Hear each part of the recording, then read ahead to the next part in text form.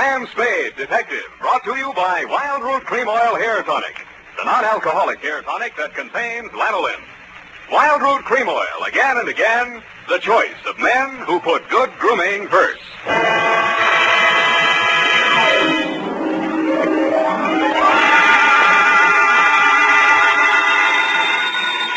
Sam Spade Detective Agency.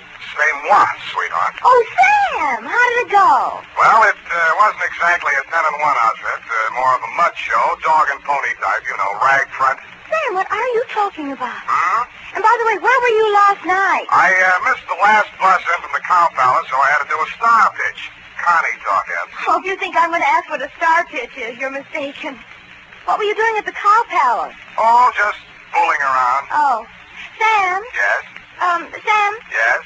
Sam... You ask too many questions. Sweetheart, in the patois of the carnival, I'll be right down to pitch my spiel my pitch, and make with a canvas on the Bluebeard Caper.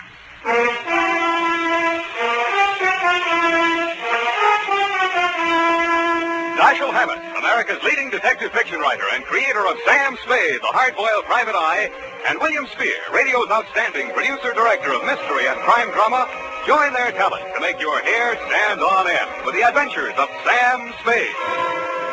Presented by the makers of Wild Root Cream Oil for the hair. Say, Mom, if the summer winds are making Junior's hair drier and mussier than it should be, why not borrow a little of Dad's Wild Root Cream Oil and restore that sweet, angelic look? You'll find Wild Root Cream Oil Hair Tonic comes in handy for every member of the family. It grooms the hair so neatly and naturally, relieves that summer dryness, and removes loose dandruff, too. Better check on your supply right now. If it's running low, then tonight or tomorrow, first thing, get Wild Root Cream Oil Hair Tonic. Again and again, the choice of men who put good grooming first. And now, with Howard Duff starring as Spade, Wild Root brings to the air the greatest private detective of them all in the adventures of Sam Spade.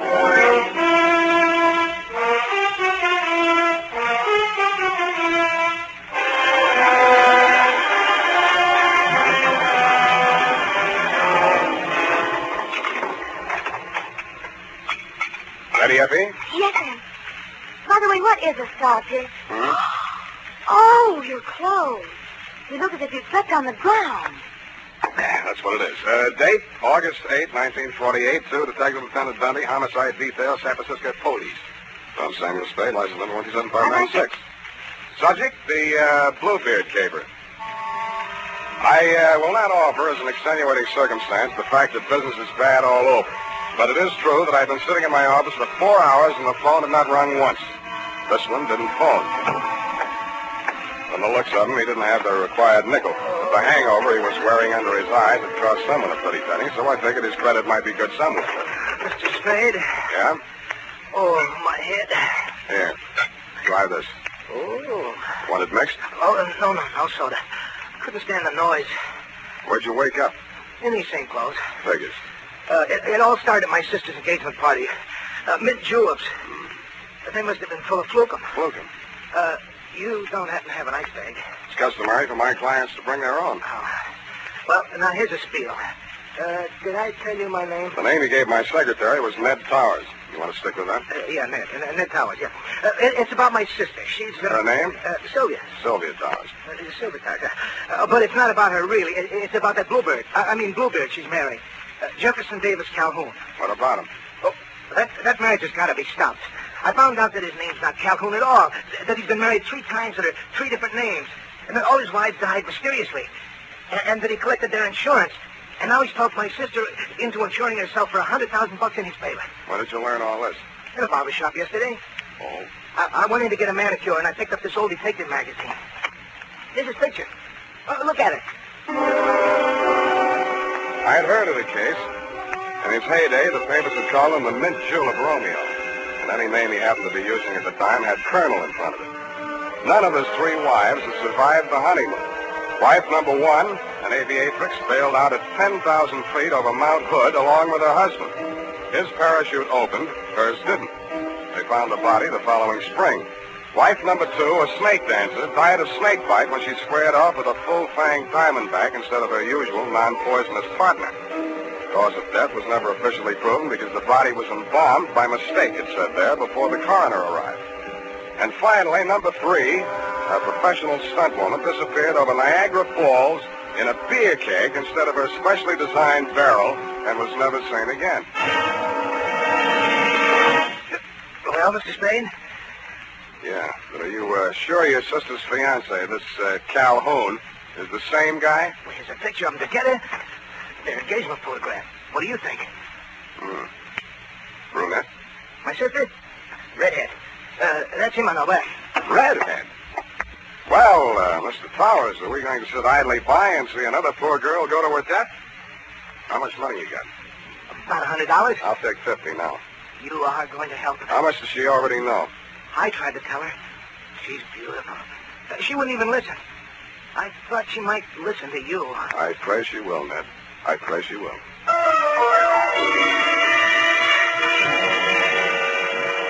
There were 2 aspects of the case that I wanted to look over more closely. A, Sylvia's red hair, and B, the red splotches on my client's face.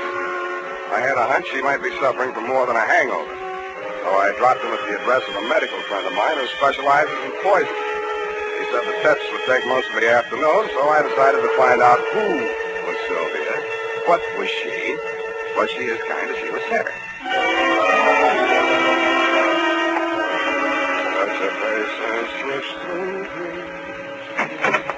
Yes? Yes. I beg your pardon. Miss Towers? Yes, I'm Sylvia Towers. Are you the florist? You're expecting maybe a detective? Come in. Thanks, I will. Well, as a matter of fact, I wasn't expecting a florist or anyone else. But I'm glad to see you. I really am. Huh? Sit down here. Oh, just relaxing. Oh, no, over here. Oh. Well, why not? There. Isn't this more cozy? Take your hat off. Oh. You'll have me believing you really are a detective. What do I look like? Well, I'll have to mull it over. Now, don't tell me. Let me dream. Like Sylvia, Miss Powers, I mean. Oh, Sylvia. I like the way you dress. Nice and casual. Oh, you do? But, you know, you really should wear a handkerchief. Hey. You're ticklish. Well, look, if you want to frisk me, get it over with. It's your apartment. You got a right to. Well, isn't this way nice? Sure, it's fine. It's just that, well, you know, I just didn't expect. Just didn't expect. Well, what do you want, a butterfly act? No, it's just that my feelings have hurt you. Haven't asked me who I am, or what I'm doing here, anything. Oh, I don't care. I like you. Is this how you got engaged to Calhoun? No, he was selling some phony stock certificates, so I bought a few. They were phony, so you bought a few. Figured. He'd had bad luck with marriage. It was the only way I could force the issue. You're forcing him into marrying you? Darling, don't be so critical. I did it very nicely. I'm sure you did, but why? Oh, I don't know. He's so courtly. A real Southern gentleman. How real? Hand me that cushion, darling. Oh. Oh, no, here, behind my head. Oh, that's better. Oh, don't go away. Why do you want to be number 4 on the Bluebeard parade? Oh, do you really think he did kill him? Oh, that's one of 2 theories. He either did or didn't. Oh, I love your hair. So nice, bristling. Does this bother you? Yeah, but don't stop. Now, wait a minute. Look, I got my client to think about, and I'm trying to think about it. Darling. I didn't want to take this assignment, but he really seemed to be worried about you. Oh, now who on earth would be worried about me? I'm a little worried about you myself, and I'm not even distantly related to you. Well, don't say that yet. This marriage may not last long. Don't you say that. Oh, I know his marital life has been full of tragedy. But I'm not superstitious. I think I may change his luck. Okay, Sylvia, okay, it's your life. I told your brother I'd talk to you, and I have. My brother? Yeah, Ned. I think maybe your boyfriend tried to poison him last night. Oh, no. Oh, Jeff, just in time. Well, my dear, we will discuss this further in private. I have only this to say at the present time. In the South, it is not customary for a lady to receive a gentleman alone just prior to her marriage to another gentleman. But, Jeff... I know your motives were pure and innocent. Customs differ, that's all. I am Colonel Calhoun at your service, sir. I'll call you when I need you. I'm afraid I must ask you to remain. Sylvia? Mr. tell you. It was just a flirtation. Yeah, that's I didn't all. think it... You mean She didn't think. he made certain proposals? Well, what could I do? What could she do? He said there were things in your past, Jeff. Yeah, that's what I said. Things that... Oh, there, my dear. It was blackmail. That's all. I did it for you, Jeff. Go to your chambers, Sylvia. I will deal with this adventurer. If this were the South, there would be better ways, but never fear. Where there's a Calhoun there, too, you will find Southern chivalry. Please. No, Jeff. Phone the police. Sylvia, I must insist that you do as I say. Very well, Jeff. You know best. Well, sir, how about you and me putting our heads together over little old Miss Judith, huh? Thanks, I'm not thirsty. What's the fetch, Colonel? How come your girlfriend yelled, "Hey, Rube," just now? What is your asking price, sir? What's your bid? 5,000 now, 5,000 after she's buried, 20,000 after the insurance people pays off. No dice. Caper's worth 100 grand. 50 to me, 50 to you. That is out of the question, sir. Okay, from here I go to the car. Now, son, let's not be hasty about this. It will require a slight change of plan, but I reckon I can swing it. All right, 50-50. When are you going to knock her off? You want her to fly the coop? Is there another way out of here? Well, not that I know of, but she's crafty. She's crafty. Well, come on, let's get it over. Yes, you're right. Maybe now or never. That's right. Sylvia? Wait a minute. Huh? Come here. What is it? How are you going to do it? Well, hit her with this and then out the window. Let me see, then. It's got quite a heft to it. Where'd you get this set? Souvenir Niagara Falls. Know where you're going to get it? Why, you Yankee!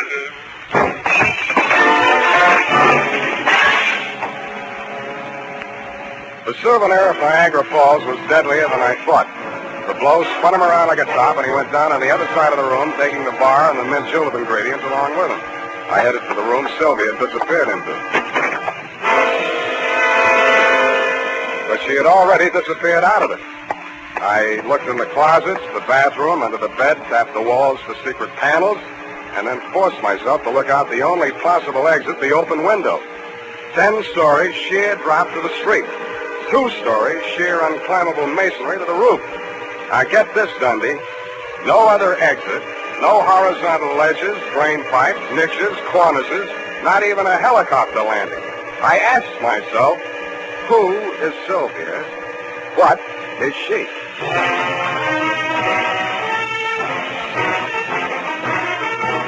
The makers of Wild Root Cream Oil are presenting the weekly Sunday adventure of Dash's Sam Spade.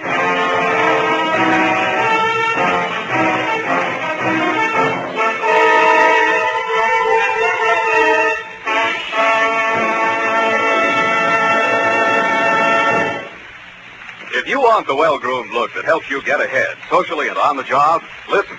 Recently, thousands of people from coast to coast who bought Wild Root Cream Oil for the first time were asked, how does Wild Root Cream Oil compare with the hair tonic you previously used? Better than 4 out of 5 who replied said they preferred Wild Root Cream Oil. And no wonder. Wild Root Cream Oil grooms the hair neatly and naturally, relieves annoying dryness, and removes loose dandruff. What's more, non-alcoholic Wild Root Cream Oil is the only leading hair tonic that contains soothing lanolin. So ask for Wild Root Cream Oil Hair Tonic. Again and again, the choice of men who put good grooming first. By the way, smart girls use Wild Root Cream Oil too, and mothers say it's grand for training children's hair.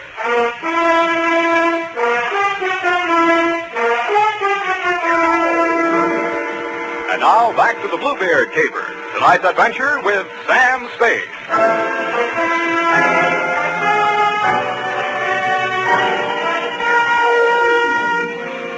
There was no use wasting any time trying to figure out how Sylvia had done whatever she had done to escape from that escape-proof room. There was nothing of interest in it but a diving helmet, deep sea type, and the current issue of Billboard, a magazine which records the movements of show people. Under carnivals and pet shows, an item was circled. Colonel Carlisle's Colossal Carnival and Pet Show, which was currently playing San Francisco out by the Cow Palace. That reminded me of the Colonel in the next room. I went in to hit him again, but somehow his not being there didn't surprise me a bit. What I found on the roof did surprise me a little. It was a rope and grappling hook, human fly type, which fitted with the circusy aspect the caper was beginning to take on. But I'd never have taken Sylvia for a stunt woman. I took a deep, neat end to get into condition for what lay ahead. Slid down the banister to the top floor, somersaulted into an elevator, and rode it down to the lobby, no hands. Pausing only to acknowledge the applause of the scrub woman, I skated on over to the phone booth. Hold his hands like the night. Dr. Mandel's office. Bernie, Sam Spade. Oh, say, I'm glad you called, Sam. That patient you brought in here, Ned Coward? Yeah, what about him? Well, your hunch was right. There was enough poison in him to kill him twice. And that ain't all. He dead? No. Then what's all? Well, his stomach had enough foreign objects in it to keep all the newspapers in town in Monday morning feature stories for the rest of the year. What type foreign object? Oh, glassware, spoons, hunting knives. Well, nothing valuable. Where'd you send him? Oh, he wasn't a hospital case, Sam. Enough poison to kill him twice, glassware, spoons, hunting knives, and not a hospital case, huh? The poison, he's developed an immunity. The other stuff, it's harmless. Harmless. Do you want me to send you the complete report? No. Forget it, Bernie. You've given me enough. Thanks.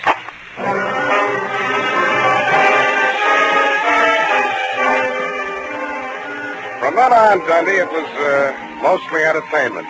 I headed for the carnival grounds outside the town, and Colonel Carlisle's Colossal Carnival and tent show unfolded before my very eyes just west of the Cow Palace. Brought to you in the interest of artistic endeavor. Mademoiselle Mahala, the favorite dancing girl of the Sultan of Zanzibar, brought direct from the perfumed gardens of the Mystic Orient. Every muscle of a gorgeous body. And now, ladies and gentlemen, in the interest of science and the furtherance of national defense, one of the medical miracles of the 20th century. Ladies and gentlemen, a man with the iron stomach and the asbestos esophagus, Professor Dilator. Professor, if you please, sir, give the folks the sample of your control over the fiery elements. I will light the torch and hand it to the professor. And now, Professor, if you will kindly... The coach dancer left me cold to be a fire-eating professor, I thought. It was none other than my client, a man who called himself Ned Powers. I moved as close to the platform as I could without setting fire to myself and caught his eye. When he caught mine, it singed my eyelashes. Hey, scramble, I got my act to do. I can't talk to nobody. Where's the colonel? There ain't any colonel, just for the banner tack. Where's your sister? I ain't got no sister. And who is Sylvia? Hey, do me a favor, Shamus. Keep the 50 and forget the whole pitch. Now beat it, huh? Oh, I want to see the show. Okay, you paid for your duck. Tear your eyes out if you want to. Okay, but you start squawking. They're drifting away. And, ladies and gentlemen, that was only a sample. Why, he eats the stone and throws the beach away. And he uses powdered poison on his soft-boiled eggs. Now tell me, if you will, is there a doctor in the town? I drifted on down the midway. There was Puna, Nature Boy, Gilda and Hilda, the Siamese twins. There was Shorty, the fat man, and Fatty, the short man, a bearded lady, and several natural freaks of nature. At the very end, there was a big canvas enclosure. The act was called the Three Death-Defying Darlings. From the noise inside, I judged that to be an understatement.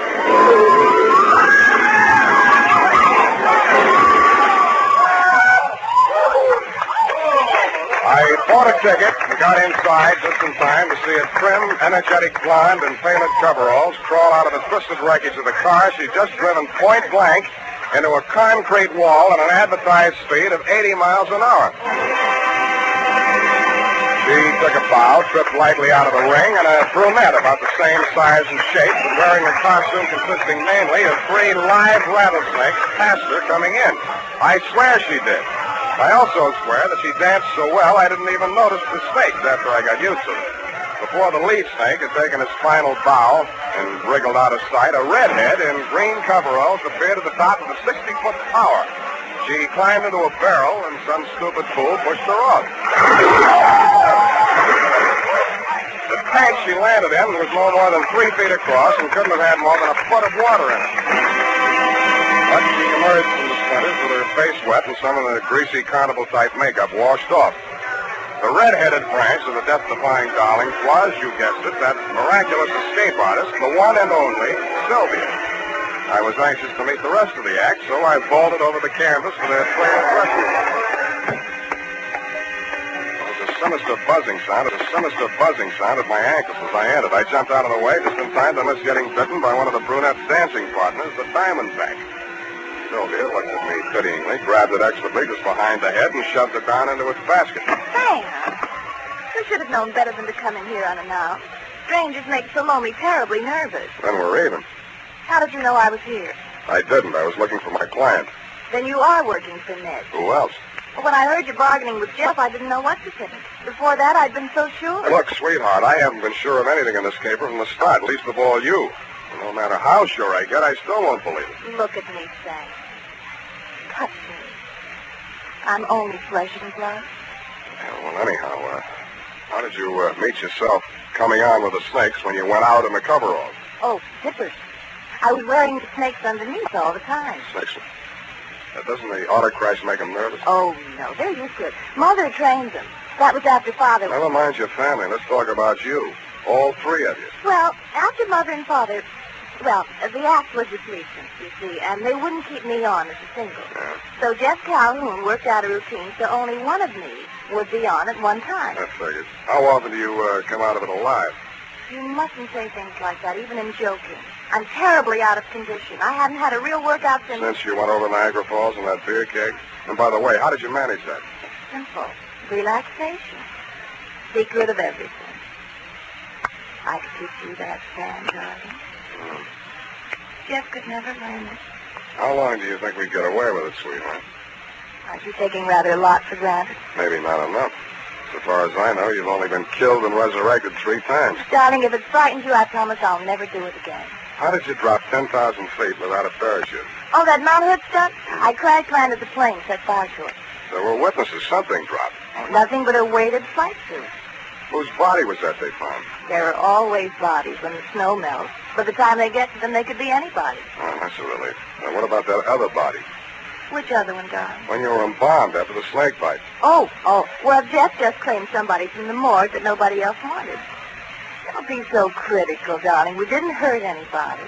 Better not try to tell that to those insurance companies. Well, they should be happy. Jeff says it helps them with their taxes. Does it make you happy? Dying and being dug up every year or so? Well, it's better than doing it every night, but I couldn't go back to Jeff. He lost his nerve after Ned found out. You see, Ned's the only one left who knew me in the old days.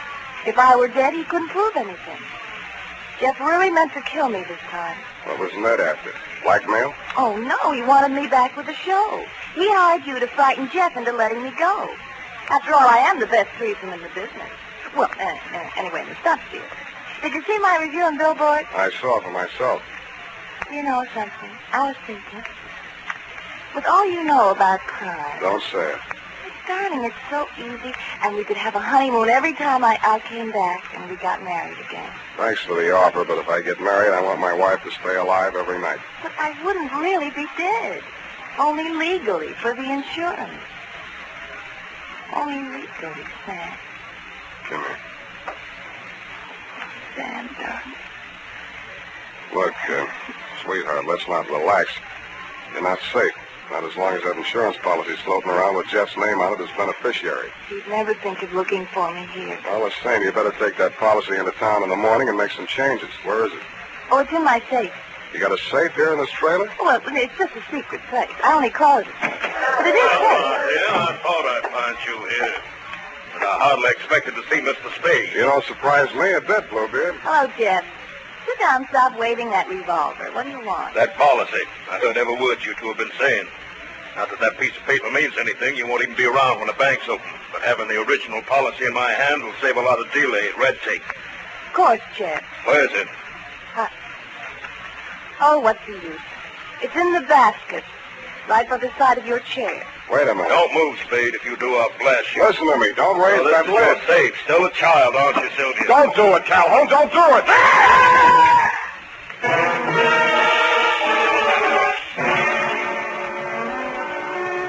And that, Lieutenant dear, took the lid right off of the caper. Due to my Boy Scout training, my split-second timing, and the fact that Salome's fang missed an artery by a 30th of an inch, I understand Calhoun will live long enough, which as far as I'm concerned is any length of time you care to name. About Sylvia. I really don't know how to advise you there, but if you're planning on charging her with attempted homicide, you'll find that there are 3 Darling sisters listed as U.S. citizens and residents of California. It might be hard to figure out which one of her to indict. Period. End of Nightmare Alley, Bluebeard Division. Any questions, Ep? Oh, just one, Sam. A grammatical error, but I'll correct it. And just whom do you think you are to be correcting my grammar? Who, Sam? Nominative case. Nominal. Nominative, Sam. The most frequently used cases in English are nominative, accusative, and possessive. Now, I'm referring to your sentence which reads, it might be hard to figure out which one of her to indict. Yeah. Of course, you meant them, since there are 3 Darling sisters. Her being singular. Indeed, her was singular, Effie. Oh, Sam, you make a joke. It's a very small one. Now, type that up and leave my grammar as is. It's colorful. Oh, very well, Sam. I'll just fix the syntax as I go along. Syntax? In California?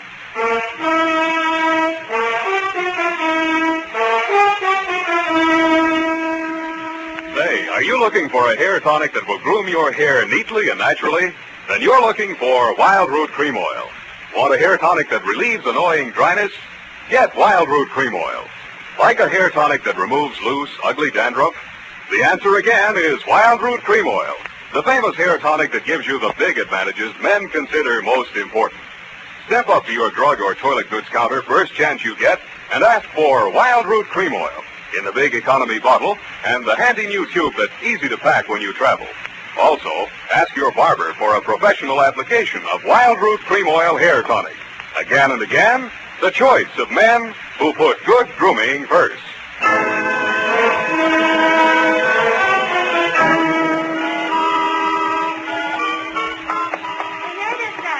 You were quite right. She was only one girl, so I left it to her and made the correction back farther. Back where, Sentence Twinkle just prior. Twinkle Toes. You know, where you said 3 Darling sisters, I changed it to 1. That's impossible. It takes 2 to make a system. That is not funny, Sam. Who's laughing? It's no laughing matter, Sam. After all, that Sylvia, or the Darling sister, whatever she... And I don't care if she can go over Niagara Falls in a barrel. Let's get it right, a beer cake. That's the only funny thing, is you being taken in. After all, snake charmers of that type are a dime a dozen. All right, it's 20 cents. Phone up that place. What place? Where you get the red-headed snake charmers, 12 to 10 cents. Dime a dozen, Sam. It's a figment of speech. You can say that again, sweetheart. Penny to be 3 people, all with different hair, wearing snakes under a coverall. Well, No normal girl would do that, Sam. I don't know. Women do all kinds of work. Oh, Sam. Why can't I be an adventuress like some girls are? I wouldn't trade you for 30 cents worth of snake charmers. Oh, that's the nicest thing you ever said. Well, next to the nicest. Good night. Good night, Salome.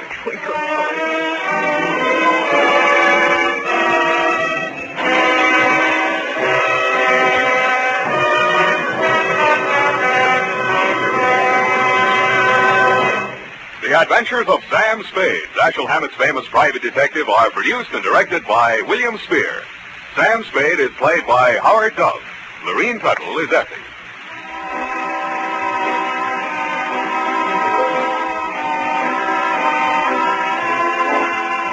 The Adventures of Sam Spade are written for radio by Bob Tolman and Gil Dowd, with musical direction by Lud Gluskin. Join us again next Sunday when author Dashiell Hammett and producer William Spear join forces for another adventure with Sam Spade. Brought to you by Wild Root Cream Oil. Again and again, the choice of men who put good grooming first. This is Dick Joy reminding you to get Wild Root Cream Oil, Charlie. It keeps your hair in trim. You see, it's non-alcoholic, Charlie. It's made with soothing lanolin. You better get Wild Root Cream Oil, Charlie. Start using it today. You'll find that you will have a tough time, Charlie. Keeping all the gals away. Hiya, Baldy. Get Wild Root right away.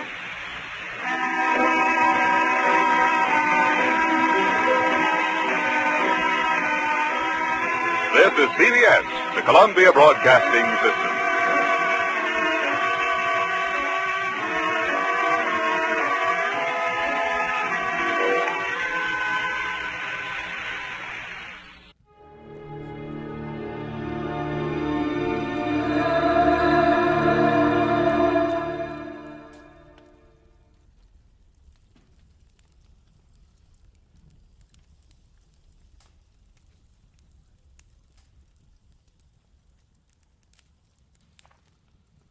this and get it straight.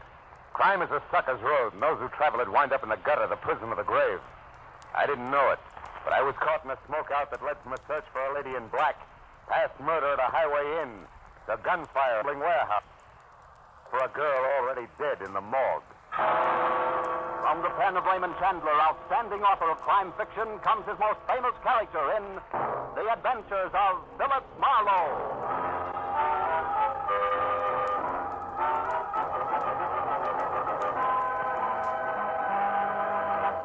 Now, with Gerald Moore, starred as Philip Marlowe, we bring you tonight's exciting story, The Smokeout.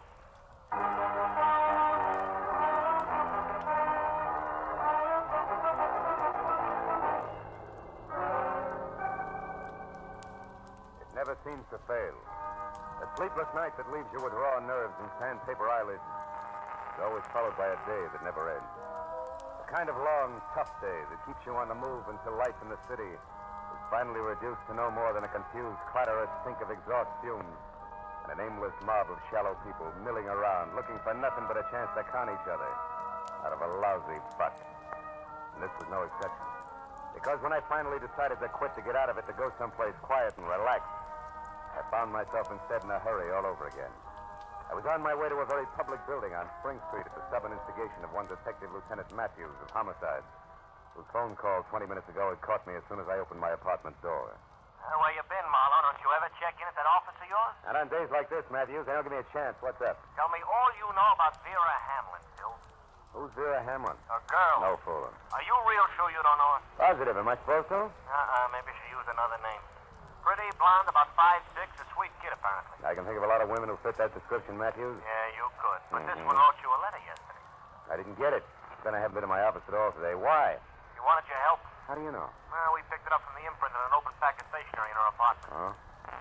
Better come down and take a look at her, Phil. Take a look at her. Where is she? In the morgue. Oh? She was struck by a car last night. Accident? What makes you ask that, Marlowe? Your dubious tone of voice, Matthews. Well, was it an accident? I guess so. Maybe I've been a cop too long. I get suspicious myself on dark nights. Can understand it. Come on down, Phil. Right away. I'll meet you there.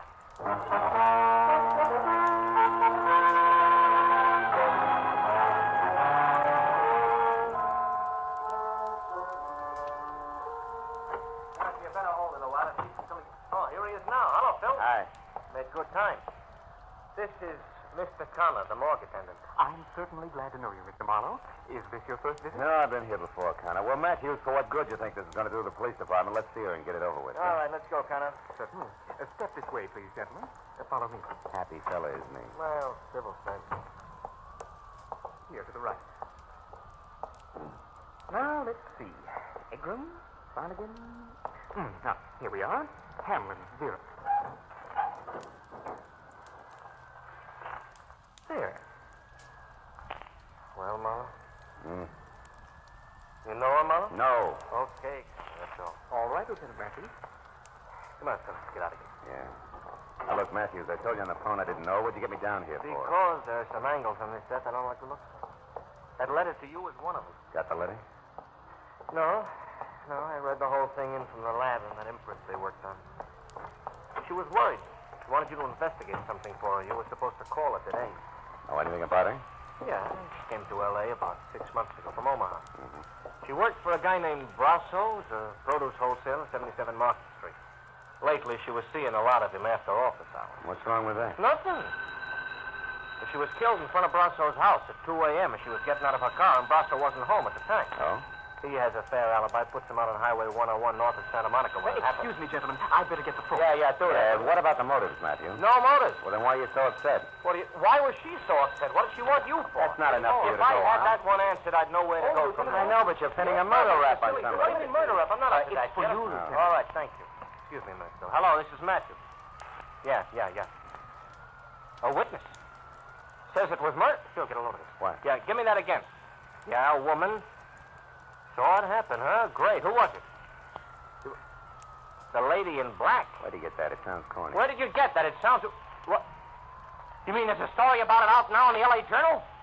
Yeah, I'll be back there in 5 minutes. And listen, get a hold of the reporter who wrote that story and hang on to him. I want to talk to that wise punk. How do you like that? How do you like Yeah, Vera Hamlin murdered with an eyewitness to prove it. Only the police department is the last outfit in town to know. Come on, Phil. it? Where to this time? To buy a newspaper, find out what's going on.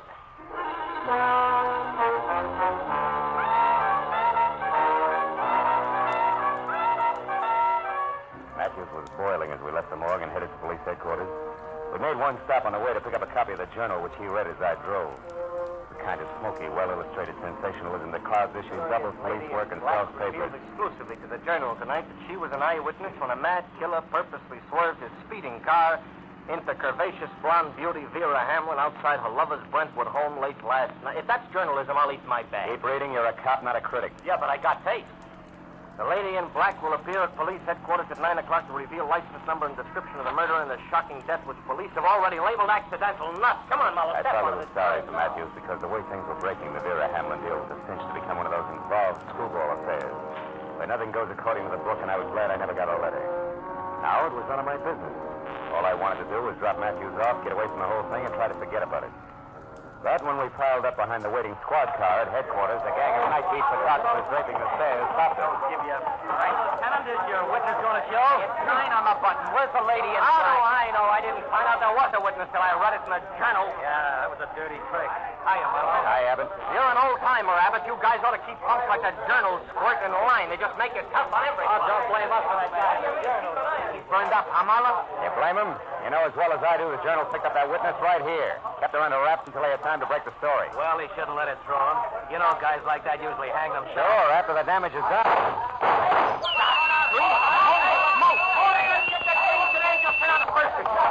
Now, I've had enough today, Matthews. Besides, nobody in City Hall signs my check. Good night.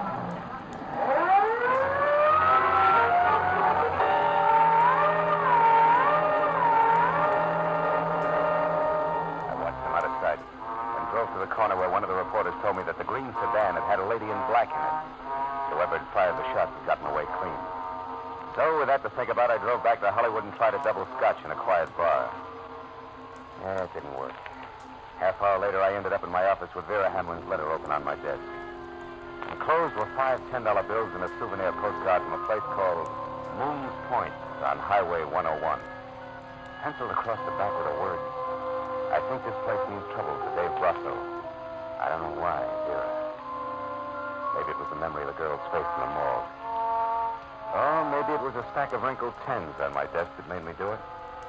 But whatever it was, I went to my car, drove out past Santa Monica, and it took me an hour to get to Moon's Point on Highway 101.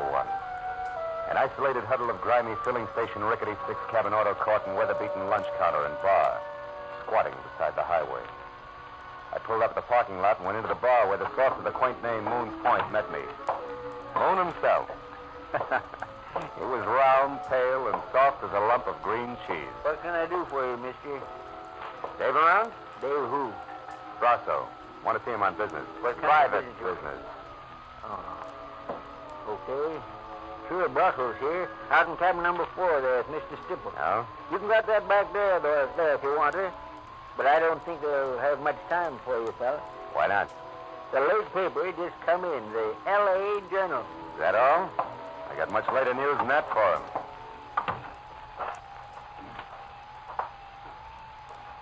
Hey, you. Who's there? Pull it down, will you? My name's Baggett. Agent sign asking for Dave Brasso. Well, I think you're a cop, and I might be able to do you a little favor. What do you got in mind, Baggett? Well, since there don't seem to be much love lost between you and Brasso, I'll tell you. I believe in an eye for an eye and a tooth for a tooth, see? I used to be a driver for Dave Brasso, only yesterday I got canned. Thrown out. Pulled off my truck and fired for no reason at all. So? Oh, so I've been sticking close to him, just waiting for a chance to pay him back. And I've been finding out things you might like to know. Give me a for instance. Well, for instance, he had a fight. A knockdown, drag-out argument with that Vera Hamlin girl last night, just an hour or so before she was run over. She claimed he was seeing another woman. What's that proof, Baggett? She was found dead in front of his house, Bud. You added up. And that's not all either. I know why he's hanging around out here. Also, why it ain't gonna do him one bit of good. I got plenty to tell him. Wait a minute, hold it. Yeah, that's Monty Stipple who opened the door to number 4 here. I gotta get out of here. But I got plenty to tell, Bud, so when you're finished in there, come on over behind the grease rack at the filling station. I'll be waiting for you. I don't know how you feel, Dave. You're on edge. You got reason to be, but running back into town won't help you any. So they got a witness. She's already told it. Wait a minute. There's somebody outside here. Yeah, that's right. I want to see Dave Brasso. And Mr. Brasso is pretty busy right now, mister. Not too busy to see me. Oh, you cop? No. And you must be a crummy reporter, so scram. You look Mr. Brasso up at his place of business some other time. You mean after he skipped town to keep the witness from putting a finger on him? Why, you Hold it, snooping... Monty. Wait. Who are you? What's your dice, soldier? Name's Marlowe, private detective. I'm here because Vera Hamlin wrote me a letter yesterday. Vera? Monty, get lost for a couple of minutes, will you? I want to talk to this guy. Don't you Go think you on, better go let me- on, beat it. Well, okay. All right, soldier. Come on in. You wanted to see me? I'll take a good look. Well? Okay, so you're big, Brasso. Husky enough to run over somebody and kill him without even getting into a car. I'll let that one go by, soldier. Where's the letter? Locked up in my office. What's she say in it? She wanted something to look into and said this was a good place to start. Jealous little fool. Is that what the fight was about last night? Right. You do find things out, don't you, soldier? That's my business. Well, maybe you know who this lady in black here in the paper is and what she's going to tell. Maybe. No, was jumping up to try to kill her tonight and shut her up. Who is that? You mean somebody... Come on, Brasso. Let's stick closer to the truth. You're a lousy actor. For instance, Vera wanted me to come to this dump because you and Sipple are holed up here. Why? That doesn't concern you. It's business. Sure, and when a girl accidentally gets in the way of business, she's run over by it. Is that the way you work? You keep harping on the same thing, soldier, and I don't like it. I was in love with Vera Hamlin. Maybe you're trying to use that to nail me in a frame. Maybe you're a sneak for that stinking louse Weber. Maybe you didn't get any letter from Vera at all, so get out of here and think up a new one. Your theories are getting way ahead of you, Buster. Who's Weber? Jerk. I said get out. I take that back for an answer, soldier, and you can get more of the same anytime you want it at 77 Market Street.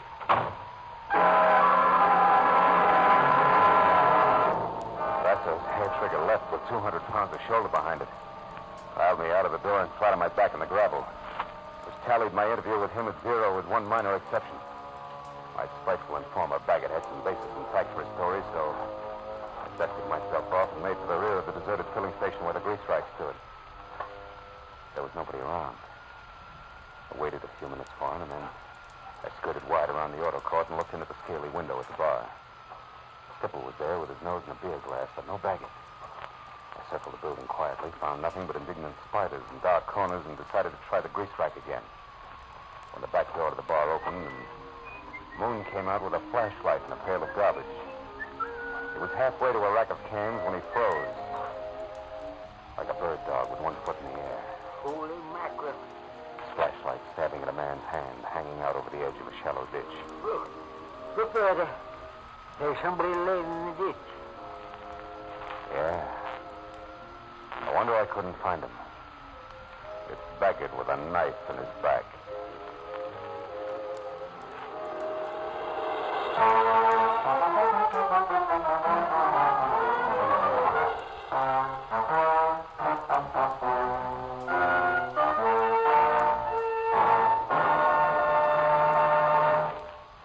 Now, with our star, Gerald Moore, we continue with the second act of Philip Marlowe and tonight's story, The Smokeout.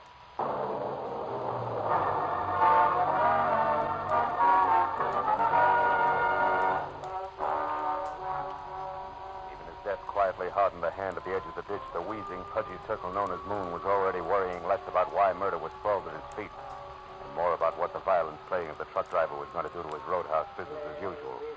Didn't make for wholesome listening. Finished. Dave Brasso, that Monday Stipple, all of them. They can take their trade and their trouble summers up. I got to make a buck like the next guy, but I sure ain't going to do it this way. Why, overnight it Hey, wait a minute, Moon. What troubles are you talking about? Brasso and Stipple, I mean. What is it? Come on, speak up. It may be important. To who? To me and the law. To Baggett here. Maybe a girl who died a little ahead of her time. A girl who what? Hey, mister, you're talking in circles. Yeah, sure I am. And we don't have time for that, do we, Moon? Here, let go of me. Are you going to talk? Well? Okay, I'll tell you. There's no international secret. Now, get your hands off of me. All right, we'll make it fast. The setup, what is it, Moon? Too much competition. Another produce outfit run by a guy named Mike. He's been picking Brasso's trucks off along US 101 every other night. Sometimes it's a well-planned accident, and sometimes just sloppy hijacking, but all earth is trouble. Trouble Brasso can't prove, is that it? Yes. That's the reason for Monty Stipples and their meetings out here. Stipples supposed to get the proof for Hey, wait a minute. There's a guy going for the car next to mine. Oh, that's Brasso, Marlowe. And like I said, I've had enough. For my dough, it's time to call the cops. Good luck, sucker. Dave Brasso was out in front by no more than 30 seconds, so as I ran toward my car and the wall of dust, his tires had kicked up. I figured I had an even chance of catching up with him before he got back to Santa Monica and into heavy traffic. But I figured differently when I had one hand on the door of my car. I had to. Company said so. I'm holding a gun. Please don't move. She was standing someplace behind me, and when I did as told, she moved around in a wide, careful arc until we faced each other across a chunk of dark night. It revealed only two things. One, she was holding a gun, and two, there was no mistaking her. This was a lady in black. Those car keys there in your hand. Throw them here, please. Now, wait a minute. I'm sure we can talk. Please, let me have them. Okay. Now what? Now, whoever you are, you can look for these when I'm Hey, gone. listen. I don't want to be interfered with. Now, wait a minute. Oh, I get it. You're afraid something will jar the sale price you've set for Brasso, huh? Yep. What are you talking about? That ever-stinking routine known as blackmail. Or to be very specific, a mystery witness, you, the lady in black, who almost gets to the police to tag a killer. Almost so she could scare said killer into a generous frame of mind when next they meet. In other words, baby, it was all an act of pressure play on Dave Brasso. Now it's time to collect. Do I go on? No, you don't. You just do as I say. You just turn around and walk. And think a little. Think about the pistol shots that you neglected to mention, which somebody took at me while I almost went to the police. Or did I do that myself? Also for the sake of Mr. Brasso's frame of mind. It's possible. I don't think so. Now go and start walking. You don't make much sense standing here. As I moved away from her, she backed off quickly toward a car that was nuzzling a high hedge near the far side of the roadhouse. So I knew that any move I intended to make had to be done right then and there. But she must have known just as much because that was when the gun she held got mad enough to start spitting my way. I dove for the gravel with my feet, then practically burrowed my way across a dozen uncomfortable yards of chopped rock to the shoulder of a line of trash cans, all of which left me scarred, safe, and in time to do nothing more effective than swear. I had a pair of teasing tail lights on a green sedan that were already winking out of sight. Didn't help much.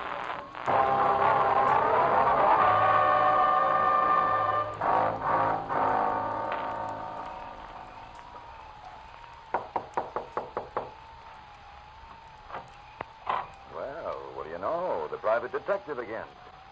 Well, what's it this time? Bill Brasso, Stipple, is he in? No, he isn't. That's funny. No, I don't think so. I only think you're funny. The panic, Marlowe. Moon and I have been watching you comb that gravel out there searching for the key. We couldn't catch the chatter, but she certainly made you look stupid. And just so you don't go on looking that way, don't bother playing so wide-eyed about Brasso being in here either. You see, I know you know he isn't. It won't work, sonny boy. Maybe a little pressure will.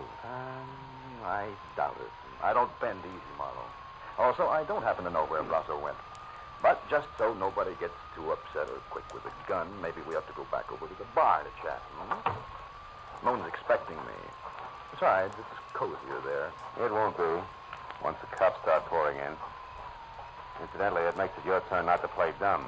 I mean Ernie Baggett being very dead out in the back. Even Stephen, huh, Marlowe? Yeah. Okay. I know about Baggett. From Brasso? I heard you. Nice night. Marlowe? You know, Stipple, you're making a big mistake. What? Protecting Brasso can't pay off anymore. You said I was protecting him. I worked for Dave Brasso, period. If he knocked off a couple of people, and I'm not saying he has, it's got nothing to do with me. What's done's done. Which doesn't include the girl, huh? Who? That witness? What's the difference? What happens to her? She's living on borrowed time right now any way you look at it. Why? Because of what she knows? No. Because of the way she handles what she knows. All that gab in the papers. You know, she's lucky those 3 shots that were thrown at her only came out of a pistol. Could have been a howitzer, considering the advance notice she gave. Hey, Moon. What? The cops here yet? No, they ain't. Highway patrol took 5 minutes, 10 minutes ago. I sure wish they'd get here. Don't worry, they will. Well, Marlowe, will it be? Hey, private detective. Come out of it. What's up? Around here, Stipple, nothing. Nothing at all. Where are you going?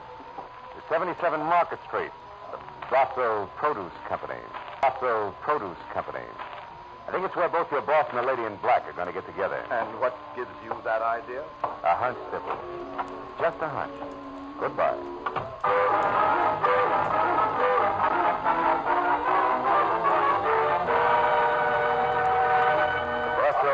company was a half a block of corrugated metal warehouse crouched behind a wide loading ramp, which at 2 a.m. bustled with enough noisy, fresh vegetable business to turn night into day.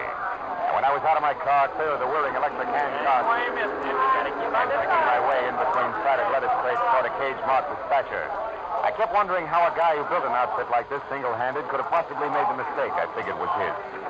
I stopped wondering when a face that had been stolen from a hawk pressed himself close to the inside of the cage and yelled at me. Well, what is it, mister? Talk up fast, will you? I'm busy here. Wait, please! 681 out now! I want to see Dave Brasso. Oh, that's he isn't here. Dispatcher. Yes, 21 a bushel. Right. Brasso's not in his office, mister. I'm not sure where he is. I'm not sure. You a cop? No, private detective. With expense account. Will 5 help? He just paid 10. Oh, let it ring. Come on, Buster, this counts. Here's 10. The lady in black? Yeah. Keep it down, will you? She stood around for maybe 20 minutes before she got talking to me. Not a bad-looking doll. All right. Now, where'd you send her? Come on, you got your 10 talk. Hang on just a minute. Where? The old shed in the back. Used to be a warehouse. They've got a real private office there. You'll probably catch up there if you run. I'll probably try. Thanks. The ex-warehouse turned out to be an ugly huddle of parched cobblers teetering at the edge of a deserted cobblestone alley, and quietly dying of old age. And except for a flicker of light from an open door deep inside, it was as dark and as quiet as the lining of a frock coat. Until I stepped in front of a gun, it was no surprise. When I told you that I didn't want to be interfered with, I meant just that. Now, without shouting, who are you? For one thing, a private detective named Philip Marlowe. Another, a guy who's still working for Vera Hamlin. You were working for Vera? That's right, but not swinging in the dark. Which means what? That you never saw Vera Hamlin killed in the first place. And that all this lady in black razzle-dazzle is strictly a smokeout. Vera was my sister, Marlowe. Her letters told me all about Dave Brasso, about what he meant to her, about the runaround she was getting from him. So you added that to a phony hit-and-run accident and decided to pose as a surprise witness. So that Dave Brasso would try to pick you off and reveal himself as your sister's killer, if you lived through it. Right. And now, Marlowe, Marlowe, quick, get back. Brasso just turned that light off in there. He's coming out, and I'm going to meet him. No, don't. Look, Listen. If you want to help, stay where you are. Keep quiet. Oh, brother, I'd better be right. She moved one slow step at a time toward the long, thin triangle of light the open warehouse door spilled across the sawdust flooring. I slid my .38 from the shoulder holster to the right hand, and the hair on the back of my neck started to crawl. And suddenly there was nothing to do but wait. You can stop right there, Mr. Brasso. Huh? Who's there? Who are you? A girl named Hamlin, Mr. Brasso. Frances Hamlin. A girl who knows all about how my sister really is. It was only a sudden flash of light that the room was taking it. It was a pistol raised and aimed at the back of Frances Hamlin's head. It was all the cue I needed. Drop it, Sybil! Don't shoot again! Don't shoot again! Marlowe, what a quickly Brasso's get out. Yeah, but he's harmless, honey. He and Stipple aren't on the same team as far as your sister's concerned. Did you hear that, Brasso? Yeah, I heard you, Marlowe. Well, then Stipple killed my sister. Why, Marlowe? I don't know. He's the one to ask about that. All right. Why, Stipple? Dave, why did you do it? Dave, stay back. Why? I did it because she caught me at my place, caught me talking to Mike Weber. You worked for Weber for the guy who was wrecking our business? Yeah, oh, Dave, please, I didn't know what I was doing. She was going back to you to tell you what she saw. You double-crossing her. Dave, that's enough. No, it isn't. Please, Dave. I've got something to finish.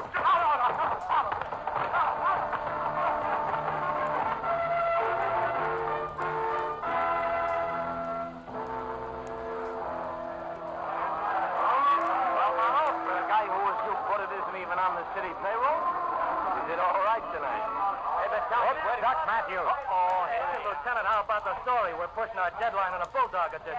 Yeah, we work for daily papers, Matthews. You've been holed up in that warehouse with Marlowe and that heavy for a half hour now. What is? Hey, how bad is Stipple's wound? Look, the wound is nothing. It's a scratch, although I wouldn't say it hurts. But the story, you'll have to wait until I'm down at headquarters. I haven't got it all myself. Oh, Lieutenant, you're kidding. Sure, I got lots of time for it. Listen, Abbott.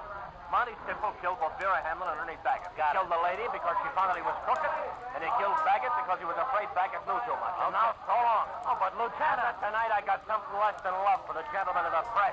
Hey, Phil, come on. Miss Hamlin's over there. All right. Look, Marlowe, before it's impossible for me to stay away from those dear boys any longer. Tell me, where did you run across the switch? I mean, what the heck must Stipple for? Mistake he made, Lieutenant. calling the shots when he was blindfolded? Or in other words, what? Matthews, I'm tired. Tomorrow, huh? No. We can talk then. Come on, Marlowe, Frank. please. Okay. Well, it's something like this. Back at Moon's Point, Sybil told me how lucky the lady in black was. Only 3 shots were thrown at him. And he had no way of knowing how many shots had been thrown, huh? Attaboy. Unless, of course, he threw them himself. Sure. Francis had a smokeout plan, which was an inspiration to me because knowing Sybil was a liar and proving it were 2 different things. So you led him to the warehouse, and while Miss Hamlin here gunned for Brasso, Sybil gunned for her. You're so right, and good night, Lieutenant Matthews. Listen, Marlowe, Good night, Lieutenant. Okay. Good night, Phil. Good night, Miss Hamlin. Good night, Lieutenant. Thanks, Marlowe. And what? More questions? Uh-huh. But not under vital statistics. No. Marlowe, one way or another, my crazy plan has worked, right? I guess so. Well, then tell me. Now that Stipple's caught and, well, it's all over, am I supposed to feel good? I don't know, baby. Maybe that's what's so screwy about revenge. It's got all the permanence of a smoke ring, even when you're positive it's justified. Cigarette.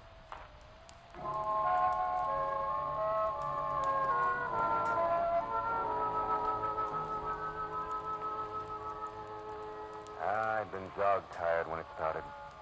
Whipped. Fed up with the city and the aimless, milling mob of shallow people. Always hungry for a buck that made it move. But now as I drove through the quiet, empty downtown streets and listened to Francis Hampton talk about her sister, who had never been anything but nice, I stopped thinking about those money grubbers and thought instead about the ones like Vera. All the people all over the world who sometimes get in trouble because other people won't realize the world is not for sale. Yeah. The Veras are the ones to keep in mind. And that was when I decided that I was only tired, not whipped, not fed up. All I needed was a good night's sleep. So I went home and got it.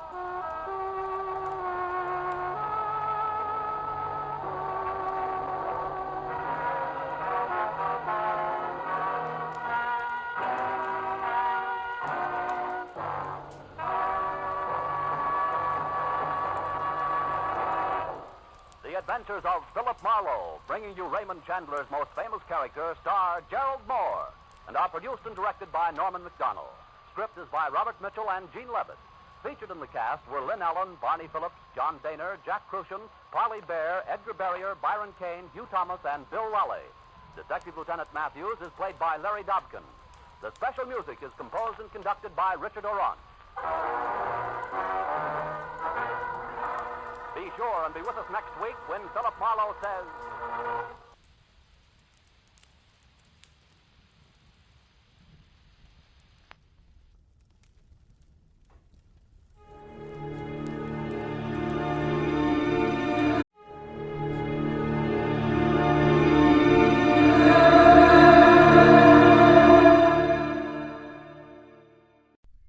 Wrigley's Spearmint Chewing Gum, the refreshing, delicious treat that gives you chewing enjoyment, presents for your listening enjoyment John Lund as...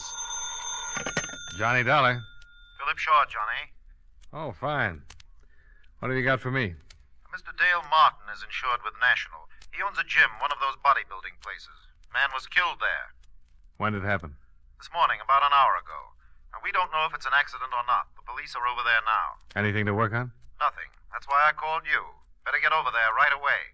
I'll do it, but I don't take off my shirt.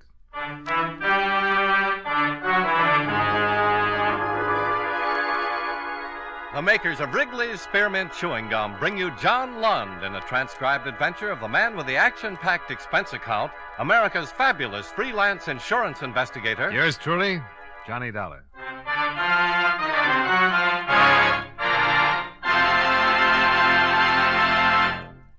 Wrigley's Spearmint Chewing Gum refreshes you. Wrigley's Spearmint Chewing Gum gives you real chewing enjoyment. Yes, for chewing enjoyment plus refreshment, it's Wrigley's Spearmint Chewing Gum. The lively, delicious flavor of Wrigley's Spearmint cools your mouth, helps keep your throat moist, and gives you a nice little lift. The good, smooth chewing of Wrigley's Spearmint helps keep you feeling fresh and alert, adds enjoyment to whatever you're doing. So for chewing enjoyment plus refreshment, treat yourself often to Wrigley's Spearmint Chewing Gum. Healthful, refreshing, delicious.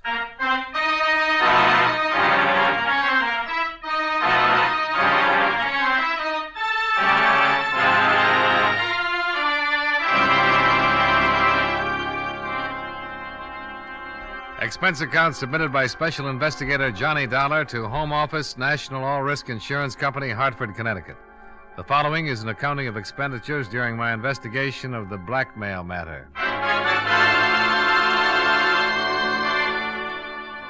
Expense account item 1, $1.40. Cab fare and tip for ride from my office to Martin's gym.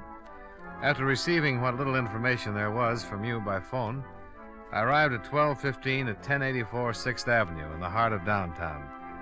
On the second floor, I found Dale Martin, a very nervous Adonis, seated at a desk in his office. A policeman at the door informed me that a Lieutenant Nathan of the homicide detail had stepped out for a minute and the coroner was expected soon. Mr. Martin? Yeah? I'm Johnny Dolar from the National Insurance Company. Oh, that's the outfit I'm insured with. Yeah, I know. That's why I'm here. I want to get the facts in case there's any claim. Now, tell me, what happened? I don't know. I went back to the locker room to check on the towels, and I found him lying on the floor. Found who? His name's Royal, Frederick Royal. He's been coming up here for over a year. Well, why did you call the police and not a doctor? Because I think he was murdered. Why murdered? I've seen a lot of accidents around this gym, but never saw anything like this. It wasn't an accident. What makes you so sure? Well, it looked like his neck was broken. I don't know how it happened, so I called the police. That publicity's going to ruin what little business I have. Murder always ruins something. You got any idea who might have done it? No. Who was in the place when you discovered the body? My 3 assistants and 3 fellas working out. They all still here? Yeah, all of them. Nobody else left or came in? Just the cops. Business is real slow. Does everybody know about it? No, I took the body and put it back in the rub-down room. Haven't even told my boys. Well, the officer at the door won't let anybody leave, so let's have a look at the body and see what we can find out.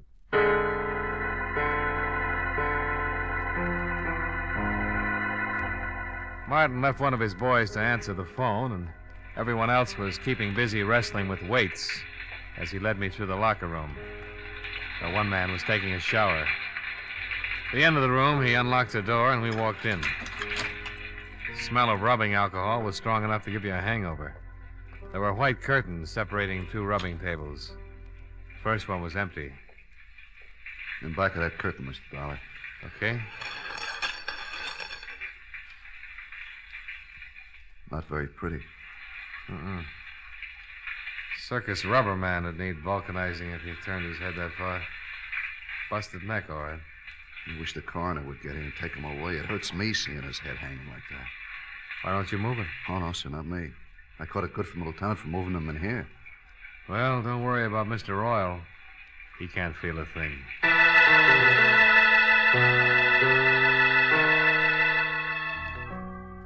Lieutenant Nathan arrived with the coroner, and the latter confirmed our diagnosis. Nathan had Martin keep his clients and assistant muscle men busy. They started comparing biceps and forgot anybody else was there. Nathan was an old friend, so I didn't have to convince him that I was there on business. You saw the corpse, Dollar? Yeah, it took a pair of pretty strong hands to do a job like that. Yeah, that makes everybody around here a suspect. Got any ideas? You'd have to know a man pretty well to let him get that close to you without starting something. Yeah, somebody could have been rubbing a kink out of his neck and got carried away with his work. Yeah. Why don't we start asking some questions? Yeah, I'll go out and round up everybody. Might as well start at the beginning.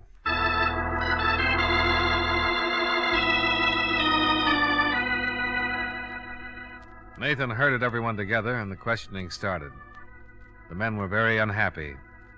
This bad publicity that couldn't be helped. Mr. Robert Wells, songwriter, Mr. Michael Darling, car salesman, and the third and last, Mr. Patrick Mullins, jeweler.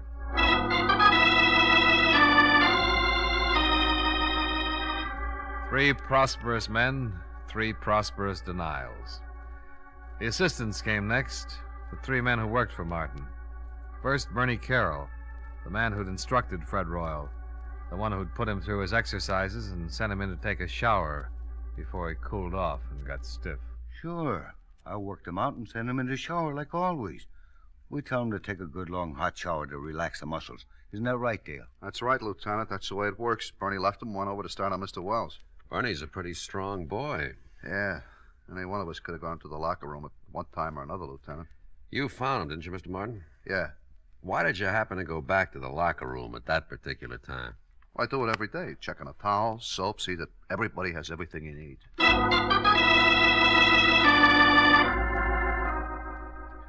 Question after question, trying to nail down alibis, trying to make them stick or tear them apart. According to everybody so far, it was a big mystery. Next man, Jack Olson. Yeah, I went back by the locker room several times. Why? Well, there's an electric coffee maker on a table against the wall back there. I want to get some coffee. Mm-hmm. The other times? Well, once to look at the appointment board and see what's coming in, later to get some chalk for my hands. Chalk for your hands? Yeah. Keeps your hands from perspiring and making blisters, you know, when you're working with heavy weights. You're fairly new here, aren't you, Jack? 3 weeks. How'd you know that, Dolar? Well, the other boys all have heavy calluses. They don't use chalk. You know quite a bit about this weightlifting stuff, huh? Oh, sure. I used to lift candy bars when I was a kid. All right. Call in the last one. The last man, Johnny Morgan, and his story was no different than the others.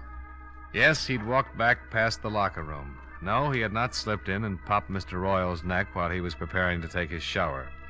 The coroner removed the body, and all the rest went down to the precinct to sign formal statements. They were all released and sent home, pending further investigation. I hailed a cab and rode home with Dale Martin. Would you like some apple or carrot juice? Well, I'll try anything once. Good for you. Yeah, I figured that. You didn't kill him, did you, Martin? Don't be silly. He was the best customer I had. I wouldn't kill off my business. Here. Thanks. You have any ideas, Dollar? Nope. How long did you say Fred Royal had been coming to your gym? Over a year. What do you know about him? Not much. He was a wolf, like the girls. Always talking about the gal he was out with the night before. I got tired of his gab. I put him straight. You know what business he was in? Whatever it was, he had a lot of money. Wore a new suit every time he came around. Oh, excuse me. Hello? Oh, just a minute. For you, Dollar. Oh, thanks. Hello? I got something on the dead man. Got a record. Blackmail. You know where he lived? We're checking. Oh, wait a minute. Martin, you wouldn't by any chance know where Fred Royal lived, would you? Well, I send a bill to him every month. I got my books here in the apartment. I'll get the address. Oh, Nathan, Martin's got his address. I found something else in his personal effects. Key to a safety deposit box. Boys are checking to see which bank. Here's the address, Dollar. Fred Royal, 673 East Weeping Willow Circle. I told Nathan I'd meet him at Royal's place. I downed my liquefied carrots, said goodbye to Martin. Half an hour later, the lieutenant and yours truly, Johnny Dollar, were tearing Mr. Fred Royal's apartment to pieces. Nothing. Yeah, I came up empty, too. Hey, What's the matter? here's a date book. Good. Maybe we've been working on a holiday. See, here's a name. Barbara Carroll. Carroll. That's the name of one of Martin's muscle trainers, Bernie Carroll. Same name on some of the other pages. The 5th, Barbara, 6 o'clock. Again on the 2nd, Barbara, 8 o'clock. Again on the 28th and the 22nd. Wonder if there's any connection. Oh, might be his sister. Let's give it a try. Bernie and Barbara Carroll. Sounds like something they'd play at the Palace. Well, let's go see their act.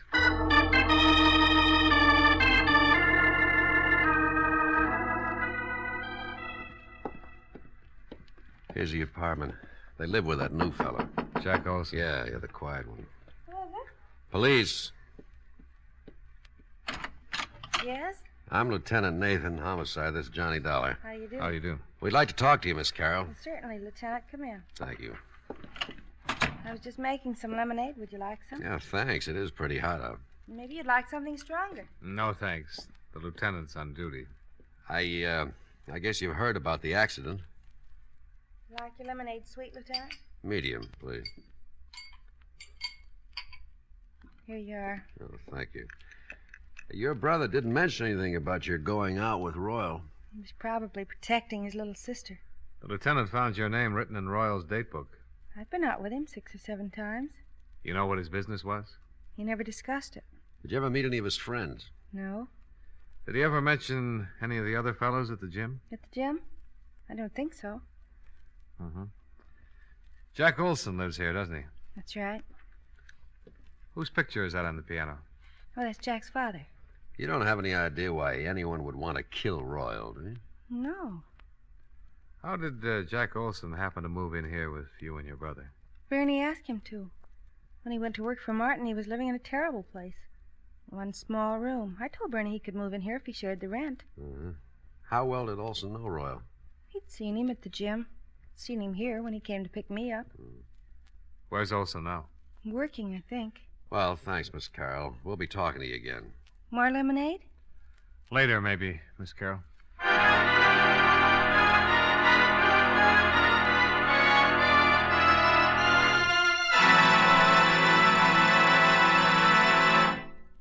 Friends, wherever you are, whatever you're doing, you'll enjoy chewing Wrigley's Spearmint Gum. Chew Wrigley's Spearmint while you're working. The lively, full-bodied flavor of Wrigley's Spearmint gives you a refreshing little lift. The smooth, pleasant chewing of Wrigley's Spearmint Gum helps keep you feeling relaxed and satisfied. Makes your job seem easier. Chew Wrigley's Spearmint Gum in your home, when you're out walking or driving, when you're enjoying sports and other activities. Wrigley's Spearmint Gum tastes good anytime, and the natural chewing aids digestion and helps keep your teeth bright and attractive. Yes, wherever you are, whatever you're doing, you'll enjoy chewing Wrigley's Spearmint Chewing Gum. Healthful, refreshing, delicious. And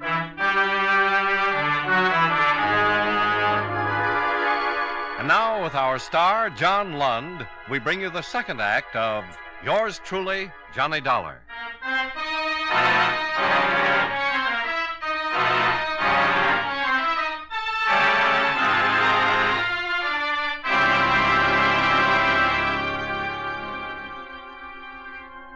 Three in the afternoon.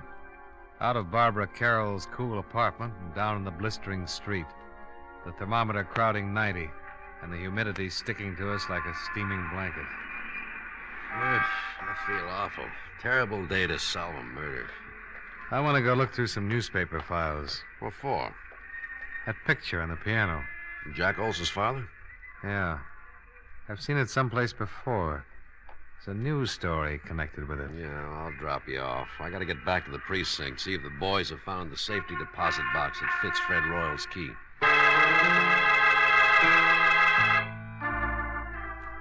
Nathan dropped me off at the newspaper, and I went down to the morgue to do some hunting.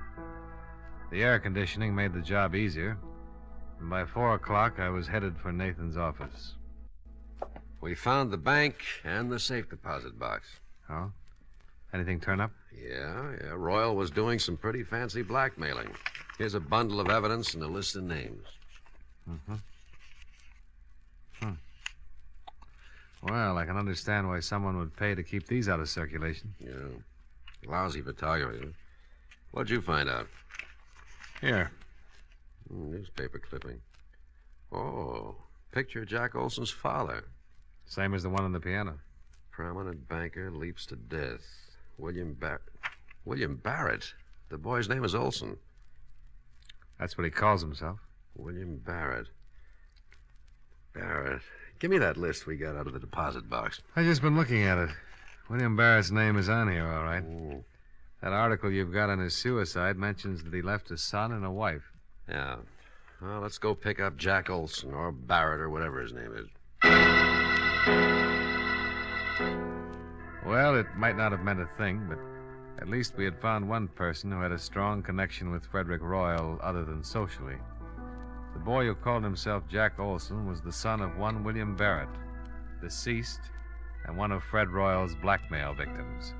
Barrett had jumped off a tall building, and according to the newspaper, he had left no reason for his actions. There was a possibility that Fred Royal's blackmail had driven him to it, and if that was so, his son would have had a very strong reason for wanting to break Mr. Fred Royal's neck. We climbed into a squad car and hurried back to Barbara Carroll's apartment, where Jack Olson lived as a boarder.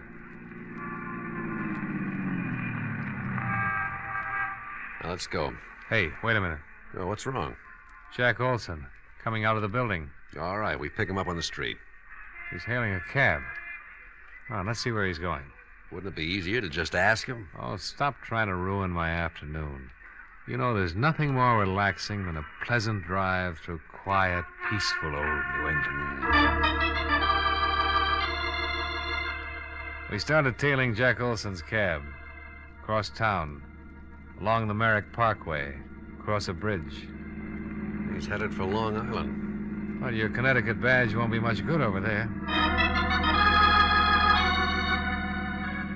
We kept going across the Sound, past the outskirts of a couple of waterfront towns and onto a long highway. Pretty expensive cab ride. Pretty expensive. Pretty important. Yeah. Well, they're turning off on that road. Hope we don't lose them.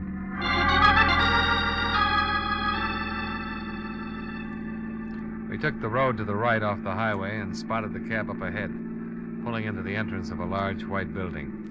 The sign over the tall iron gate read, Lakeview Sanitarium. We waited for him to go in.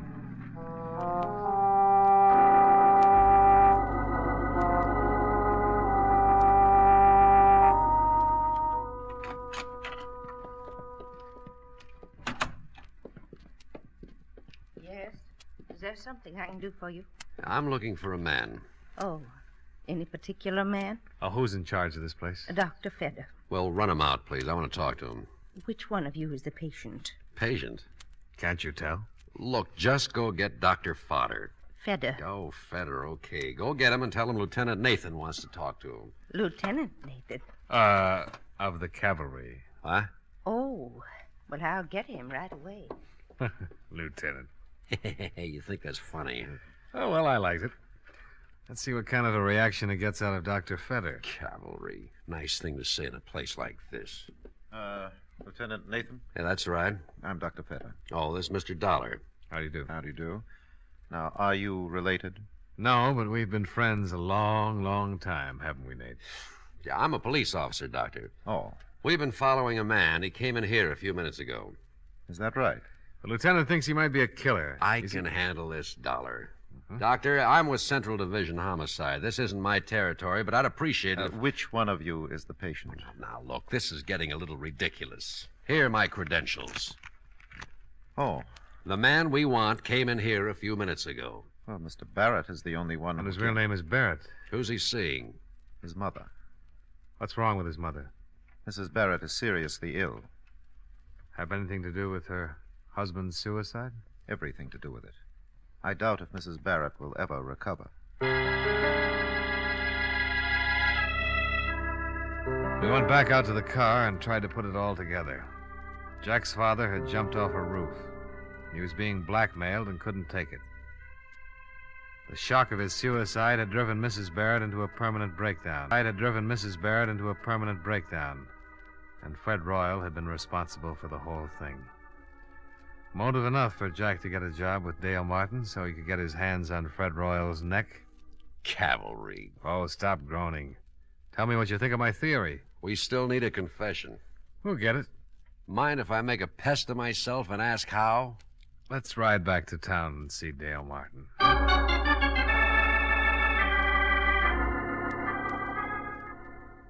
You're going to come up and take a workout and a rub tomorrow, huh? That's right, Martin. And I want you to make sure that Olson takes care of me. Did he do it, Dollar? I think so. But why? He seems like such a nice kid. He had a pretty good reason. But we need a confession, and Dollar has an idea how to get it. I want Olson working on me through the whole workout, especially when I get on the rubbing table.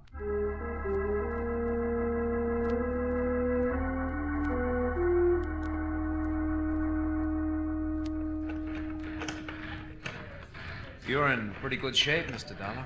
Well, I'm carrying a few extra pounds. I will knock that off of you in a hurry. Don't try to talk while you're using the pulleys. Hi. Hi, Martin. He's in pretty good shape, Mr. Martin. Now, let's see. Better not do too much on the stomach the first day.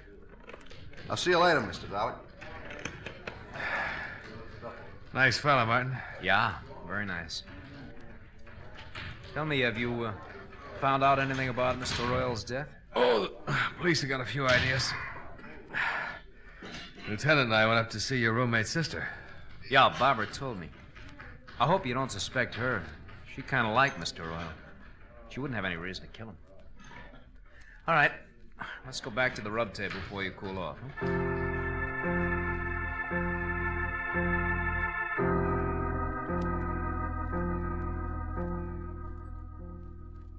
You don't mind going in there, do you?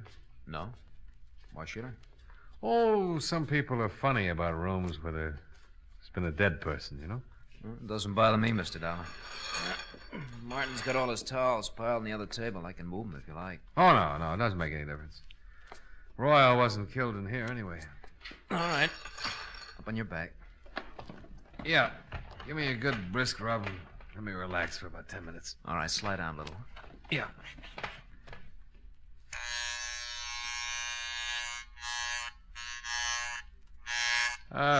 What'd you do before you came to work for Martin, Jack? Oh, not much. Went to school, finally decided to look for a job. Found this one. You ever study this sort of thing? No, there's really not much to it. Martin shows us how to use the machines, help the clients, and rub the neck and back. Well, then all you need is a good build, a strong pair of hands, huh? Yeah, I guess so. Your family live in Hartford? No. I noticed a picture of your father on Barbara's piano. Fine-looking man. He's dead now. Oh, sorry. So am I. Your mother still living? No. Oh, I'm sorry. Am I rubbing too hard? Oh, that's okay. Well, you certainly got the strength for the job. Yeah, I'll turn off the vibrator and just use my hands. Did the police find out anything about Mr. Royal? Yeah. He was a blackmailer. Ow! I'm awfully sorry. I'm a little nervous today. Maybe I better get one of the other fellows to finish your rub. Oh, no, that's all right. I'm just a little tied up. The neck is stiff. Try and relax. Guess I keep thinking about Royal and his broken neck. You think I might break yours, Mr. Dollar? Well, wouldn't be hard. If I was good and relaxed, you could snap it in a second. Yeah. Guess I could. So Mr. Royal was a blackmailer, huh? Yeah, had a record. They're the foulest people on earth. Yeah, they certainly are. Could ruin a lot of lives. Probably why he was murdered. You think he was blackmailing someone here in the gym? Oh, not necessarily. Well, if he wasn't, then no one in the shop would have a motive for killing him. Well, I've got a theory about that. I think someone in this gym hated him so much that they waited until no one was looking and Royal was all alone. And they slipped in on him and twisted his neck until it broke and he strangled. Well, why would they hate him so much if he wasn't blackmailing him? He might have been blackmailing someone very close and dear to the killer. Maybe the person Royal was blackmailing couldn't stand it. Committed suicide. It's an interesting theory. Take your family, for instance. Ouch! I'm sorry. You weren't relaxing. Supposing Royal was blackmailing a member of your family. Your father, for instance. I can't rub your neck unless you relax more. Maybe your father couldn't take it. Maybe he couldn't pay him anymore. And instead of disgracing his family, he committed suicide. Just turn your head a little to the side, Mr. Dollar. That better? Much. Well, if that happened to my family, Mr. Dollar, I guess I would kill Mr. Royal, not mind a bit. How does your father die, Jack? He jumped off a roof. Now, if you just turn your head a little more, I'll try to pop your vertebrae, huh? We followed you out to Long Island yesterday, Jack. I'm going to adjust your neck, Mr. Dollar. It's better if you relax so it won't hurt. Well, if you wanted to, you could pop it anyway. I couldn't stop you in time. No, I don't guess you could. There, now the other side, huh? Did you kill Fred Royal? Yes. Relax. All right, Mr. Dollar. Let's go down to the police station. Lieutenant's outside with Martin.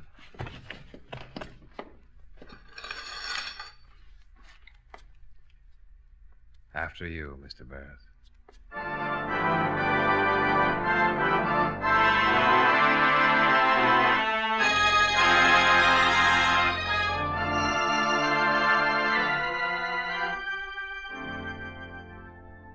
Nathan took Jack Barrett down to the station and got from him a signed confession. I went with Martin, and with every drink I saw another Barrett. So finally I gave it up and came up here to my office. Expense account. Item 2, $4.53. 1/5 of very dry gin. Martin forgot his health and hygiene for a couple of hours and finished what I didn't drink.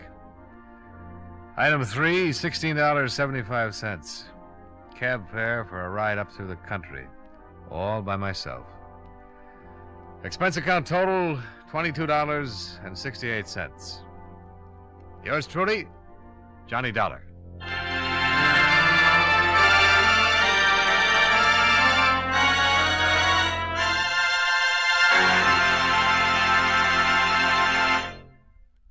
Remember, friends, Wrigley's Spearmint Chewing Gum refreshes you. Wrigley's Spearmint Chewing Gum gives you real chewing enjoyment.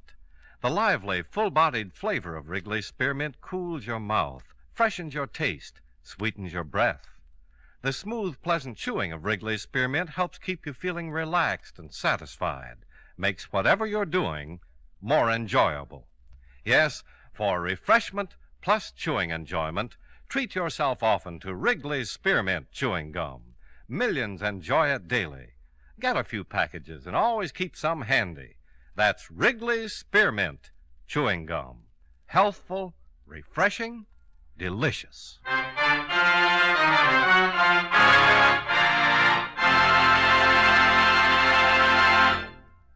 Yours truly, Johnny Dollar, brought to you by Wrigley's Spearmint Chewing Gum, stars John Lund in the title role and was written by Blake Edwards with music by Milton Charles. Featured in tonight's cast were Edgar Barrier, Hy Averback, Hal March, Jim Nusser, Tony Barrett, and Virginia Gregg. Yours truly, Johnny Dollar, is transcribed in Hollywood by Jaime Del Valle.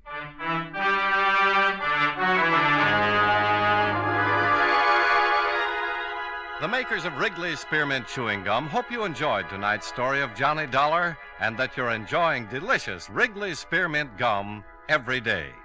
This is Charles Lyon, inviting you to join us again next week at this same time when, from Hollywood, John Lund returns as... Yours truly, Johnny Dollar.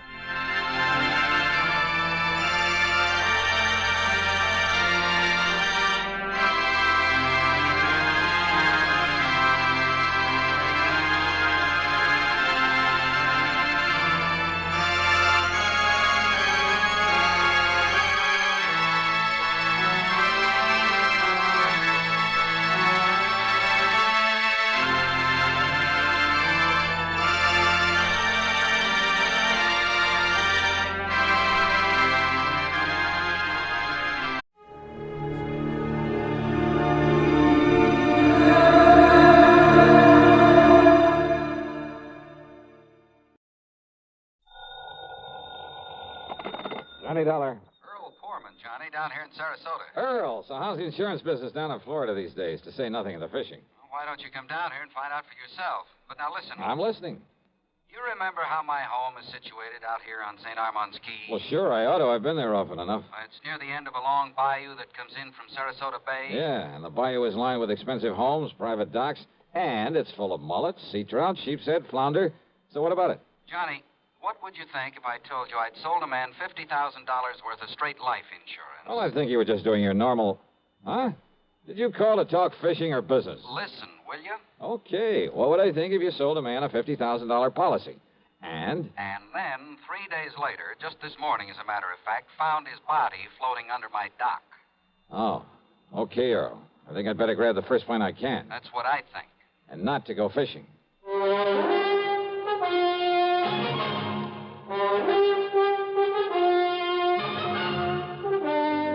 CBS Radio brings you Bob Bailey in the exciting adventures of the man with the action-packed expense account, America's fabulous freelance insurance investigator. Yours truly, Johnny Dollar.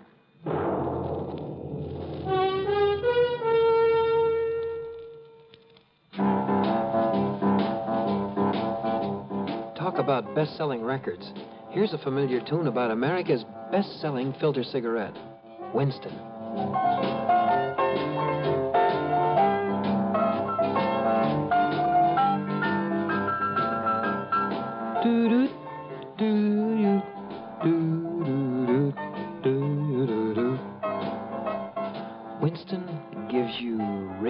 real flavor. Full, rich tobacco flavor. And you know, that's because only Winston has filter blend up front. Choice, flavorful tobaccos, specially selected and specially processed for filter smoking. No wonder Winston tastes good. Like a cigarette should. Smoke Winston. And now, Act One of yours truly, Johnny Dollar.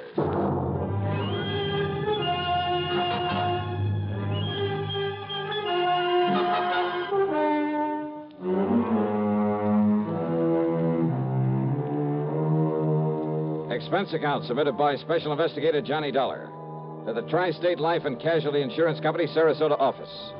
Following is an account of expenses incurred during my investigation of the Bayou body matter.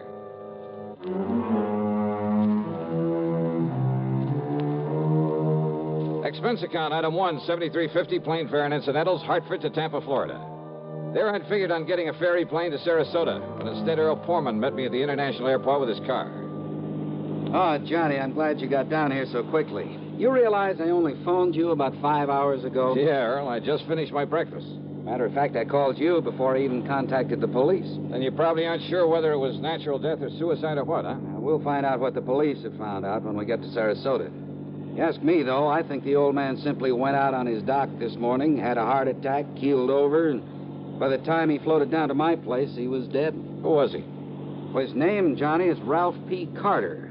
He lived in the fourth home up the bayou from mine. That new place that was just being built the last time I was down here? That's the one. He was a man of 64. Used to live in New York, where he had a business of some kind.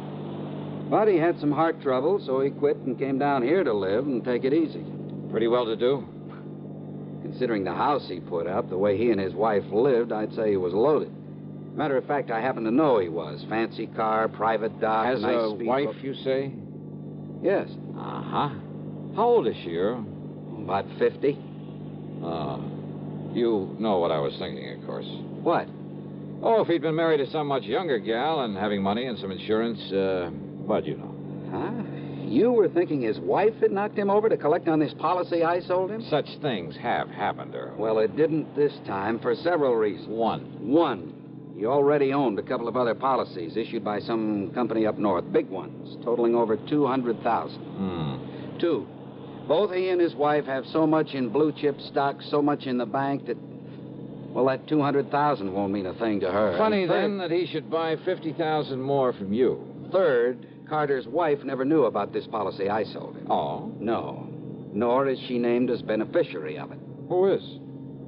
Hold your hat, Johnny. This is right out of the pulp magazines. What do you mean? The beneficiary happens to be a former stripper. Stripper?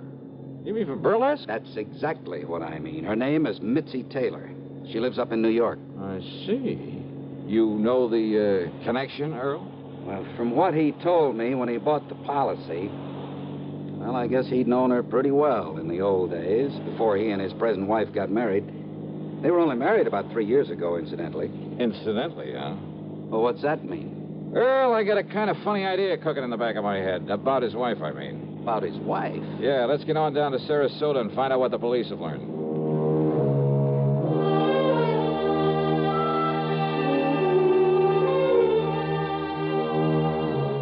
The police hadn't wasted any time.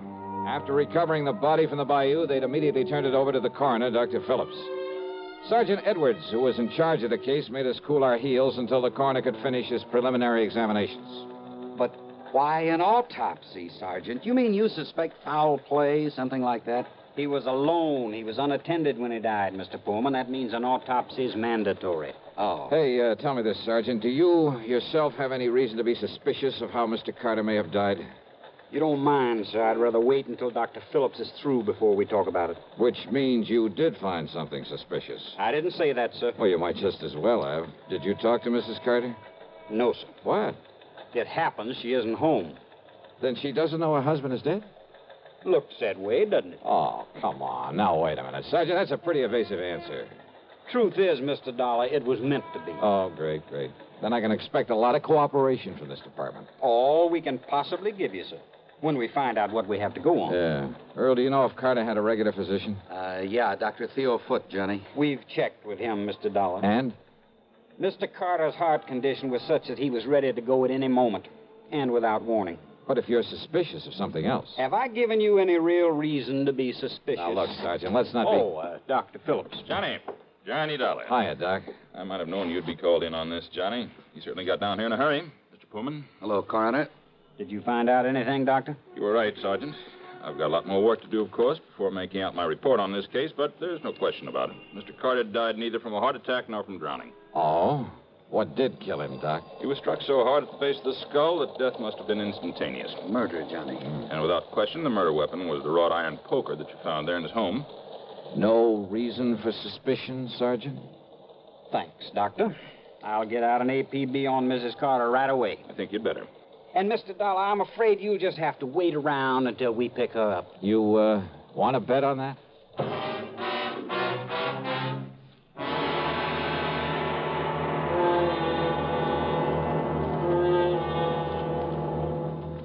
Act two of yours truly, Johnny Dollar, in a moment. Bonjour, I am Jacques Leroy, expert on the stereophonic phonograph. I will now clear up this whole subject. S'il vous plaît, listen to ordinary stereo. A girl crossing the street. Eh bien, now on Columbia Stereo 1. Ah, that was a pretty girl crossing the street. Quelle différence! The fantastic Columbia Stereo 1 phonograph gives you all the realism and excitement of a live performance. Oh, in a moment, mademoiselle. Oh la la. Oh, pardon. You see, only Columbia has exclusive stereo projection. Not just a few separated speakers, no, but multiple speakers that send interlocking circles of sound through every inch of a room.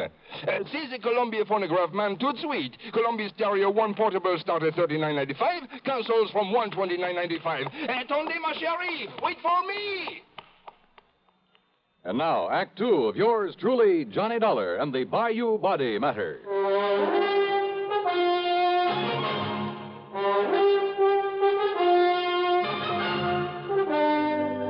The machinery is in operation, Mr. Dollar, and as soon as we get any word as to the whereabouts of Mrs. Carter, we'll let you know. Yeah, thanks a lot. Earl, just how much did you know about Carter and his wife? Well, you know how it is, Johnny. There was some talk about their not getting along too well, but... I've thoroughly investigated, Mr. Dollar. They fought like cats and dogs. Well, now, I wouldn't go so far as to say that. At times, that is. At times. According to the people next door, they had quite an argument just last night. Oh? At one time, according to these people, she hollered at him, "I could kill you, Ralph. I could kill you." Yeah, well, that's not proof that she did. No? Then why would she Well, say it? haven't you ever told somebody you'd like to kill him? Well, saying I'd like to, or saying I could or would are two different things. And look here, sir. If she didn't do it, then why would she hightail it out of town early this morning? All those neighbors reported that she did? Yes, sir. She drove away from their place at approximately the same time as the coroner says he was killed. Well, let's face it, Johnny. The sergeant must be right. She must have done it. No question about it, Mr. Dollar. But why? What could her motive have been? Who knows? Could have been most anything. Now that we know there was friction between them... And what about his money? She stands to be worth an awful lot with him out of the way. And don't you forget for 1 minute she's much younger than he was. Not only that, but she's a nice, healthy, attractive woman, too. And he, with his heart condition, well, he was probably just a millstone around her neck. Makes sense, Johnny. Sure it does. Did you or the coroner find any fingerprints on that poker that was used on him? No, sir. But there was some lint from a pair of cotton gloves on it. All right, then. Johnny. All right. I've seen Mrs. Carter many times. She prides herself on her dress. She can afford to.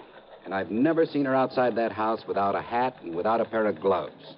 And, of course, a lot of people wear gloves when they drive a car. Okay. Now, don't you worry, Mr. Dollar. The APB is out, and every highway north of Bradenton, south of Venice, and east of Arcadia is being watched for her. When we get her, I'll let you know. Yeah, you do that. Come on, Earl, let's have some lunch. Sure. Nothing more we can do here. Reach you at Mr. Pullman's house, I take it. Don't bank on it, Sergeant. So Earl drove me to his home on St. Armand's Key, and by then I was beginning to wish I'd made the trip to Florida solely for purposes of fishing the blue waters of the Gulf with him. But then, after saying hello to his charming wife and having a drink and a good lunch with them, I walked over to the Carter place, 100 yards or so up the bayou. Much to my surprise, there was no policeman there to keep an eye on things in case Mrs. Carter should return. I was even more surprised to find a side door standing wide open. So, needless to say, I walked in and looked around. One of the first things that caught my eye in a den off the living room was a desk. It was locked, but I managed to pry it open without too much difficulty. And there, among other things, kind of half hidden away in a folder, I found some canceled checks, a whole series of them, written twice a year for a period of over 3 years. They were made out to Mitzi Taylor, the ex-Burley Queen. Pretty sizable checks, too, all for the same amount of money. No wonder he kept this desk locked. But during one period of time, well, 3 checks that should have been there were missing. And it gave me an idea. Out in the living room was another desk, a tambour, obviously Mrs. Carter's. Hidden away in the bottom of one of the drawers of that desk were the 3 missing checks. Huh? I beg your pardon. Mrs. Carter? That's right. Who are you? Johnny Dolar, special investigator for one of your husband's insurance companies. Special investigator? Yeah, here. My credentials. I see. And has my husband sent for you? Your husband? Of course. Where is he? You mind telling me where you've been since early this morning, Mrs. Carter? I don't know why not.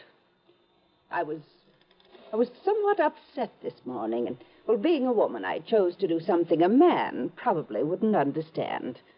I've been at a beauty parlor. Where? Just this side of Bradenton. All right, now, Mrs. And Carter. if this is some kind of inquisition, I had a shampoo, a set, and a manicure. Tell me just one thing. Did you leave this house before or after your husband died? I don't believe Ralph was even up at the time. Ralph, dead. His body was found in the bayou this morning. Or did you know that? Oh, I am shocked, Mr. Dollar. Terribly shocked. I am not sorry. Go on, Mrs. Carter. I married Ralph 3 years ago. It was my second marriage. My first husband, though very wealthy, was I don't know why I'm telling you this. Go on, please. I thought that Ralph, because he was older than I would... Well, I thought that with my money, he'd be content to settle down to the quiet sort of home life I'd owe... Don't you see? It was only for my money that he married me. The only woman he ever cared about, whom he continued to support with my money, was a horrible... See, you've been through my desk. Yes. I'd known about her for some time, Mr. Dollar. But yesterday, when I found those checks in his desk... Would you call them motive for murder, Mrs. Carter? I told him I would divorce him. I told him last night. I'm afraid it was quite a scene, but Good heavens. All right, now listen carefully. I want you to answer my questions carefully, regardless of how absurd you may think they are. Well, all right. You always wear gloves, don't you? What? Well, of course. This kind of gloves, like you're wearing now? Only this kind. I have them made for me in France and sent to me on special order. Even when you're working in the garden, say? Of course. I save the old ones for that kind of thing. Any other kind of cotton or wool or domestic leather I'm allergic to. But, Mr. Dollar, I don't understand why... Such a little thing, and yet... What? And yet murder cases have been solved and a whole lot less. Murder? Did you say murder? So you found her for us, Dollar. Oh, Sergeant Edwards. So maybe you private dicks do have some value after all.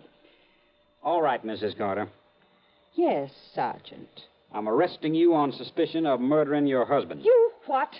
Now, just a minute, May as young well man. go along with him, Mrs. Carter. But, Mr. Dollar, But I'm glad you threw that word suspicion in there, Sergeant. What's that? Yeah, it may save you from being sued for a lot of money. Huh? Yeah. For false arrest. Act 3 of yours truly, Johnny Dollar, in a moment.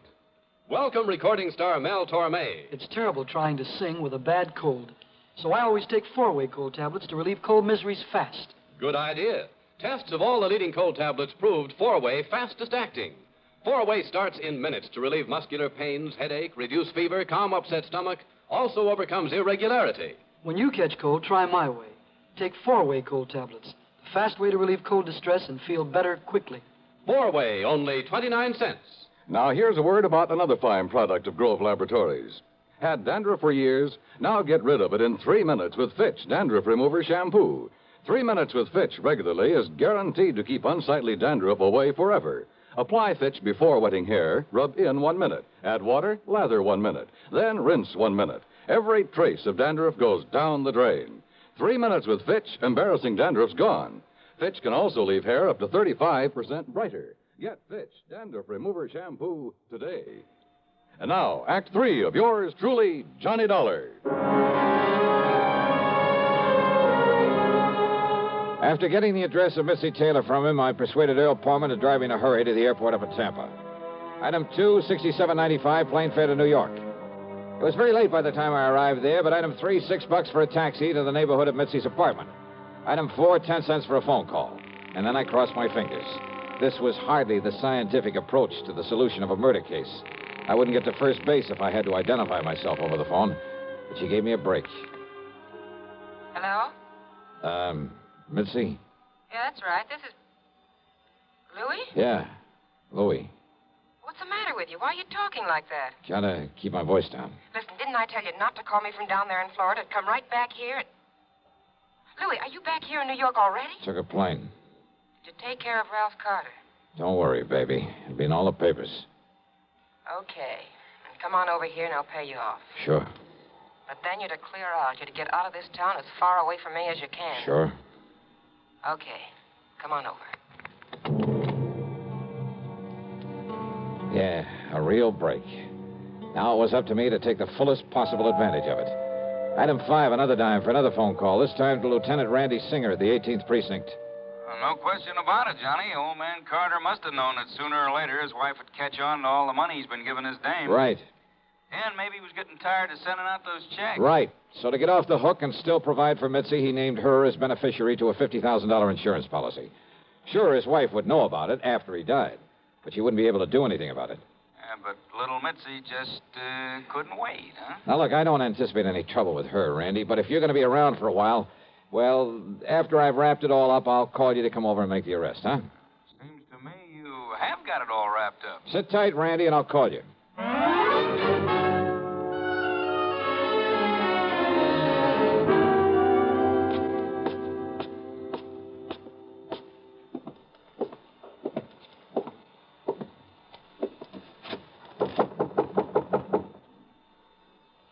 Yeah, who is it? Louis.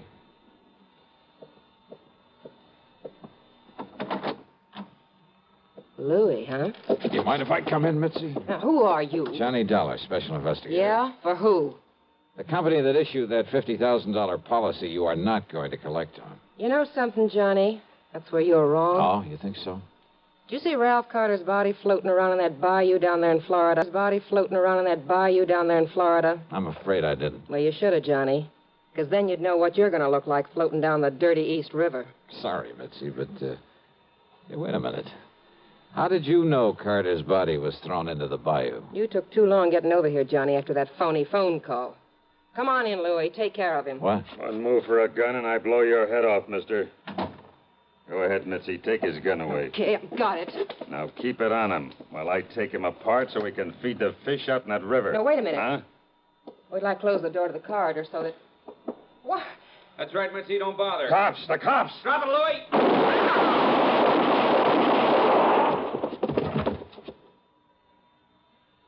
Okay, boys. Take what's left of them out of here. Right, Lieutenant. Maybe you better put some cuffs on the dame. Right.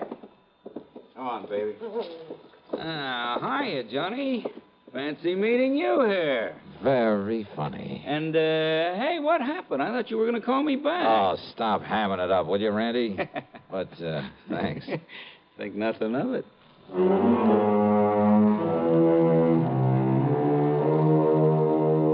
Louis managed to survive, and I understand that the way he shut off his mouth in the hospital, well, I understand he pretty much cinched the case against both himself and Mitzi.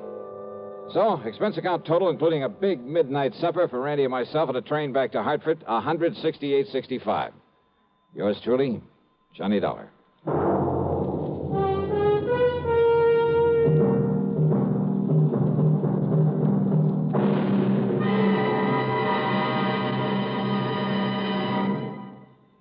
Our star will return in just a moment. This is the cold season. What do medical authorities say about the common cold? Doctors tell us there is no known drug which will cure a cold. There are effective medications for treating complications, accompanying or following a cold. If you've been taking sensible precautions and still have one cold after another, it's best to see your doctor. And here's more good advice. When you have a cold and need a laxative, that's the time to rely on gentle X-Lax. Pleasant-tasting, chocolated X-Lax helps you toward your normal regularity gently overnight.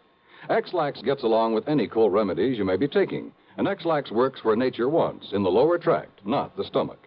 Taken at bedtime, X-Lax won't disturb sleep, gives you the closest thing to natural action the next morning. You're well on your way toward your normal regularity, without upset or discomfort. So when you have a cold and need a laxative, take X-Lax, the laxative you can use with complete confidence. X-Lax helps you toward your normal regularity gently overnight. X-Lax. Now, here's our star to tell you about next week's story.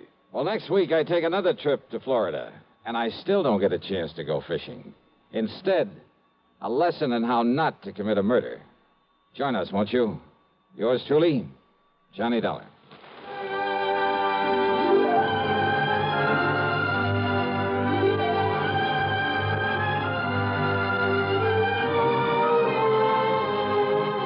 Yours truly, Johnny Dollar, starring Bob Bailey, originates in Hollywood and is written, produced, and directed by Jack Johnstone. Heard in our cast were Virginia Gregg, Lillian Bayef, Vic Perrin, Sam Edwards, Barney Phillips, Herb Bygren, and Frank Gerstle. Be sure to join us next week, same time and station, for another exciting story of yours truly, Johnny Dollar. This is Dan Cubberly speaking.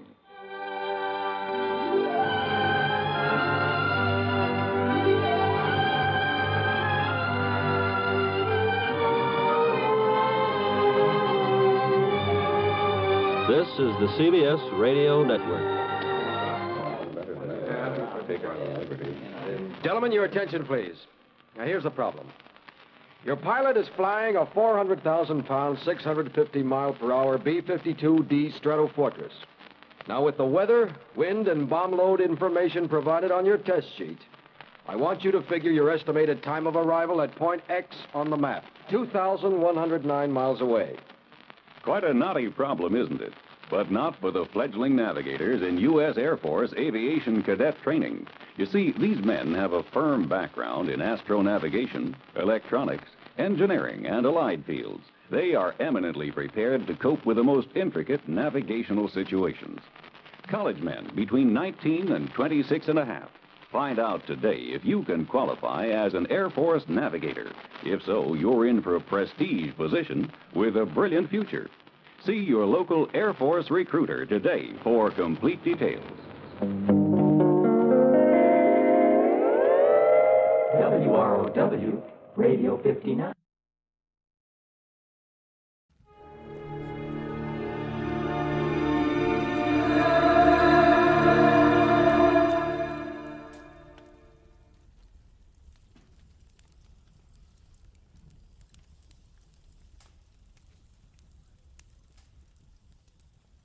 Get this and get it straight. Crime is a sucker's road, and those who travel it wind up in the gutter, the prison, or the grave. This time, inside of 2 hours, a lavish mansion seethed with suspicion, a sealed cabin filled with gas, and an artist's retreat had a corpse on the floor. All because one man was too good-looking to be true to anyone.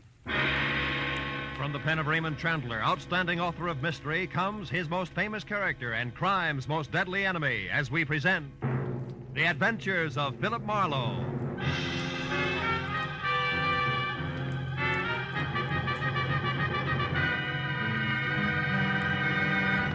Now, with Gerald Moore, starred as Philip Marlowe, we bring you tonight's exciting story, The Lady Killer.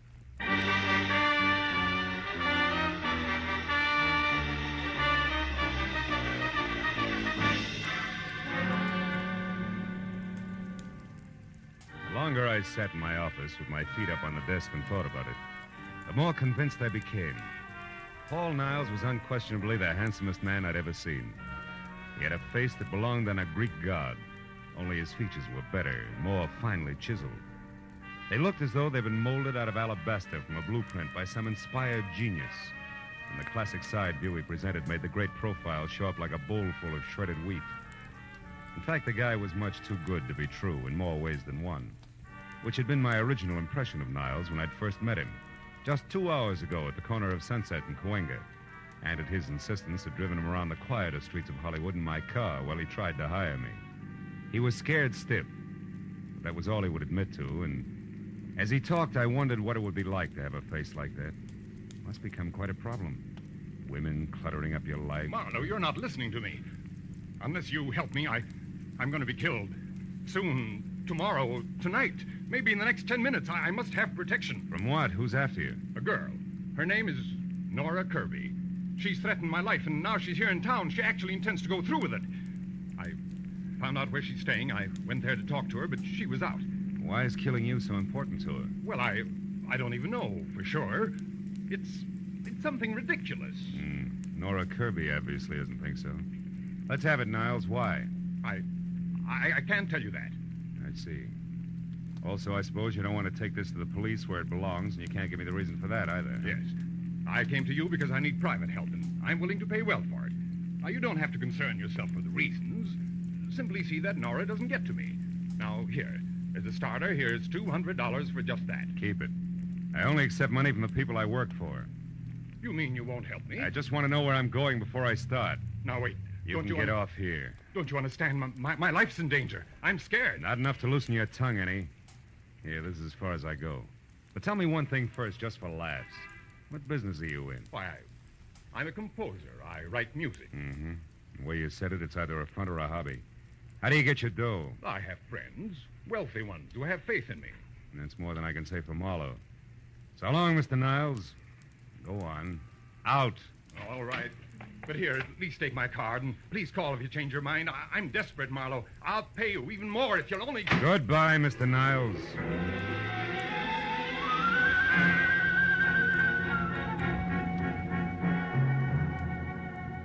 That was the way I'd left it 2 hours ago at 8. And I'd spent the time in between trying to referee a tug-of-war in progress with the feeling I had that I'd been stuffy on one end and my undernourished bank account on the other, and was slowly but surely getting no place. So when the break came, I grabbed at it. Hello, Marlowe speaking. Marlowe, this is Paul Niles again. Oh? I've thought it over.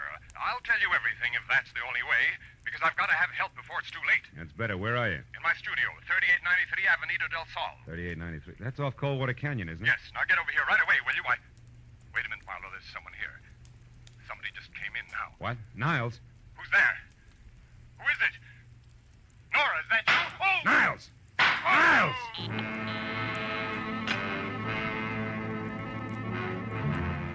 When Niles' phone went dead, I hung up, ran to my car, and was headed for Coldwater Canyon before I stopped to think of what I'd heard on the telephone could very easily have been bait for a patsy routine.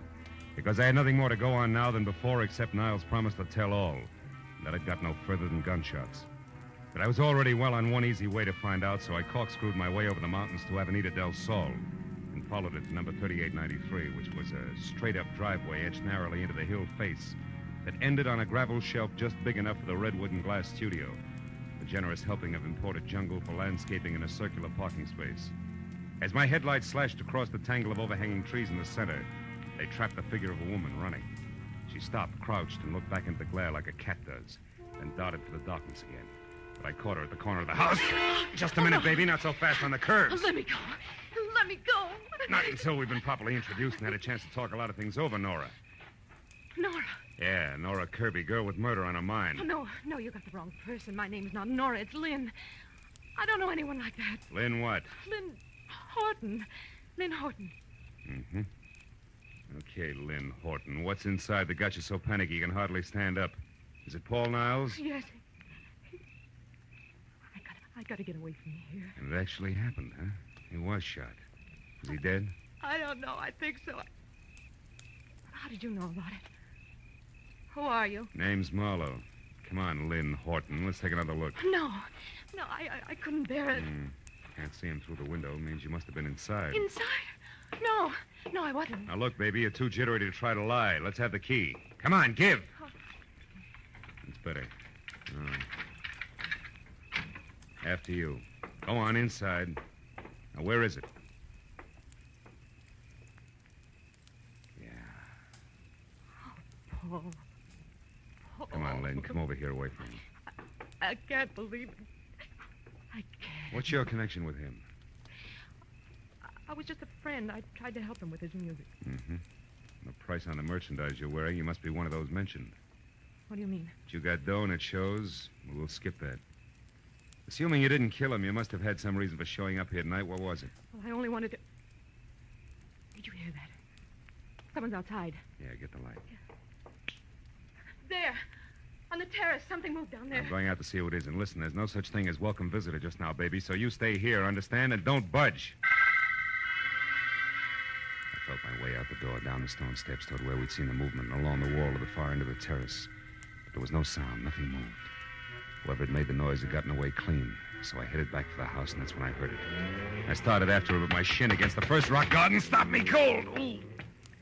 Instead, I listened to her drive away. Called myself a few unpleasant names and concluded that Lynn Horton, or whatever her real name was, had been quite as scared as she acted. After I limped inside, turned on the light, and reached for the phone, I stopped at the word Nora above a pretty girl's picture on a newspaper clipping sticking out of Paul Niles' pocket. It carried a New York dateline and said that Nora Kirby, convicted of manslaughter in a traffic accident, had been released after serving 3 years. At the bottom of the story, scrawled in ink, was the message: 3 years for something I didn't do, to get something I couldn't have.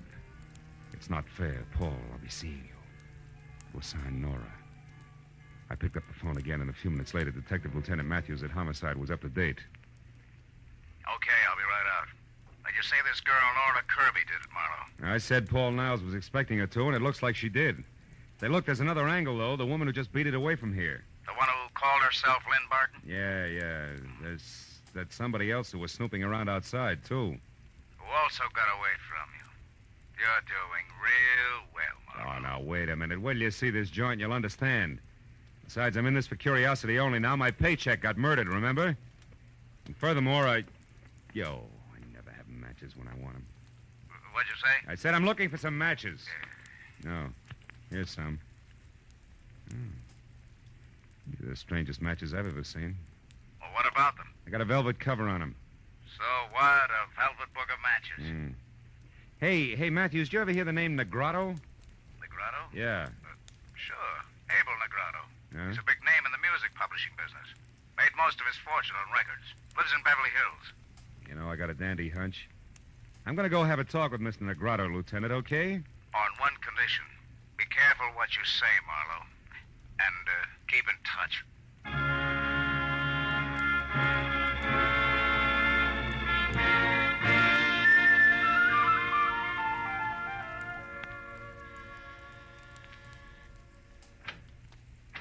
Good evening.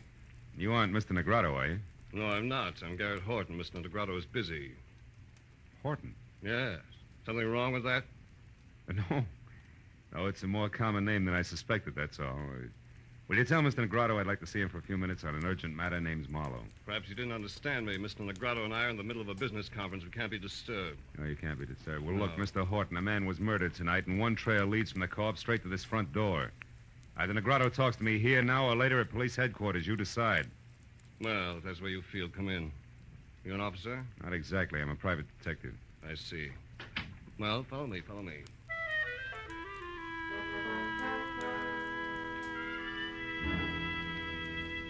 He led the way through what looked like the outer lobby of the Taj Mahal, and down a silk-padded corridor to a set of carved doors that would have fit any roundhouse in the country.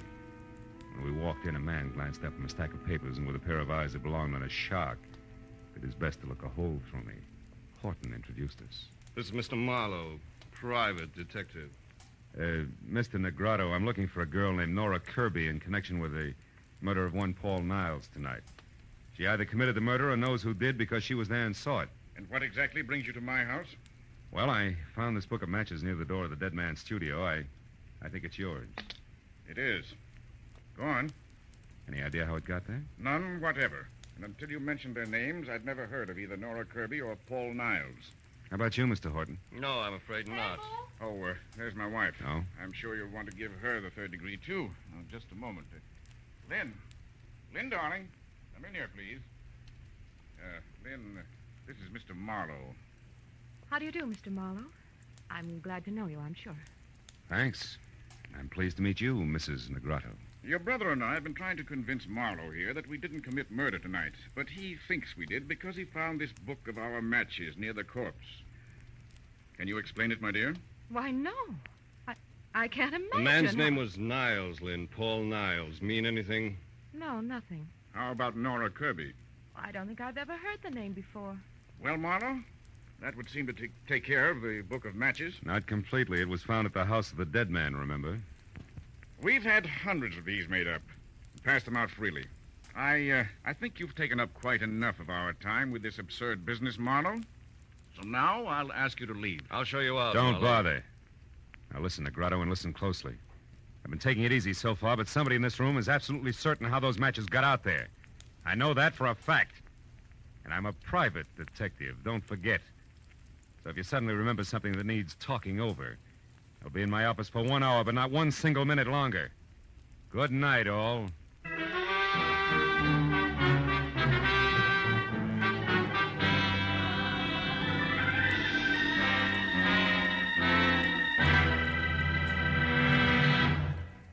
In just a moment, the second act of Philip Marlowe. But first, every Sunday afternoon, CBS brings you 2 outstanding programs of music.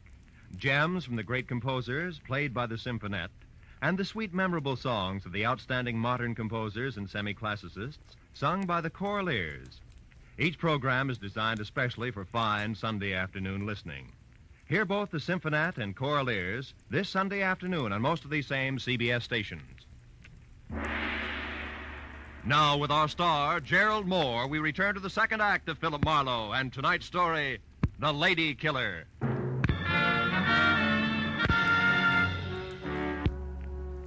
When I started back from my office on Cahuenga, I figured that there was an even chance that the double talk I'd left in my wake might stack up in the center of the Negrado living room floor like so much dynamite, which, if touched off by the book of matches, could cause an explosion that would jar loose a few facts about the lives and loves of the late Paul Niles.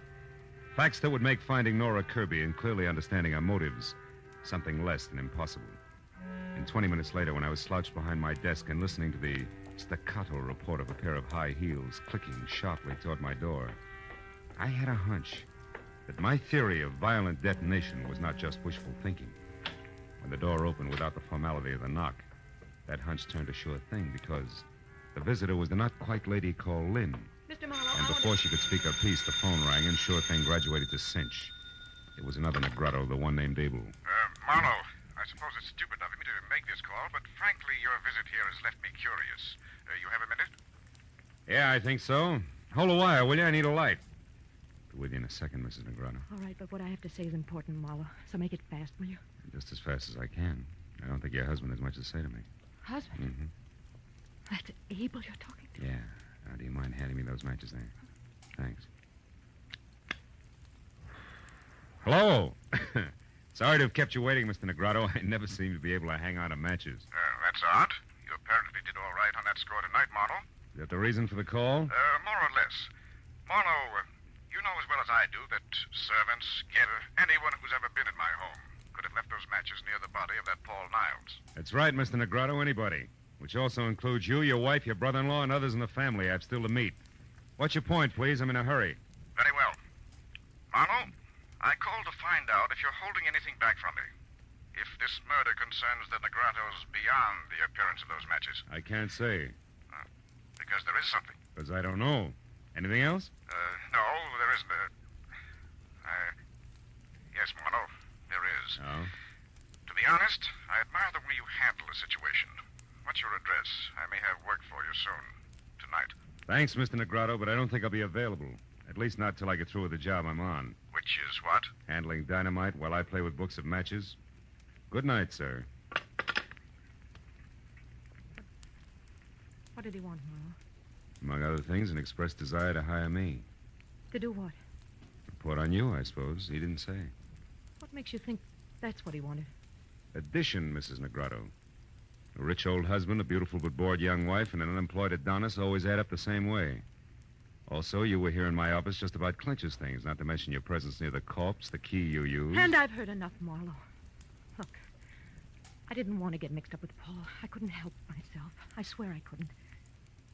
He was different, Marlowe. Handsome. More charm than I've ever known in anyone. Yeah, real lady killer, I know. What are you getting at? Just this. I'll pay you any price you name. Only don't tell Abel that I had anything to do with Niles. He's a jealous man, Marlowe, insanely jealous. If he knew about us, he'd... Kill Mrs. Negrado? I don't know. Marlowe, what do you want? Right now, everything you know about Nora Kirby. But I've never heard of her before tonight. You're lying. No, I'm not. It's the truth. No. Now, what do you want? Nothing. Good night. You mean you won't say anything? Oh, Marlowe, I don't know how to thank you. Don't try. Also, don't get mixed up about me, baby. The fact that I won't blackmail you doesn't mean I don't like you. And the door, Mrs. Negrado, leave it open on your way out, will you? I'm expecting another visitor. No, my husband. No, just another man. The anchor man on a triumvirate I once left some dynamite with. I won't bother explaining that. Goodbye, Mrs. Negrado.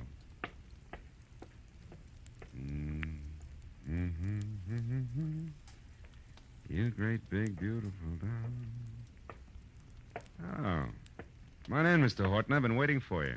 Why, Mr. Marlowe? Something I said or didn't say at the house? Not exactly.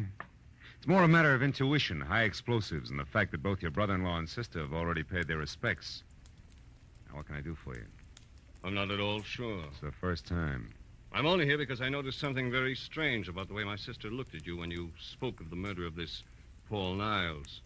When she left the house shortly after you did, I followed her here. All of which makes the next question, why, Mr. Horton? Because I don't trust her.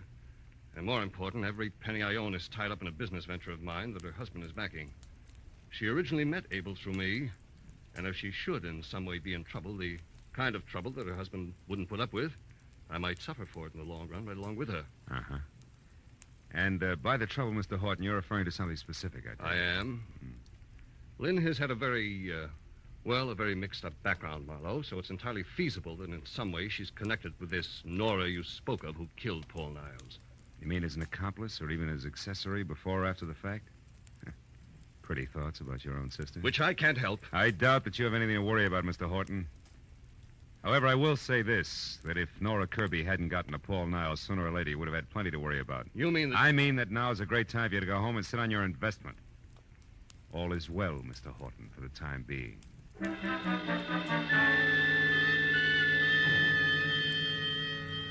A moment after Horton left the office, I came to the hollow conclusion that although my little bombshell had exploded on schedule, damages had been light and had jarred loose neither fact nor fancy about the late Paul Niles, and much less about the elusive Miss Nora Kirby. So my next move had to be a second trip to Avenida del Sol and a report to Detective Lieutenant Matthews, which is what I was about to do when it came from someplace outside, long and loud. I ran the length of the corridor outside my door, then belted down the single flight of stairs to the street, where in the half-light of a distant lamppost, I saw the shadowed figure of a girl slip behind my car, then dart toward a storefront nearby. I started after her and stopped at a noise behind me, which was a... Oh, mistake!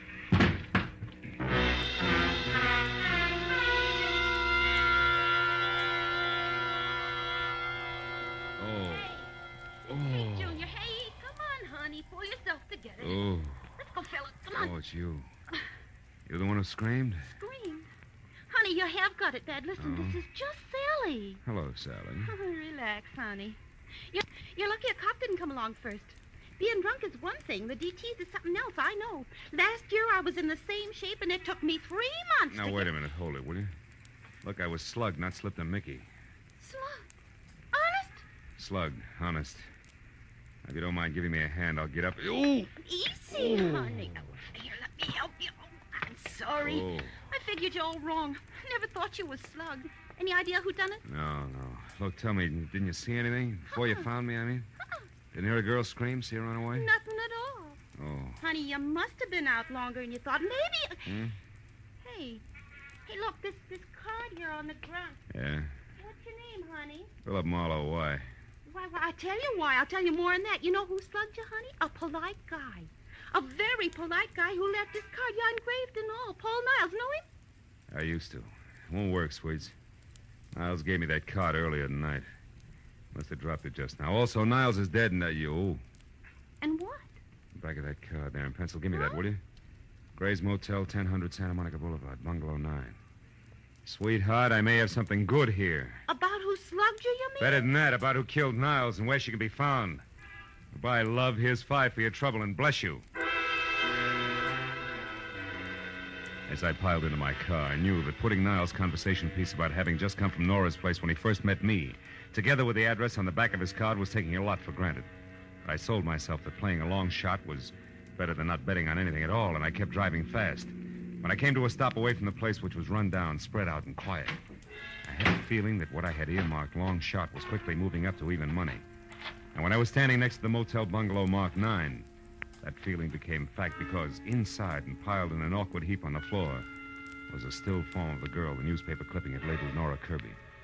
It was another full second before I realized something even more important. On a hot night in August, there wasn't a single window open.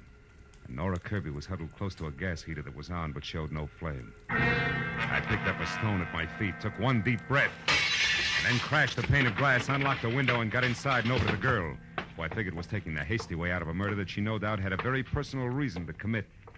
I stopped figuring when I was nearly next to her. I knew that she was still alive, and that a man gripping a .45 in his hand had just opened the front door. Don't make another move, Marlowe, or I'll kill you. Well, comes the switch. Brother-in-law Garrett Horton. I never would have guessed. You wouldn't have had to try if you'd kept your nose clean. Now, get away from her. Why? So she can die as a suicide, which the police will chalk off as logical, since she's already wanted for murder that you no doubt committed? Exactly. Murder I committed because there isn't anything worse one can do to a blackmailer. So that's it, Niles. The lady killer was blackmailing your sister. You found out and killed him before he could cause too much trouble. Family trouble that would end up hurting the good thing you've got with husband Abel, huh? Yes. Now, shut up and get away from her. We're going outside. You're kidding. Marlowe. Marlowe, I'll shoot you if you don't start walking. You're still kidding. Horton, you can't kill me without killing yourself. This room is jammed tight with the gas you turned on after you brought her in here unconscious. After you sapped her outside of my place because she was on her way to see me and tell me that you had murdered Niles. The flash from that gun in your hand, Horton will blow us all to bits. Face it, brother. For you, it's all or nothing at all. Go on, shoot. Go on, try it. Try it. I can't. I can't.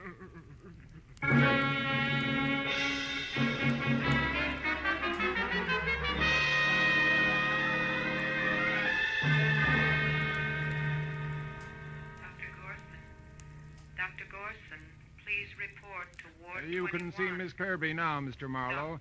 She's going to be all right, but hold her down to a few minutes, will you? All right, Doctor, just a few minutes. Hello, Nora. Been a long time getting together, huh? Yeah, but not through any fault of mine, Mr. Marlowe. I followed you from the moment you left Paul's place. But I wanted to see you alone, so I kept waiting for my chance. Which was canceled out when Horton spotted you after he left my office. You ought to learn to run faster, honey. You had to take time to knock me out, and still he caught up with you. So did you, I'm very glad to say. Even though you probably weren't trying to save me at the time, were you? Frankly, honey, until Horton stepped back into that bungalow to keep me from interfering with things, I figured you were it. That might have been Marlowe. If Paul hadn't been killed just before I got to him, at least I'd have hit him with something hard. I had motive, you know. Yeah, I read all about it. 3 years in prison for something you didn't do. But tell me, if Niles framed you and you knew it, why didn't you go to the police? He couldn't have been that irresistible. But he was, Marlowe. And more. As a matter of fact, he didn't frame me in the first place. It was my own idea. You see, Paul was driving the car when we had that accident 3 years ago. Not me. You switched places with him? Why? He'd already had his license revoked for reckless driving. They'd have sent him away for 10 years at least, as against my 3. Believe it or not, at the time, I couldn't think of waiting that long for him. No? No, Marlowe? Hello, Matthews. We checked her story. It's true enough, even if it's the kind of thing we're not supposed to be able to understand. Of course. Paul was strictly a lady killer, remember? Yeah, so he was. Well, I guess that ties everything in, huh? Not quite, Phil. I just finished taking a statement from Horton. There's one more question. Whatever made you so sure that in a room half filled with gas, a gun exploding would blow everything up? Oh, well, that's simple. You what? Well, I figured, you see. I thought that, Yes, well, good night, Miss Kirby. Good night, Mr. Marlowe. So long, Lieutenant. So long. Lucky.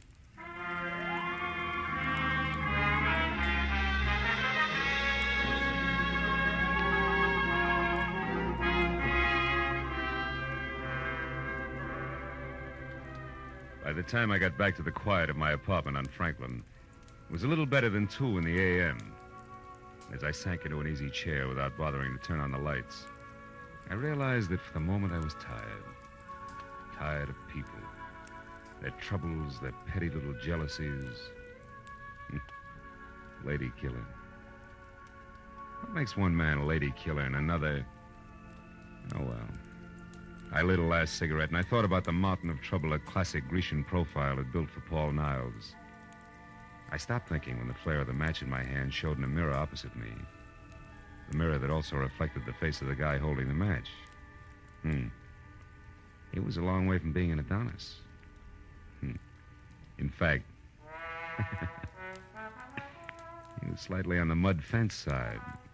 And at the moment, glad of it.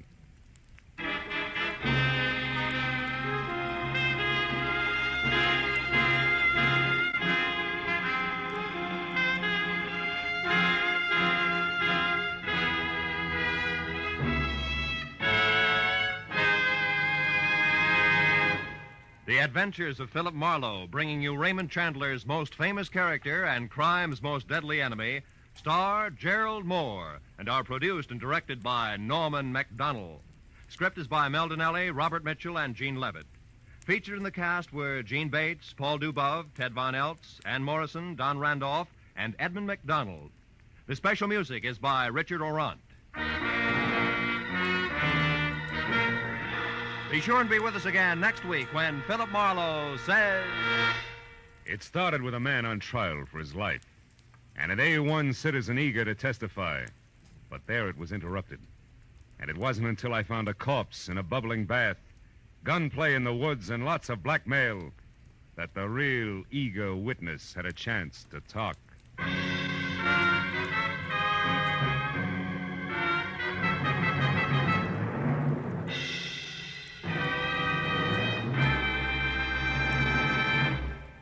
It will be New Orleans, city of romance and drama, which sends its detectives into action on gangbusters tonight. The superintendent of the New Orleans Police Department himself will narrate Gangbusters' amazing story, The Case of the Sledgehammer Sigh. You'll also find Basil Rathbone engaged in another of his exciting exotic mysteries. So be sure to hear them on most of these same CBS stations. Gangbusters and Basil Rathbone's newest mystery adventure. In fact, stay tuned right now for the Gangbusters program. Yes, it follows immediately on most of these same stations. This is Roy Rowan speaking. This is CBS, the Columbia Broadcasting System.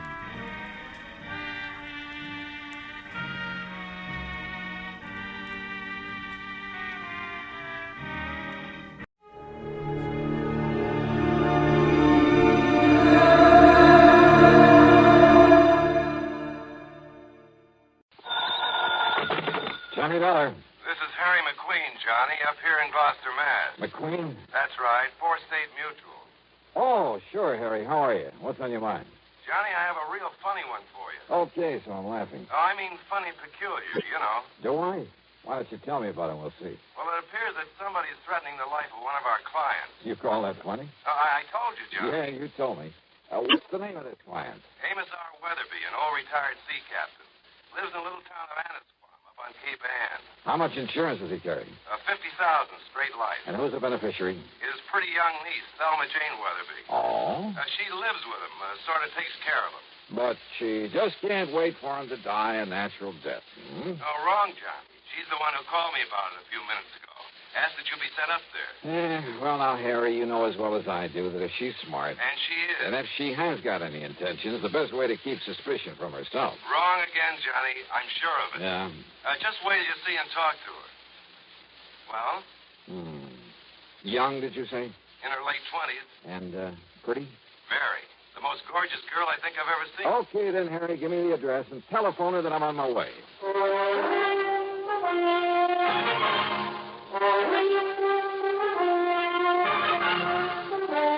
CBS Radio brings you Bob Bailey in the exciting adventures of the man with the action-packed expense account. America's fabulous freelance insurance investigator. Yours truly, Johnny Dollar.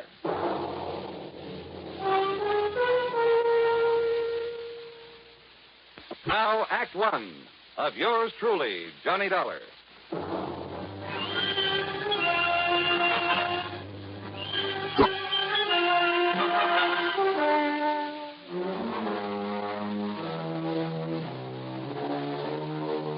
Expense account submitted by Special Investigator Johnny Dollar to the Four State Mutual Insurance Company, Gloucester, Massachusetts office.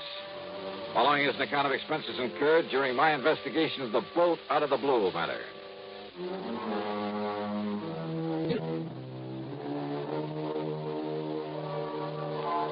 Knowing the Cape Ann country pretty well, I decided to use my own car on this one. So, expense account item 1, $14.70, mileage at the rate of 10 cents a mile, and a bargain for the company at half the price.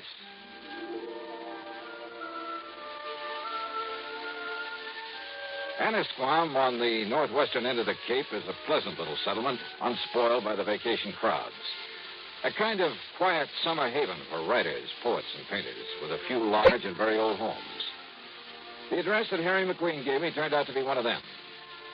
Set on a high, sandy knoll, it was a big frame house with hip roof, shingled turrets, and cupolas, half a dozen gables and dormer windows, all of it dripping with gingerbread and covered with Boston ivy.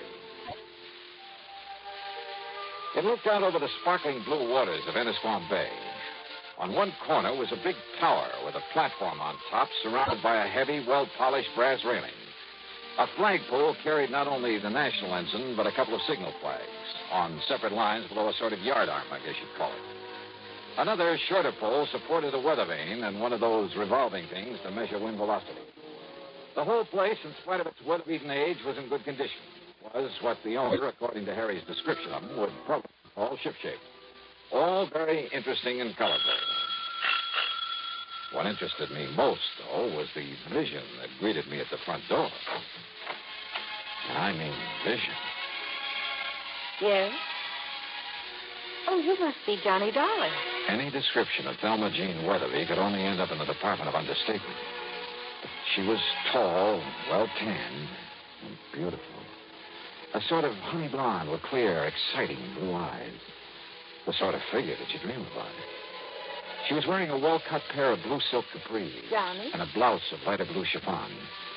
The freshening breeze caught a wisp of her hair and gently flicked it across that beautiful face in a sort of caress.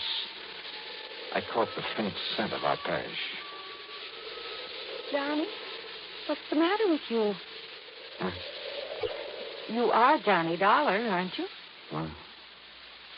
Oh, yeah, sure. I'm sorry, Miss Weatherby. Miss Weatherby? Thelma? Thelma Jean. But come in, Johnny. Yeah, sure. The captain has just gone up to the bridge to look for the weather so we can talk safely. The captain? My uncle, Captain Amos Weatherby. Oh, boy. And the bridge is on that tower on the corner of the house. I see. He spends most of his time up there. It was about Captain Amos that I called the insurance company. So McQueen told me. Sit down, Johnny. And would you like a nice cool drink or something after your long drive? Well, I take it you'd like to tell me what this is all about while the captain isn't here, so why don't we save the amenities for later, huh? All right. I can tell you all about it in 2 minutes. All right. I was engaged to a fellow. That I can believe. His name was Roger Burton. Until a couple of weeks ago when the captain, who didn't like Roger from the start, well, he found out some rather unsavory things about him. Like what, Thelma Jean? Roger never told me, Johnny, but he'd been married.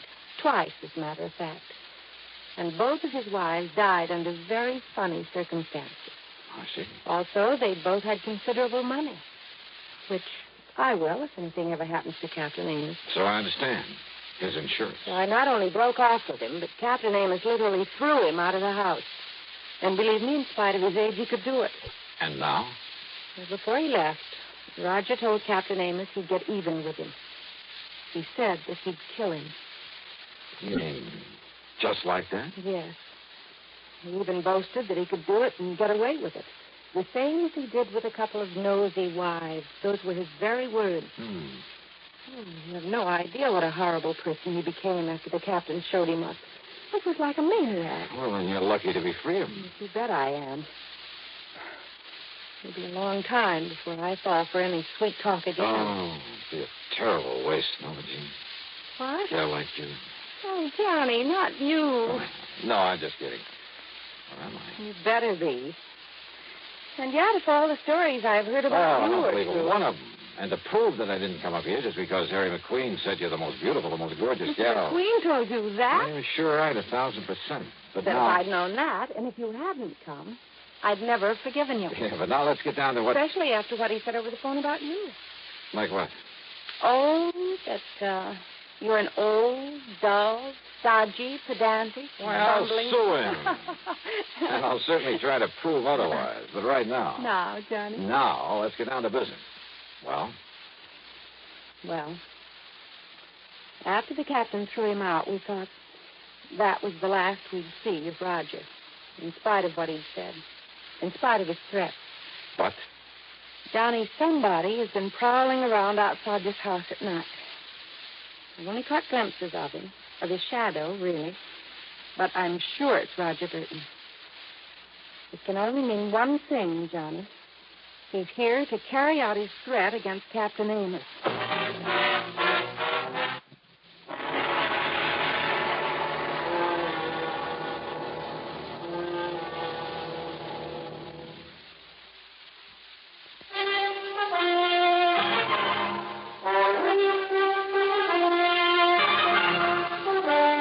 You're sure it's Roger Burton you've seen prowling around the place? Yes, Johnny, and only at night.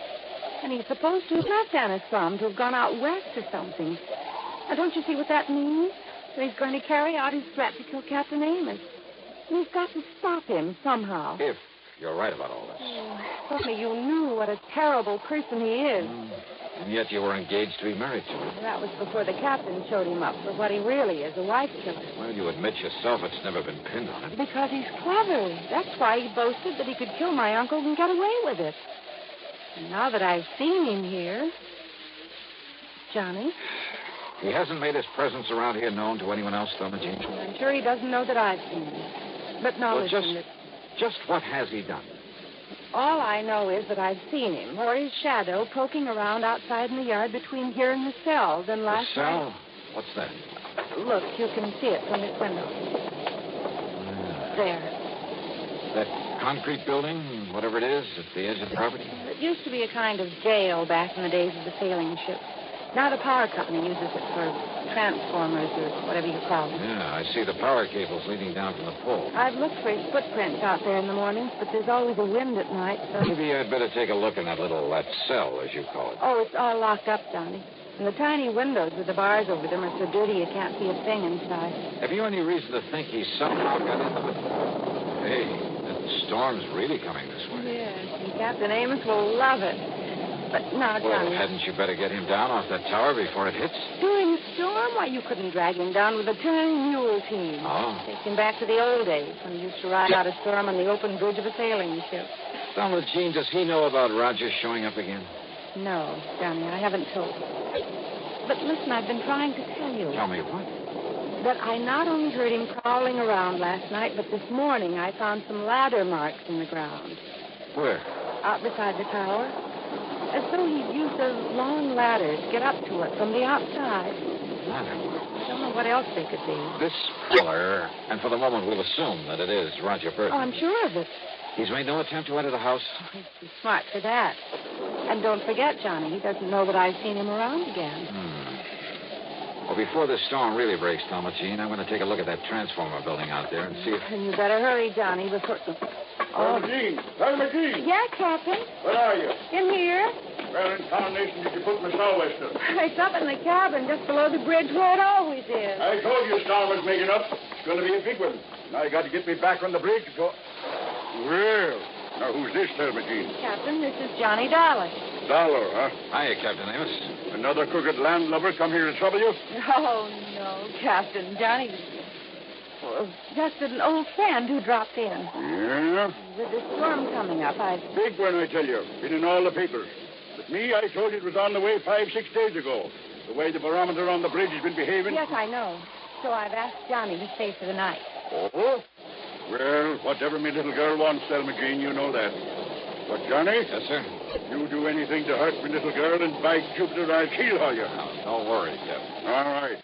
Paul Wester's in the cabin up there? Aye, sir. Then I'll see you below here when the storm's over. I'll bring your dinner up to you. Oh, when I'm riding on a storm?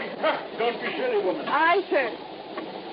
Johnny, if you're going out to look at that cell... First, I want you to show me where you found the letter marks, okay? Aye, sir.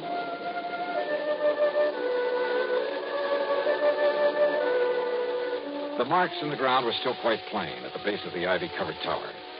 The ladder must have been a tall one, high enough to reach the platform that the captain called the bridge. And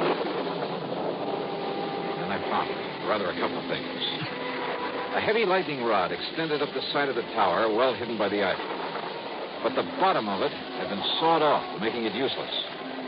Also hidden by the ivy was a wire, an insulated copper wire. Too heavy to cut without tools, but certainly not big enough to take a lightning bolt. The wire was lashed to the upper section of the lightning rod. The other end disappeared in the ground at my feet, and it led away toward the cell, the little transformer station. It was dark now, and the storm was building up fast. I dashed back into the house, up to the second floor, and then up the winding stairway to the captain's bridge. You better lash yourself onto the rail, Johnny. This wind will blow you clean off of the deck into the sea. Looks like you're right, sir. I told her this nor'easter is going to be a big one, and it is, Johnny. Reminds me of one night off the Atoll. That was fast. What are you doing there, Johnny? This upper end of the lightning rod was 6 or 8 feet from the side of the tower, held there by big insulators. But again, the heavy copper wire, again hidden by the ivy. It connected the rod with the brass railing where the captain was holding on for dear life against the wind. And it meant that the railing was the cleverest, most diabolical instrument for murder that I had ever seen.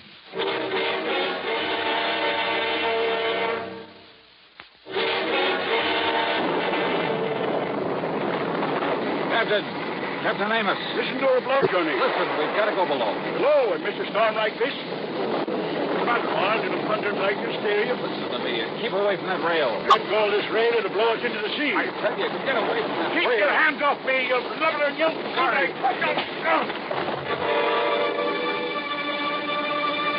I dragged him off his so-called bridge and down into the little room below, then hoisted him onto my shoulder and started down the circular stairway. What happened to him? I'm afraid I had to knock him out. What? To get him off that platform up there. No, Johnny, you shouldn't have. He'll never forgive you for... For what? For preventing him from getting electrocuted? Oh. Better give him some brandy or something. Oh, Johnny, don't you understand? Didn't you see the lightning rod up there? You bet I did. Right next to the platform. And while you're at it, you can bring a slug of that for me. Oh. Don't you understand? Lightning wouldn't hit a rod like that, not once in 100 years. In 100 years, Johnny, here. Thanks. What it does is clear the air of static electricity all around the place, so the lightning won't strike nearby. Yeah, that's what you think. Don't you see what you've done to him? I'll never forgive you for this. Here, darling. Now listen, Thelma Jean. Oh, Johnny, you've hurt him. Well, I'm sorry, but now listen. You're going to be a lot more sorry. Thelma Jean. There's nothing you can say, Listen Johnny. to me. You keep him here. Keep him away from the bridge until I get back here. Come back here, Johnny. Just keep him there. Outside, with the aid of occasional flashes of lightning, I found my way to the concrete transformer house. There, I found out how Roger Burton, in spite of the heavy padlock on the door, had got into it. By the simple device of pulling the pins out of the hinges. And who was sitting there waiting for me with a .38 in his hand? Close the door, mister. And back up against it.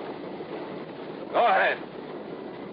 You don't give me much choice, do you? I can only tell you that if you make one move towards me, I'll pull this trigger. Your body won't be found until the annual inspection of this little transformer station. That'll be 4 months from now, and I'll be a long way away from here. I see. I'll probably have to kill you anyway, mister. After I get rid of that meddling old man up in the tower the old fool calls the bridge. Up on the tower, Burton? Yeah, I saw you drag him away from there through this window. Just before a good flash of lightning that could have been my cover-up. But don't worry. He'll be back.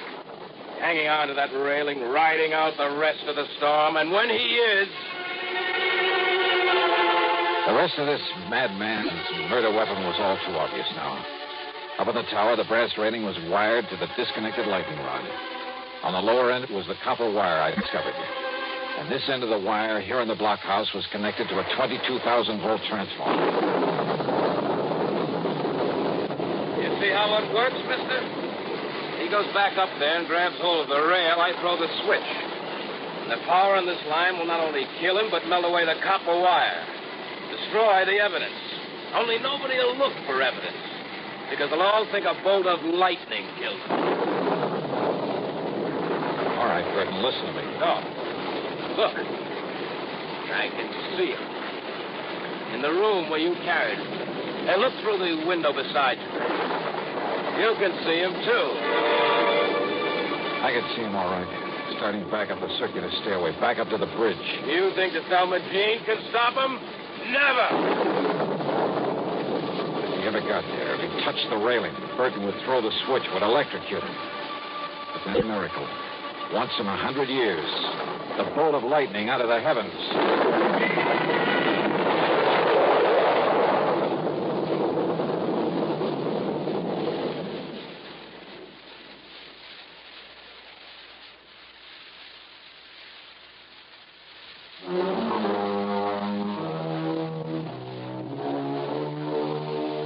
Yeah.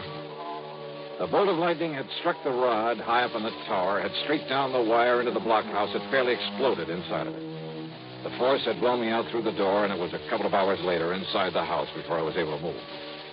Burton, holding the switch, had been killed instantly. I'm glad I hadn't tried to get any closer to him. It was a bolt out of the blue. It was justice in its own strange fashion.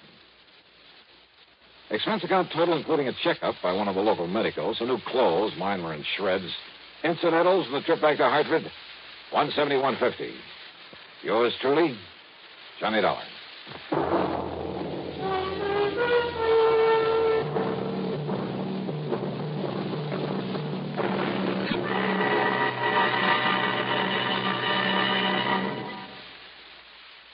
Star, to tell you about next week's story. Next week, a vicious racket that a lot of respectable people fall for, that you ought to know about. Join us, won't you? Yours truly, Johnny Dollar.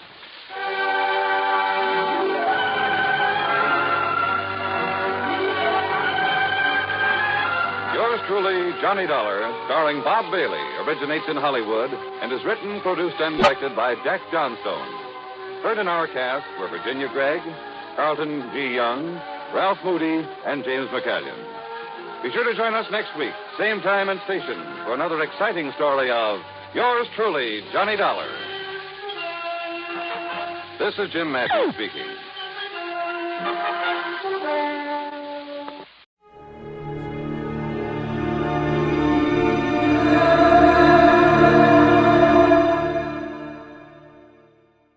The Adventures of Sam Spade, Detective.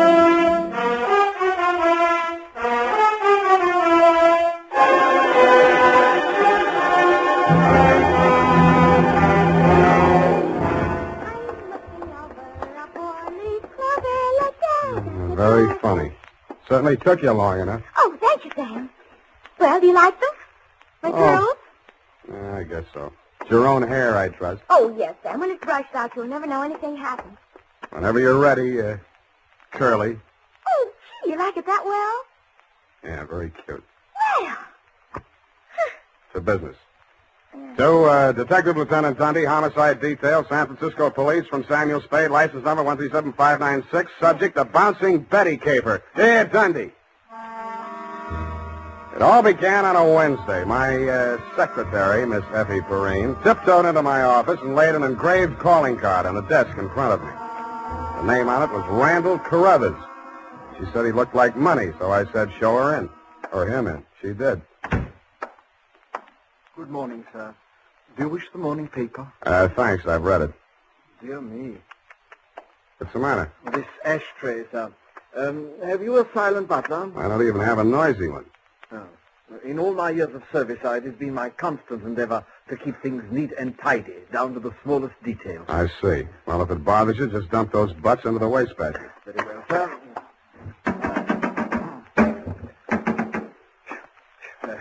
If you will pardon the presumption, sir, you could use a well-trained servant in this establishment. Waste paper baskets clean and empty at all times. Never allow refuse to accumulate. That's not refuse. That's this month's bills. So I noticed, sir. I also noticed that you have not opened them. From this I conclude that your services are immediately available. Yeah, and I conclude that in spite of your glad rags and fancy handle, you are somebody's butler. Oh, that is correct, sir. I am first butler in the household of Dr. Mark McGraw. First? Yes. Bleakcliff is the name of the estate. It's near the village of Squid Beach, some 50 miles in a southerly direction on the Pacific coast. You know, I think I'm going to like you as a client, Mr. Carruthers. I mean, it's refreshing to get a few accurate facts without, shall we say, priming the pump. Thank you, sir. You're welcome. To continue, not counting the staff, there reside at Bleakcliff 3 persons. Dr. McGraw, master of the house since the death of his wife, his stepson, Mr. Anthony McGraw, of whom more later, and Mr. Anthony's sister, Miss Cathy. It is on her behalf that I've come to you, sir. What is her problem, Mr. Carruthers?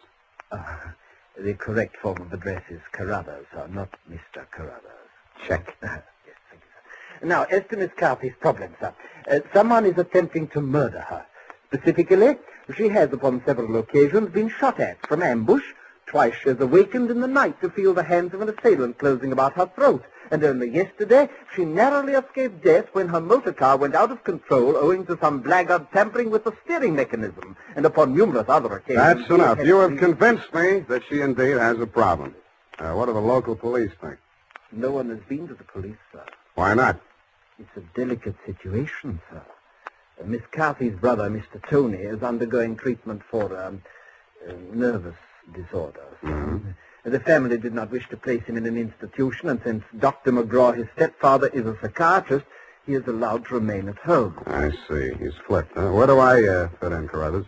Well, sir, if a reputable gentleman such as yourself were to come to Bleakcliff and witness these persistent attempts upon that girl's life, perhaps they could be forced to put the boy away where he belongs. It's possible.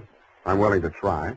For money. Oh, splendid, sir, splendid. I took the liberty of drawing, in your favor, a draft upon the First National Bank of Squid Bay, 1 week's remuneration in advance of your services to the Bleakcliff estate in the capacity of chauffeur.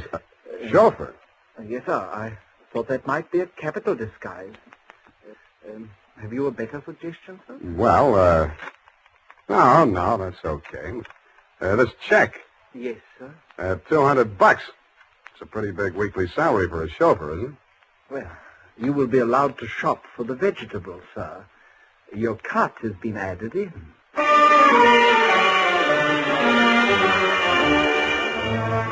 I told them I didn't know one vegetable from another, that I was a lousy driver, and in more time than it takes to tell, I was installed at Bleakcliff, in a room above the garage, and told to wait there until summoned. I put on my pearl gray uniform with the brass buttons and leather puttees, looked in the mirror, and decided I had missed my calling, but not by much. Nothing happened for nearly an hour, and then I got my first buzz. Yeah, I mean, garage. Phillips, the car, quickly. The main entrance. Keep your motor running. I have it locked in the living room and it's breaking off. Okay. Yes, miss.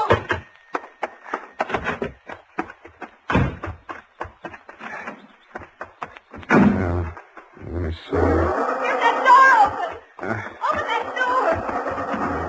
Why did you have the door open? I'm sorry, miss. Well, get going, please. Darn it, miss. Where's the spark on this? What's the matter with it? Well, it's flooded. The house, you know. He's got the meat cleaver. Well, I'm trying. Stop it! You're hurting him. All right.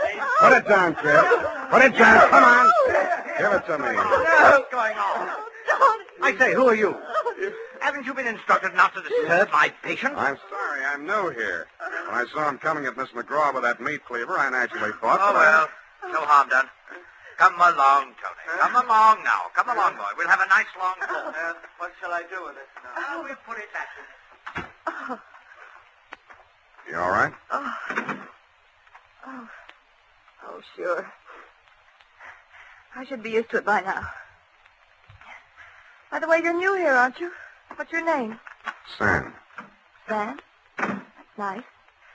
Turn to the left outside the gate, Sam, and drive straight out to the shore road. Well, if I can just... Hey, I just turned that little key. Look, Ma, I'm driving.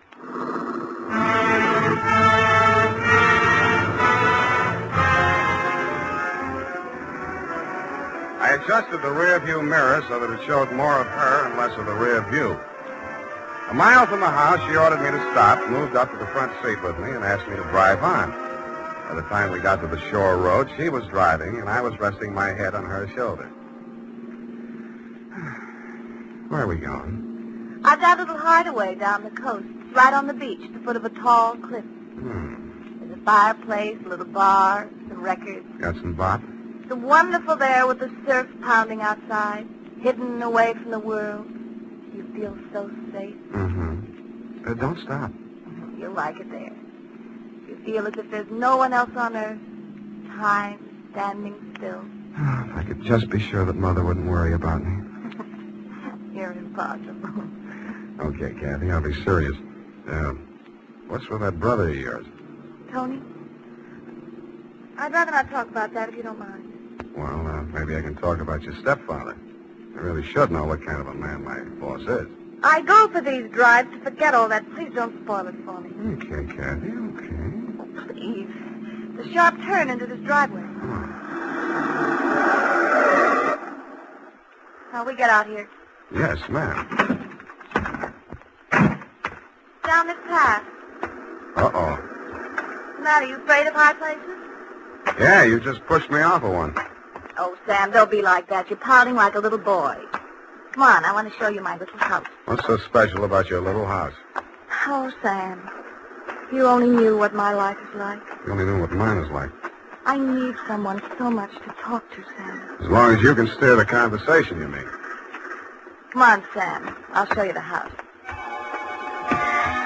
The path led to a flight of wooden steps that clung to the face of a sheer cliff. There was something like the stairs you find yourself falling down in nightmares. They dropped maybe 200 feet to a crescent of white sand. Watch out for that one step that's broken. Yeah. You have to make your dream house this hard to get to? Because of Tony. He has vertigo. What? When we were kids, he used to chase me, and I'd run down here, and he was scared to follow me. Afraid of heights. He still is.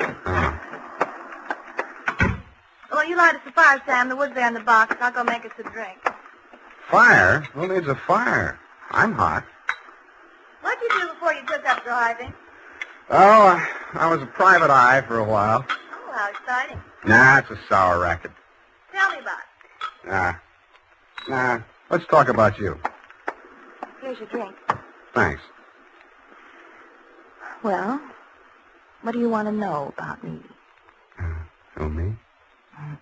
Come here.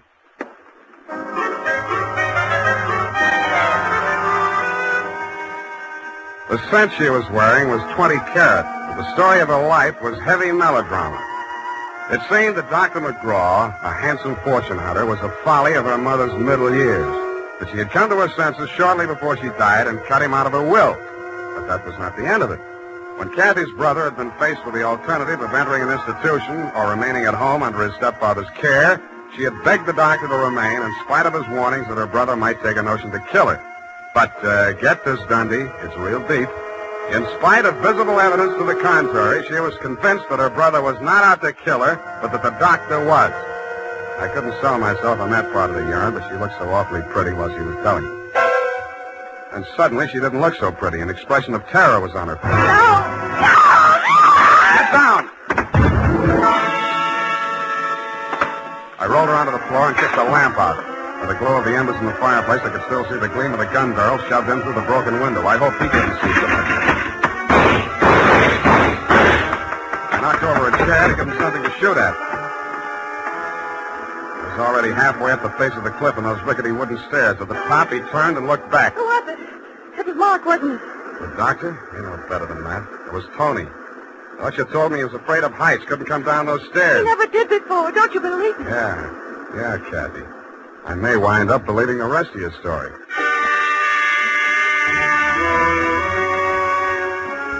I took Kathy back to Bleak Cliff and stashed her in my quarters over the garage. Then I went into the main house via the back stairs, found her room, and shook it down.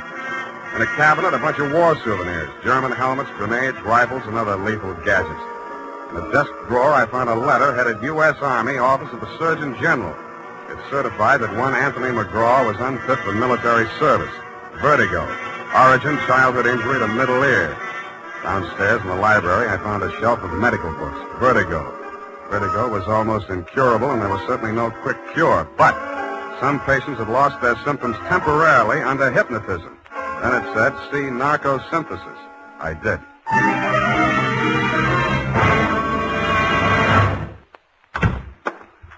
Spade, I beg pardon, sir.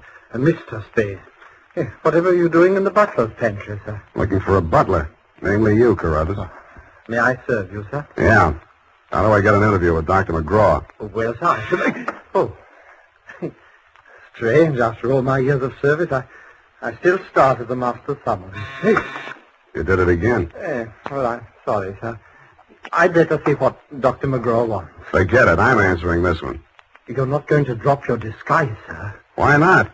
Who am I kidding, anyway?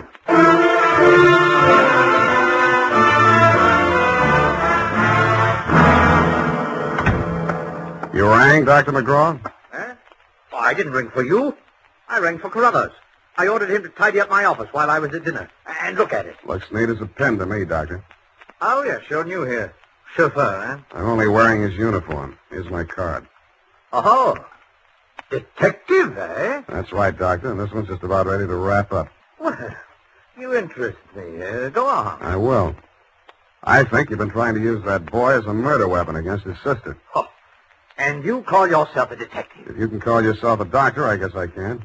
You've been treating him with narcosynthesis, haven't you? That's right. Hypnotic drug. While he's under it, you brief him on his activities for the day, and he follows through, including assaults with deadly weapons. That would be possible with certain very suggestible patients, but I'm afraid impossible to prove. I think I can prove it, Doctor. You shouldn't leave your textbooks lying around loose. I found out the only way Tony could have walked down that stairway to Kathy's beach house without falling would be temporary relief of his symptoms due to hypnotic suggestion. Unquote. I see. What do you intend to do about this theory of yours? What do you suggest? You see this row of buzzers here on my desk? Mm-hmm. This one is for my secretary. This is to summon Carruthers, and when I press this buzzer, two of the most hideous plug uglies you've ever seen will rush into this office, beat you to a pulp, and dump you outside the front gate. That's what I think of your theory. Buzz away, Doctor. I think I like them better than I do you. As you wish.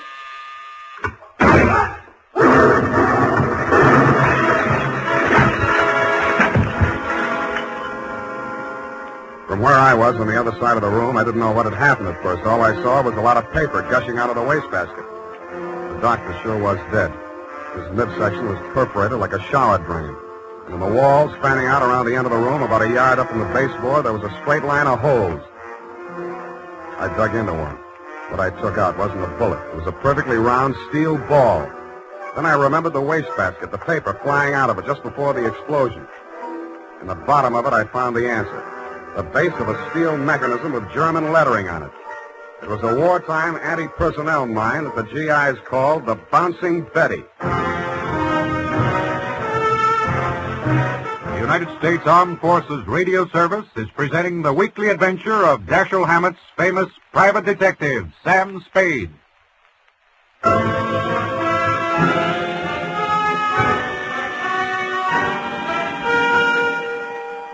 I didn't wait for the Squid Beach law to arrive. Who could? I went straight back to San Francisco. You, Lieutenant Dundee, were waiting at my office. Morning, Sam. Hello, Dundee. About that McGraw killing, Sam. The chief down at Skid Beach has asked us to cooperate with the department down there at Skid Beach. Squid Beach, Dundee. That's right. They say you caught a bus at Skid Beach. Squid. That's right. There's a quarter of two in the company of a young woman answering the description of the McGraw girl. They say that, do they? They say they got a statement from that butler, Carruthers. Well, it's open and shut anyway. The butler hired you, the girl is wanted, and you're hiding her out. Why? Why not? Well, it's established that the girl hated the deceased and bickered with him constantly. The doctor and the boy were pals. That girl's guilty as... You've been able to place her in the murder room? Well, no, but here's an item. She worked with an Army ordnance during the war in research. Subject, I made a note of that. Enemy landmines, anti-personnel. One of the reports she helped put out was on the Bouncing Betty. Yeah? Definitely. Hey, what are you doing, Sam?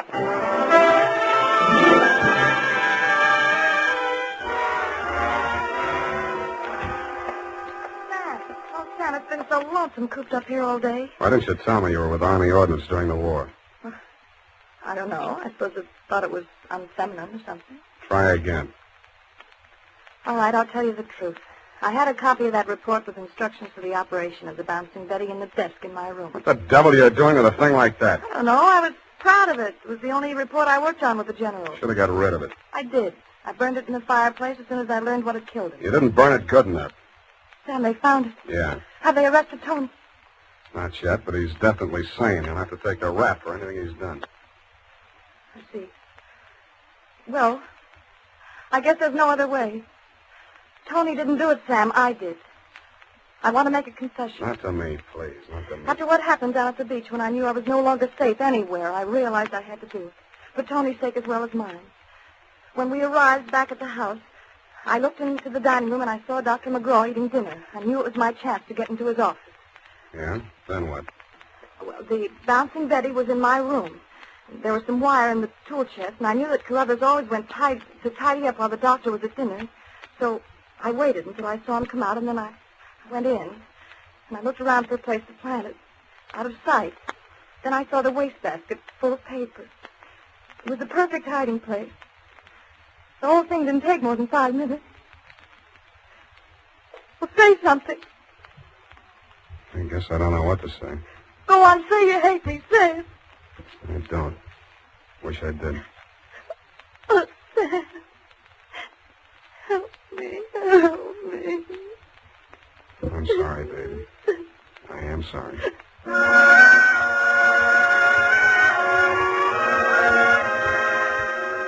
I don't know how long we sat there. I held her in my arms until she cried herself out, then we just looked at each other. I knew if I put it off another minute, I wouldn't call you at all, Dundee.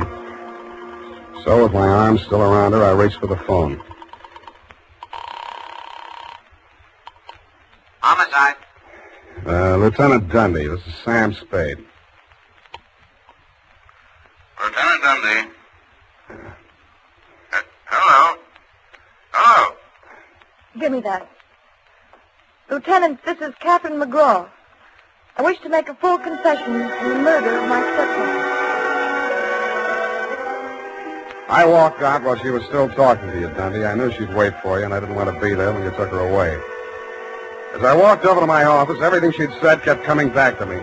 I could see her sneaking into her brother's room and getting her contraption out of the cabinet. I could see her hiding behind the door until Carruthers came out after tidying up McGraw's office, dumping ashtrays, emptying wastebaskets. And that's as far as I got. I went back to my office to wait. And sure enough, 20 minutes after the papers hit the streets with Kathy's confession, the door opened and he came in. Well, sir, I believe it's turning a bit raw out of doors. Gardner was saying only this morning that we should order out some shrouds for the Satiglosa Sinuata. Am I discommoding you, sir? No, Carruthers, I've been waiting for you. With your permission, sir, the ashtray. Just dump it in the wastebasket. I am gratified to note that your secretary has been looking after things and has emptied your waste paper basket. This is right and proper. Quite. Yes, sir. And, speaking of waste paper baskets... Allow me, Carruthers. You have come to apprise me of your part in the death of the late Dr. McGraw. Am I in error? You've already divined my purpose, sir. Yes, it was I who placed that infernal machine. In the wastebasket, Carruthers, yes, I know. It struck me as a bit of poetic justice that the buzzer, which that dreadful man used as a symbol of his despotism, should be the instrument of his own destruction. I'm sorry, Carruthers. I'll do all I can. No need, sir. No need. I'm aware that there is no final justification for taking the law into one's own hands. Every man is entitled to trial by jury of his peers. But where, Mr. Spade, where could be found 12 good men and true who would allow themselves to be called the peer of that monster, Dr. McGraw?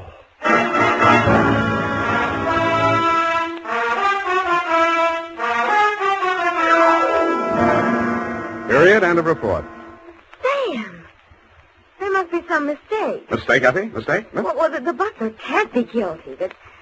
That's old-fashioned. He was an old-fashioned butler, sweetheart. Where today can you get help like that? Somebody who empties the ashtrays, Keeps the wastepaper baskets clean, tidies up around the place. Well, I'd be only too happy to do the same for you, Sam. I know you would, Doll. But considering what happened to Mr. Carruthers' employer, Effie, you mustn't allow your mind to dwell on such matters. It's wicked. Sam! Who emptied an ashtray in that wastebasket that I just finished cleaning out? Pay it no heed, sweetheart. I'll buy you a silent butler. I'll go type that up. Here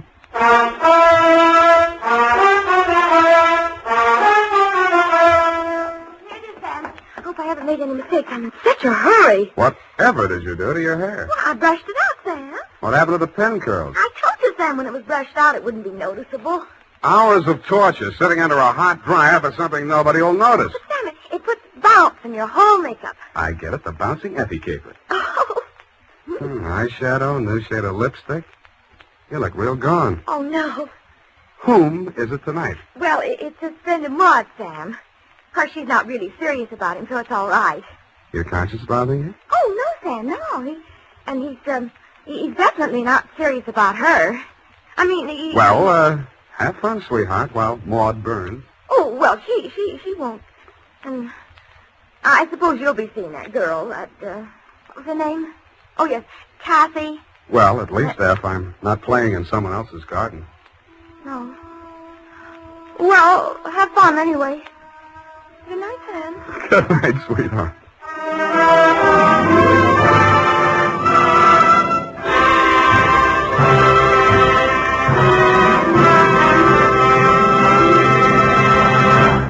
The Adventures of Sam Spade, Dashiell Hammett's famous private detective, are produced and directed by William Spear. Sam Spade is played by Howard Duff. Lorene Tuttle is Effie. Relentless Caribbean sun. Shadows gather at the Port-au-Prince National Museum, where ancient relics and modern ambitions collide. A priceless artifact vanishes during a grand exhibition, drawing our hard-boiled detective into the heart of Haiti's secrets. Whispers of betrayal echo through marble halls as a mysterious woman in red stirs more questions than answers. In a world where every mask hides a motive, the truth waits in the cool, dark corridors. Let's go back to the day this episode aired and find out what the most important news of the day was. It was March 20, 1952, and that day, the world watched as the United States Senate ratified the Treaty of Peace with Japan, officially ending World War II hostilities, while in Paris, fashion icon Christian Dior unveiled his revolutionary spring collection, captivating Europe's post-war spirit. The encyclopedia says that the island of Haiti can be called San Domingo, Santa Domingo, or Hispaniola. Well, after my visit there, I could suggest a few more things they can call it, but they probably wouldn't get past the censors.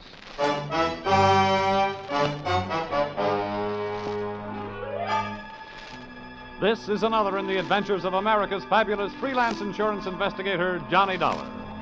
At insurance investigation, Johnny Dollar is only an expert. At making out his expense account, he's an absolute genius.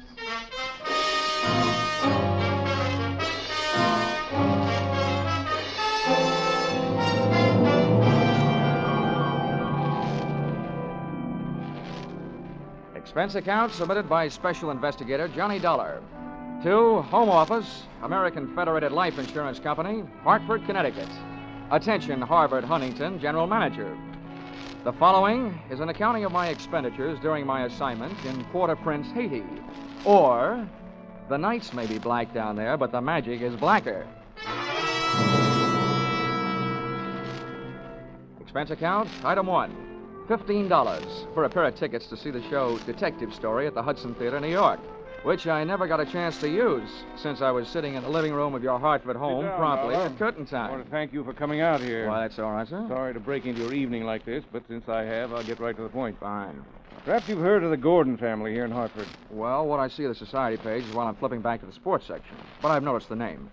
Diamond-studded, aren't they? Yeah, immensely wealthy. Pillars of society and, surprisingly, quite a proper family. It is all but one of the sons, Ralph. He's a heavy drinker, complete waster, ne'er-do-well. A blot on the old escutcheon, eh? Yes. Continually getting into one scrape or another. Now he's done it again. I take it that you're not worried about Ralph the man, but about Ralph the policyholder. Well, to put it bluntly, yes. I don't think it's unethical for a company to protect its interests. In this case, the policy is in the amount of $150,000. Payable to his death to charity or to his wife if he's married. Oh, that's quite a piece of paper. Yes, to be quite candid, I rue the day it was issued. But the point is this.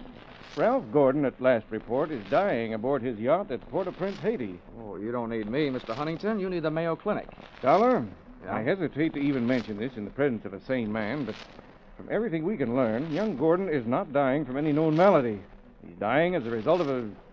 Well, it's pure nonsense. He's supposed to be dying as the result of a voodoo curse. Now, anyone with any sense... Now, wait a minute.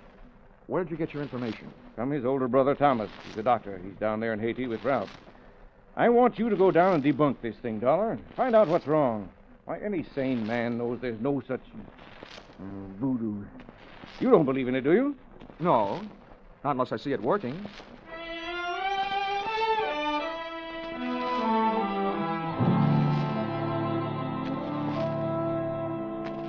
Expense account, item 2.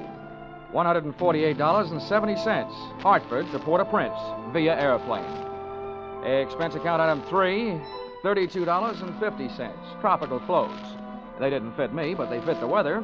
And item 4, $25. Spent while I browsed the waterfront bars in Port-au-Prince, looking for somebody who knew where the Gordon yacht was moored. Know about this When I found him, he not only knew that, he knew everything. Ask me first. My name's Cap Reagan, and I've been here since before repeal. Give up my citizenship, I did. With the help of a couple of prohibition agents. Oh, you don't say. Uh-huh. And I figure on sailing out my final days right here. What do you want with the Gordon craft? I want to see the owner, Ralph Gordon. How do I get to it? Oh, I reckon you pay me to row you out to her. My dinghy's down at the foot of the pier, just a short hail from where we're at. Oh, well, good. Come on, let's shove off then. Just wait till it down my ration here.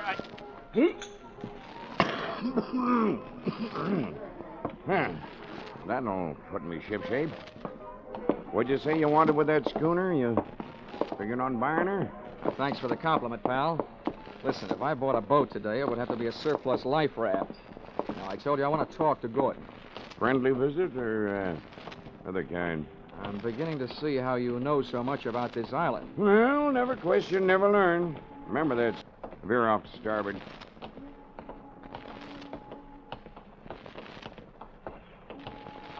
No, sir. Never question, never learn. Yep. Well, I'm an insurance investigator, and a company sent me down here to look things over, including Gordon. Something wrong? I don't know yet. What do you know about him? A jug full, Sonny, a jug full. Stood into the harbor about 2 months back. No sooner dropped his hook than his crew started taking the pierhead lead. Everybody jumped but the bosun, for reasons of his own. Why did they leave him? 'Cause he was half seas over all the time. You navigate with sextant, a compass, and parallel rulers, Sonny. Not with a double shot and a water chaser. You get the drift? They were afraid to sail with him, huh? Aye, that's the line of it. And if you'd ever piled into a reef, you'd feel the same. Yeah, here we are. Oh. That's my dinghy down at the bottom of that ladder. There's Gordon's yacht out there. You see her? Oh, yeah. That tug's passing the stern of her now. Yeah, say. That's a lot of boat. Yeah. She carries a suit of sail like a grain clipper. Wait till you see her close up. She's as dirty as a garbage scow.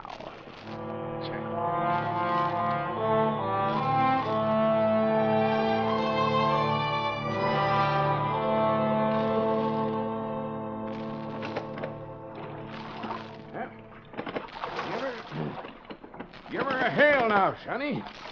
They're close enough. Hey! Anybody aboard? Hey, aboard the yacht! Anybody home? Yes? What do you want?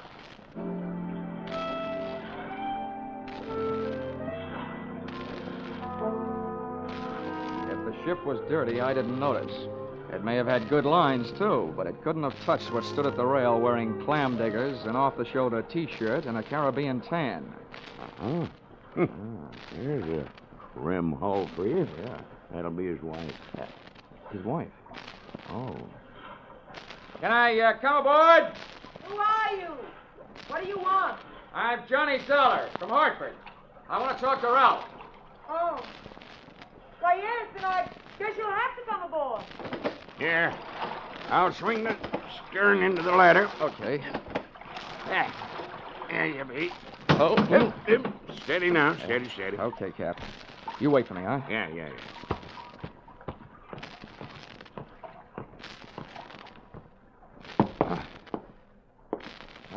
Well, how are things in Ralphie's old hometown? Cold. But not as cold as this reception. Don't let it throw you. What is this, a friendly drop-in? Business? Or just plain snooping? If it's the last, I'm Edwina. The wife they haven't heard about at home. Congratulations. Now I know why you like to wear your shoulders bare. The better to keep a chip on them. If you're through being sharp, I'll let you hear what's left of my husband. Come on, through here. Okay.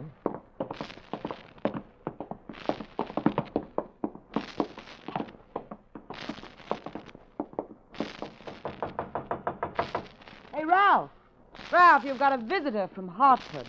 Get away from this cabin, you dirty little gold digger, and take your visitor with you. Wine's all gone. Why don't they send another case of wine? There you are, chum. He's got the door locked. It'll stay that way till he runs out of wine. You heard enough? Yeah. Enough to know how you acquired your charming attitude. Forget it. I walked into it with my eyes wide open. Let's get back out on deck. The light's better for throwing bobs at each other. Yeah, sure. Sounds like fun.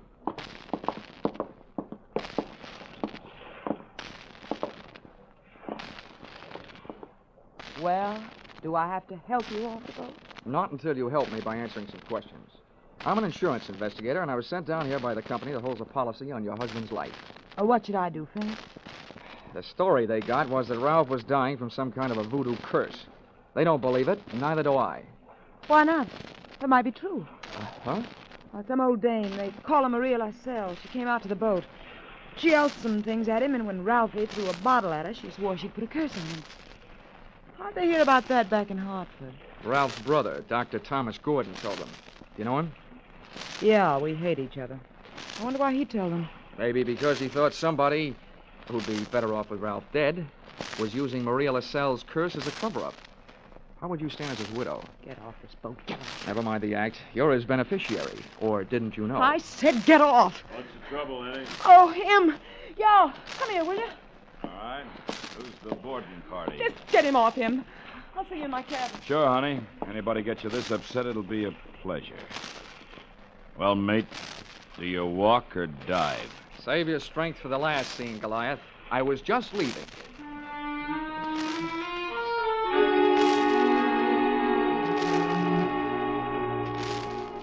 Expense account, item 5, $3. Paid to Cap Reagan as water taxi fare. Item 6, 80 cents. Land taxi fare to Hotel Francois. An up-at-the-heels hangout for not only the best in tourists, but also Brother Thomas Gordon, M.D.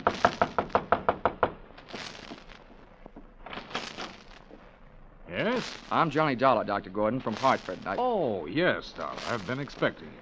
They wired me you were coming down. Come in. Thank you. Oh, please make yourself comfortable. Could I offer you something? Nothing but some brotherly advice. Why, certainly. You know, I feel like a stupid fool for not being able to handle this thing myself. So now that you're here, you call on me for anything. Have you seen Ralph? I tried to, but he locked himself in his cabin. Tell me, as a medical man, how do you digest this voodoo curse story? Why, it's ridiculous. Good heavens, this is the 20th century. I do think that science doesn't know everything it would like to know about voodoo and black magic.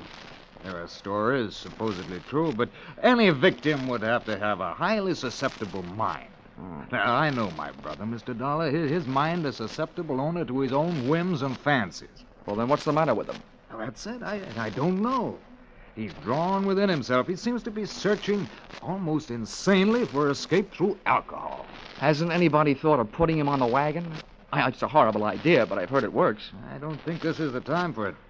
He's suffering mentally and needs release. Well, that leaves us with only one thing to think about. No matter how thin you cut it, it's still voodoo. Well, I'm a man of science, Mr. Dollar. I'd make hypocrisy out of all my knowledge and training if I attacked the problem from that direction. But please, you let me know what you learn.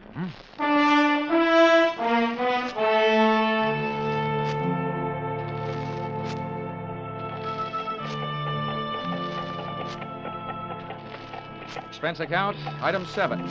$4.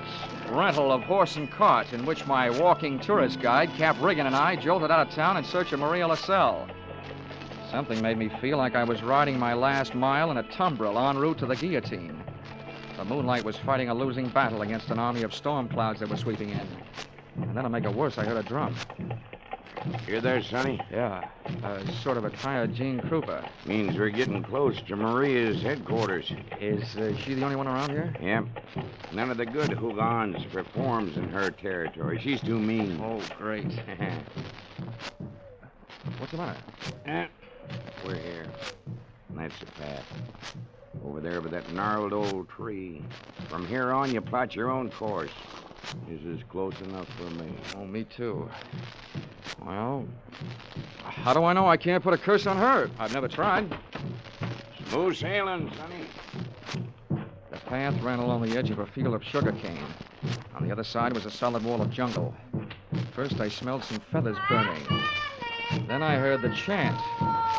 There was an opening in the wall of jungle that led to a small clearing, and just before the moon was smothered by another cloud, I saw a shack. Little clouds of smoke curled out through an open door, and I could see the glow of a fire on the floor inside.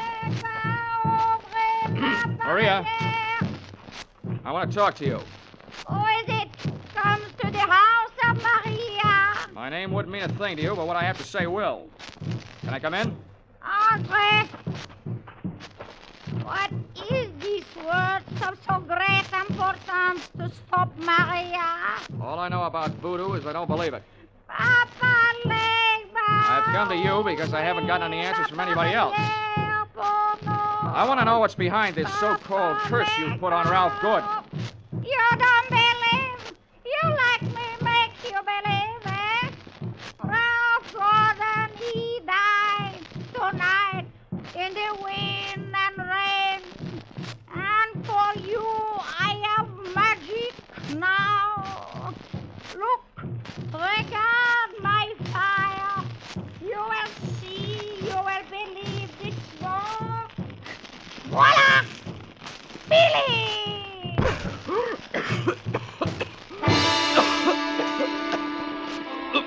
I couldn't see what she'd thrown into the fire. She'd reached behind her for it. But when the smoke from it whirled around me, it seemed to grab my throat and squeeze. I stumbled back to the door. I hadn't believed in voodoo when I'd come in, but going out, I wasn't so sure.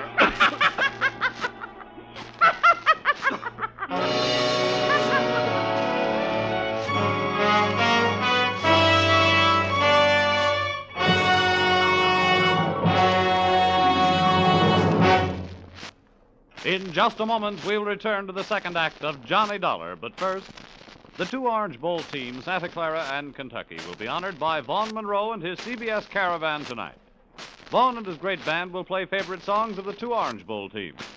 Be sure to hear Vaughn Monroe's Caravan, followed by the Gene Autry Show on most of the same CBS stations tonight and every Saturday night.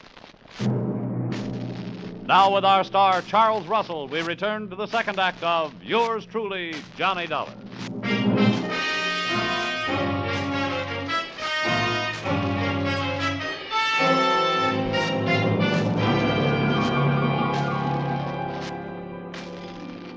My throat burned. My eyes were looking at each other. My lungs felt like a pair of deflated footballs. And the blood in my head was pounding a better and louder rhythm than that drum. I staggered around the heavy jungle air, and when I could breathe again, I gulped in enough to lift the Graf Zeppelin. By that time, I was cool enough to get hot, in anger.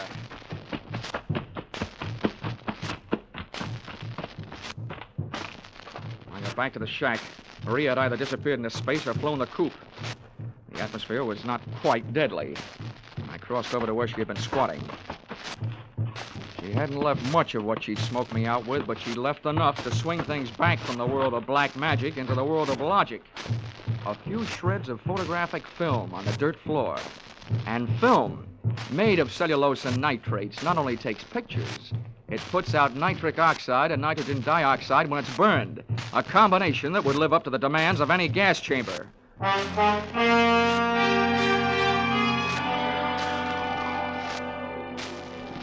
captain rowed me out to the Gordon yacht.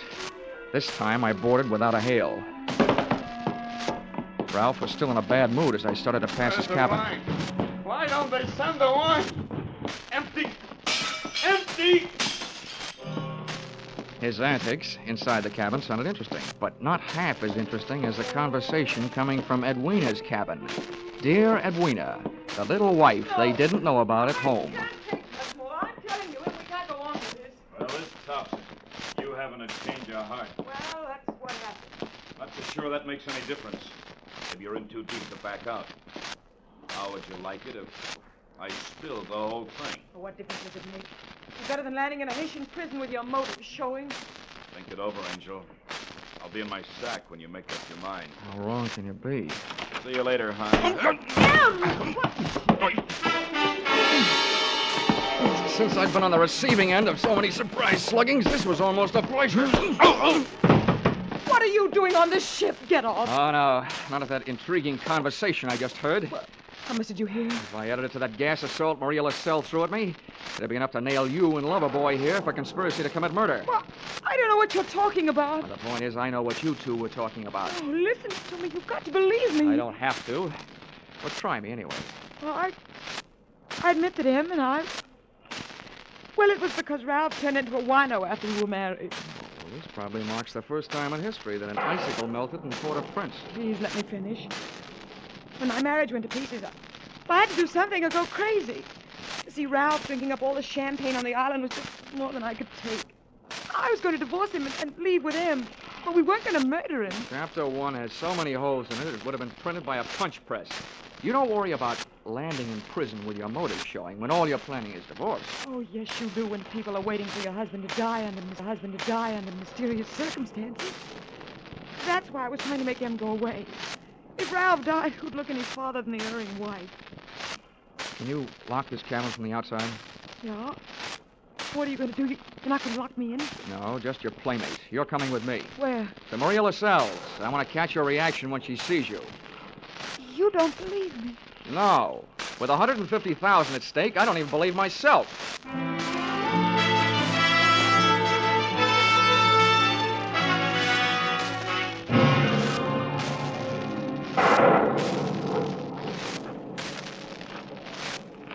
There's her shack.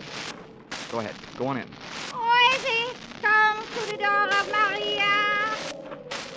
Who are you, woman? Well, Mr. Dollar, are you satisfied? Not quite. And you who don't believe, why are you here? You wish again to see the power of my smoke? Let's drop the act, Maria. I know what you threw into the fire. It was my Booker smoke. Yeah, well, a good man from the police laboratory can sift enough out of those ashes to know it was film.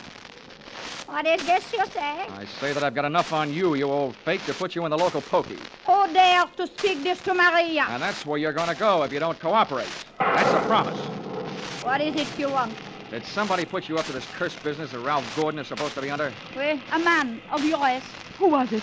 I do not know. Now go, that is all. It's not enough. What was his name? I don't know the name. What did he look like then? My eyes are closed. Nuts. Come on. No, Taking you into town if I could drag you by the hair. No, don't touch me. I will tell you how it is. It is true. I do not know the name or the face. He come to me. He asked me when comes the next rain and wind. I tell him last night. But it is tonight. The storm comes with the heat. He tell me he needs storm to close portholes in the ship. Huh? He say, if I bring this curse, I will be the best Hugan on Haiti because it kill white man. That is difficult. That is all. Now you go. How about the film for the fire? Did he give it to you? This is true. Not long before you come. Well, get rid of it, Granny, before you lose your license to operate. Now, you go. Maria will be alone. Papa, Okay, Mrs. Gordon. Let's not stay for the music. Did you make head or tail out of what she said? Hey, look. What goes into your husband's cabin? Nothing but food and wine. Mostly wine. Well, who fixes his meals? I do. Our cook left us. Well, what about the wine? Huh? Where does it come from? You said it was champagne, didn't you? Yeah, it always comes from the same place. Liquor shop in town, a case at a time. Oh, nothing makes any sense. What are you going to do? All I can do. Try every angle. But that's not all I'm going to try in that liquor shop.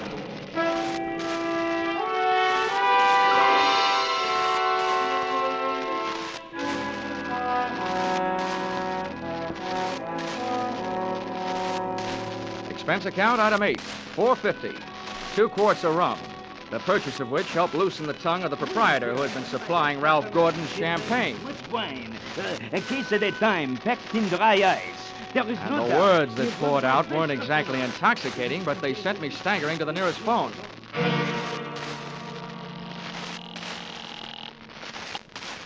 Yes? Hello? Hello, Dr. Gordon. This is Dolar. Good. Dollar, I've been wondering about you. What have you learned? First, tell me this.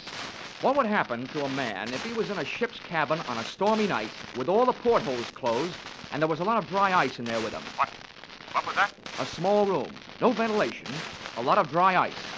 A lush, maybe passed out. What would happen? Good Lord. Dry ice is solidified carbon dioxide. If enough of it evaporated into the room... The lush would not be bothered by a hangover the next morning because he wouldn't wake up, right? Exactly. The gas, although not toxic, would force the oxygen from the atmosphere, and the result would be asphyxia. What are you getting at, Colin? That curse your brother is suffering from is very scientific. The champagne he's been getting has been chilled by dry ice, about 5 pounds per case. And 1 case went out to the yacht just before the storm broke. Lord. Well, it may be just coincidence, but Ralph's wife and that bosun. Yeah, I know. For a bosun, he'd make a very good chemist. Well, send for a pull motor, will you? If it's too late for your brother, maybe I can use it.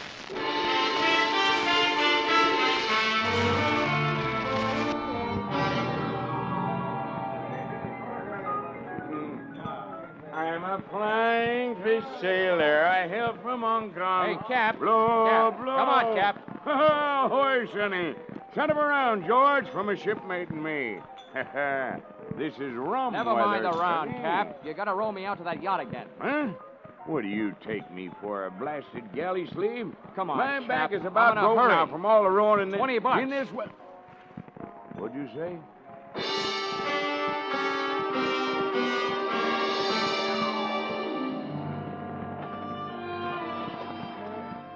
I didn't think it could rain any harder than it had, but it did. We would have been drier swimming. And the visibility was so bad, I would have had to have a seeing eye sealed to find the ship. But about 20 minutes out, Cap spotted her riding lights. Here she lies, Sonny. We were on target. But so was somebody else. A searchlight stabbed out at us. Hey. This sounds like Prohibition days. Who's giving us a broadside? Can't tell yet. I'll lay a pelican hood over his head if I get my hands on him. Hey, Cap, what's the matter? Got my left leg. Cap, get down to the bottom. I'm going over the side.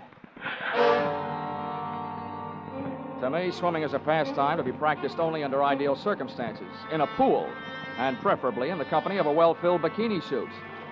But there was nothing to do but swim, so I swam. I tried to remember how many shots had been fired, and that's where I made my mistake. There was a lull in the shooting, which I took to mean the gun was empty. I put my head down in the best Weissmuller style and thrashed my way to the ladder.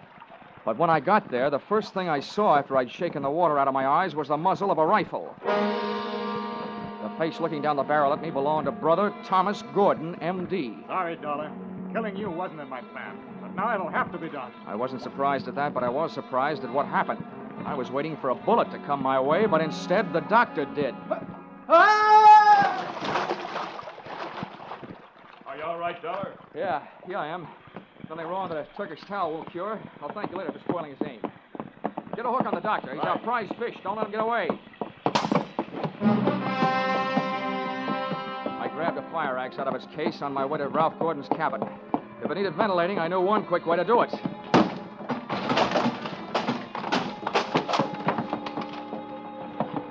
I didn't check for oxygen. I took a deep breath, held it, and went in. The cabin was littered with wine bottles, and in one corner, in an open case, was the dry ice that was in the process of cooling Gordon off for good. He was stretched out in his bunk. I hefted him to my shoulder, used the last of my breath getting him out of there.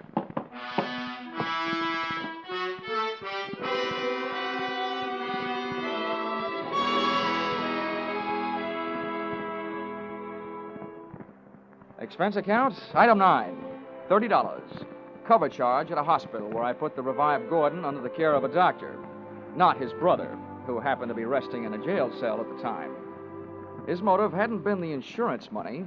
He figured to gain quite a chunk as the only heir to the Gordon fortune, if he could have taken care of Brother Ralph. Item 10, same as item 9. Same hospital where they patched up Cap Regan. Item 11, $148.70.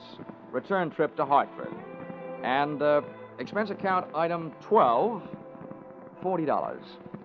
An ounce of voodoo perfume for the lovely but sometimes chilly Edwina. Maybe if she tries that kind of magic on her husband, he'll spend less time with a bottle joy and more with her kind. Expense account total, $424.70. Signed, yours truly, Johnny Dollar.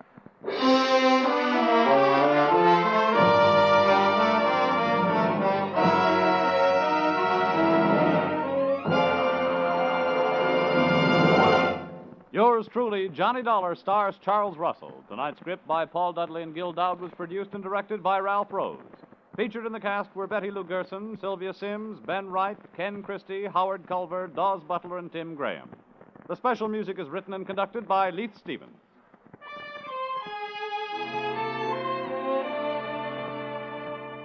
Be sure to be with us at the same time next week when another unusual expense account is handed in by Johnny Dollar.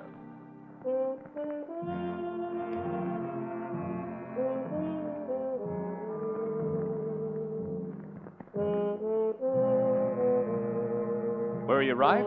Were you wrong? Did you know it was Buster Keaton playing Sing It Again's Phantom voice these last few weeks? Well, now there's a new Phantom riding the airways on Sing It Again. And for identifying him tonight, some CBS listener can win $50,000 in cash and prizes, radio's largest jackpot.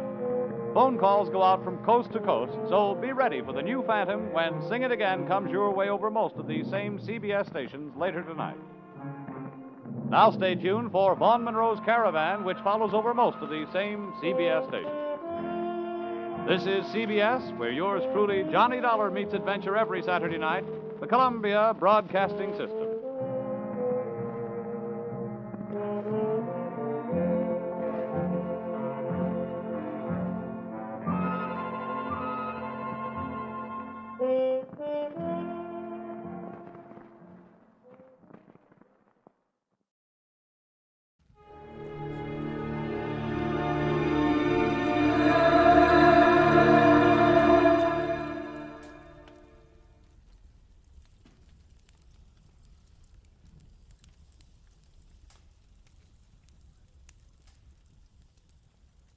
Get this and get it straight. Crime is a sucker's road, and those who travel it wind up in the gut of the prison or the grave. This time, everything that happened from the orange-haired man with a map past the oaf with a pitchfork to the body at the covered bridge was wrong. Dead wrong.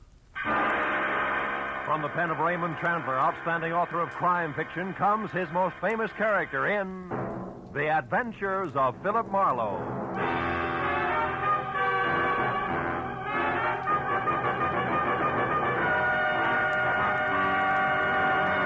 Now, with Gerald Moore starred as Philip Marlowe, we bring you tonight's exciting story, The Covered Bridge.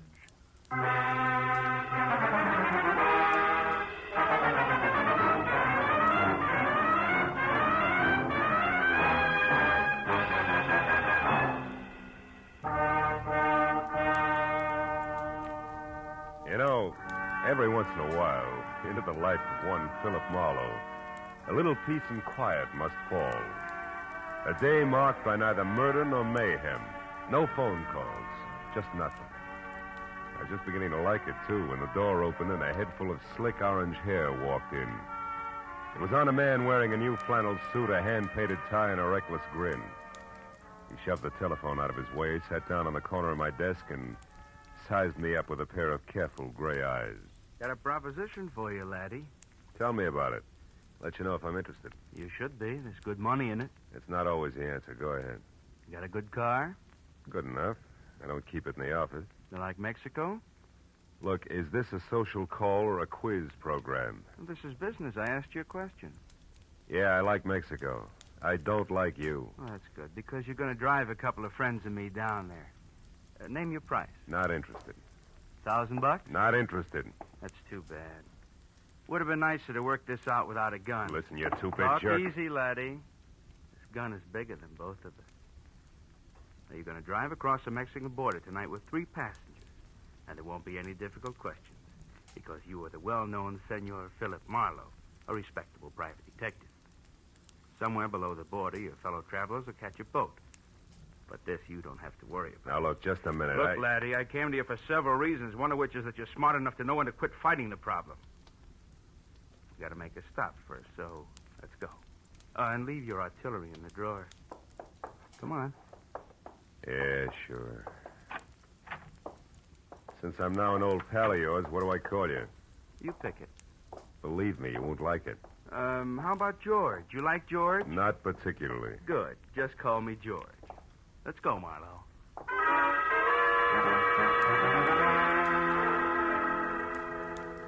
We nodded at the elevator girl, waved goodbye to the kid in the parking lot, and headed south on Highway 101. All with the front of that Mauser nudging my kidney. It was screwy, but I was on my way to Mexico. Don't get ambitious, Marlowe. Not too fast, not too slow. Just keep it rolling nice and steady. I did what I was told and watched for a break. For every foot of 100 miles down the coast. At Oceanside, we cut inland past Escondido and up into the citrus country. Once he dug a little map from his pocket and studied it while we headed into the hills where farms were farther apart. George was busy looking for a turnoff when my chance came, and it came fast. My foot slammed down hard on the brake. George's head smacked the windshield, and the gun slipped out of his hand. I dropped 2 wheels in the ditch, but I got the gun. He took one look, then jumped out and ran in a low crouch for the back of the car. Before I could follow him, I heard the truck coming. It was a big 2-section job rolling fast. It topped the rise just as George pivoted toward the road. The truck driver must have seen him just as it hit, because the air brakes locked on all 26 wheels at the same time. I ran to where George lay like a discarded doll at the side of the road. The truck driver was out of his cab before it stopped rolling. I didn't see him. I come over the rise there. I didn't see him. Take it easy. Honest, I didn't see him. Is he all right? He ain't dead, is he? No, he isn't. He won't be walking much anymore. It wasn't my fault, mister. Honest. I know it wasn't. Get hold of yourself. Gosh, what should we do? I want you to drive to the nearest phone and get the police and then come back. Here's my card. Give it to the troopers. Tell them they can reach me at my office. Yeah, what are you going to do? If I can figure out how to read this map of his, I'm going to pay a call on a couple of people who are expecting this guy. Maybe it's just a stubborn streak, but when I'm being used as a patsy, I like to meet the people involved.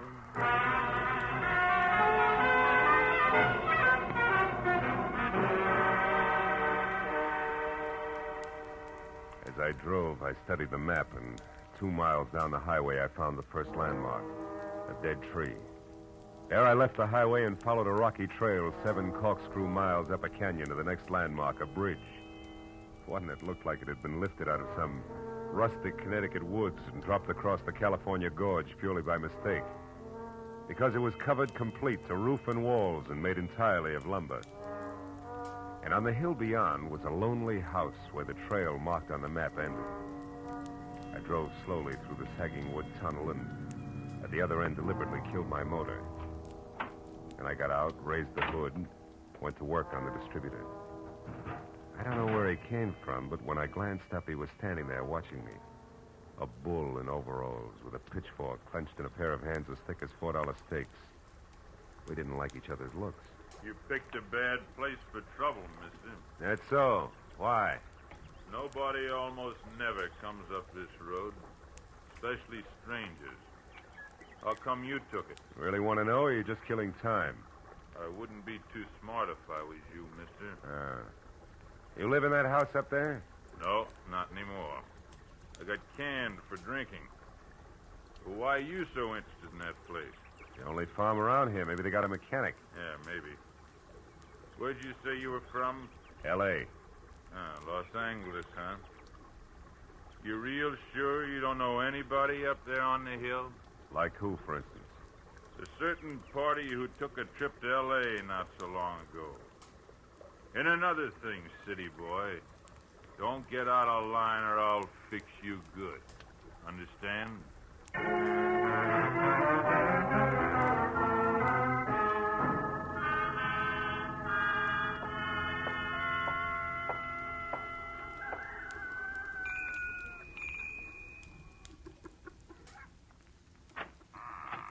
Yes? Oh, yes. Now, I mean, how do you do? You want something? Yes, my car stalled at the bottom of the hill. Dolly, who is it? Who's there? A man, Uncle Walter. He says his car broke down. What's that? Your car broke down, you say? Yeah, I don't know what went wrong, Mr. My name is Brule, Walter Brule. Oh, I'm glad to know you. I'm Philip Marlowe. What are you doing on this road, Mr. Marlowe? I thought it was a shortcut. Did you? Well, you were wrong. It's a dead end. Oh. Come inside. Thanks. Look, Mr. Brule, I'd like to have somebody who knows motors come down and look at my car, huh? Mm-hmm. All right, when Ed comes in, I guess he could go down with you. Oh, That's my new hired hand, Ed Fry. Oh. I don't know, Uncle Walter. It's getting pretty dark. Yeah, I was thinking the same thing myself. As a matter of fact, if you can accommodate me, Mr. Brule, I'd just as soon rest up a while and shove off in the morning. I want to pay you for everything, of course. Stay overnight? Oh, I'm afraid that's impossible. Impossible? Why? What's the matter with you, Dolly? If necessary, I'm sure we can arrange to take care of Mr. Marlowe some way. Well, okay. Yeah, that's better. Now, if you want me, Dolly, I'll be out in the barn. Make yourself comfortable, Mr. Marlowe. Your uncle, huh? He owns this place? That's right. My mother was his favorite sister. Oh.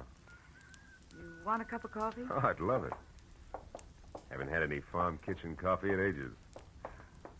You don't seem to have many visitors up this way, Dolly, huh? No, not many. Nice farm, though.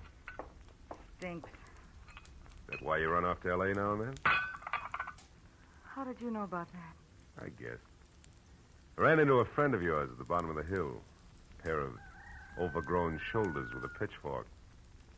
Said he used to work here. Him. He did up until a month ago. That's Noah Bickman. Big dumb goof. Here's your cup. Oh, thanks. By the way, Mr. Marlowe, where are you heading? Oh, Mexico, maybe. Mexico. Yeah. You kind of came a long ways out of your way, didn't you? Did I? Dolly. Dolly. We're in here, Eddie. What's the matter? A car at the bottom of the hill. Whose is it? Car belongs to me. It's stalled. Who are you? This is Mr. Marlowe, Eddie. He's on his way to Mexico. Wow, you don't say. And since his car broke down so late, he may stay all night. Uncle Walter said it'd be all right. Is that a fact? I'll go get some blankets, Eddie, so you can take them up to the spare room for Mr. Marlowe. Oh, okay, Dolly. Mr. Marlowe, huh? Where you from, Mr. Marlowe? L.A. You? Points east. You know, this road don't go to Mexico, Marlowe. In fact, it stops about a mile up the draw here. And it's funny that you wound up on it, isn't it? I don't see you breaking up over it, Eddie. Don't let my poker face throw you, pal. Traveling alone, are you? I am now. Meaning what? That there's nobody with me. That's simple, isn't it? Not in my book, pal. I might even want you to draw me a picture of that one. Here's the blankets, Eddie. Sheet. Oh, okay, that's fine. Come on upstairs, Marlowe. I'll show you the room. You want me to go with you and make the bed? No, you stay here and put up some more coffee, Dolly. All right. Got a hunch I may want lots of it tonight. Let's go, Marlowe. Right behind you, Eddie. How's the weather been in L.A.? Some might call it hot. Uh-huh. Get the door, will you? Sure.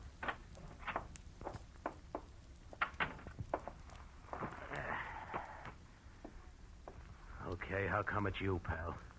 I got good credentials, a car, and a tight yap. You better be right on all three. How'd you find me? Little map, Eddie. From Escondido to the dead tree to the covered bridge, and then up here it's a cinch. Why'd you show alone? Where's Red? Got to meet us at the border. It's a bum fit, pal. It's not in the book. Why? He had some kind of a last-minute jam with the boat. Oh, that jerk. He's had a month to line this up while I've been holed up out here in the sticks making like a farmhand. Well, better work, that's all. If we're picked up this time, it's curtains. Oh, incidentally, you got a gun, haven't you? Yeah, sure. Let's see it. No dice, Eddie. Red didn't tell me everything, just enough. So? So you'll get your money's worth. I'll do what I'm supposed to do and no questions asked, for my little automatic and I stick together regardless, real close, together. Okay, Marlowe. Suit yourself. I will. And something else. The rest of the company is going along. Is that all set? Well, we'll see about that when the time comes. You're not leaving any loose ends around, are you? It's not your worry, pal. We'll get out of here around 11. Oh, and that routine about your car being stalled, it is a gag, I hope. Oh, sure, it won't start. If anybody tries, but in 10 seconds with a screwdriver, I can fix it. You're okay, Marlowe. Just keep playing your game. Yeah, I will. Maybe then I'll find out what the score is after all, huh? You might at that. Come on, let's eat.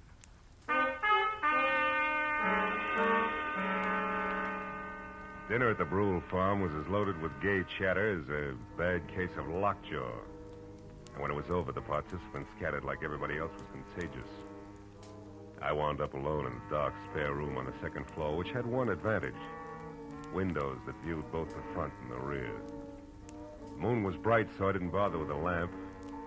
I listened to Dolly rattle dishes in the kitchen until that stopped, and then I watched old man Brule pace his front yard. Once Ed Fry went out and talked to him briefly, and then headed for the front door again. For a long hour after that, the big house was silent until from somewhere out in the back, there was a soft metallic tapping. Eventually, I spotted a heavy figure outside tossing pebbles against a window pane downstairs. And he edged back through the shadows to the barn. A moment later, I saw the girl slip out a rear door and run across the backyard to join him. I went down the back stairs and out along the house to a hedge, and I followed that until I was close enough to hear. True, I tell you. He's an escaped convict, a killer. He's been hiding out here on your place. Can't believe it, no. I just can't. Are you sure? Of course I am. I read it by accident just tonight in an old newspaper from Denver. The whole story with pictures. There's no doubt about it. Ed Fry is really Eddie Fillmore. He's a murderer plenty of times over. What do we do? Should we call the police? No. Not on your life. Listen, you want to get off this farm, don't you? More than anything in the world. Okay. Then we'll do it. Together, Dolly. I didn't tell another soul about this. You know why? Because they put out a reward. A big one for him. $2,500. And we're going to get it. Just us, you and me. But how, Noah? How can we possibly... What's that? Did you hear that, Noah? That's nothing. It's one of the cats, maybe. Look. You've been taking walks with him lately, Dolly. Well, yes, I have, Noah, but... Well, never mind that now. Just get him to take another one right away. Get him to walk you down to Pritchard's house. I'll be waiting there, and as soon as you get inside, I'll jump him. You'll never know what hit him. Will you do it? Pritchard's house? Yeah. Well, I'll try. You give me some time to persuade him. Sure. Oh, I knew you'd see things my way, honey. No. Oh, boy, with that reward money, there'll be no stopping us. You better go in now before they miss you. Okay. I'll get him there just as soon as I can. Hey, Bickman. What? Who's there? Marlowe. Listen, I gotta You talk to were you. here listening all the time, weren't you? Yeah, and believe me, you're making a mistake. You're playing with dynamite, Bickman. You two are nuts to tackle that guy alone. He's too tough for you. So you want to help so you can cut yourself in on the reward, that's all. Well, it ain't gonna work. Don't be a sap. He's covered himself. There's somebody else in with him. Somebody around here. He's got an ally. You two try to grab him, and you're gonna be in trouble. You're lying. He's been hiding out all alone, and we're gonna get him, Dolly and me, by ourselves. And if you try to horn in, mister, so help me, I'll beat your brains. Cut it out. Reward or no reward, you gotta listen to me. I got to nothing. No! Maybe that'll teach you not to stick your nose in, city boy.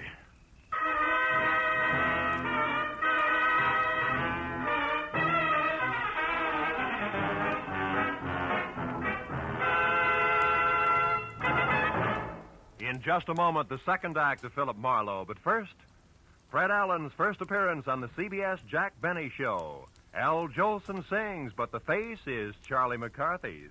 Andy of Amos and Andy goes on trial for deserting his bride by mistake.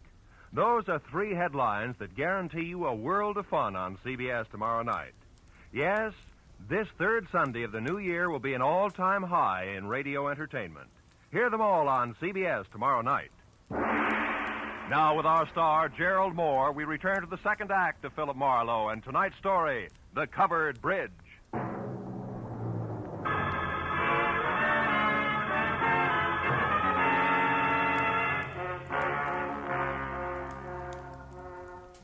didn't pass out, but my jaw hurt and my legs moved like they were rubber. Now I had to find the roving Walter Brule because he should know where Pritchard's house was, where the ambitious team of Dolly and Noah might be biting off a lot more than they could chew, healthy 4-H teeth notwithstanding. Mr. Brule! Mr. Brule! Yeah? Hello? Who is it? Marlowe! Come here a minute, will you? It's important. Yeah, it's important. What is it, Mr. Marlowe? Your face. What's this? It's your friend Noah. We had a few words. Noah Bickman?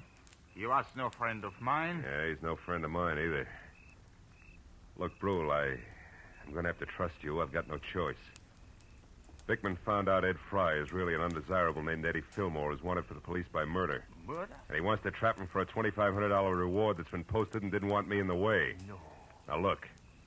I'm not a passing tourist with motor trouble, but a private detective. Tell me, who is Pritchard and where does he live? Pritchard? Where does he live? Mr. Marlowe, somebody has been making a joke on you. Elihu Pritchard died 20 years ago. He lived right in this house where I do today. This is Pritchard's house here? Oh, Pritchard's house? No. That is down the road near your car. The covered bridge. That is Pritchard's house. The bridge? Yeah, you see, Elihu Pritchard was from New England, and he had a covered bridge on his farm there, so he wanted one here. He built it himself day by day, a board here, a nail there. Oh, and since he spent so much time at it, people call the bridge his house. Is that it? Yeah, exactly. But then, why is it important? Because of a meeting, Mr. Brule, a get-together that I don't think is going to be on the quiet side.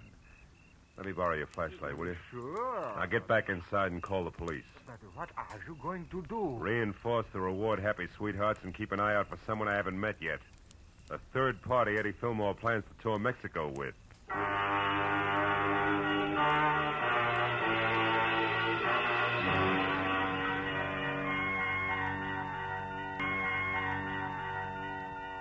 was a quarter of a mile romp, country style, back down to the covered bridge. When I was there, the Mauser I'd recovered from George in one hand, flashlight in the other. I found only the moon-washed, gray-covered bridge itself, trying to stand erect like an old soldier who has more pride than posture. But then as I stepped from the chalk road onto the sheltered oil-soaked planking, I found something else. Inside and face down was Noah Bickman. And lying nearby, the red-stained, icy fingers of the pitchfork that had killed him. I started to move closer. But then footsteps from the road behind suggested that I do different, so I moved quickly back to the bridge entrance, flattened myself into a narrow shadow, and waited. Noah? Noah, is that you? Marlowe, Dolly. What? Mr. Marlowe, what are you doing here? Well, why are you down at the bridge at this hour? Where's Noah? He's dead, Dolly. Was dead? He's in there, but don't go inside. Look, I tried to stop him, believe me. Stop him from Don't what? bother, baby. I know about Fry being Fillmore, the reward, all of it. What? How? Well, first of all, I'm a private detective from L.A. was dragged into this by an ex-buddy of Fillmore's. Second, I was in the barn when you and Noah made your plans. When you left, I tried to talk Noah into accepting my help. Why? Because I know what Fillmore's kind is like. I mix with them every day. I know how they work. Look, did you tell Fillmore to meet you here, yes or no? No. No, I couldn't find him. I've been looking since I left the barn every place. That's why you came down here just now? Yes. I wanted to tell Noah that our plan would have to be postponed. But what difference does all this make? I don't know. Maybe a little, maybe a lot. If Fillmore had known about this rendezvous you two planned, it'd be 20 to 1 that he got here ahead of schedule and took care of Noah. But since he didn't. Well, since he didn't, I'm betting on a third party, someone we haven't met yet. A third party? Yeah, now listen to me and do just as I say. Turn around and walk straight back up to the house, and when you get there, get inside and stay put. But, Marlowe, what if... Go on, fast. All right. But be careful, Marlowe. Whoever killed Noah won't hesitate to kill you, too. When she started back up the road, I turned toward the bridge again. My flashlight following the dusty white footprints on the freshly oiled planking leading to the dead man. I stood over in the circle of light sweeping the area around him. There was just one thing I had to know. Marlowe! Marlowe! It's me, Walter Brewer. What are you doing down here? Well, I thought you might need help, so after I called the police, I got my rifle and came down here, and I... Yeah, he's dead. The prongs on that fork went right through him. Oh, Yeah. Look, Brule, was this planking freshly oiled today? yeah? Why? I just wanted to make sure those chalk footprints were made today. But what do Brule, footprints... you stay here and see that no one enters the bridge. But where are you going? Up to your house in a hurry, because I think I know who the killer and the third party is.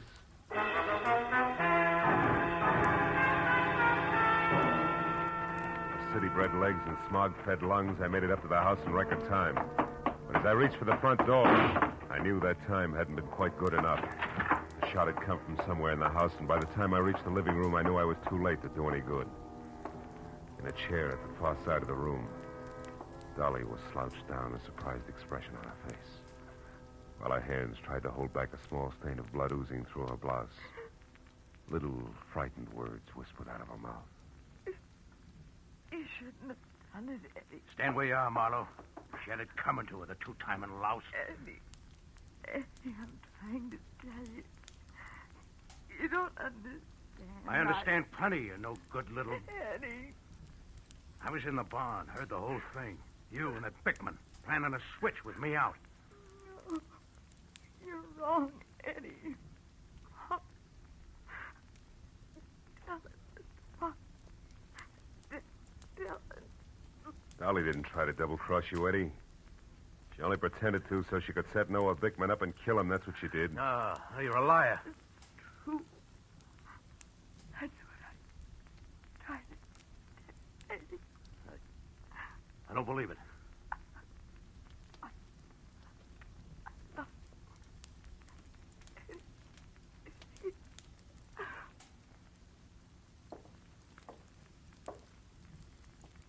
Dolly.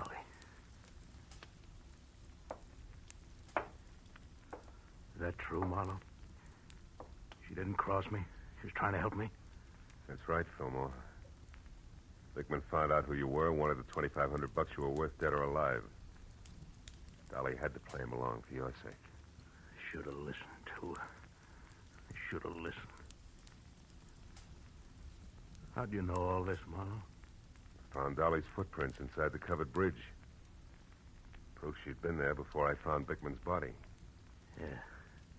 And you knew who I was, so you put it all together. Well, you're holding the gun, kid. What's the next move? Doesn't matter much anymore. I could still lam out of here for Mexico. Somehow I don't want to. Not without Dolly. Phone the police, Marlowe.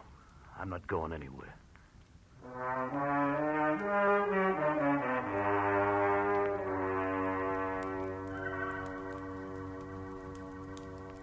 It was several hours before the county police and Eddie Fillmore had gone. Walter Brule and I sat at the long wooden table watching the light from the fire dance across the hanging skillets and pans by the grate. And nobody said anything for a long time.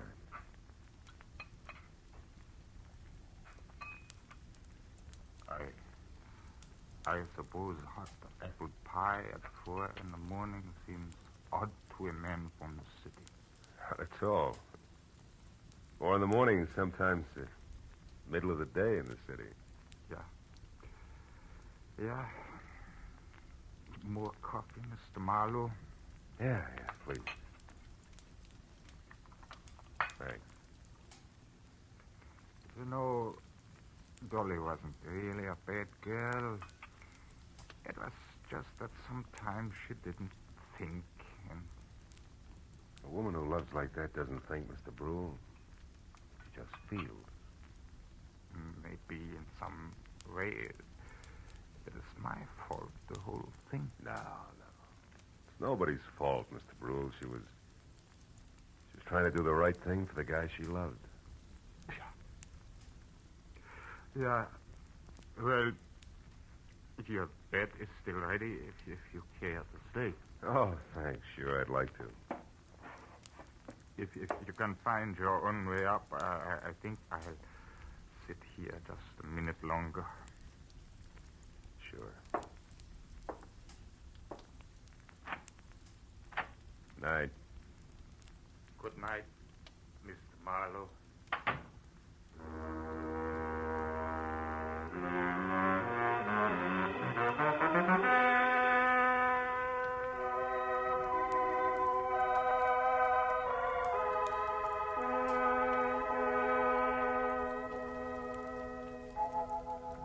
As I sat looking out over the starlit countryside, I thought of all the great love stories written about the good people who love, live, and suffer.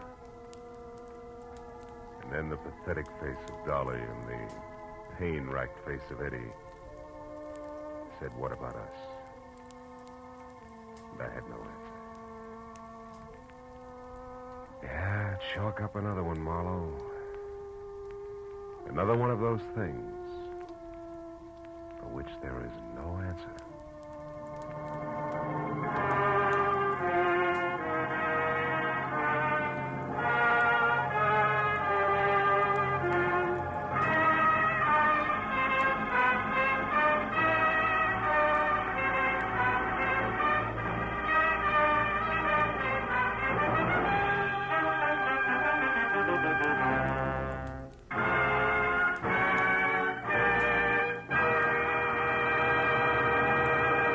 The Adventures of Philip Marlowe, bringing you Raymond Chandler's most famous character, star Gerald Moore, are produced and directed by Norman MacDonald and are written for radio by Robert Mitchell and Gene Levitt. Featured in the cast were Vivi Janis, Ben Wright, Jack Moyles, Wilms Herbert, Jack Crucian, and Barney Phillips.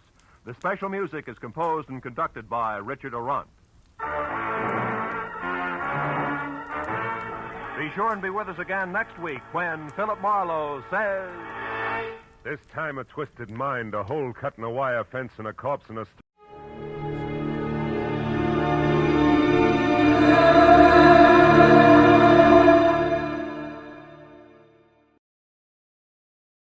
From Hollywood, it's time now for Edmund O'Brien as...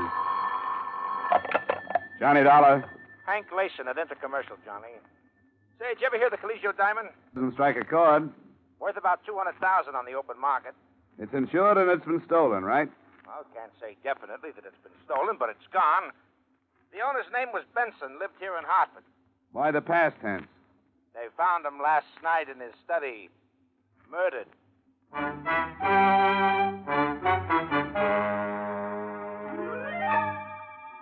Edmund O'Brien in another transcribed adventure of the man with the action-packed expense account. America's fabulous freelance insurance investigator. Yours truly, Johnny Dollar.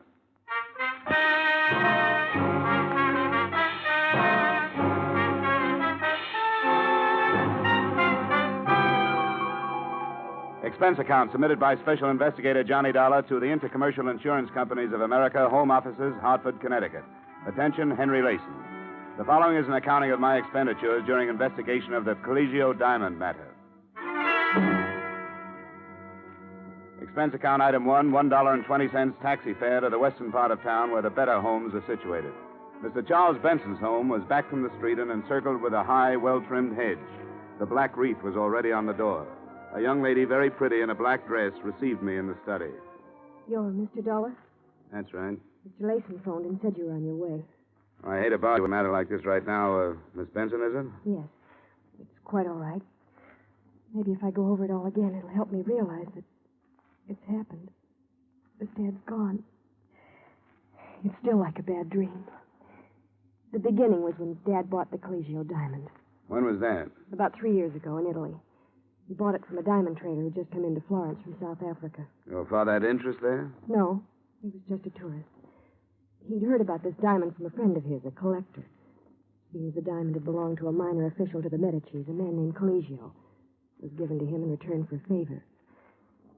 Since then, it's passed from hand to hand until Dad bought it. What did he pay for it, do you know? About 200,000, or the Italian equivalent at that time in lira.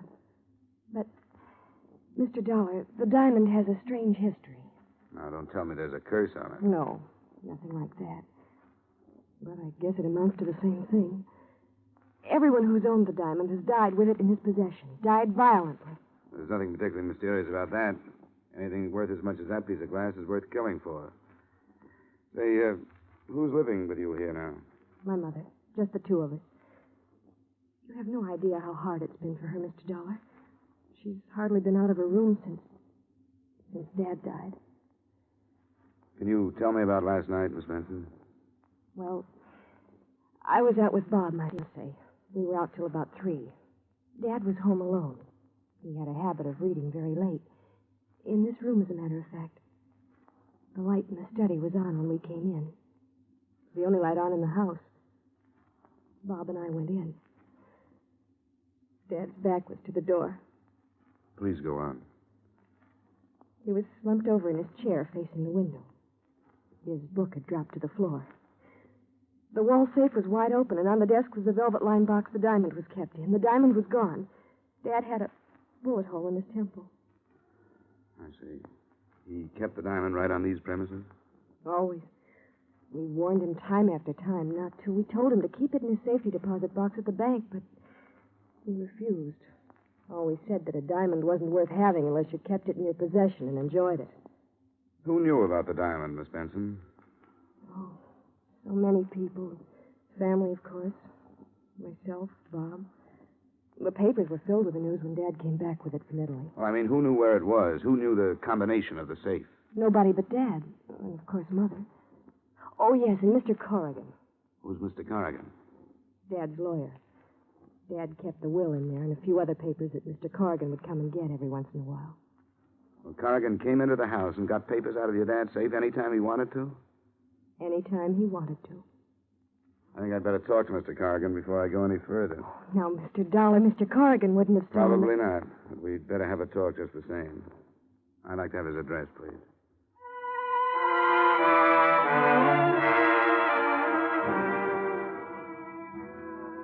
Expense account item 2, 80 cents taxi fare to Main Street where Mr. Corrigan's office was located. An elevator ride and a walk down a marble hall took me to the frosted glass door on which was printed Corrigan and Bishop, attorneys at law. I talked myself past a receptionist and the secretary and wound up refusing a cigar from Corrigan himself. You're in the insurance business? The investigation end. I understand you were Mr. Benson's lawyer. That's right. Mr. Benson had the utmost... Oh, excuse me. Yes. No, Vermont maple. 45,000 is way too much. Yes, in board feet. Have them ship it from Montpelier, if that's the case. Well, have them try to get it down then. Yeah. Yes, Mr. Dollar, Mr. Benson and I were associated for about 15 years in one way or another. We went to school together. It was a terrible shock to learn of it. Oh, excuse me. Who? Oh, put him on. Harry, what's with Chicago? No, same thing. No, she's in Arizona. Arthritis. Well, a little better. You know how it is. Yeah, we'll do that. And my love to Annie. Okay, you bet, Harry. Yeah, you bet. Sure. Bye. Now, you're here about the diamond or about the life insurance policy? The diamond. Well, the diamond is a very rare item. Whoever got into the safe knew the combination. I understand there weren't many who knew the combination. Well, that's true. Mr. and Mrs. Benson and myself are the only ones. I suppose I'm the prime suspect. But, of course, these safe crackers, they use a stethoscope these days. You probably know more about that than I do. Oh, excuse me. Who? Oh, yes, put him on. Yes, Jays. Oh, it is? Oh, swell. Yeah, it's a shame, isn't it? Yeah, very young man. 45. Oh, yes. Terribly upset. Well, yes, she's due here at about, any minute now. We're going to make the arrangements. Oh, I wouldn't let her go near the place, no. Well, I certainly tell her. Yeah, you bet. Yeah, you bet. You bet. Well, exactly what did you want to know, Mr. Dollar? Anything that would help us locate the diamond. Well, have you talked to the police? No, I thought I'd amble around among the persons involved first. Well, as I say, you probably know more about that than I do. I wish there was something I could say, but the last time I saw George Benson was about 2 weeks ago. You think this was an outside job? Well, that's my opinion, but it's sheer speculation. Oh, excuse me. Oh, she is? Well, send her in, please. I hope you won't mind, Mr. Dollar. That's Mrs. Benson. I'm taking you down to the dressmaker's. Oh, I see. Why don't you go out that door? Fine.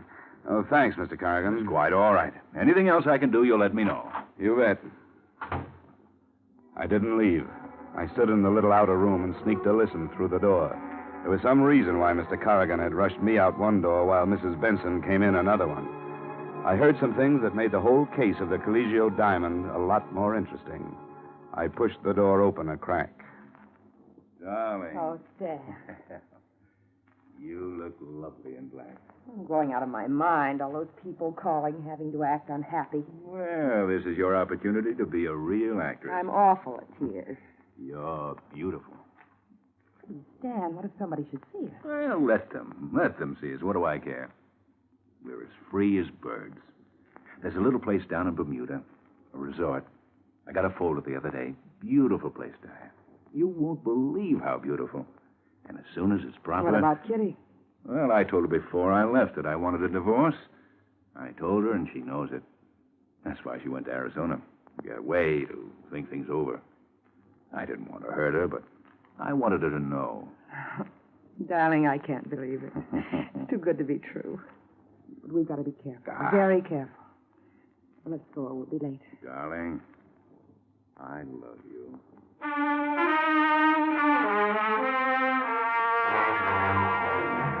On that somewhat touching note, I quietly closed the office door, turned toward the door that would lead me out into the corridor, put my foot to a rough edge of carpet, and promptly fell flat on my face. This brought Corrigan running. I thought you were gone, Mr. Dollar. I thought so, too. Do you consider it quite ethical listening at keyholes? Didn't you know? Investigation is just a very polite word for snooping, Mr. Corrigan. Who is it, Stan? He's an insurance investigator. You heard everything? Not everything, Mrs. Benson. Just enough to tell me that black is not your color. No, it isn't. I loathe black. Ditto your husband. I tolerated my husband, Mr. Dollar. You don't have to explain anything to him, darling. He's just an insurance man. The police might be interested to know about this little relationship. There are a number of angles here. Could be that you and Mrs. Benson killed Mr. Benson and removed the diamond to make the whole thing look like robbery. Yes, Mr. Dollar, it could be. I welcome any police investigation. Fine, I'll go right over. Wait. I don't think right now would be quite the opportune time. Guilty or not guilty, I have a reputation. In the light of that corny love scene you two just played, I can't imagine why. Mr. Dollar. Sorry. Well, what do we do? All stand around embarrassed? Let's have it. Why did I get the Rush Act out of your office? Well, that's simple, Mr. Dollar. I was afraid that Diane would give away our relationship. He's right. I'm not a very good actress. When did this thing start? Must you know everything? I think so. About 7 years ago. The wool you were pulling over Benson's eyes must be pretty worn by now. We did nothing to be ashamed of. I resent this. I resent the whole thing. I don't think I want to tell you anything more, Mr. Dollar. I don't blame you. And you know, it's all kind of dull anyway. I'll go to the police. They'll probably have something much more interesting. Don't worry, Corrigan. I'm not going to breathe a word of this unless I feel it necessary.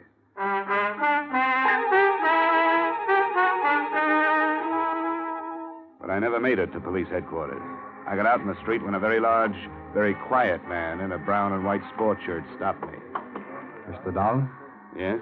You like some information? About what? The fifth, the tropical. I never play the ponies. These ponies you play. Hop in. Thanks. No. Oh, come on. Hop in. Is that dangerous, that steel thing in your pocket? How very discerning of you to recognize the outline. Inside. Right. Okay, Bunny. Relax, Dollar. Where are we going? You're going to sleep.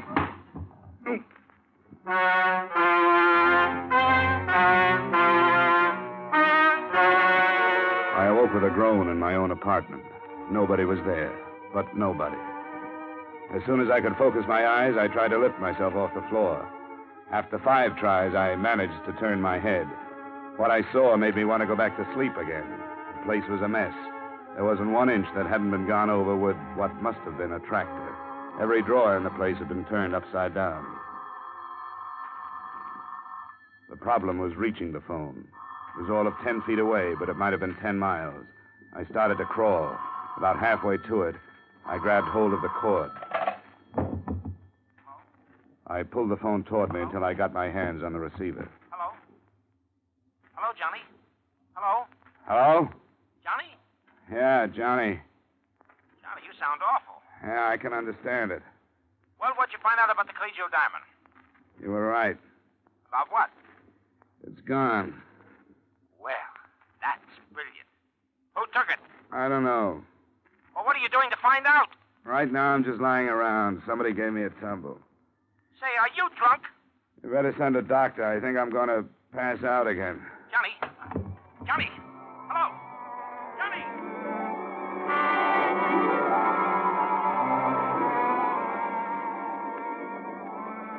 Johnny? I can't talk to you now. I'm not on the phone. I'm here. Huh? Oh. You look funny with 4 heads. Well, I might as well put this phone up. Oh, come on. Stop that nonsense. Now, look, I hate to bother you with business, but what happened to you? I'll tell it all to the police. You think I want the police in on this? Well, why keep them out? Publicity for the company. I want the public to think Intercommercial is able to take care of itself. Now, come on, what happened? Somebody asked me for a ride. Asked me if I wanted a ride. Then they gave it to me. Oh, it looks like they were looking for something. Did you have something they might have been looking for? If I had something they were looking for, I wouldn't know it. But they must have thought I had something they were... Look, I'm going round and round already. Ask me no questions. Have you got any idea what it might be they were looking for?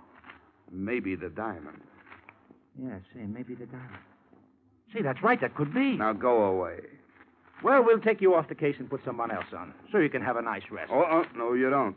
Well, I thought that would pep you up. Yeah, money always does. Now get out of here and let me fasten my head back on. Do you want something? Yeah. Get me an aspirin. Hello? Mr. Dolar? Yeah? This is Betty. Betty Benson. Oh, yeah, sure. How are you? Mr. Dolar, the police have just been here. What happened? They found the gun that killed Dad. Oh, good. Where was it? In my purse.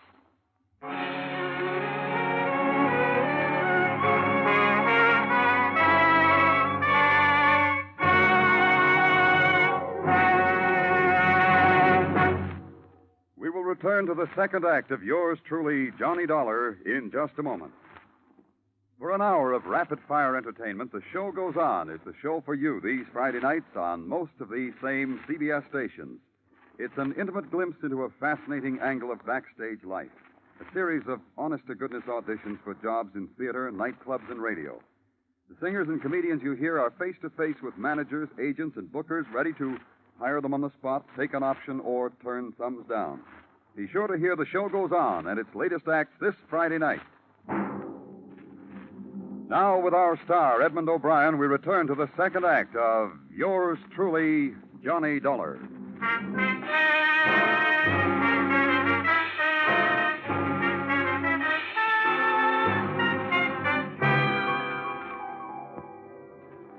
Expense account item 3, taxi fare again. $1.30 to the Hartford City Jail, where an old buddy of mine by the name of Lieutenant Parnell was quizzing Miss Benson with the nastiest bunch of leading questions I've ever heard.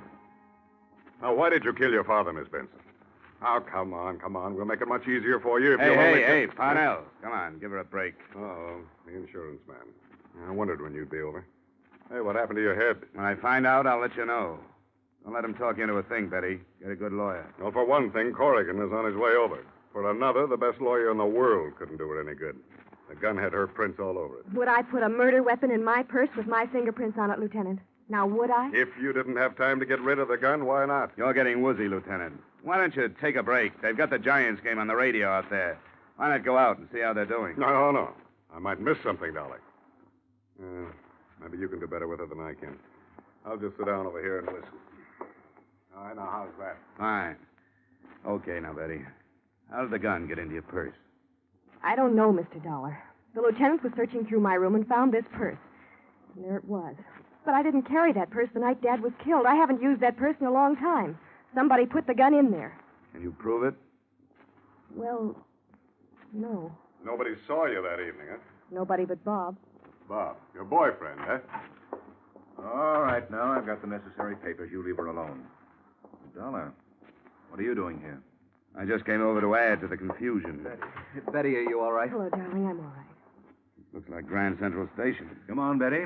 We'll have you out of here in jig time. This is Bob Gorman, my fiancé, Mr. Dollar and Lieutenant Parnell. Hello, how are you? Yeah, that was nice. Like a Washington hostess. Now, let's try to wind this thing up. Mr. Corrigan, were you anywhere in the vicinity of the Benson home the night Mr. Benson was murdered? Absolutely not. Oh, yes, you were. You were visiting Betty's mother. That's a deliberate lie. I was nowhere near...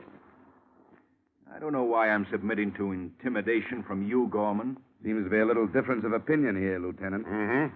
You were quite a comfort to Mrs. Benson during the period of her bereavement, weren't you, Corrigan? I refuse to answer on the grounds that it might incriminate me. You're darn right it would incriminate you. The way you've been carrying on with Mrs. Benson, everybody knows about Bob. it. No, I'm going to get it off my chest. Betty's father was no sooner dead than he was hustling Mrs. Benson this place and that Why, place. you young... Temper, Mr. Corrigan. Let's save that for the jury. He can't make accusations like that. They aren't just accusations, Mr. Corrigan. They're true. Nobody had a better reason to kill Dad than you did. Love, huh? Say, anybody in this room happen to know where the Caligio diamond is? No. Huh. I didn't think so. But if Mr. you'd like to Corrigan, know... I Hold know it. perfectly well that... I just wanted to say goodbye. Okay, now go ahead. If Mr. you'd like to know Corrigan, who I perfectly think... well that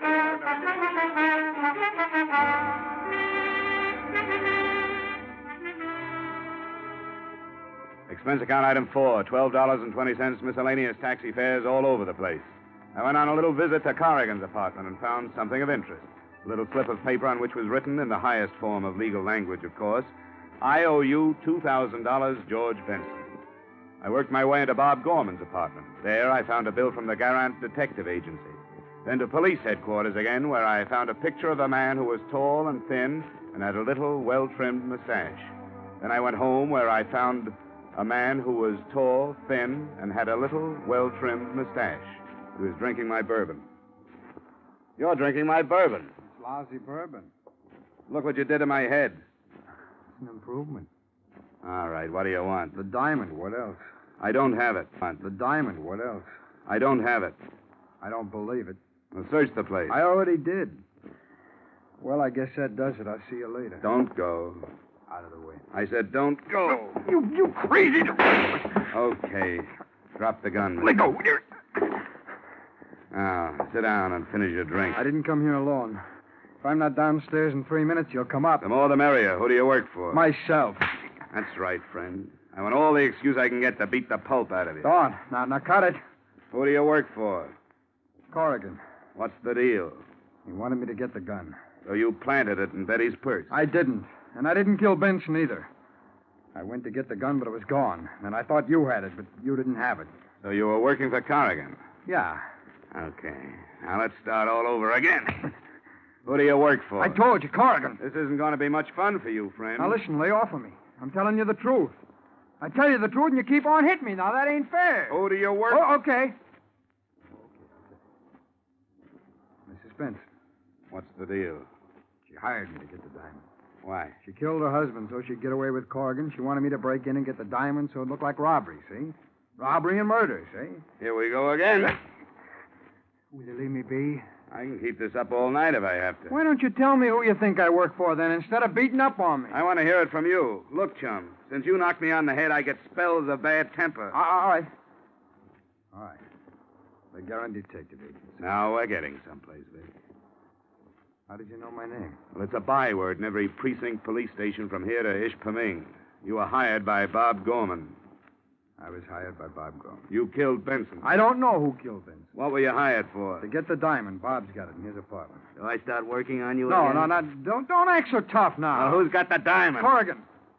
Well, look, if you've got all the answers, what are you asking me for? Vic, my boy, I'm amazed. I've seen liars in my time, but I've never run across anything like you.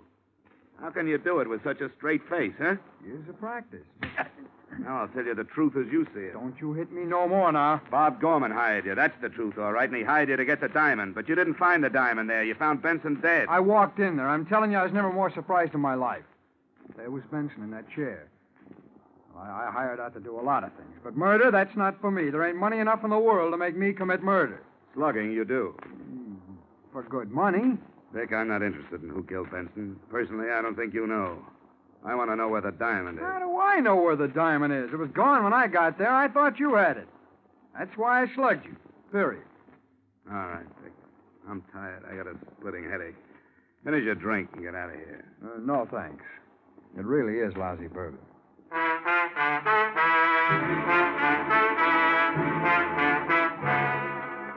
Things were as dark as ever. Vic was no help. I knew Bob hired him, but that was all I knew. The next stop seemed to me to be Bob himself. I called him and told him to come over. He was very accommodating. A half hour later, he was tapping gently at my door. Hello, Mr. Dollar. Come on in. Don't mind the dirty glass on the table there. I just got through entertaining one of your employees. One of my employees? I believe he said his name was Vic. Vic Hastings. Never heard of him. Come on, Bob. You can be yourself with me. Vic talked to me like a brother. I never heard of him. You may not be conscious of it, Bob, but you're in plenty of trouble. The police are looking for the diamond, and they're sure whoever has the diamond killed Mr. Benson. I'm just an insurance investigator. I have nothing to do with the police department. All right, Mr. Dollar. I did hire Vic Hastings. I sent him after the diamond. You thought I had it? Yes. When he found out you didn't, he came back and threatened me. He wanted money. I didn't have any, but I told him I'd give him a cut when I got it. Is this a regular business of yours, stealing diamonds? Look, Mr. Dollar, I didn't kill Mr. Benson. I didn't ask you that. I asked you about the diamond. I heard about the diamond when Mr. Benson bought it. I had to have it. I wasn't going to sell it, not then. I just wanted it. I crashed a party at the Benson house about 4 or 5 months ago. I met Betty, and I started to date her. That's as good a way as any. Oh, you've got it wrong, Mr. Dollar. Sure, I wanted to get at the diamond. That's why I started taking Betty out. But things are different. I love her. We want to get married. Very sweet. Only you didn't hire Vic to get the diamond 4 or 5 months ago, Gorman. So get that pleading look out of your eyes. You don't do a thing to me. You're not going to the police. Put it down, Gorman. Stay where you are. Don't try to follow me or I'll blow your head off.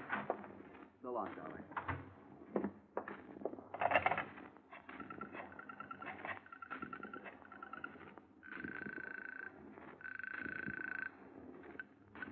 Parnell speaking. This is Dollar, Lieutenant. Better send out a code 1 on Bob Gorman. What's he wanted for? Well, you can call it suspicion of murder.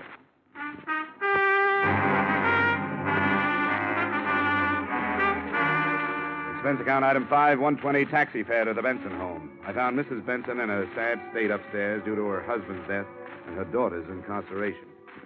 Why must you pester me about a thing like this now, Mr. Dollar? Haven't you any consideration? Sorry, Mrs. Benson, but it's a job. The sooner we get over this hurdle, the better off we are. Now, I know all about your relationship with Carrigan. All of that has nothing to do with the case. Well, perhaps not. I know who killed my husband, and I know why, and I know who has the diamond.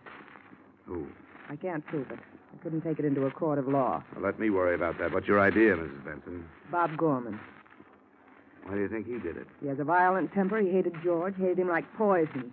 George never wanted him to marry Betty. Sorry, that motive doesn't click with me. Now, let me tell you who killed your husband. You and Corrigan. How dare you? You wanted to get rid of him. You two were the only ones who knew the combination of the safe. You took the diamond and killed Benson. Why, you... And you planted the gun in Betty's purse. Do you mean to suggest that I would try to make my own daughter out to be a murderess? That's just what you hoped the police would think. That if anybody were framing your daughter, it wouldn't be you. You knew the police would clear Betty because she was nowhere near the house when the murder occurred. And you thought they'd assume that Bob Gorman planted the gun in Betty's purse. That's a lie. Come on, Mrs. Benson. It's all out in the open now. Stay where you are, Dollar. Corrigan. I was expecting it. You're pretty good at this business of investigation, aren't you? It's a shame to have to end such a brilliant career. Well, that's the way it goes. Here today, gone tomorrow. You aren't going to mess up Mrs. Benson's pretty bedroom, are you? Not at all. We'll just go out the back way. Open the door, Dollar. Glad to. After you. He's all right, Mrs. Benson.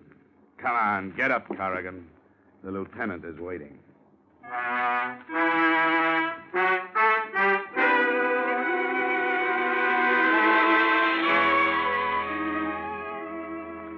In case you should ask, how did you know, Mr. Dollar, that Corrigan and Mrs. Benson killed George Benson? The answer? I took a big guess. I told them my guess, and with the authority of an Illinois judge, they swallowed it and they confessed. To wind it all up, I might add the following. They got Bob Gorman. He's being sent up along with Vic Hastings. His police record makes Vic's look like a bad report card, which means Betty is going to have to look for a new boyfriend. The insurance company has saved a good deal of money. Everybody bad goes to the penitentiary. Everybody good stays free, which proves that bluff is better than logic. This time, anyway. Expense account item 6, doctor bill and miscellany for my sore head amounting to $25. Expense account total, $65.34. And that's pretty cheap. Yours truly, Johnny Dollar.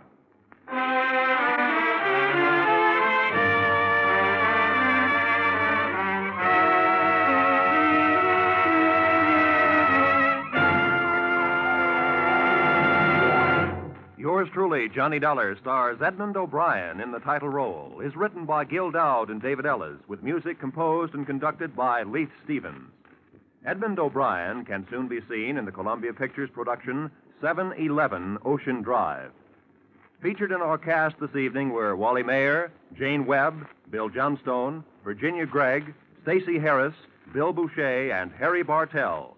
Yours truly, Johnny Dollar, is produced and directed by Jaime Del Valle.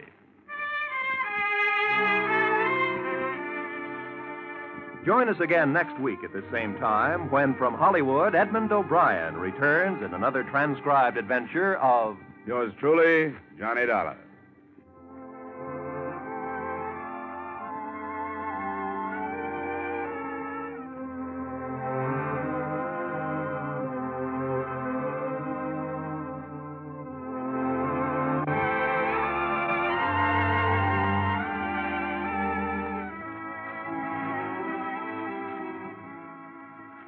Crime goes down for the count on Friday night with two of CBS's top thrillers. Broadway is My Beat and Up for Parole, heard over most of these same CBS stations. The Gay White Way is the scene for many an exciting criminal chase with Danny Clover on Broadway is My Beat. From the actual files of parole boards across America come the stories of men and women who are up for parole. For a thrill and a chill, Broadway is My Beat and Up for Parole fill the bill.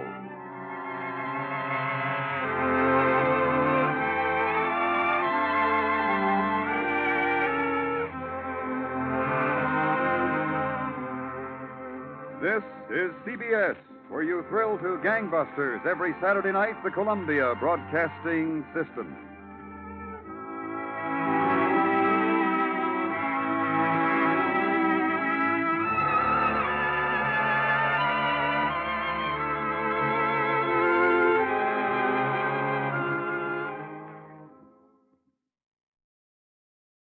Tonight, we step inside the opulent yet shadowy halls of the Perry Diamond Exchange, where high stakes and higher secrets glint beneath crystal chandeliers. The bodyguard of the late Robert W. Perry finds himself at the heart of a mystery when a priceless gem disappears on the night of Perry's untimely death. Who had access? Who had motive? And who will survive the truth?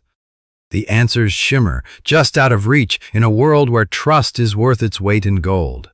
Let's go back to the day this episode aired and find out what the most important news of the day was. It was October 14, 1952. That day, the world watched as Dwight D. Eisenhower promised a new era of leadership in his presidential campaign, while across the globe, the United Nations assembled in Paris to discuss the growing tensions on the Korean Peninsula. Time now for Edmund O'Brien as Johnny Dollar. Dollar, thank goodness I found you. Why? What's up? You've got to leave for New York, Dollar, immediately. A policyholder, he's afraid for his life. Here we go again. Who's he afraid of? Well, he wouldn't say over the telephone. All I know is, to us, he's worth $100,000 alive. Well, that makes it simple. He must be afraid of somebody to whom he's worth $100,000 dead.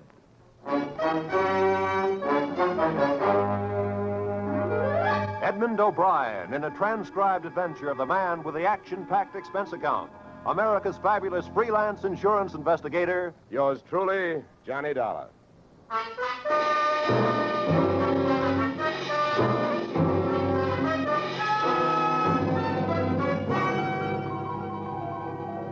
Expense account submitted by Special Investigator Johnny Dollar to Home Office, American Continental Life Insurance Company, Hartford, Connecticut.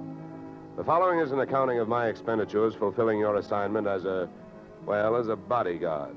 The body being that of your late policyholder, Robert W. Perry.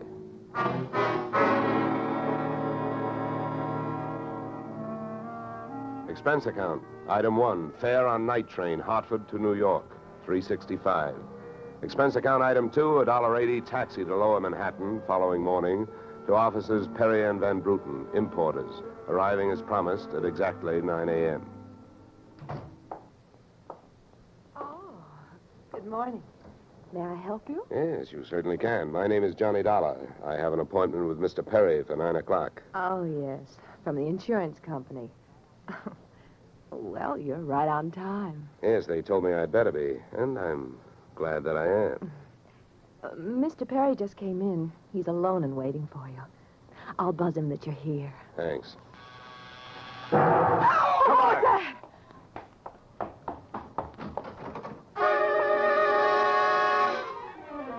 What was left of your policyholder, Mr. Perry, was just sliding out of a swivel chair as I hit the room.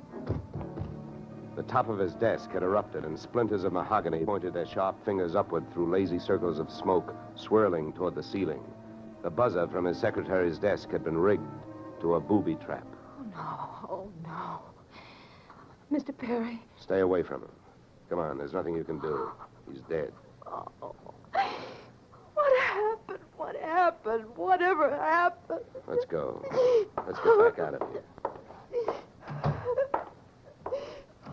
Here you are. Sit down. I'll get you a drink of water.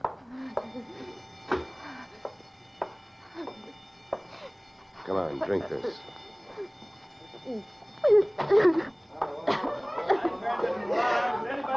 There's a doctor on the 3rd floor. Shall I call him? Never mind the doctor. Go call the police. Nobody gets in here till they arrive. Now, the rest of you, go on, run along, beat it, will you?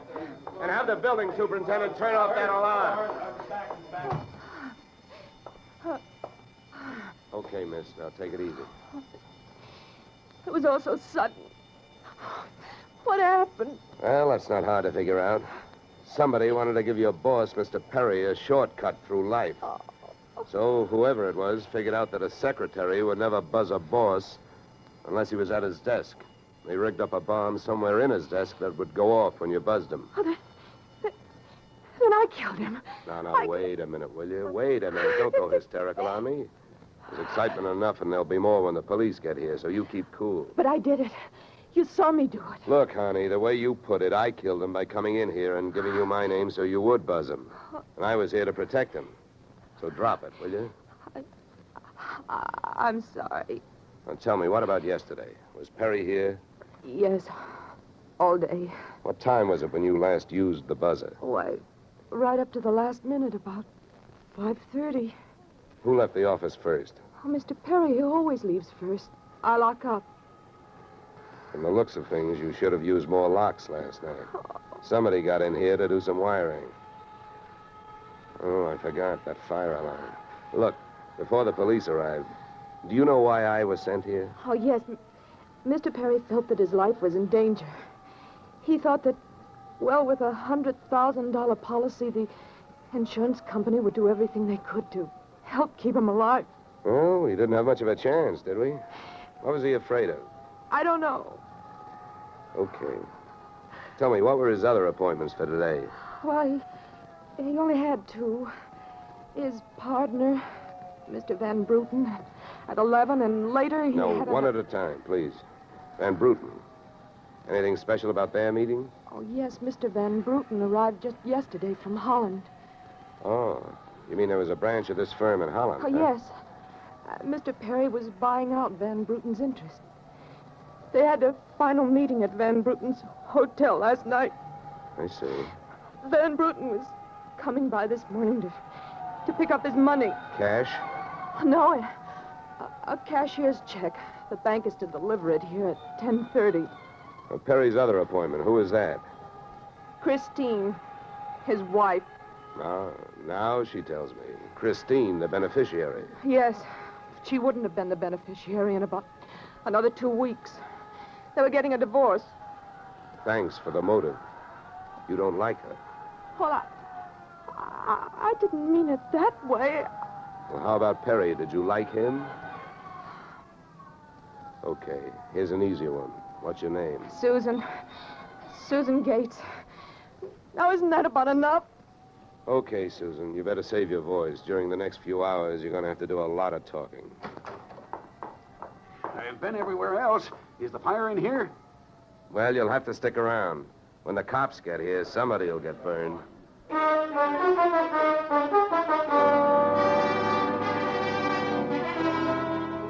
The firemen should have stuck around because the cops arrived in a blaze of glory. It was a very high-class investigation, 2 lieutenants. Finally, after about an hour, the police photographer ran out of flash bulbs, the office of the deceased ran out of fingerprints, and the lieutenants ran out of questions. So the on-the-scene phase of the investigation was closed. At about 5 minutes of 11, I left the police packing up their notebooks, their clues, and the body, and went into the outer office. Susan looked like she could use a big, broad shoulder to weep on, but unfortunately, I was wearing my light gray suit. About then, a dark blue suit and a deep green voice entered the room from the corridor. There. There's a fellow out here says he belongs here. His name is Van Bruten. What do you think? His name is on the door you just opened. Oh. Well, now, my name happens to be Murphy, and it's on bids all over the country. But that don't mean I'm stuffed with feathers, does it? Well, never crossed tongues with an Irishman. All right, send him in, officer. All right, you can go in. There's a policeman out there. There's trouble here? I am Bramer van Bruten. Where is Mr. Perry? What? He is waiting for me, no? No. But my appointment... He's not keeping any. He's dead. Dead? This is not possible. Last night I saw him. He was well. What happened? He was hit by a buzz bomb. A buzz bomb? Oh, please. You mean there was foul play? Yes, it was very foul. Oh, please. I may sit down. My first visit in all these years since before the war. It was to be so happy. But now tragedy like this. He was a good man, a good partner. I understand that as of last night, you were no longer partners. Yeah. I am glad you mentioned that. I realize, of course, that it is indelicate to speak of such things as money at a time like this, but that is why I am here, to receive my payment. Just because Perry got his, there's no reason for you not getting yours, huh? Oh, but you misunderstand me. I am deeply grieved, but, well, since the transaction was consummated, what is there to do? A delay would be a needless waste of money. I have already paid for passage back to Antwerp tomorrow. Your check is here, Mr. Van Bruten. Oh. Here you are. Thank you. In all of my years of business, this is indeed the saddest moment. Yeah. Well, if I didn't have some work to do, I'd sit down with you, and we'd all have a good cry.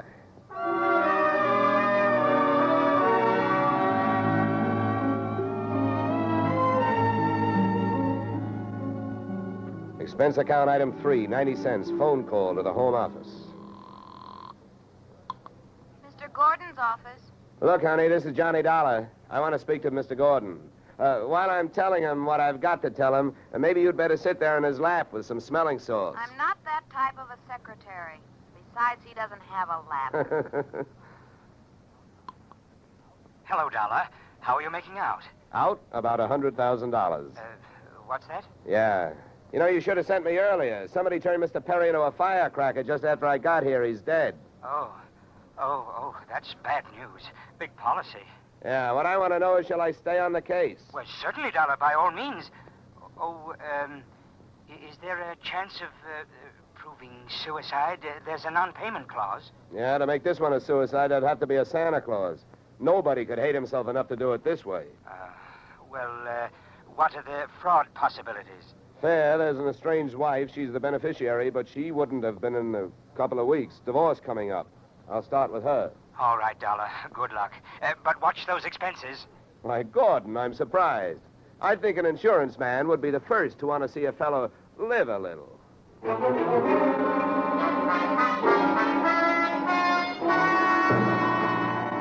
Christine Perry's apartment was on Sutton Place overlooking the East River. I took the elevator up to the 24th floor, and there I discovered that our garden-fresh widow was living high in more ways than one. Everything about the place was French. The maid who led me into the living room through a long foyer, the decor, and the perfume which reminded you that breathing can be fun. I looked up from enjoying my nose to see Mrs. Perry looking down hers. Mr. Dollar? Mrs. Perry. I believe we can dispense with the social amenities. You're an insurance investigator, interested in the death of my husband. So naturally, you're here because you've jumped to the conclusion that I killed him. You're the one that's jumping to conclusions, lady. And careful you don't break your leg. What do you want? The policy's in order. Premiums are fully paid. You know, I'm not quite sure what I want.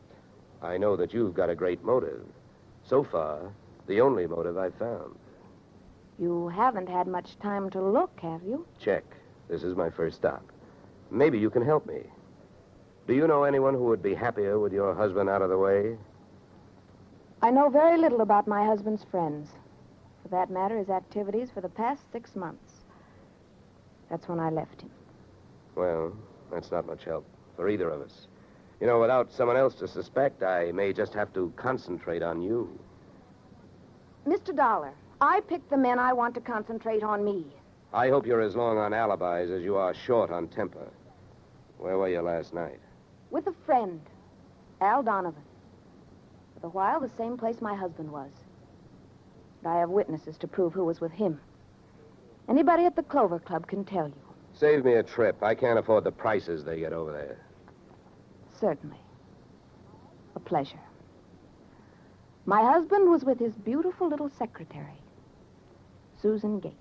Well, I wouldn't be more surprised if your late husband walked through that door and said... All right, mister, that's enough. Al! Yeah. How much did you hear? I'm a big guy, baby, 6'4".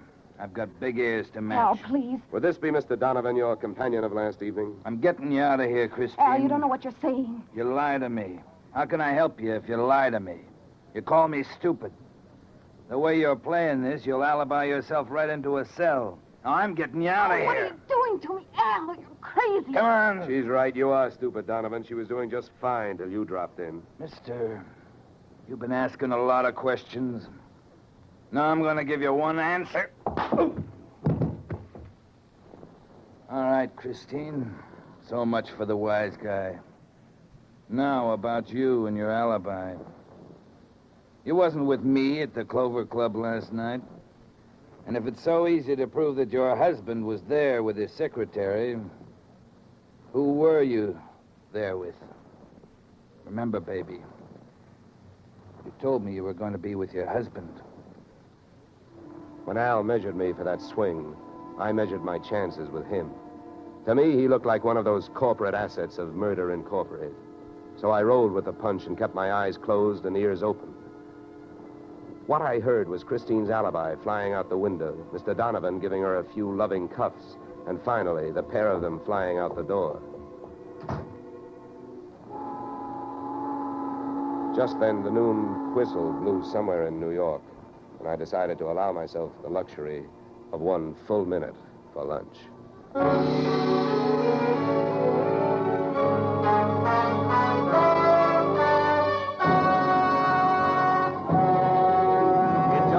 We'll return to the second act of Johnny Dollar. But first... And now we return to the second act of yours truly, Johnny Dollar, starring Edmund O'Brien.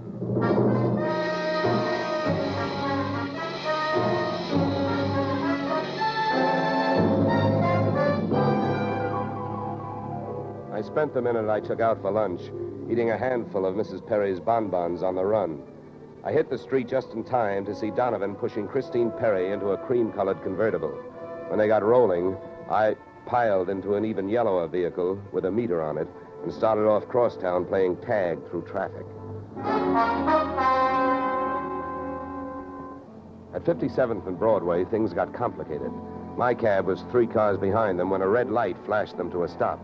Then the door of their car flew open, Christine dashed out across the street, and melted into the river of humanity flowing down into the subway. Since Al Donovan didn't follow her, I followed him.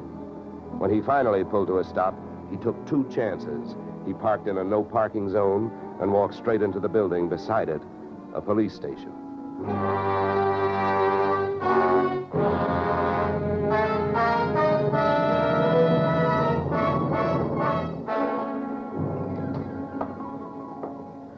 This is Mr. Dolar, Lieutenant. He's been waiting for you.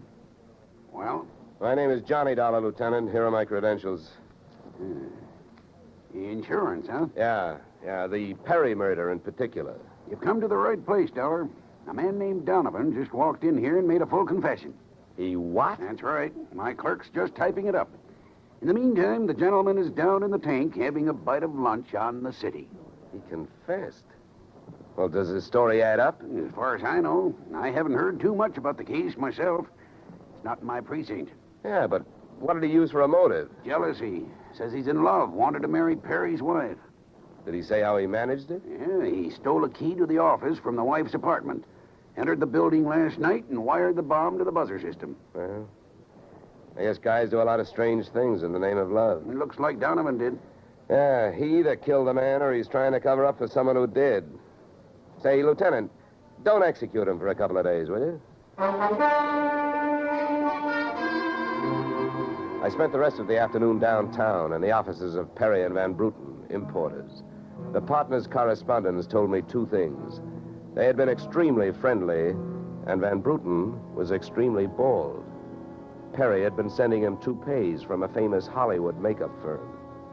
At 4:30, I got to the employment files, which rocked me with two minor explosions of their own. First, I learned that Al Donovan had been employed over a period of years as Perry's bodyguard, and that he had been canned the day before the murder. That confession of his, which had been a little hard to swallow, was suddenly more digestible. On top of this came blast number 2. The employment application of Perry's secretary, Miss Susan Gates, informed me that during the war, she had worked in a munitions plant, her specialty, wiring bomb fuses. When Miss Susan Gates reached home at 8:30, she found a visitor, me. Oh. How did you get in here? Professional secret. Oh, you scared me. What do you want? Why did you come here this way? I wanted to bring you the good news. I heard on the radio that Al Donovan confessed to Perry's murder. Al? I can't believe it. Why not? Who do you like for the spot? Why, Christine. Al is covering up for her. Well, I'd like to agree with you. If it turns out that Christine wound up her husband's life with a bang, the company that hired me saves $100,000. But I don't know. She claims she has all kinds of alibis. One of them is you. Me? Yeah. Did you see her at the Clover Club last night? Well, yes, Yeah, I know who you were with. Your boss. There's nothing wrong with that. No. I'm not preaching a sermon. I want to know who she was with. I don't know. A man I'd never seen before. Mr. Perry knew him, but he wouldn't tell me who he was. Why not? I don't know. He said I might get the wrong idea. About what? I don't know. We didn't sit there and talk about it all night, so why should we sit here and talk about it all night? All right. Good heavens, when a census taker shows up and asks a lot of questions, people answer them. When an investigator tries to do his job, they make the proverbial clam look like a blabbermouth. Look, Mr. Dollar, believe me. This has been a greater shock to me than to anyone else. Yes, excepting, of course, your late employer, Mr. Perry. How long did you work for him? 4 years. Where'd you work before then? Well, I worked... Let me help you. Bombs, huh? Wiring fuses. Remember? All right. I remember. Good.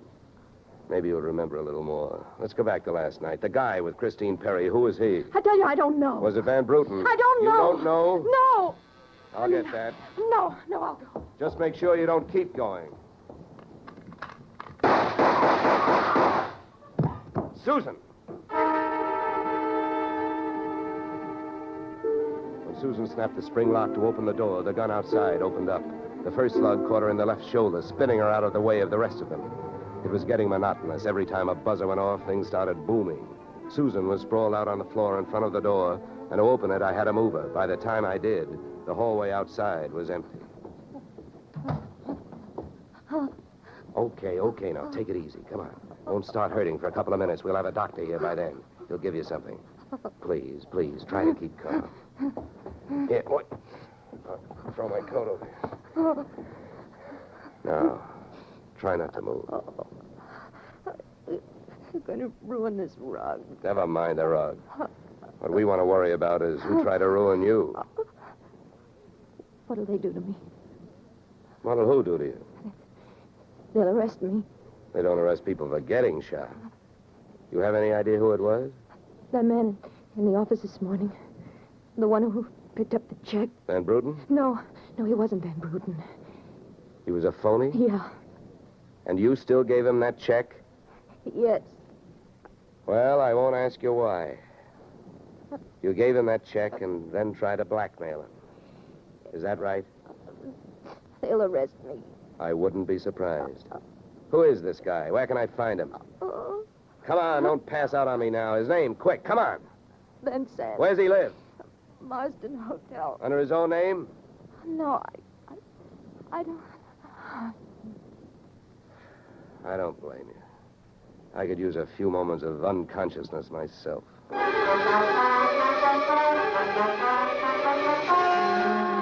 Marsden Hotel didn't have a Dutch name on the register.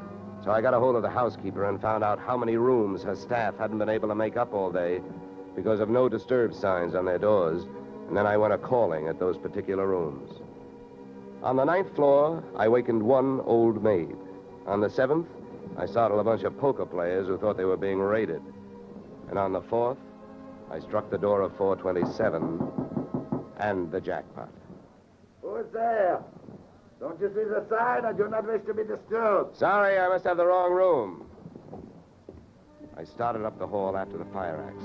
When I got to it, I changed my mind. Out of the few things I learned about this guy, Van Sant, was that he loved to shoot people through doors. So I decided against trying to chop his down.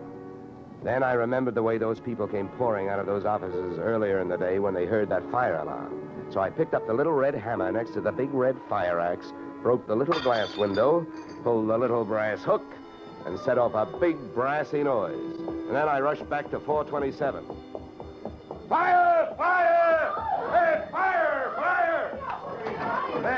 There's the fire. Right here in my eyes, sweetheart.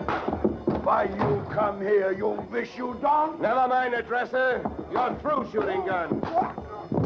What do you think, Van Sant? You want to try some more? You cannot make me stay here. So fire, we will all die. You'll look good barbecued, but I'll make a deal with you. You talk, and if I like what I hear, I'll show you how to get out of here alive. How I know this? You don't think I'm going to stay here and fry, do you? And if you don't start flapping that tongue in a hurry, I'll probably just tie you to a chair and run. So first, where is the real Van Bruten? You will find him in the bedroom. Yeah? He'd better be alive. He's out cold. What's the matter with him? He will be all right. He's under sedatives. Where did this identity switch start? Come on, hurry up, talk. I smell smoke. I knew Van Bruten from Antwerp. I know about the sale of his interests. I know the girl in the office here had never seen Van Bruten.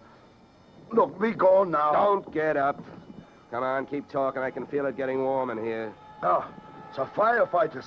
We will be saved. Don't be too sure. They always start at the top floor and work their way down. Come on, I can hear those flames crackling. You know the rest. Last night, when the transaction was all finished with Perry, I gave to Van Bruten some sedative in his cocoa. So you set up that bomb so Perry would get it before you showed up to pick up the check, huh? Yeah, I told you that. How the girl knows I am an imposter, I don't know. Well, let me tell you. She's been sending old Van Bruten toupees for the last 4 years. Gray ones, my red-headed friend. Oh, yeah. I can stand up now. We go out from here, no? We go out from here, no? Yes, out cold.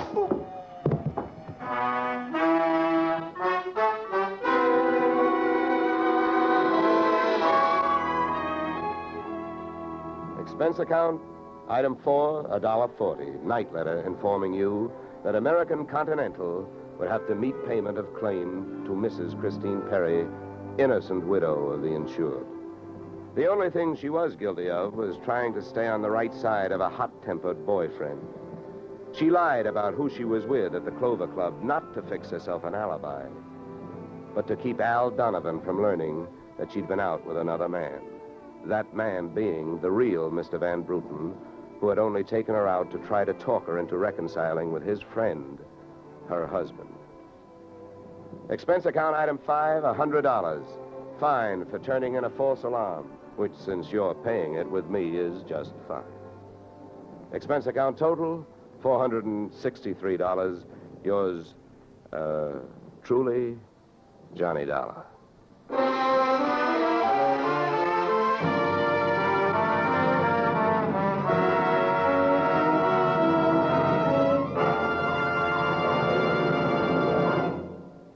Yours truly, Johnny Dollar, stars Edmund O'Brien in the title role and is written by Paul Dudley and Gil Dowd, with music composed and conducted by Leith Stevens.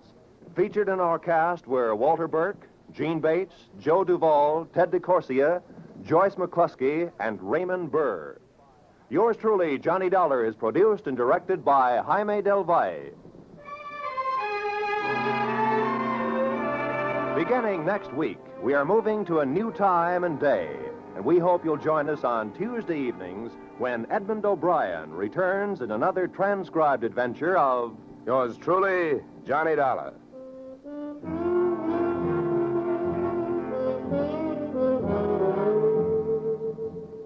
Yoo-hoo, Mrs. Bloom. Molly Goldberg's famous invitation to fun in the Bronx now echoes across the country each Saturday night on CBS.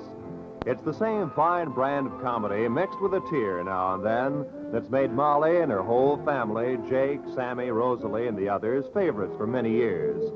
CBS invites you to hear the Goldbergs on most of these same CBS stations this Saturday and every Saturday. This is Roy Rowan speaking.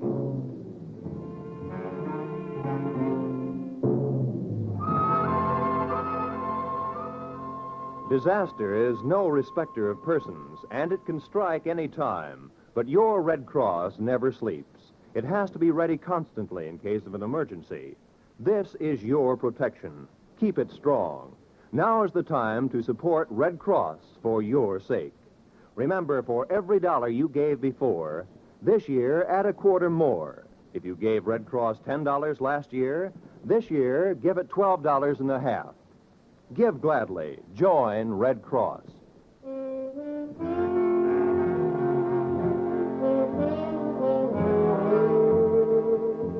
This is CBS, where yours truly, Johnny Dollar, meets adventure next Tuesday night, the Columbia Broadcasting System.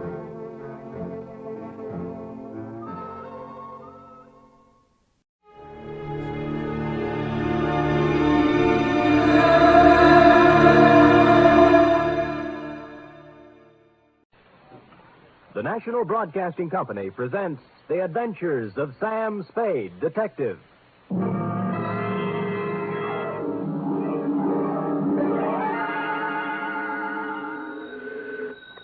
Sam Spade Detective Agency? Miss Perrine? Who did you think it was, Sam? Not a Harry? You don't know what a hot guess that is, Cherub. Really, Sam? Mm-hmm. You think I'm the femme fatale type? In a black velvet gown with a veil? What chance would I have? Sam, you've given me new heart. Deservedly so, Wonder Girl, and in femme fatale, you have hit upon what might be called the keynote of the saga, which even now I am itching to tell you. A saga? More, a tale, Effie, well calculated to keep you in...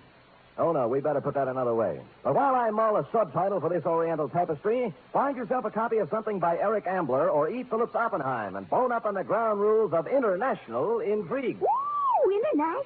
Ooh, yes. The next 39 steps you hear will be me walking up to the door in my black Homburg and velvet collar, with my pockets bulging with plans for submarines, supersonic airplanes, and secret fortifications, and my tongue a wag with a report which will echo around the embassies of the world as the Cloak and Dagger Caper.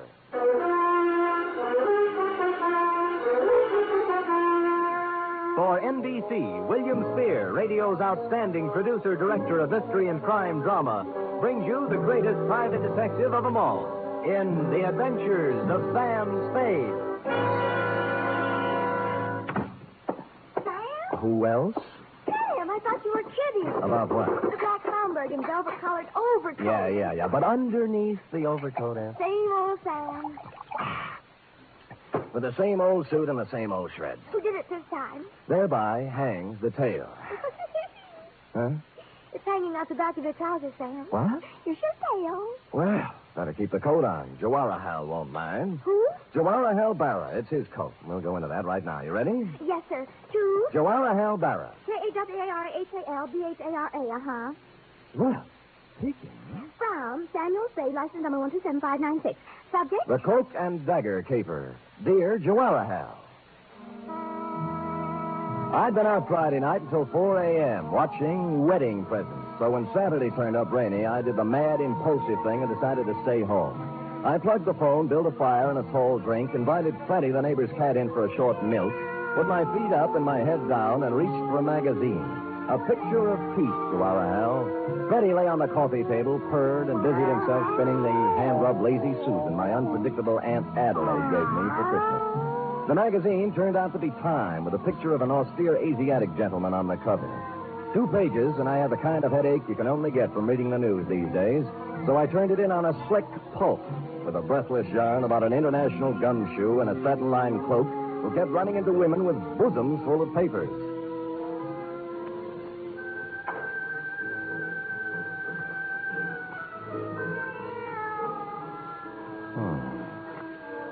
She gazed up at him, her eyes smoldering, heavy-lidded. You, she faltered. You are Sheridan Ballard. Mr. G, too? He nodded. Her knife made a glistening arc, stopping as his hand met her wrist, gripping it like a vise. You liar, she hissed. With the other hand, he ripped away her veil, smothered her lips in hot, fierce kisses, felt her go limp in his arms. Now, Zelda, my girl, he whispered, let's have the plans for that plutonium-powered rocket ship. Veil lady. Mr. Spade? Huh? Well. What can I do for you, Veil Lady? You do not mind that I come in so? How did you come in so? The door is open. I see sitting in chair an attractive man. So? So, you are perhaps working on a remake of The Thief of Baghdad for television? Black tube, of course. Oh, you mean this what I have on? Also this what you haven't on. You keep out of this, Freddie. I saw her first. So, you just happened to be wandering past my door and popped in, is that it? Miss, You may call me Shalimar. No, I do not just pop in. I come by design. Well, just what kind of designs do you have in mind? Mr. Spade, you are Private Eyes? Shalimar, I am Private Eyes. You got troubles? Much. How much? I am beloved of Ahmed. Well, that's nice for Ahmed. Ahmed who? McClatchy. Ahmed McClatchy? How do you explain that? He has 2 American names. Oh, figure. You are a friend of Ahmed, too? Never heard of him. Oh, perhaps, Mr. Spade, perhaps you forget. Ahmed McClatchy? No. No? Never forget a face. What's the matter with Ahmed? Hashish. Dope? Much. He has the wild dream, the night horse, the what you call hallucination. You have told others of Ahmed's visit to you? I have told no one of Ahmed's visit to me for the simple reason that he... Oh. Huh? Do not pile upon one falsehood another. Well, Ahmed has to you paid a visit, this I know. Oh? Now, if you will be so kindly, I will join you in dream. Now, wait a minute. Why don't we... Sure. You do not want to talk with Shalimar? Well, I just think we ought to clear up this misunderstanding. Now? What do you have?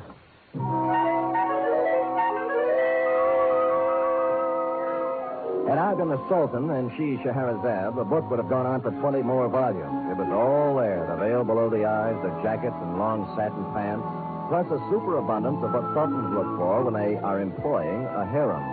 I fumbled around putting I don't know what into a couple of martinis, found more milk for Freddie's saucer, and then set all 3 between us on Aunt Adelaide's Lazy Susan. This I like, Mr. Spade. Fine. Now we talk?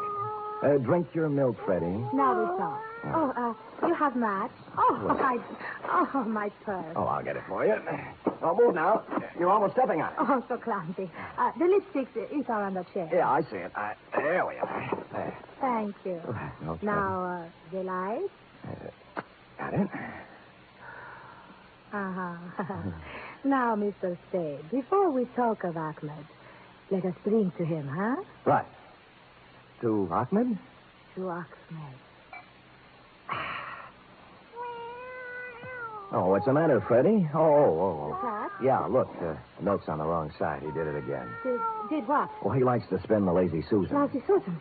What did he do? Now, take it easy, honey. The thing spins. See, you got my drink, I got yours, and Freddie got left out. No. Oh, no. Devil! You Look, devil! baby, please, don't go off the deep end. Take it easy. What's the matter with you? Huh? Shalimar. Oh, Shalimar, baby. Come out of it now, will you? Where's the glass? Oh. Cyanide.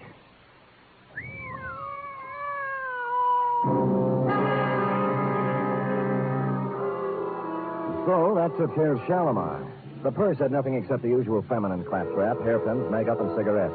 No keys, no identification, nothing except for a locket around her neck, which was something you don't run into every day. A strange hand-wrought disc-shaped thing with what looked like the face of a clock on it. 12 Arabic symbols where the hour should be, and a pair of hands pointing to 4. In some Jawara, it was the sort of thing Sheridan Ballard, the man called G2, yawns over, which struck Humdrum me as a little bit out of the ordinary. It struck Lieutenant Dundee of Homicide the same way. Look at me, Sam. Look into my eyes. Dundee, I didn't know you cared. Well, no, I am not an idiot, Sam. Well, I've been in this business for 25 years. Mm-hmm. I've looked at a lot of stiffs in my lifetime, Yes? but this is the first hoochie-coochie girl in my book who ever walked in out of the rain and tried to poison a total stranger. Well said, Dundee. Here. So, use your head, Sam. Where have you seen her before? I told you I don't know her, Dundee. Then why did she try to kill you? Ask her. This whole thing's impossible. Harem costume, poison, Shalimar. Fantastic. I know. I'm sorry. All right, get out of here. The print man, the ME, and the photographers will be here in a minute, and you'll only get in the way. Where'll I go? Anywhere. Find out who this dame is. Who's going to pay my fee? Well, scram. Bidding farewell to the gentle lieutenant, I took off into the rain, bound I knew not where. I bought a paper and settled down in a one-armed coffee joint, drank 3 cups of coffee, and came up with 3 leads. First, the ballet master at the Opera House. Scheherazade, we are not doing till 3 weeks yet. The costumes are all packed up still, and I am missing no ballerinas. Now again, golden apple princesses. 1 and 2, and 1 and 2.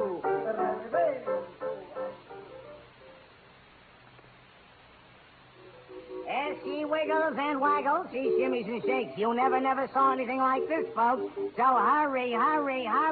Direct from a Turkish harem, little Fatima, the girl with the double-jointed... Jack. Yeah, Jack? You sure she's in there, Jack? Wait a minute, Jack. Yeah, she's in there, man. Thanks, man. All right, folks, step in a little closer. She shakes. Sorry, but can't help you a bit. This here Turkish bat is 100% tagged. Homeward bound, I was walking down Grant Avenue when I passed a little shop near Pine Street. Gold lettering on one corner of the window spelled out, Hatchadurian J. Pappas, importer, curios. How do you do, sir? Hatchadurian J. Pappas? You get the pleasure. What's the J for? Never mind, kiddo. You can pronounce it. I accept your apology. Now, will you take a look at this? Huh? Oh, locket, huh? Uh-huh. Yes, locket this is. Where do you get this locket, sir? I found it. I thought you might recognize it. Hey, I think I do. Good. You know, strange you should have come here. And yet not so strange either, if you want to look on it. Well, which is it? Sure. I'm perhaps the only fellow in town who might have dealt in this kind of stuff here. He's quite genuine. Oh, you mean you sold this? Probably. Sure. Who to? I'm trying to remember. A girl? A girl. Or was it a fella? A young fella? Or old fella? Well, that leaves only one more category. Huh? An old woman. Oh, you know her then? No, I don't know her, no. You know, I wish I could remember to whom I sold it to. Yes. It's been such a long time, you know. Of course, I can look it up and call you, Sport. Good. Here's my card. Oh, Sam Sport. Well, if you want to look at it. You said it's genuine, huh? Oh, sure. Secret Society medallion. 16th century. It's from the Indian state of Kashmir. Kashmir? Sure, kiddo. Kashmir. What's the matter with you? Don't you understand English?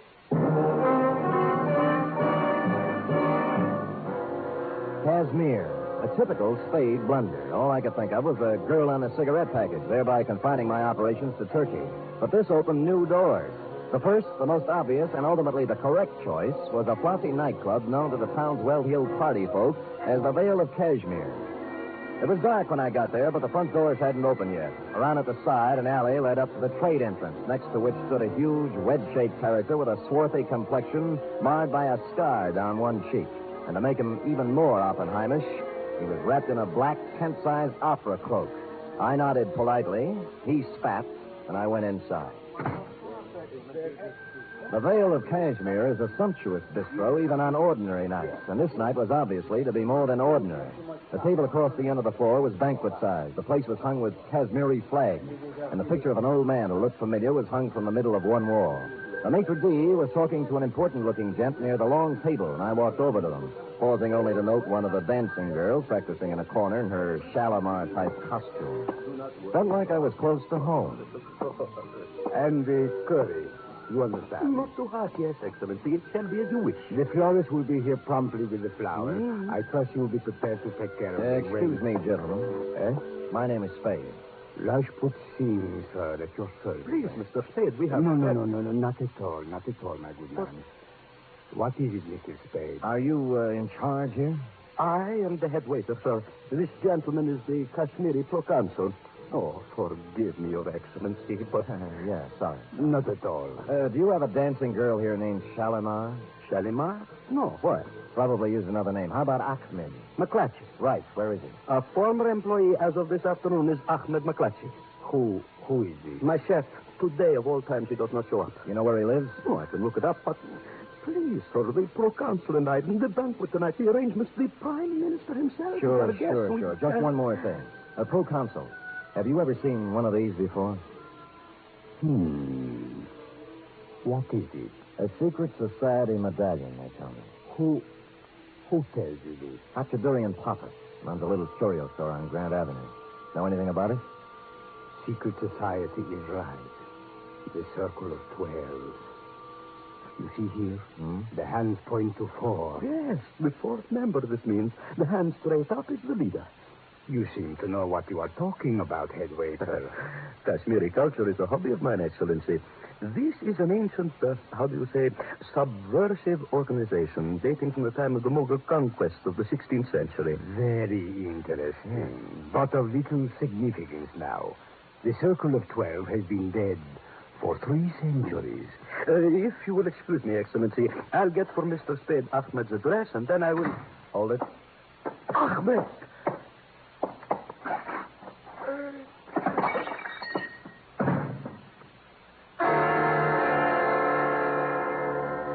Just made it to the table, swept the sugar bowl off it, and followed it to the deck. When I saw the dagger in his back, I grabbed my gun and set sail for the alley, looking for the cloak that went with it, but he was gone. So was Ahmed. I bent down over him, took a closer look, and saw why he spilled the sugar. With his finger, he traced a design in it, a round design, the Circle of 12.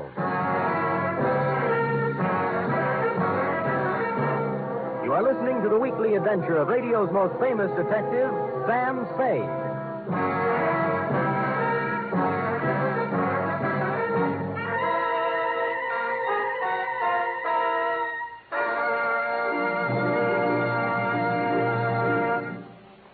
There's a bright newcomer to your NBC Sunday lineup starting this Sunday. It's Mr. and Mrs. Blandings. Now you can follow the further delightful adventures of the beleaguered Blandings in their famous dream house every Sunday. Starring as Mr. and Mrs. Blandings will be Cary Grant and his charming wife, Betsy Drake. Mr. and Mrs. Blandings is followed over most of these NBC stations by The Big Show. And this Sunday, hostess Tallulah Bankhead will present such bright stars as Fred Allen, Judy Holliday, Patrice Munsell, Gypsy Rose Lee, Vaughn Monroe, and many, many more. The chimes are your invitation.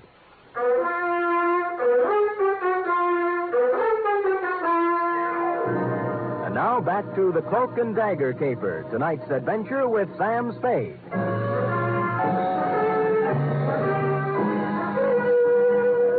Well, Joanna, all the ingredients of a first-class international goulash were here. The cloak, the dagger, the man with a scar on his face, the lady with a veil over hers, and 2 corpses. By now, Dundee had completed activities with corpse number 1 at my apartment, so I hustled him down to the Vale of Cashmere and put him to work on number 2. Then I hustled back to my office. The big question had yet to be answered. Now, another. Oh, Sam! Sam, you always good. About Ahmed McClatchy, right? And the girl with the veil. Shalimar. Is that her name? Probably not, but it doesn't matter to her now. What about Ahmed? Oh, he was frightened out of his wits. He said somebody was going to kill him, and I told him he'd come to just the right place because you were strong and brave and Good. wonderful. Good. And he cried. Good. And I cried. Good. But wait. Hold it, F. Yes, Sam? What happened when all the crying was over? I sent him up to see you, Sam. I couldn't He call. just told you somebody was going to kill him, that's all? Yes, Sam. That's why he was crying? Oh, no, Sam, no. That's not why Ahmed was crying. Why? He didn't care for himself. He's a selfless, generous type. Angel child, who was Ahmed crying over? The man in the paper. What paper? It's in all the papers, Sam. The Chronicle and the Examiner and the Call and even on the cover of Time this week. You see? The banquet. That's whose picture it was. For Jawara Hall Bala, the Prime Minister of Kashmir. Look at the small print underneath, Sam. On him, the hopes of Asia. You see, that's what hurt Ahmed, Sam. Not for himself. He said they're going to kill Sir Jawara Hall.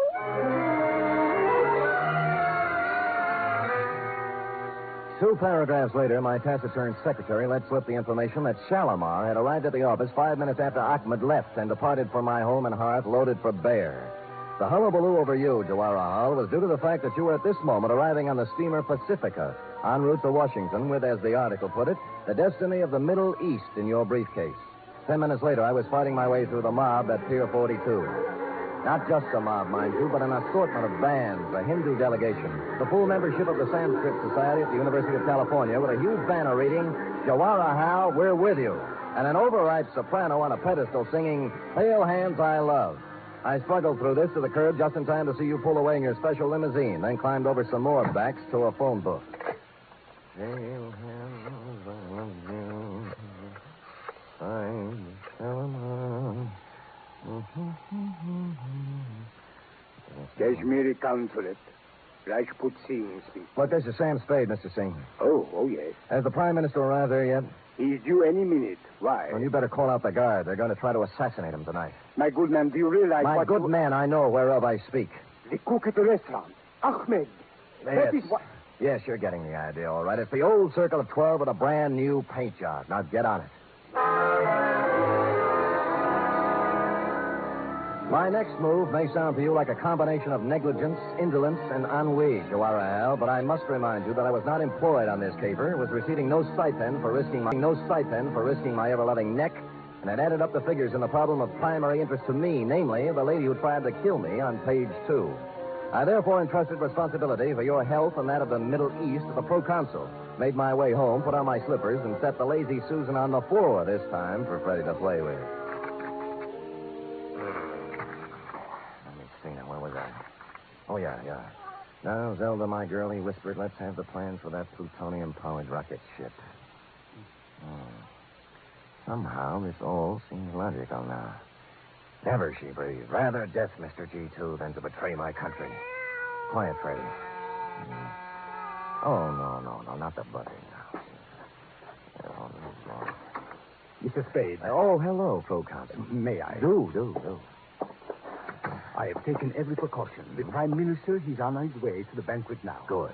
There's one thing I must ask of you. Oh? Absolute secrecy. Yes. The mere knowledge of that such an organization as this... Circle of 12? Yes, exists would give added strength to a disloyal opposition in our country that may express itself in a manner disastrous to our purposes in sending Jawara Hal to Washington.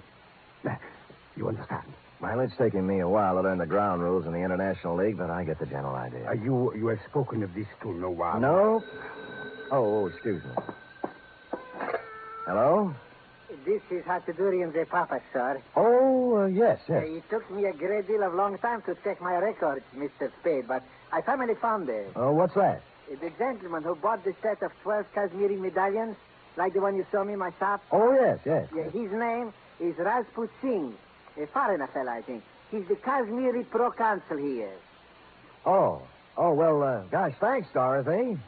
This is Hatudurian the Papa, sir. I found it just now... Look, Dorothy, after all you've done for Alice, the least she could do is thank you. And you can tell her that from me. Now, bye, honey. So long, kiddo. Silly kid. Silly. Let's see now, where were we? You had just given me your assurance you would maintain strictest secrecy in this unfortunate matter. Oh, yes. Now, I must go. They're expecting me at the banquet. Thank you again, sir. Not at all. Your service to our country and the world will find expression, I hope, on some later day. Good night. Good night. Freddie, please, not now. Put down the phone. Well, Cloak and Dagger in the flesh. Going modern on me with that gun, eh? Put down the phone. What if I told you I'd already made the call? I say you were lying. The line is tapped outside. You figure the angles, Hefty. In my business, I have to. When's it coming off? For the Prime Minister, any minute. For you, right now. Oh. He's got you fooled, too, huh? They're right there. Who? Rajput. You're a fall guy, you know, doing the heavy stuff. If it kicks back, you get it, and the other 10 laugh. You think you could talk me out of it, huh? Why, that's the last thing in my mind. I'd never...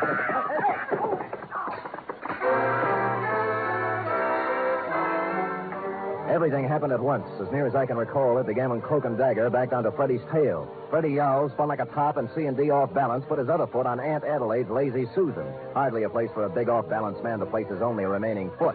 About then, I kicked him in the stomach, grabbed at the gun, which skidded into a corner, and we went over and over for a while. C&D tore at my suit with his claws and teeth. I beat his head with an ashtray, and Freddie sat quietly in the corner and washed himself. At length, tiring of the ashtray, I beat his head on the radiator. And dear Cloak and Dagger gave it up with a long, unhappy sigh.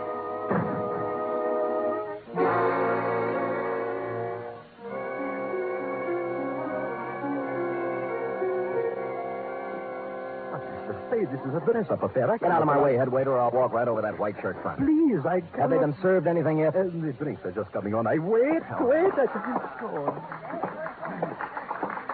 And now, my countrymen, before we introduce our guest of honor, Sir Jawaharlal Bara, our beloved Prime Minister, I suggest we rise and toast our country. To Kashmir, may she... Go ahead, Proconsul. Don't let me interrupt. Please, not here. The standard remark is, what is the meaning of this? Aren't you going to ask me? I'm supposed to be dead. Is that what's throwing you? Mr. Spade, please, a toast is about to be drunk. Where's my drink, Proconsul? Gentlemen, there was at one time a custom in our country for the host to exchange glasses with the guest of honor. Permit me, Jawaharlal. To Kashmir.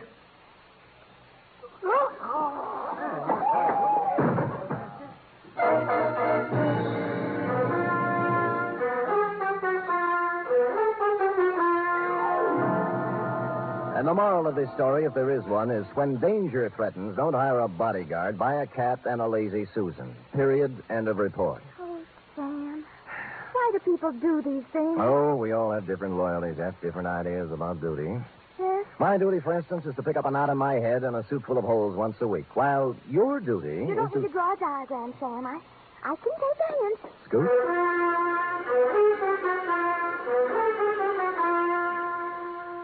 Three chimes mean good times on NBC. This Sunday, Theater Guild on the Air presents a light, laughable, lovable comedy. It's The Fortune Hunter, and it stars Gene Crane and John Lund. You're invited Sunday to another outstanding one-hour production by Theater Guild on the Air.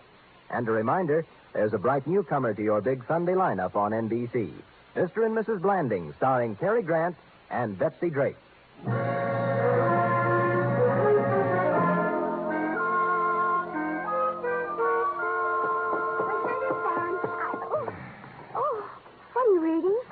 How can I do this? Something wrong? Wrong, the papers. The plutonium-powered rocket ship? What else? A dumper if I ever read one, F. The plans turned out sour. Oh, what were they? The Veil lady had entered a breakfast cereal contest. Well, that's life, little one. We struggle, we strive, we think we have success in our grasp, and it turns out dross. Oh, that reminds me. Hmm? How do you like it? What? My new dross. And that concludes the dialogue for tonight. Except for one thing, of course. Oh, I'm ready, Sam. Who wants to be the man called X? He has a different one every week. I am the man called Spade. Constant, faithful, semper fidelis. That's me. Good night, Mr. Fidelis. Good night, sweetheart.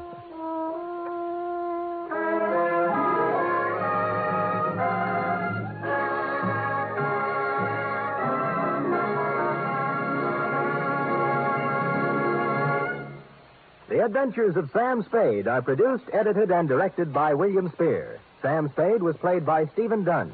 Lorene Tuttle is Effie. Script for tonight's adventure by Harold Swanton. Musical scoring by Lud Gluskin, conducted by Robert Armbruster.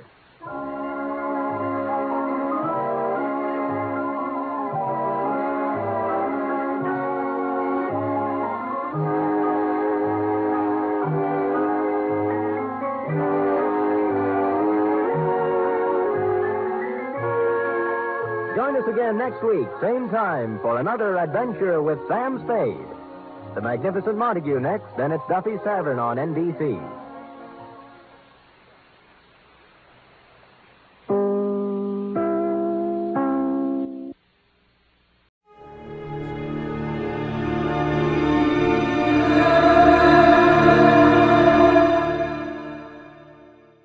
The National Broadcasting Company presents The Adventures of Sam Spade, Detective.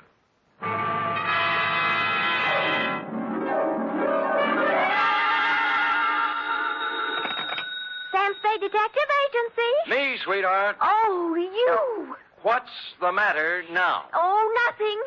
You just up and leave and don't say where you're going, and I'm only your secretary, and I'm the last one to know about it, and everybody else in town knows more than I do, and I wasn't even Enough. Wait a minute. How did everybody in town know about it? Well, it was in the newspapers, that's all. In the society column, no less. Really? Well, imagine that. Florabelle Frolics column. Florabelle. Mr. Spade, the notorious private detective, is vacationing at Westover as a guest of a promising young architect, Garrett Welch. Notorious yet. Well, at least they spell my name right. I suppose you had a great time. Well, it was exciting. What did you do? Just talked over old times, F. Did a little hunting, little shooting. Did you bag anything? F, what's your language? Sam. I see you're shocked. Well, so was I. However, if you have nothing to do, hang around the office, and I will be down with several pages from my diary telling about the whole affair. I've titled them The Civic Pride Caper.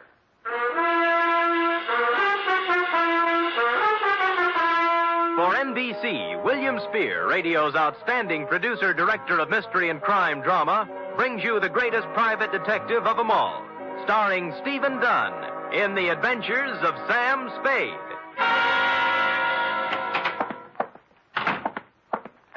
Oh, here I am, Sam. Well, I thought you'd gone chicken and run out on me. You're part of this organization. You're going to bear the bitter with the sweet, along with the rest of us. I know, but I always seem to get the bitter. Friday's when the sweets will be given out. Don't quibble. This is a nasty job we have here, and we might just as well sit down and get it over with. You care for a drink? You might need it. No, thanks. I don't need false bravery. Lucky you. Well, are you ready? No, but we might as well start. Well, you know best.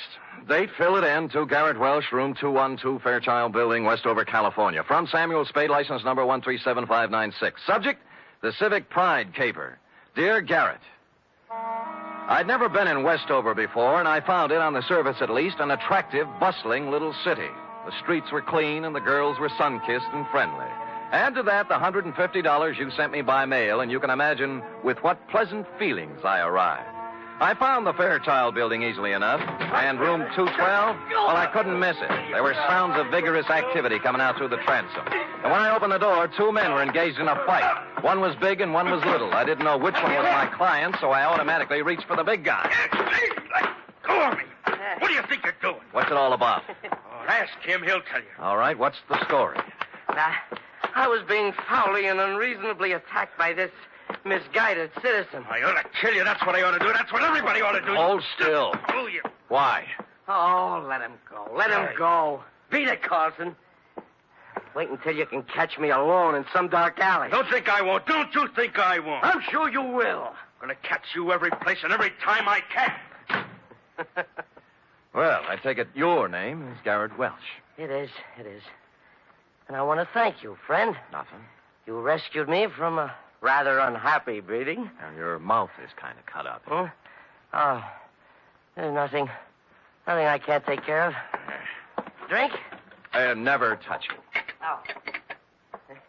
You You might Might have noticed I've already had a few drinks today. Well, it helps me forget. And it also keeps me from thinking. There you are. No, thanks. My name is Spade. Why did you send for me? Bodyguard? No. Let them have their fun. I don't mind. Maybe I even deserve it. Look, you're paying for my time. Why don't we get with it, huh? Oh, sure. Why not? Good. Come over here to the window. There. Look out there. Where? The far corner. Oh, you mean that building? Pile of rubbish is a better description. Well, what happened? Fire? No. It just collapsed one night. Last week. Oh. There were more than 3,000 people in it at the time. 5 of them were killed. I don't know how many injured. Well, that's too bad. How did it happen? It just collapsed. Another drink? No, thanks. Pardon me? It was a municipal auditorium built to honor the war dead. It cost over $1 million.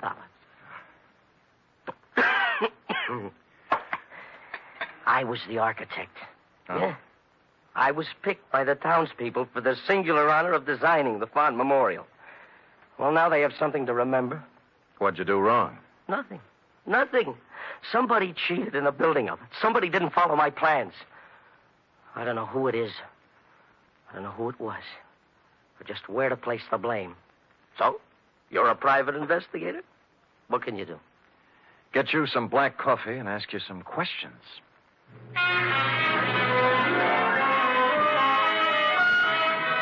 He gave me a list of everybody in town who had something to do with the building. First off, I called on a man named Howard Kessley, whose construction company had the contract for erecting the auditorium. Kessley lived in an elegant house on a well-guarded estate. And after they took my gun away from me, they let me in. I waited in a room tastefully decorated with original oil paintings and oriental rugs. And eventually, a football hero-type man walked in. You from the insurance company? No, I'm a private detective, Sam Spade. Who are you working for? Garrett Welch. Huh. That's a laugh. Funny? Well, what do you want?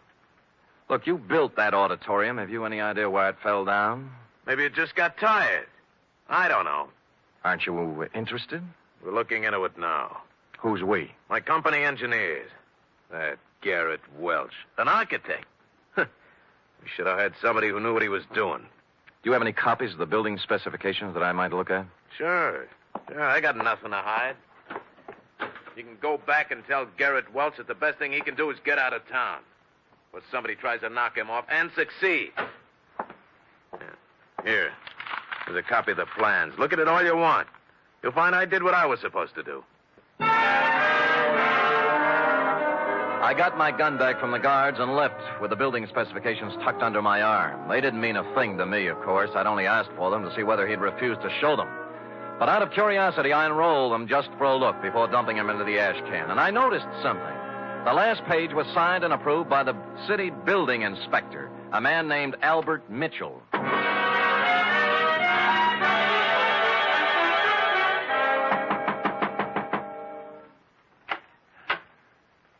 Well? Well, I don't usually receive callers at this hour, but you're a little better looking than the ordinary caller. Come in. She was slim and auburn-haired and wore an insolent smile that was interesting, and a clinging silk thing that was interesting. She looked me up and down, and she took so long at it. Okay, what is it? Magazines? The gas meter? Or did you just lose your way? I'd like to talk to Albert Mitchell. Oh, he's a dull conversationalist. You wouldn't have any fun. Well, I wasn't exactly looking for laughs, Mrs. You are Mrs. Mitchell? More or less. Right now, less. Soda or water? What? And your drink. Oh, thanks, but I took the pledge last Halloween. What did you want to talk to Al about? Well, what else? The auditorium that collapsed. Well, he stepped out for a while. Why don't we just make ourselves comfortable? You have a standard answer when I'm on duty. Thanks anyway. Duty? You a cop? I've never seen you around this town before. Private-type investigator. Sam Spade. My name's Kitty. You don't have to worry about Al busting in on us. I don't think he'll be back this week. That's what I thought, you holding open house and all. What's the matter? The pressure get too heavy for him? Look, Sam, they had a hearing a couple of days ago. It was all decided. Nobody was to blame. I think Al went fishing or something. Where is he? How should I know? I'm only his wife. Well, you know what they say about a man who runs. Yeah, so why don't you stick around? You don't look like a coward to me. Well, when it comes to redheads, I really am. So long, Kitty. But... Oh, by the way, if Al does ever show up, tell him I took a room at the Embassy Hotel. I'd like him to call me. I won't tell him a thing. Come back here, you coward. Hey, Sam!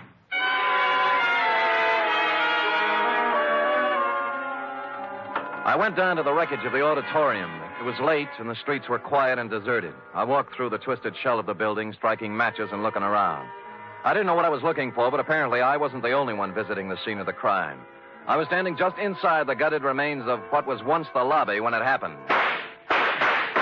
Gunfire cut loose at the back of the building. I ran toward the noise, and when I turned the back corner, I saw a cloud of plaster dust where the shots had apparently been fired. There were no people or cars in sight, but on the sidewalk, on hands and knees, was a man.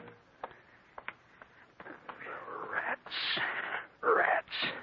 Double-crossing dirty rats. Save me. Don't let me die. Kitty. He grabbed my legs and tried to pull himself up. His face was a gargoyle of pain. I reached down to help him, but he slipped back to the sidewalk, dead. 4 bullets had gone through his back. A billfold fell out of his pocket. It was loaded with identification, and everything said Albert Mitchell, age 40, occupation, building inspector.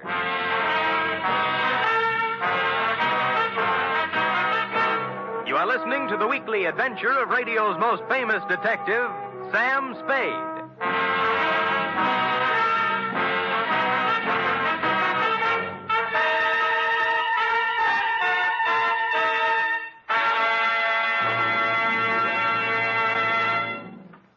Three chimes mean good times on NBC. This Sunday, Theater Guild on the Air presents an exciting 1-hour adaptation of the Broadway stage comedy Light Up the Sky. Starring in this Theater Guild production are Joan Bennett, Sam Levine, and Thelma Ritter. And on Sunday, you're invited to another hour-and-a-half broadcast of The Big Show, starring Eddie Arnold, Jack Carson, Eddie Cantor, Olivia de Havilland, Martha Ray, Meredith Wilson, and many more. Your MC, of course, is the glamorous and unpredictable Tallulah.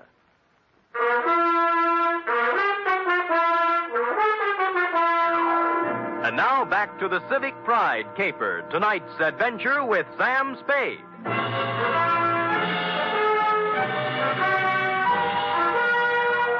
A good many other people had heard the sound of Albert Mitchell's assassination, and before long a crowd had gathered. Among them were several minions of the law. They took 2 people in tow, the dead Mitchell and the live Spade. The Westover Police Department had themselves a fine time over me. It seems I was hired out-of-town killer, and therefore eligible to be questioned all night. They worked hard at it, but in the morning they had to admit defeat and release me. I think they only did it because they didn't want to pay for my breakfast. By then I was pretty mad, and at 10 o'clock I walked into the mayor's office and demanded an interview. I got it. The whole thing, Mr. Spade, was regrettable. But after all, you are a stranger here. And when a man is killed and someone happens to be in on the scene, questions have to be asked. Your Honor, I'll let it pass in the interests of law enforcement. Good.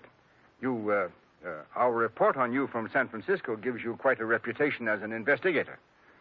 Do you have any theories that might help us in this murder of Mitchell? Well, I could hazard an expert guess that it's tied in with the building scandal, the auditorium collapse. By the way, what's being done officially to fix the blame for that? The city council held its investigation of the unfortunate affair last week, and as far as we can determine, no one is directly responsible. No one? Oh, come, Your Honor. Are you questioning our civic procedure? Oh, well, maybe you're right. Maybe we've been too easygoing. We're all neighbors here. Yes, I'm friends. conducting an investigation for a client who certainly has a right to know what's going on insofar as a good many citizens seem to feel he's to blame. Oh, yes, Mr. Welch. Well, he's not to blame. No one is.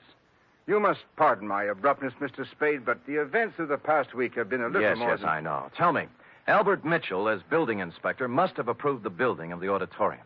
Now, was he a reliable man? Yes. Wait a minute. You don't think... I think he was killed by somebody who wanted him to keep his mouth shut.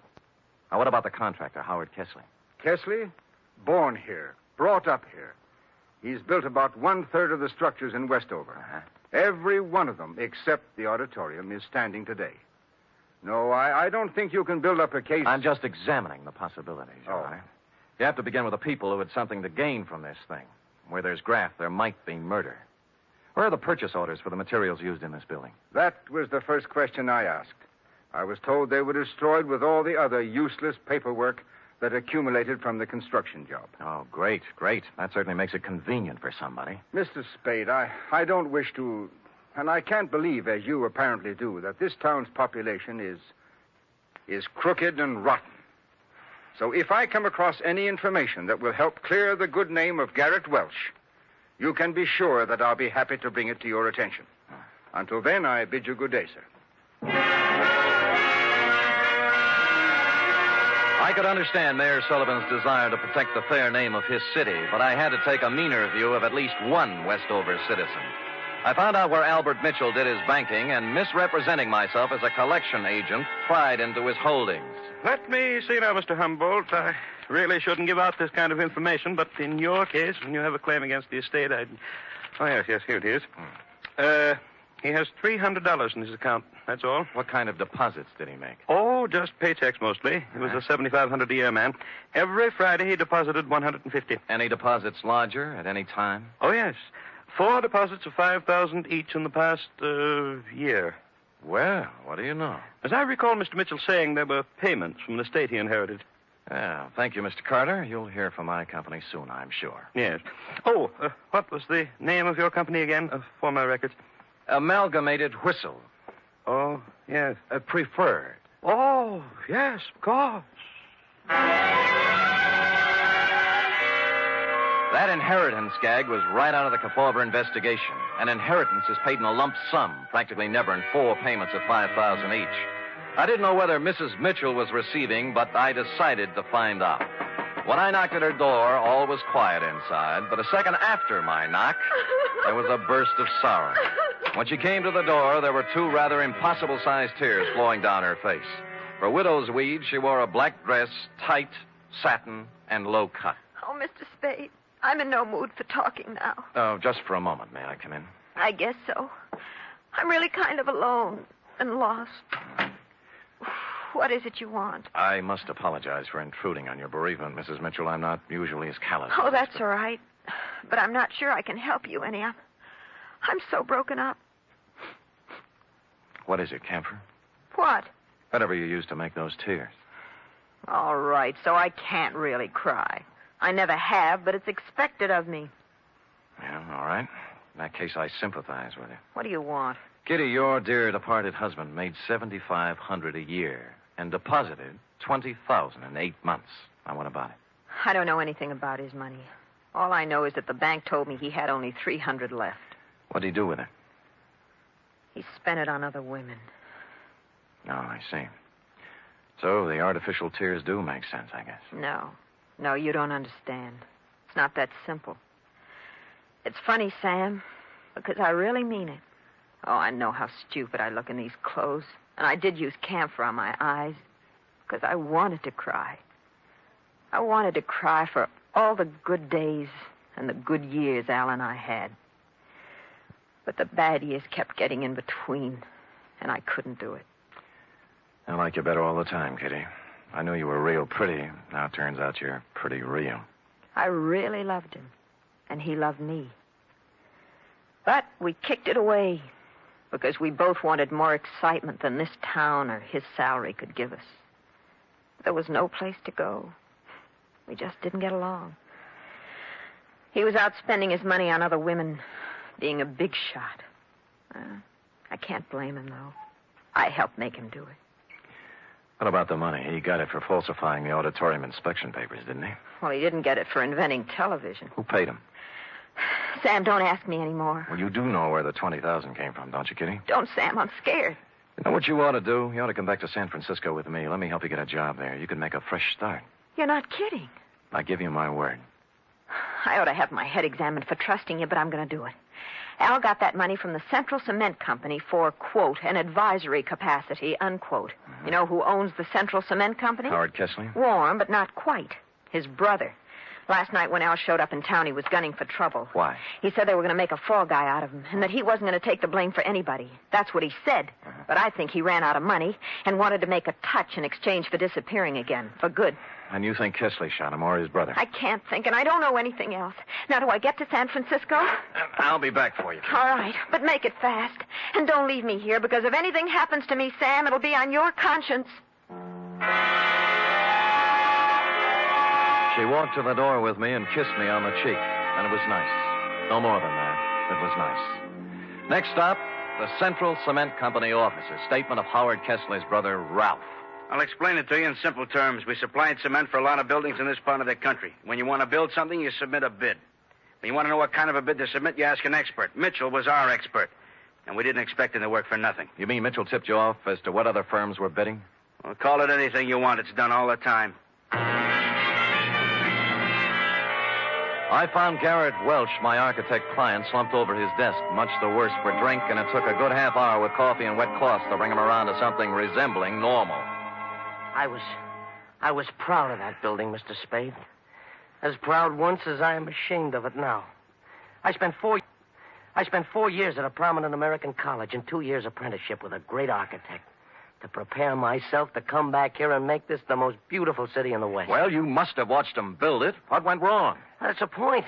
I wasn't here. They sent me to Chicago to study. And I bid for it. What they really wanted was for me to be out of the way. Who are they? The city council. Oh, why bother? Just tell me how much I owe you and we'll just forget it. Nobody's going to indict anybody for anything. Well, somebody's responsible for the building and for Mitchell's murder, and we'll find him. We? Yeah. If you'll lay off that bottle for a while and work with me, maybe we can do it. All right. All right. No more booze. I'll stop feeling sorry for myself and start getting mad. Hey, where you going? I'm going to start at the top. I'm going to try to get the mayor to help.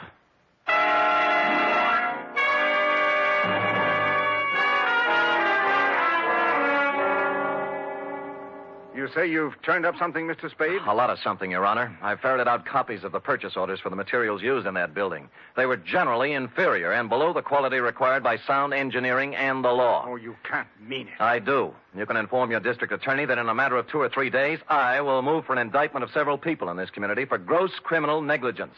Now, I want to know whether or not I'll have your full cooperation. There's no question of that. I'll cooperate with you fully to prosecute Thank you, Your Honor, and good day. Just a minute. Yeah?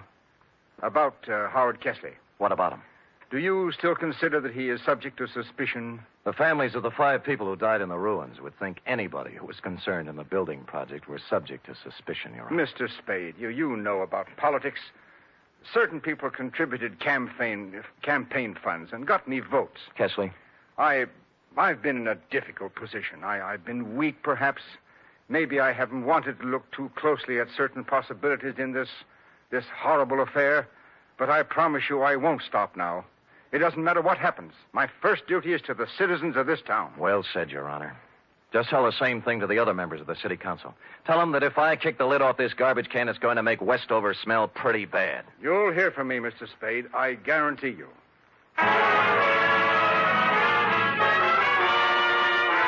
In the course of the next 2 hours, I told the same story to the newspaper, the police, a couple of soda jerks, a waitress, and almost anybody else who would listen. And before the day was out, the results started coming in. Garrett Welch's office and my room at the Embassy Hotel were both ransacked. Somebody started shadowing me, and I had a mysterious phone call offering me money to get out of town. I refused and hung up. During that day, I stayed mostly out in the open, in conspicuous parts of town. But when night fell, I knew I'd need to watch my step. Garrett Welch and I holed up in his office with the door locked and my gun out on the desk. Around 11, we got a little action. Well, speaking. Yeah? Yeah, okay. It's for you, Spade. Hello? Sam, this is Kitty Mitchell. I'm in trouble. What kind? 3 men were just here. They said I gave you some purchase orders. I don't know anything about them, but they said if I didn't get them back from you by midnight, they'd kill me. Who were they? I don't know. Just men. If you've got them, give them to me, Sam. I don't want to die. Look, hang up, call the police, and ask them for protection. Sam, I'm afraid. Why don't you give me the papers? Get in a taxi cab and come up to Garrett Welch's office. We'll talk it over. I'm afraid to do that. Well, you'll have to. I can't leave here. I'm waiting for somebody. Who? I'm not sure yet. Somebody threatened Mitchell's wife. She's coming up here. Well, I think we have enough to do taking care of ourselves. Who's that? Go on, you answer it. Then step to one side. I'll keep you covered. Okay. Don't make one wrong move. I'm not going to, Spade. I came here to talk. Kesley? Yes. Who's with you, Kesley? Nobody. I'm alone and unarmed. Come in. I'm watching you from behind, Kesley. I know it. I just came to talk. All right, talk. Spade, you allegedly have information as to why the auditorium collapsed, killing 5 people. Suppose I do. Well, I came to make a deal with you. We're not making deals. I think you'll like this one. I'll give you all the positive information you want for one thing. Namely? A 48-hour head start out of town. Why should we give you that? Because nobody, least of all myself, thought the building would collapse. It's true I used inferior materials, but I had to. What does that mean? There's a man in this town.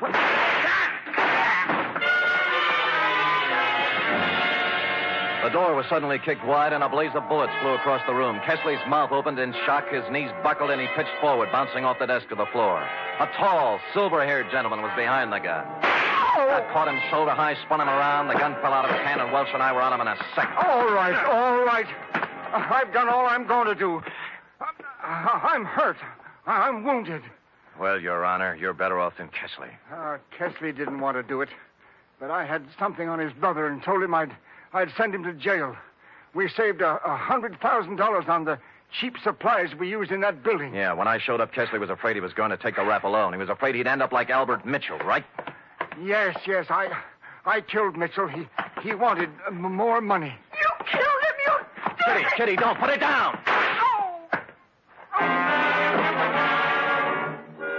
She had come in while we were talking and picked up the gun Mayor Sullivan had dropped. Her one shot hit him in the chest. Then she let the gun slip through her fingers and just stood there. Then you know what? She cried. Real tears. Period. End of report.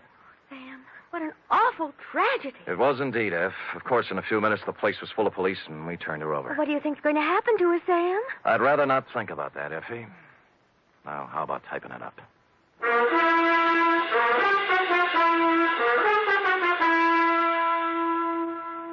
Three chimes mean good times on NBC. There's fun this Sunday with 2 of your favorite families, the Blandings and the Harrises. Mr. and Mrs. Blanding stars Cary Grant and Betsy Drake in the title roles as the owners of the famous Dream House. And the Phil Harris-Alice Faye Show brings you Phil and Alice with more of their merry antics, plus Frankie Remley, Brother William, and the entire cast. You're invited this Sunday.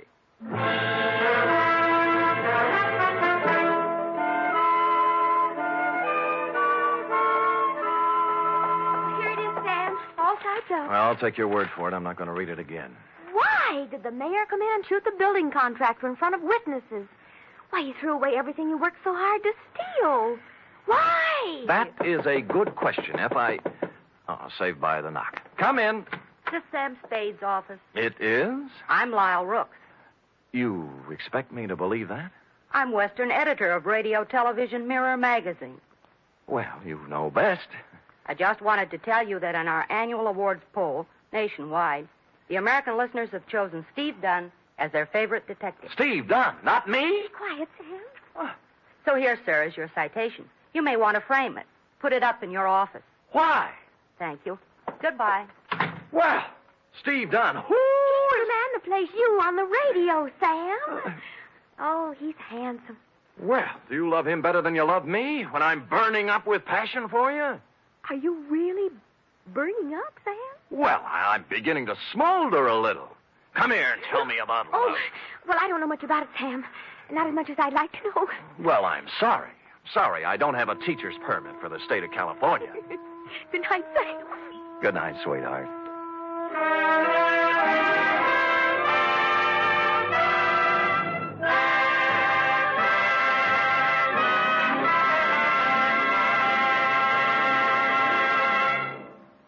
The Adventures of Sam Spade are produced, edited, and directed by William Spear. Sam Spade is played by Stephen Dunn. Lorene Tuttle is Effie. Also in the cast were Shirley Mitchell, Jack Crucian, Sidney Miller, Paul Freese, Herb Rawlinson, and Lou Merrill. Script for tonight's adventure by John Michael Hayes. Musical scoring by Lud Gluskin, conducted by Robert Armbruster.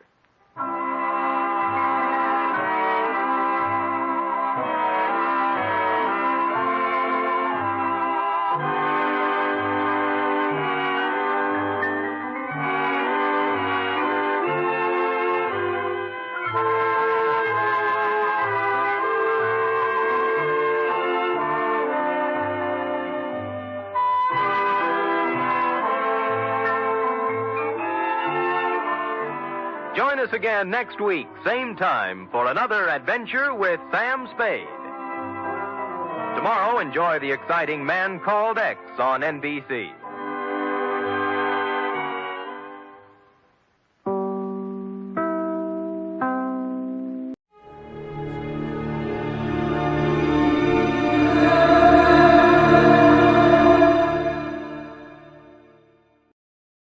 Now, the Roma Wine Company of Fresno, California presents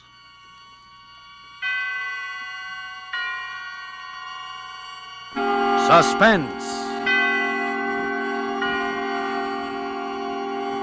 Tonight, Roma Wines bring you the suspenseful play called A Guy Gets Lonely, starring Dane Clark.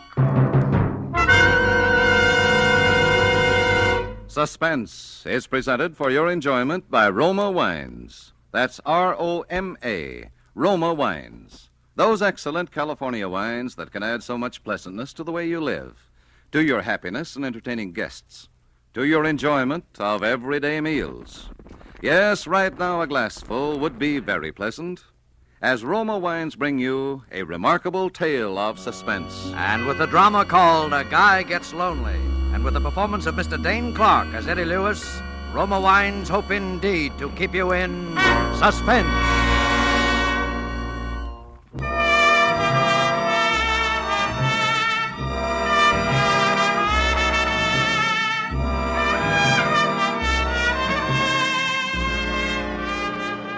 Have you ever been lonely? Desperately lonely? Well, there's an emptiness in the pit of your stomach that no food can remove. There's a coldness about people's faces that make you shudder. And you do silly things when you're lonely. Maybe that explains what happened to me. Maybe. Anyhow, I was hanging around the shooting gallery in one of those Broadway penny arcades that night, one of those places where you can play a game of chess, get your fortune told, have 10 shots at Hitler, all 15 cents. And I was alone, as usual, thinking the dull, drab, dreary things a guy thinks about when he's alone. When suddenly an old man standing next to me said... Well, my aim is not what it used to be. Oh, got a match, my boy? Match? Oh, sure, here. Oh, thank you. You haven't by any chance got a cigarette to go with that match, have you, son? Of course, here, take one. Oh, thanks again. You know, with cigarettes so scarce nowadays, the only way a gentleman gets a smoke is to buy 'em himself. Yep. Thank you, thank you. What's the matter, kid? You look like your ship came in, only your mother-in-law was aboard. Oh, nothing. Oh, come on. Fess up to old Horace. I'm Beatrice Barefax without the girdle. Well, I'm just fed up with this town, that's all. There's nothing wrong with this town, kid. It's like all other towns. Yeah, except the one you grew up in. Well, I suppose you're right. You know what you need is a little diversion. Huh? Oh, here, my man. Load these guns up again, will you? Yes, sir. Both guns, Naturally. You'll try it again, won't you, son? All right, sir. Okay. You know, I think perhaps I've got just the right medicine for your homesickness, young fellow. Oh, what's that? A girl. A girl? Yes. Don't tell me you've never heard of them. Well, if you haven't, bless me. I don't want to be the one to tell you. And there we No, are. it's That's not it. that. Here you are, sir. That'll be $2. $2? That's right, chum. There's a war on, in case you haven't heard. Ammunition's kind of hard to get nowadays. Oh, well, as a matter of fact, it's a little dark in here, and my eyes aren't what they used to be, so perhaps I'll simply forget. No. Here's the money. Go on. Go ahead, Pop. Shoot. You wouldn't care to make a small wager on this, would you, my boy? As I say, my eyes... No, thanks. Well, as I was saying, son, I have a splendid idea.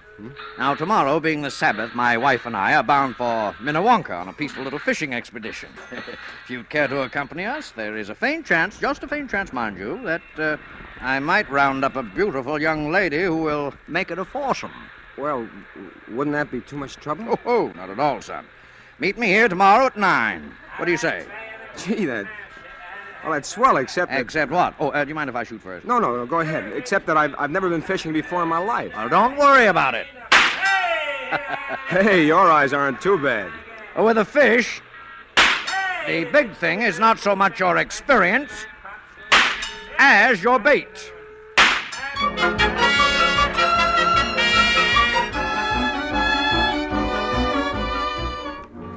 The idea of not being alone again on Sunday is what excited me. I didn't give much thought to the girl until I saw her. If you've ever seen a truly beautiful woman walking toward you, you'll know what I'm talking about. First, you see the tiny gray silhouette in the distance, and then the figure seems to spring to life. Each curve rounds into place, and finally you see the smooth oval face and the long auburn hair dancing in the breeze. And before you know it, you're in a trance, that's all. That must have been what happened to me when I first saw Jorlie, because I don't remember much of anything until I heard myself saying, "Oh, hey, what's that?" A worm, silly. You can't fish without a worm. Do I have to? Well, of course. As captain of this boat, I promised to bring in more fish than Horace. Wow. I order you to put that worm on the hook. No, it shakes.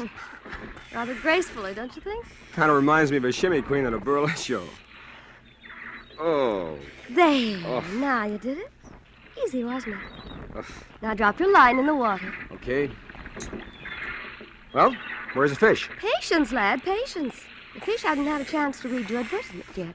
Well, if they could only see you, Jorlie, I doubt if they'd bother with my line at all. Oh, your line isn't bad, Eddie. This is so bad at all.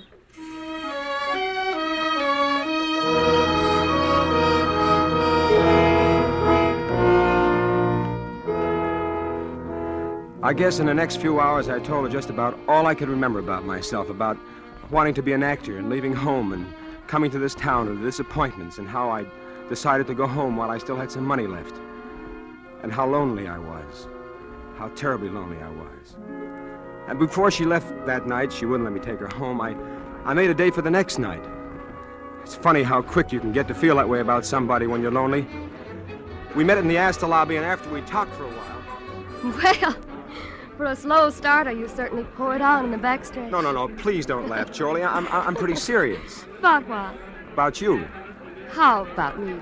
Jorlie, look. I was planning to go home today. I had the ticket in my pocket, and this morning I turned it in.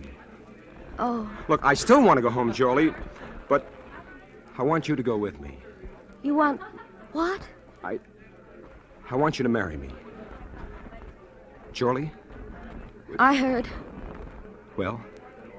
You want an answer now? Yes. It's no, Eddie. Oh. I'm sorry. Well, is there somebody else? No, it isn't that, Eddie. It isn't anything you could possibly imagine. It isn't even that I don't love you, because maybe I do. Jorlie! But you see, Eddie, I was going to ask you something tonight, too, and it doesn't stack up very well against what you asked me. Jorlie, what? What? Oh, I know it's silly. We've only known each other for 48 hours, and it shouldn't matter, but... Oh, it doesn't matter anyway now. Jorlie, you've got to tell me. It's just an old story, Eddie. Such an old story that you probably wouldn't even believe it. That's the trouble. Look, I believe anything you told me. It's about my mother out west and how I support her and how she needs an operation, and... I was going to ask you for $1,000. Is that all? Well, that's enough. Oh, Jorlie, why did you put me through such a cold sweat for a little thing like that? Well, it's pretty complicated, Oh, Eddie. what's complicated about it? Look, Jorlie. Look, here's a ring. It's all I've got right now, but I wish you'd wear it. Oh, it's beautiful. An old Samoan chief gave it to me when I was in Tahiti. Go ahead, look inside. To Eddie Lewis from... ? Yeah, I had that engraved in it when I got back to the States. I never did know the old guy's name.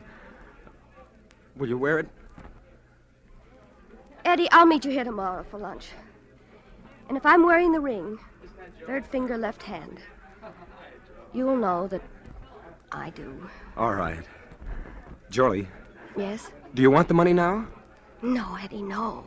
Not now.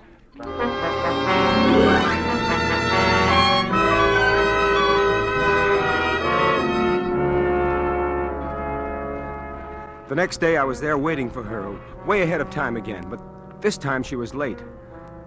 After a half hour, I began to get worried. And then I began to get scared. And after a full hour had gone by and she still hadn't shown up, I was half crazy, and then I felt a hand on my arm and a voice speaking over my shoulder. You, waiting for somebody? That's right. A lady? Yeah, what about it? Would your name be, Eddie Lewis? Yes.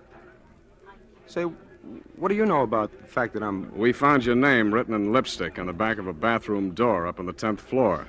After it said Astor Lobby, 1 o'clock. So we sort of put two and two together. You see, I'm from headquarters, Eddie. What? I'm a detective. Detective? Listen, if you know anything about Jorley Andrews, I was supposed to meet her here about an hour ago, and Would she have been wearing this ring by any chance? Well, that's right. That's my ring. Where is she? She's down at the city morgue, Eddie. She's dead.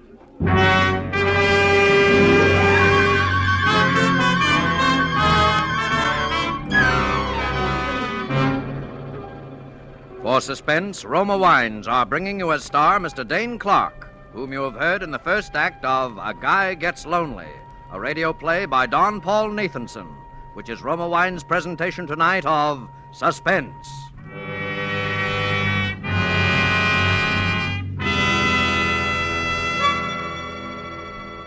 Between the acts of Suspense, this is Truman Bradley for Roma Wines. Gracious hostess, internationally known on entertaining, Elsa Maxwell's suggestions are always worthwhile. Spring is here, and nature is again bursting into life. Let's bring some of this beauty to the dinner table. A centerpiece of spring flowers will brighten your table, and there's no better way to awaken winter-weary appetites than by serving cool Roma Burgundy with the meal. This glorious wine from California goes well with almost any food. So simple, and yet how charming. A few flowers to give your table the gay note of spring. A bottle of cool, delicious Roma Burgundy as the subtle accompaniment to a savory meal. You'll enjoy the tart piquancy, the fruity, robust taste of this distinguished Roma Burgundy. Like all Roma wines, unvaryingly good, always high in quality. The result of selected grapes, slowly brought to perfection in California's choicest vineyards, gently pressed, then brought to fullest flavor by the ancient skill of Roma's famed wineries. Yet all this goodness is yours for only pennies a glass. Remember, more Americans enjoy Roma than any other wines. R-O-M-A, Roma Wines. And now Roma Wines bring back to our Hollywood soundstage Dane Clark as Eddie in A Guy Gets Lonely, a play well calculated to keep you in suspense.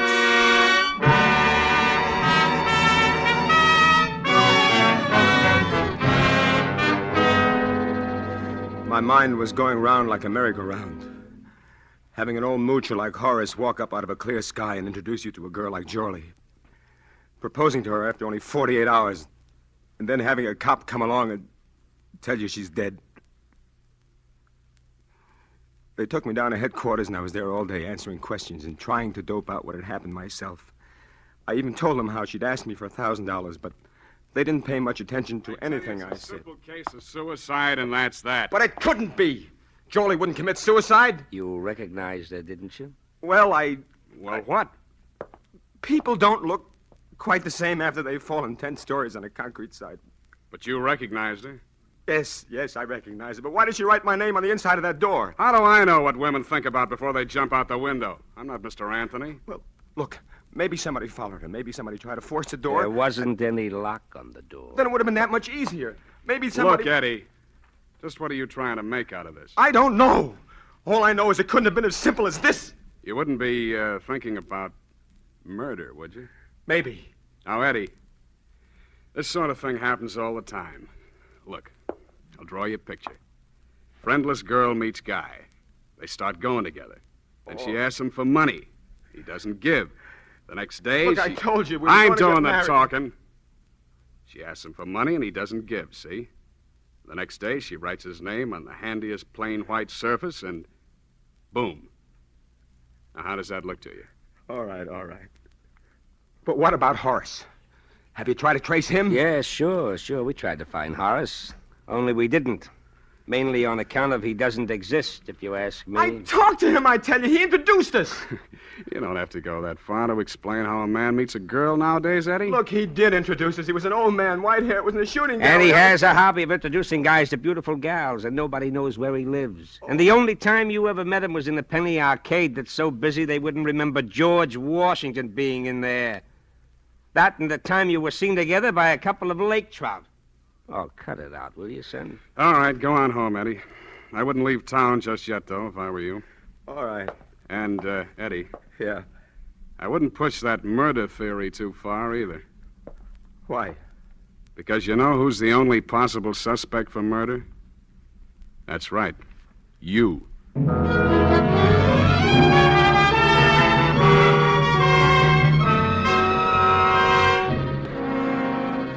First, I didn't know what to do or what to think.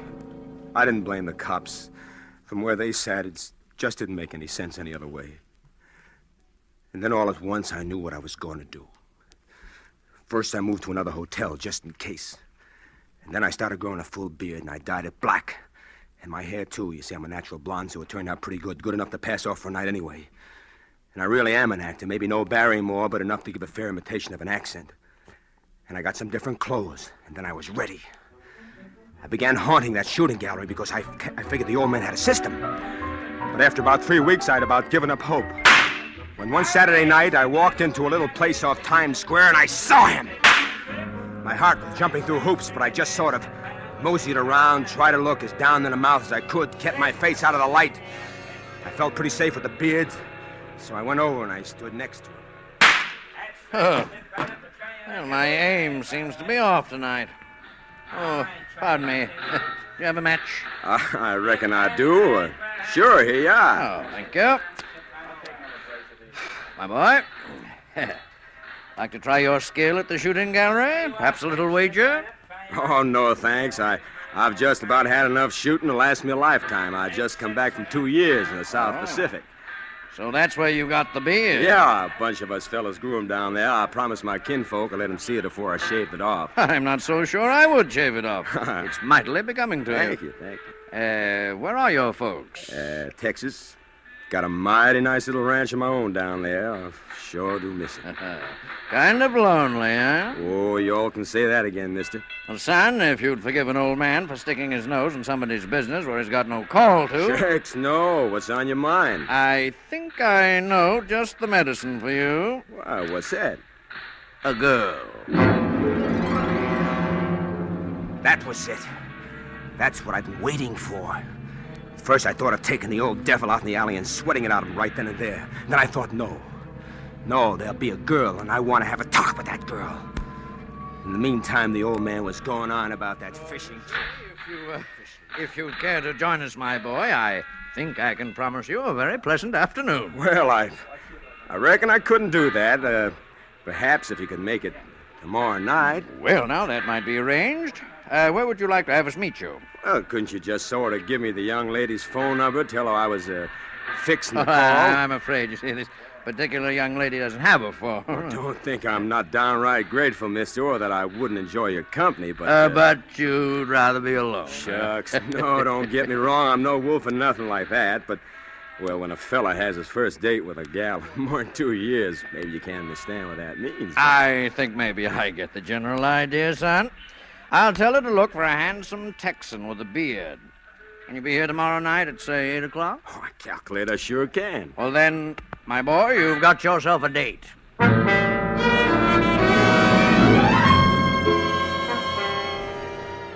next night I was there in plenty of time.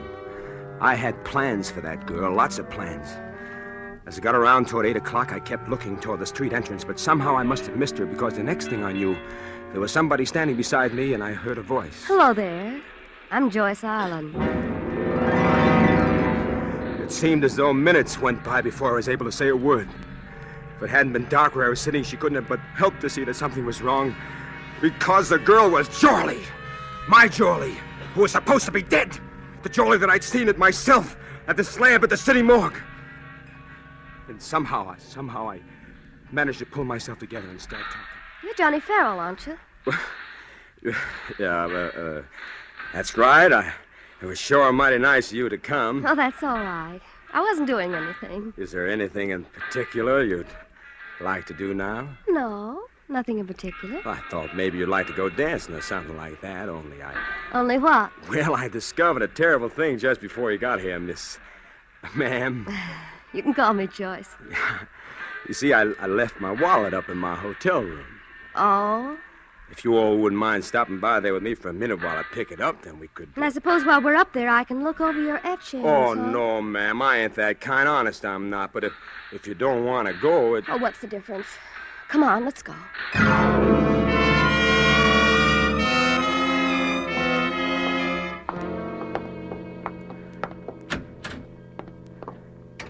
You always keep it this dark in here? Well, there's a couple of bulbs burn out. I told them to have them fixed. Oh, well, never mind. Fixed, Oh, well, never mind. Where's that wallet? In the closet there, my other suit. Say, Joyce. Yes? Would you mind if I stepped in here and sort of slicked up a little before we went out? No. Go right ahead. I went into the bathroom and got out my razor. My plans were still the same. I excused myself a minute before we came upstairs, and I made the phone call that I'd planned to. But there was a couple of little extra flourishes to be added on now that I hadn't figured on before. First, I shaved off my beard. Then I went to work on the hair dye with some rubbing alcohol. It came out pretty easy. And I was almost ready when I heard her voice in the next room. Johnny? Yes? I think maybe I'd better go home. You mean you reckon you don't want to go out with me? Oh, well, it isn't you, Johnny, but Well, what is it? you'll think I'm crazy if I tell you. No, I won't. What is it? Well, you sort of remind me of someone. Who? Oh, just someone I used to know. Oh, but Joyce, I'm all ready to go now. Well, Only first I thought maybe we better have a little more light on the subject. I thought you said you didn't have any... Hello, Jorlie. Eddie. That's right. Eddie, You I thought I'd never catch up with you. All right, Jorlie, all right. Give. What? Come on, talk and talk fast. Who was that other girl, the one they thought was you, the one who's dead? Well, she was my sister. Sister? What happened to her? I don't know. What kind of a racket are you and the old man running anyway? Well, Horace is... He's my father, Eddie. He's my stepfather, Oh, anyway. that's nice. It's very nice. It keeps it all in the family, huh? Oh, Eddie, you can think anything you want to. Nothing could be quite bad enough, but... Please believe me, I wasn't playing any games with you. No? No. That's why I sent Evelyn that day, my sister. I gave her your ring so you'd know she really came from me. I just couldn't face you myself. Face me with what? With what Horace and I had planned to do to you. The old shakedown, huh? I guess so. Evelyn was horrified anyway when she got wind of it. She was a funny girl. She belonged to one of those religious sects, and she said we'd have to atone for our sins, be punished. And now... Maybe you better start from the beginning. Well, that's about all. We were awfully hard up. And Mother really was sick. And I'd borrowed some money once from a man I'd met. I paid it back that time, but it gave Horace ideas. He wheedled and threatened and said our mother might die, and... Well, I'd had a couple of pretty raw deals pulled on me out here, and I just didn't care anymore, I guess. That is... till I met you. Yeah, and so you sent your sister to me to confess all, and she jumped out of the window instead. Is that what you think happened? I don't know. Then why didn't you tell me what you knew then? Well, I wouldn't have brought Evelyn back to life. And Horace said we'd all go to prison, and... You see, Mother didn't know what was going on. It would have broken her heart. Yes, but you went right back at it again. Horace said if he'd had just a little money, he'd go away. He'd leave us alone and go back east. And I was supposed to be the next victim as Johnny Farrell with a ranch in Texas. No, Eddie, no. Not after I met you. No. No. You were before, were you? Oh, Eddie, maybe if you knew a little more about what a girl is up against in this town, you'd understand. Telegram. Telegram? Well. Yes. I had a hunch about you, my boy. Horace. Why, you... Oh, don't try anything foolish. I'm quite expert with this little gun, as you may recall, my boy. Now, I suggest we close the door and have a nice, quiet talk just between ourselves. That's better. So, in spite of all my admonitions, you still persist in this confessional mood, do you, my dear? Horace, what are you going to do? You young people may not see it quite my way, but I'm an old man, and I don't fancy the notion of spending my remaining years behind bars. It's quite a penalty for extortion, you know. You're telling me. And so I'm afraid there's going to be a little accident up here. Something like the accident that happened to poor Evelyn. So you did kill her? Well, technically, yes, I did assist her through that window after she insisted on making a scene. Why, you... Evelyn was always excitable, you know. Really not quite normal, I'm afraid. Oh, Horace, you're mad. Now, my dear, I want you to write a little note. See, there's paper and pen over there on the desk. And you will say, Darling, forgive me, but it will be best this way for both of us. and sign your name. You must be mad to think I'd do such a thing. You wouldn't like to see me kill your lover here, would you? Oh, Yes, these old eyes can still tell love when they see it. Jolie, look, don't do it. Don't do it. Can't you see he's going to kill us both anyway? Horace, will you promise, Of course then? I will. That's it, my dear. Write it down just as I told you. There's only one thing wrong with all this, Horace. You want to know what it is? Naturally. I've already called the police. They're waiting for me in the lobby right now. And if I'm not down there in about 5 minutes, they'll be up here. Oh, dear. This is embarrassing, isn't it? Isn't it? I think perhaps you'd better get on that telephone, my boy. Give directions for the officers to go away immediately. Say that you no longer have any need of them. Well, all right. Hello? Hello, desk. You know those two men who are waiting in the lobby for me? Well, tell them to get up here as fast as they can. You! Horace, no! Jolie! Why, you won't... Jolie! Jolie, are you all right? I think so. It's only my shoulder. Oh, darling, you shouldn't have gotten I'd in the... rather have had it been me than you. Look, I'll call a doctor. What's going on here? We heard a shot. Look, there's the man who's responsible for the suicide of Jolie Andrews. Only it wasn't a suicide. He killed her. It wasn't Jolie Andrews. That's Jolie Andrews over here. What are you talking Hello, about? hello? I've got to get a doctor. Wait a minute, will you? All right. Hello? What was I to get? Don't you understand? Look, that isn't Jolie Andrews that's dead. That's Jolie Andrews over there. You're not making sense, man. Look, fella, look. I met this guy at a hotel. Yeah? And then we went fishing, and then we put the worms on a hook, and... Yeah? And then she was in the slab, and she was dead, only she's not dead. She's wonderful. We're going to get married, see? I love her. And then Horace and I were in the shooting gallery. Then I met him, and I dyed my hair, and I made a straight Texas accent, see? And I met him one afternoon, and I typed this whole thing over myself. And Joey's alive. And so closes A Guy Gets Lonely, in which Roma Wines have brought you Mr. Dane Clark as star of tonight's study in Suspense. Before our star returns to the microphone, let me say a word for Roma Wines, the sponsor of Suspense. Elsa Maxwell is known the world over for her great charm as a hostess. Now, here's a brief message from this noted authority. It is always a gracious act of hospitality to serve a glass of distinguished Roma wine. I suggest you try Roma California Tokay, a wine of unusual versatility, enjoyable any time, before or after meals. I serve it frequently with dessert or coffee. It's perfect with fruit or nuts or with any light snack. Follow Miss Maxwell's good suggestion. Try Roma Tokay. A velvety smooth, flame-bright wine, moderately sweet, light, yet delightfully rich in flavor. And you'll find that all Roma wines are always delicious, always of unvarying goodness and fine quality. The next time you use vermouth, sweet or dry, use Roma vermouth. Zestful, herb-flavored Roma vermouth is blended, mellowed, developed, and bottled in California with all the traditional wine-making skill of Roma wineries, yet surprisingly low-priced. Try Roma vermouth soon, won't you? This is Dane Clark. That I enjoyed appearing on Suspense goes without saying. All of us do. Next week's show sounds like it'll be really swell. It's a story written by one of the great contemporary masters of the art of suspense, Dashiell Hammett. And starring in it will be two of your favorite Hollywood people, John Payne and Stuart Irwin. I'll surely want to catch the one next Thursday, and I know you will, too. Suspense is produced, edited, and directed by William Spear. Dane Clark appeared through the courtesy of Warner Brothers and will soon be seen with Dennis Morgan in their production, God is My Co-Pilot. Next Thursday, same time, John Payne will be your star of Suspense. Presented by Roma Wines, R-O-M-A, made in California for enjoyment throughout the world.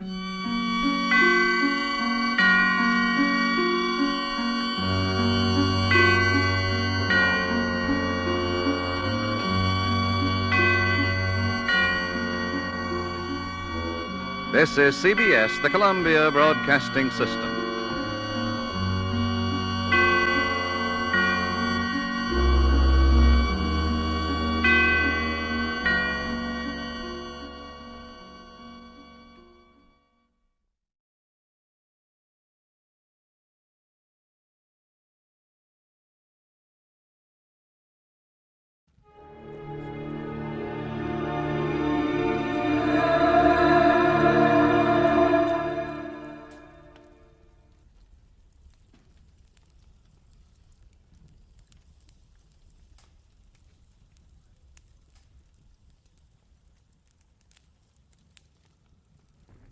Get this and get it straight. Crime is a sucker's road. And those who travel it wind up in the gutter, the prison, or the grave. This time a nervous breakdown in a driving rain. A cape with a high collar and a tiny sliver of glass led me from the ballet and a beautiful dancer to the edge of a cliff and death. It happened like this. From the pen of Raymond Chandler, outstanding author of crime fiction, comes his most famous character in The Adventures of Philip Marlowe.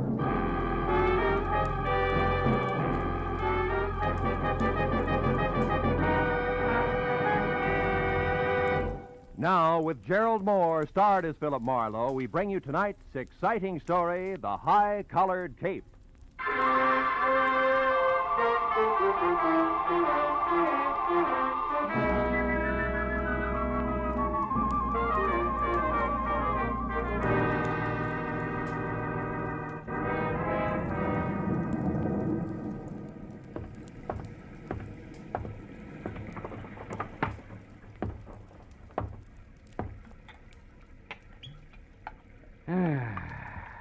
Nothing like a drink and a good book on a rainy night. And what a night. Oh, no. All right. Don't sprain your finger. I'm most sorry to intrude on you this time at night, but I may have waited too long already. Yeah, well, look, miss, my office hours are 9 to... Poor Andre. I felt something dreadful was going to happen to him, and now I'm sure of it. You must find him for me, the poor man. Lady, wait a minute. Hold it, will you? Who is Andre? And for that matter, who are you? I am Vivian Ordway, prima ballerina ballet du monde. Prima ballerina? The impresario of the company, my dear old friend, my teacher, the man who's been like a father to me. That is Andre Ledoux. We must help him at once. Well, listen, Miss Ordway, why don't you... Mr. Marlowe, I feared for some time that Andre was on the brink of losing his mind. Yeah, I can understand it. He's a genius. Tormented by 1,000 frustrations, he will never dance. He's been crippled, but he is consumed with a passion for dancing and drives himself to express his genius to the clumsy feet of Otto. Yeah, well, that's very interesting. You've no idea, but I don't see why you came to me tonight, Miss Ordway. What can I do? Help me to find him. Yesterday, something else happened to Andre. I don't know what, but it upset him. Then today at noon, when this awful rain started, he disappeared and... Oh, good heavens. Huh? 8:05. Yeah, what about it? I'll be late for the performance. Here, take this ticket and please come to the theater, Mr. Marlowe. I beg you. I'll pay you anything you ask. Only promise me you'll come. Well, please. Okay, Miss Ordway. I'll be there as soon as I can.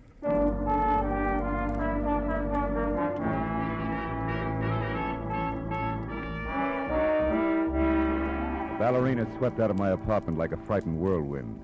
As I got dressed all over again for an evening ballet, which I needed like acute appendicitis, I saw that the ticket she'd left was number 27J at the Great Arts Theater, showing Ballet of the World, sponsored by one Mrs. Imogene Wyatt. Well, I got to the lobby, half soaked near the end of the second act, when an icy usherette shoved the program at me and hush-hushed me inside. The audience was a small cluster of Artie diehards down front, which left me in 27J feeling like Midway Island. My client, Vivian Ordway, was the whole show. When I saw the finale coming, I slipped down a side aisle and into the wings, just in time to catch a beef at the stage door between a long, wolf-faced intruder and a pudgy doorman. Ain't here, Scully Haskell. But even if she was, you wouldn't get in. She left strict orders. You're finished. Now get out and stay out. Okay, but let me tell you something. I broke my back getting publicity for that diamond-studded widow in this outfit. Imogene Wyatt's going to be sorry she fired me. I'm going to see to it personally. Get out of the theater, Scully. You're nuts. See you and this whole troop of stuck-up grasshoppers.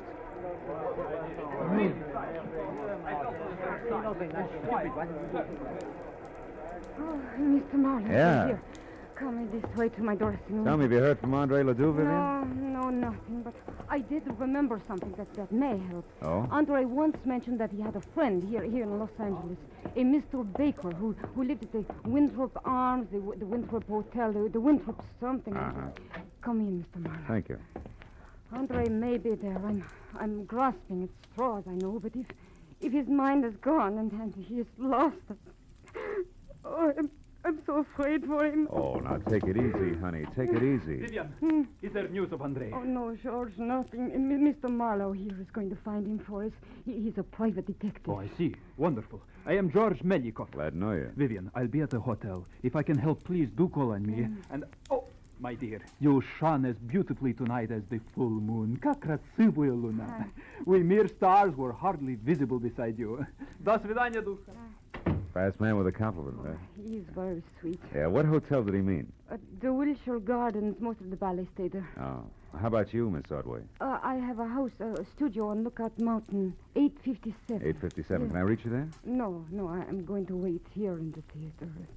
If Andre should remember and come back, I'd want to be here. He's a very sick man.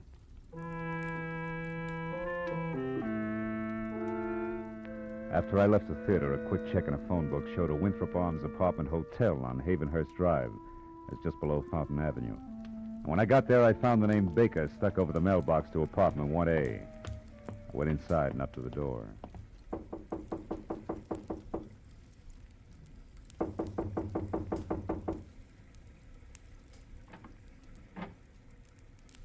Yes? Andre Ledoux? What do you want? Well, your friends at the theater are worried about you. My friend, I have no friends. George Melikoff's worried about you. George Melikoff, my friend, worried. So is Vivian Ordway. Vivian. Uh-huh. Oh, that dear child. What will become of her now? What do you mean? What's happened? Who are you? Miss Ordway sent me to find you. She's waiting for you at the theater. Waiting at the theater? Why? Why? The ballet is finished. What's that? Mrs. Imogen Wyatt withdraws her support completely. There is no more Ballet du Monde. I'm penniless. And all our work has been for nothing. I tried to reason with her, but... Oh, it was hateful. Afterward, I drove here on the dark street. The rain splashing, clawing at me. Rain. Andre, where's your friend, Mr. Baker? Hmm? This place is packed in mothballs. Oh, he is in Europe. It is all right that I am here. He sent me the keys long ago. Said I could use his apartment and his car. I came here to be alone, to think. My head aches. Andre, what time was it when you left Mrs. Wyatt's yesterday? Do you remember? I can't remember. Only that it was dark. Very dark. And it was such a difficult drive. Yeah, tomorrow she will notify her lawyer to alter the papers and order that imbecile. I wish you were dead. You hear me? I wish that Imogen Wyatt were dead. What was that? Stay where you are.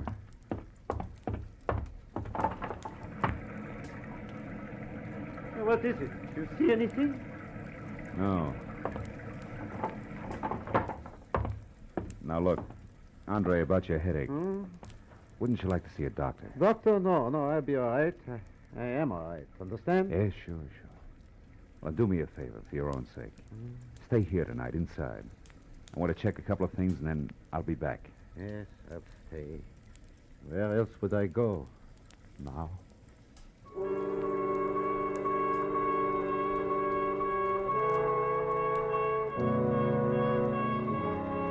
When I left, I was convinced that if the ballet impresario hadn't already slipped his trolley, another slight bump would do it.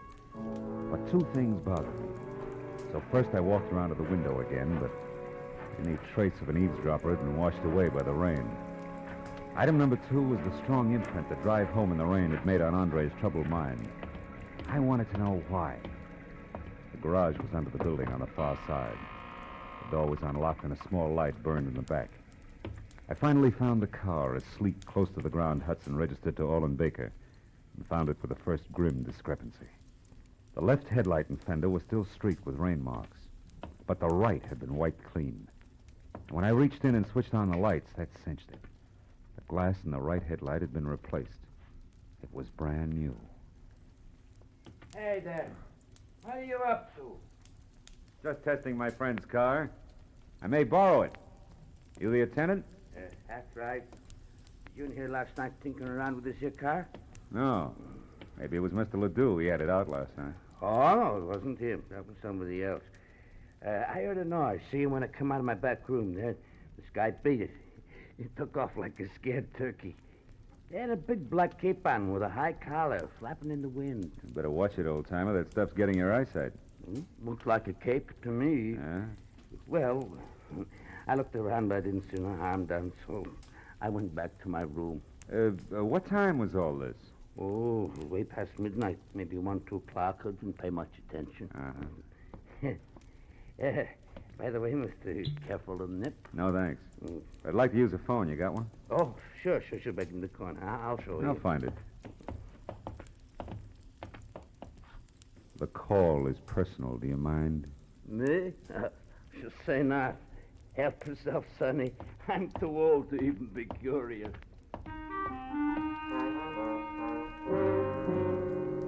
My first call was to a desk sergeant in the police traffic bureau. When I identified myself and asked about a hit-and-run accident possibly on Fountain sometime before midnight yesterday, there was a pause while he checked the record. And then... On the button, Mr. Marlowe. We identified him by his Blue Shield medical card. Oh? One Lyle Kretschauer. Uh-huh. Apparently stepped out from between parked cars on Fountain Avenue between Orange Drive and Roxbury. Was struck by an unidentified vehicle at about 11:10 last night. Condition serious. Now, what do you know about this, Mr. Marlowe? I'll get in touch with you later, Sergeant. Thanks. Stepped out from between parked cars.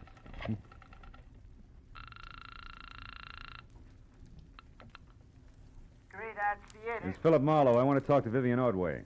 Oh, hang on a second, Mr. Marlowe. She's right here. Okay. Have you found him? Is Andre all right? Yeah, for the present. But listen, Vivian, I got to talk to Imogene Wyatt. Where does she live? Mrs. Wyatt. Yeah. Beverly Hills. Let me think. It's 21 Cameo Terrace. 21 Cammy. Meet me there right away, will you? I may have a couple of rough answers for you, baby. But I'm still in costume. That doesn't matter. Okay, all right, I put something on over it. I'll be there just as soon as I can.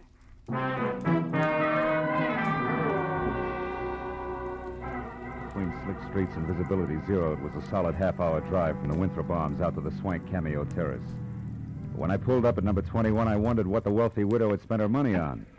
The house was so small it must have been shingled with $20 bills to meet the zoning restrictions. I just started up the soggy gravel path toward the door when it came. As I started to run for the house, a green convertible I hadn't noticed before roared to life suddenly and disappeared down a side street. But I didn't have time to worry about it. Inside, I found Mrs. Wyatt on the dining room floor, fighting a losing battle with the distance to the telephone. Last night,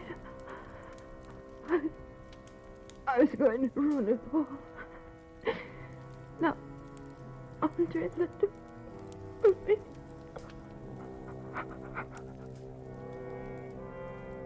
She was dead. I looked through the rest of the small and now silent house in a hurry, but found nothing more constructive than the rear door wide open. I got back to the living room just in time to see my client, Vivian Ordway, bizarre in a short, frothy ballet skirt and long white hose, standing in the front door. Something's wrong, isn't it? It's one way to put it. How'd you get here, Vivian? In a cab. What do you know that drives a green convertible? Green. With Scully Haskell, a publicity man, but why? The guy I saw in a beef at the theater tonight. What's happened? Imogene Wyatt was just shot to death. And that puts 2 items of business up on deck. First, a check call to Andre Ledoux. Andre? Why Andre? On the off chance that he can drive faster than I can. After that, a personal call on Mr. Haskell. You can fill that one in yourself. Marlowe, Andre couldn't have. He couldn't have. We'll see. Now, hang on tight, baby. Let's get it over with.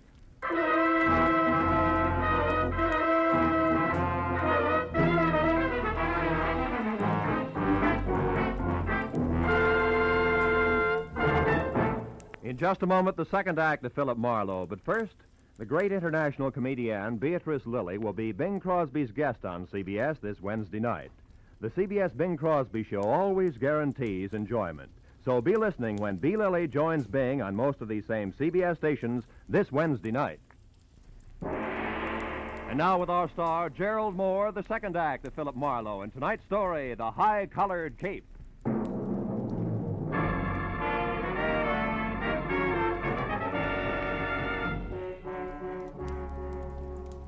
Made a cockeyed picture.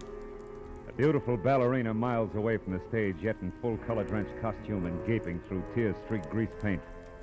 Sudden death. It's a good time for me to start checking up. Andre Ledoux, the high-strung impresario, was first. If he was still at the apartment, I could cross him off as having done it personally.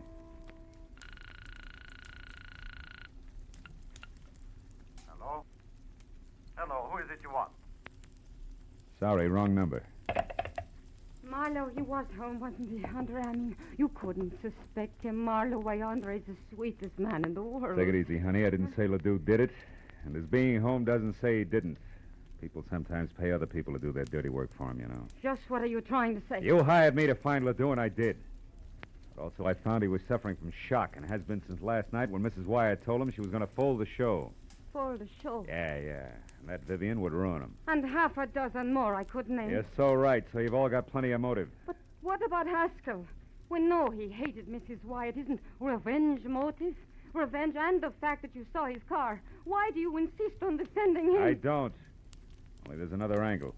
It's called hit and run. And I know that it ties in tight with Ledoux, Mrs. Wyatt, and the actual killer. Hit and run? I don't understand. Well, neither do I yet. Now, look, do you know where Scully Haskell lives? No. Where does he hang out? Sometimes at the bar at Wilshire Gardens Hotel. Okay, I'll try it. Now, you go back to your place up in the hills. I'll find it when I got some answers. Now, hurry up and get out of here, will you? Somebody might have heard the shot and called it... Somebody did hear the shot. Go on, get out. Yes, but Marlowe... No buts. Go on, Vivian. Get in the cab and go straight home. Do your crying there. All right. Good. I'm trying to... Hey, Vivian, you forgot your coat. Vivian, you... Oh, no, baby. You forgot your cape.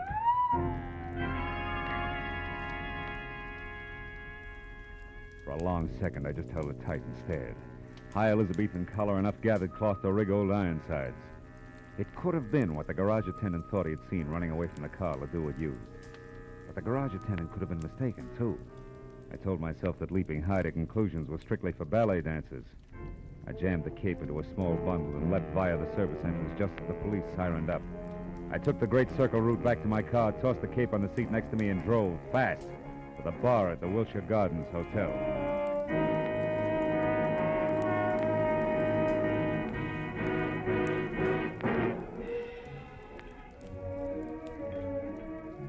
It was a kind of flattering pink mirrored place where the hors d'oeuvre had long ago replaced the pretzel. But Haskell wasn't in sight. And the only person around who could possibly be of any help to me was the delicate George Milikoff. Mr. Marlowe, have you seen Vivian? I am beside myself with worry. She's all right, Milikoff. She's not. I know. It is Monsieur Ledoux that she still worries about him. Yeah, him and a little bit more, George. Now, tell me, you know where I can find Scully Haskell? Why, yes, I do. He was just here for a drink. Where'd he go? You're being very brusque, Mr. Marlowe. Being very what? You're brusque. Yeah, well, now look, George. Without grand jetting out of your satin loafers, get this. There's been a murder, and Vivian's in it up to her pretty fluff skirt. A murder? How is Vivian concerned? Come on, Butch. Let's get out of here. Where are we going, Mr. Marlowe? Out to my car where we can talk. The rain stopped. Come on. Over here. You said somebody was murdered. Who was that? Mrs. Wyatt. She was shot, and it might have been Haskell. Because she discharged him? Maybe. Or maybe something more complicated, like a hit-and-run accident that belongs to Ledoux, but somebody wants to cover. Does that make any sense to you? Here's the car. No. Should it? No. What's more, it shouldn't to Vivian, either. What are you getting at? There isn't time to explain. Call it thinking out loud. Thinking about this cape, for example, that belongs to Vivian. And about the testimony of a whiskeyed garage attendant. All of which makes me hope real hard that Haskell's the boy. More thinking out loud? Yeah, maybe. Now, look, where can I find Haskell? The Paradise Court Motel on Vine. He has a bungalow there, number 3. Oh, thanks. Well, if you're really worried about Vivian, George, go on up to a place on Lookout Mountain Road. She's not in good shape. Now, here, take this cape with you. Ooh. What? Why, you cut yourself. Your finger's bleeding. Yeah. On a sliver of glass, George. Glass that could have come from a broken headlight, huh? From a broken what? What are you talking about, Mr. Marlowe? The benefit of the doubt, George. Keeps getting harder to give it away. Bring this back to Vivian, will you? Tell her she left it at Mrs. Wyatt's, and then I'm positive Haskell's our man. So long, George.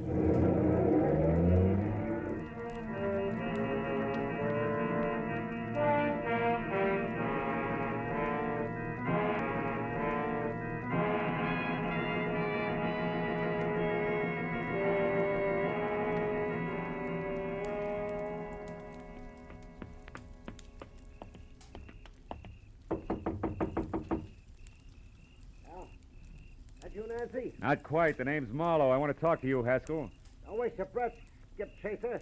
I'm broke, and I'm going to stay broke until the 1st of next month. After that, you can get in line. Who are you funny for, the finance company? Imogene Wyatt's dead, Haskell. What did you say it?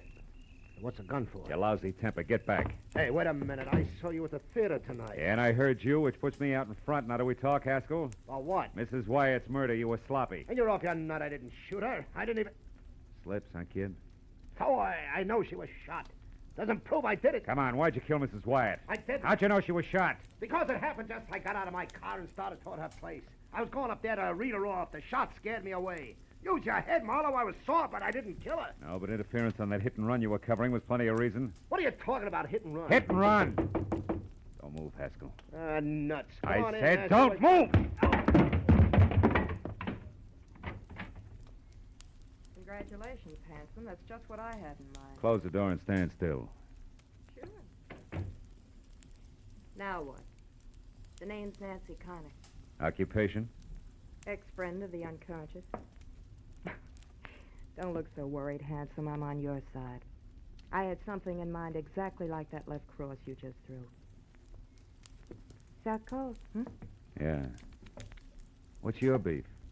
I took this louse to a party with me last night, and he got so stinking drunk that I'm still apologizing to people. He was with you last night? Mm-hmm. Me and a couple of fifths of bourbon. From 8:30 till 5 a.m. And on Malibu. He never left? Not for a second. The loudmouth was positive. Nobody could get along without him. What's that got to do with you? Too much. Tell Haskell I'll be in touch, will you? I gotta run now. Oh.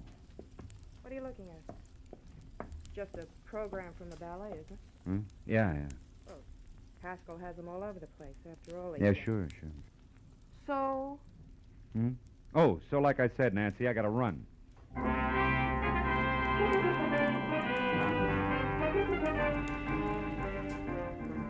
It was 15 stop-and-go minutes from Haskell's place to the Hollywood Hills, and another 5 screeching up the paved snake that was Lookout Mountain Road.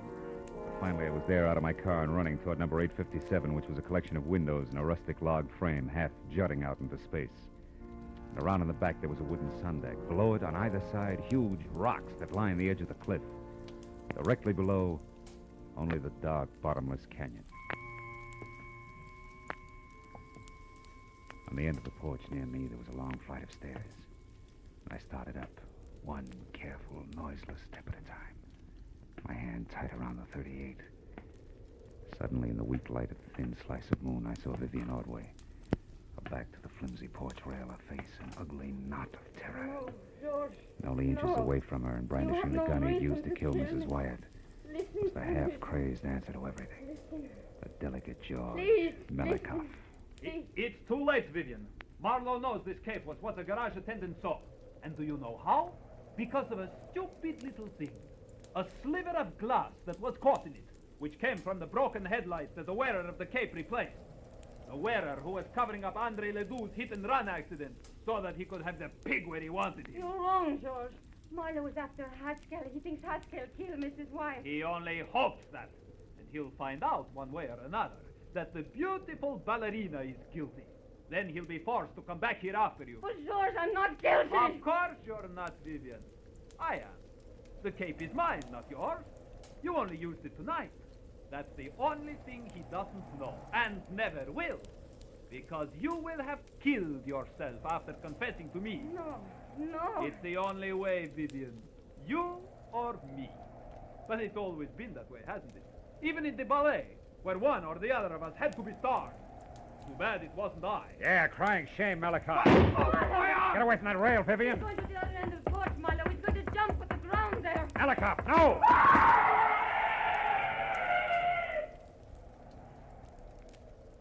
Oh, no. Too great a leap, even for a ballet dancer. Let's get out of here.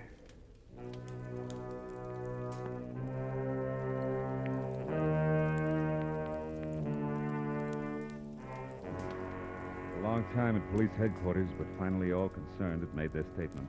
The law was more or less satisfied, and Andre Ledoux never knew he'd hit anyone, was cleared of hit and run. That left me and the ballerina driving to a friend's house, where she was going to spend the night. Phil, I know you must have had enough of questions and answers, but... But? Yes. The reason George killed Mrs. Wyatt.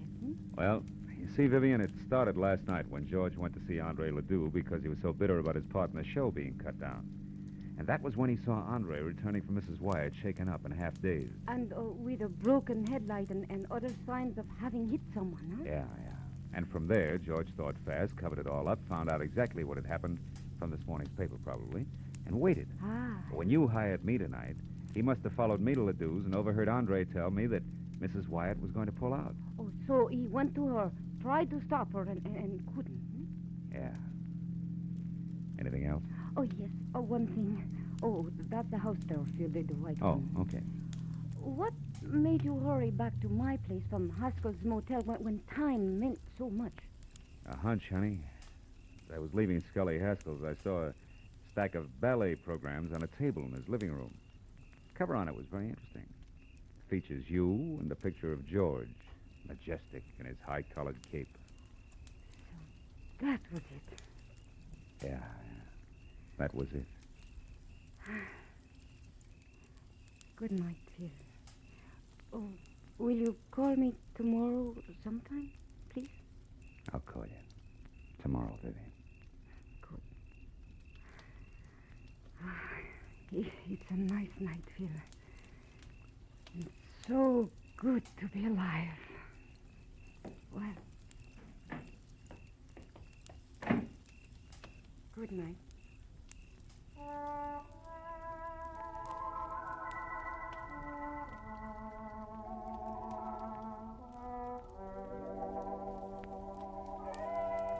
And I drove straight home in the quiet, empty hour through the quiet, empty streets, thinking all the way about ballet, which to me had always been something very delicate.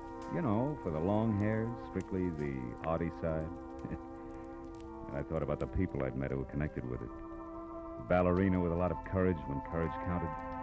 The high-strung Andre Ledoux, Haskell the muscle man, and George.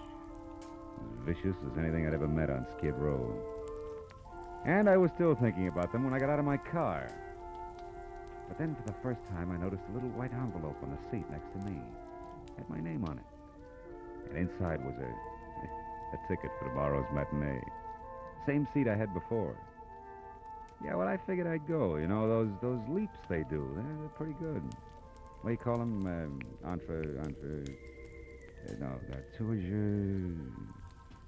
Yeah, they're pretty good.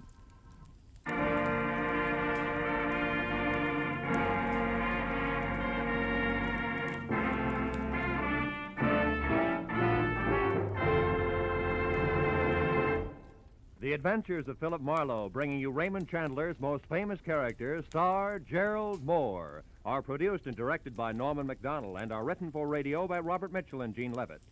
Featured in our cast were Georgia Ellis, Edgar Barrier, Elliot Reed, Lou Krugman, Wilms Herbert, and Michael Ann Barrett. The special music is composed and conducted by Richard Arant. Be sure and be with us again next week when Philip Marlowe says... This time it was a fishy horseplay from a red-headed beauty wild about ponies past a black-bearded sailor who bled to death on a racing form, to a neck-and-neck finish over a wandering seahorse worth $50,000. And you know what? I was the jockey.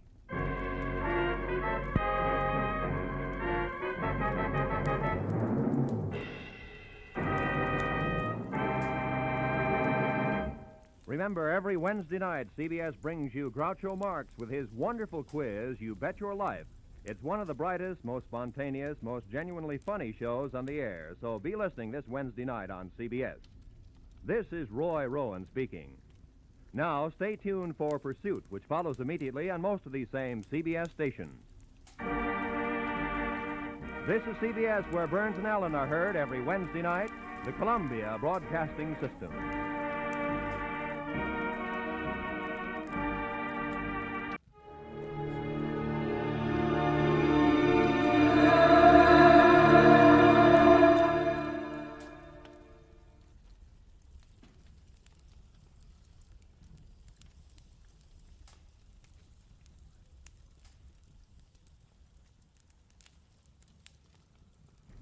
Get this and get it straight. Crime is a sucker's road, and those who travel it wind up in the gut of the prison or the grave. This time, a friend with millions, a myopic chemist and a long-haired piano player, but thrown into panic because a brilliant young lady with a gun was taking a big step in the wrong direction. It happened like this.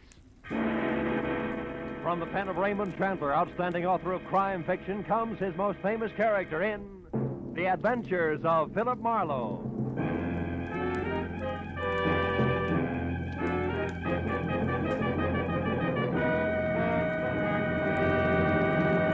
Now, with Gerald Moore starred as Philip Marlowe, we bring you tonight's exciting story, The Big Step.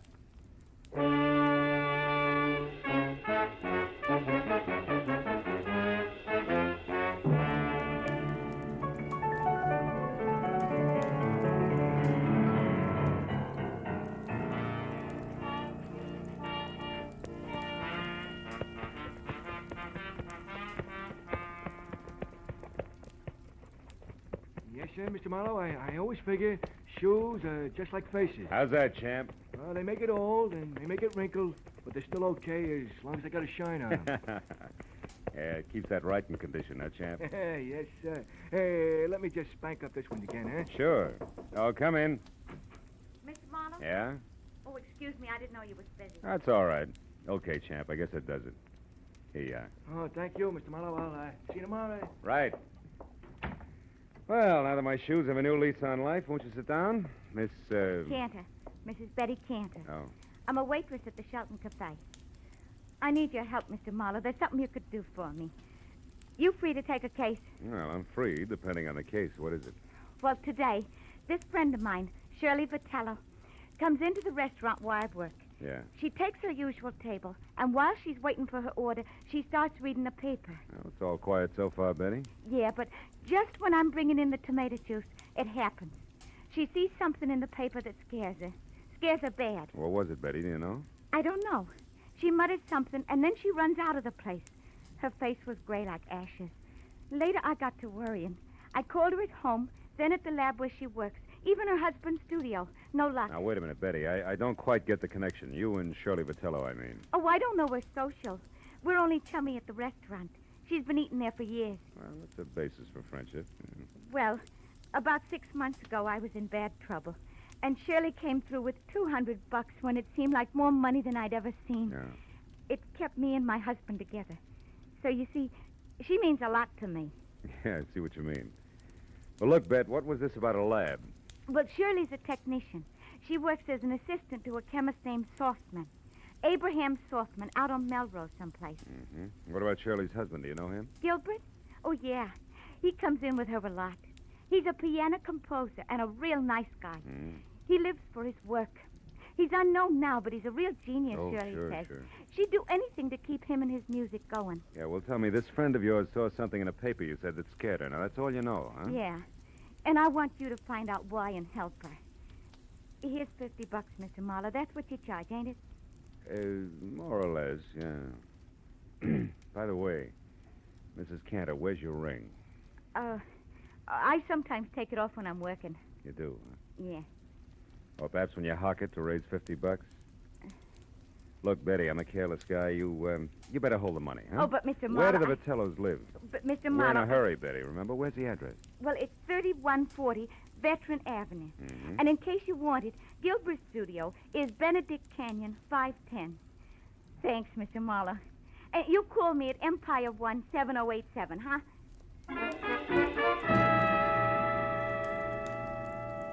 When Betty Cantor was gone, I got in my car and drove out to Veteran Avenue. You know, she was a pathetic little creature. And with a little effort, she could have that touch and glow look. Oh, well. 3140 was one of those small but neat houses that grow like mushrooms overnight on a post-war California landscape. And it was locked, dark, and quiet. I went around to the back and started on the windows. The third one opened when I tried it. I climbed in, turned on some lights, and made the grand tour, then entered in the den. The only indication that anyone had been there all day was a current issue of the L.A. Star crumpled in a wastebasket. I pulled it out and started through it. On page 5, I found the hole where a 2-column story had been clipped out. And then somebody was at the front door. I started toward it, but changed my mind at the sound of the key in the lock. Instead, moved back into the den and watched. A head that belonged on a gopher wearing a battered fedora and inch-thick glasses above a fur-collared coat peeked in. Gave the place a myopic once-over and headed straight for the den. So I stepped out where he could see me. I have never seen you before. What are you doing here? You tell me first, Pop. I'm bigger than you are. I'm Dr. Abraham Softman. Softman? Oh, the chemist Shirley Vitello works for. Is that why you have a key? Yes, she leaves unfinished. She leaves work here for me to pick up. It's a convenience for both of us. But now you can also explain, maybe? Well, a friend thinks your assistant's in trouble. I'm trying to find out. The name's Marlowe. Aha. I suspected now I'm right. What? Shirley came to the laboratory late from lunch today and very much upset. She left again soon, right in the middle of our most important crimson test. Your what? Our crimson test. Oh, yes. Without one word to me, she left. Never does this happen before. In all the 5 years, she has been my loyal right hand. Well, tell me, what's the nature of your research, Dr. Softman? We are developing new commercial dyes. Oh, such a beautiful crimson we have now. Really? Shirley knows as much as I do about all of it. Mr. Marlowe. Was it you who opened the desk drawer there? No. I didn't notice it till now. 2 boxes of .32 caliber ammunition. 9 shells gone from the top one. She kept a gun there. I've seen it before. That's gone, too. What kind of trouble needs a gun, Mr. Marlowe? Oh, I could think of a few. And they all say we better locate Shirley, and soon. Now, look, Doc, I want to ask you... Just one moment, What? please. Maybe you will know if this means anything. I found this under her work table after she left this afternoon. Is it maybe something? I don't know. Let me see. Empty reservation envelope from Federal Airlines, L.A. to New York, departure 11:35 tonight. Made out to Ruth Britton. Ruth Britton? Who's that? Well, I don't know her, but she must be something to Shirley. Perhaps this Ruth Britton is the trouble. Now, the airline number's here. Where's the phone? It's out there in the other room, Oh. there on the table. Yeah, I got it. Hudson 28610.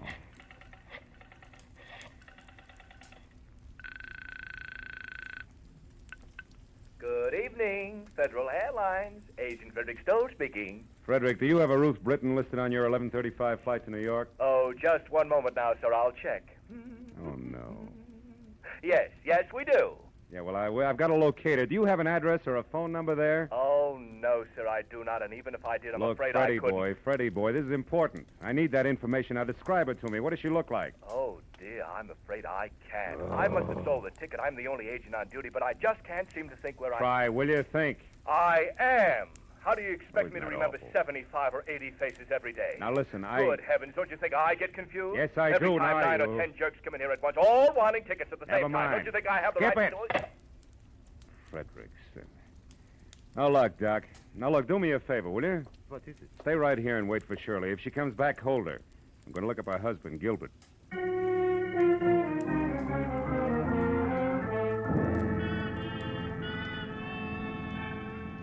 The first stop was a newsstand. I bought an L.A. Star, turned to page 5, and found that the missing story was on a man identified only as Dagger, who'd been hit by a taxi on Temple Street at 8 a.m. The only reason it rated 2 columns was that before he lapsed into unconsciousness, he told the ambulance crew from the Citizens Emergency Hospital that he knew he was going to die and wanted to clear his conscience by confessing a crime he'd committed. It ended with police standing by. I drove on into Benedict Canyon, wondering what kind of a bridge it was going to take to span the gap between a female chemist and a downtown traffic accident. I was still wondering when I got to number 510. All I could see of Gilbert Vitello's studio over the brush around it was something pseudo-Spanish that had been stuck onto a piece of vertical real estate by an optimist in the early 20s. A path had been opened from the driveway to the house, and as I walked to the door, the piano music from inside got louder, but not better. Even in the long-haired circle, that stuff needed a haircut. Hey! Hey! Vitello, break it up a minute, will you?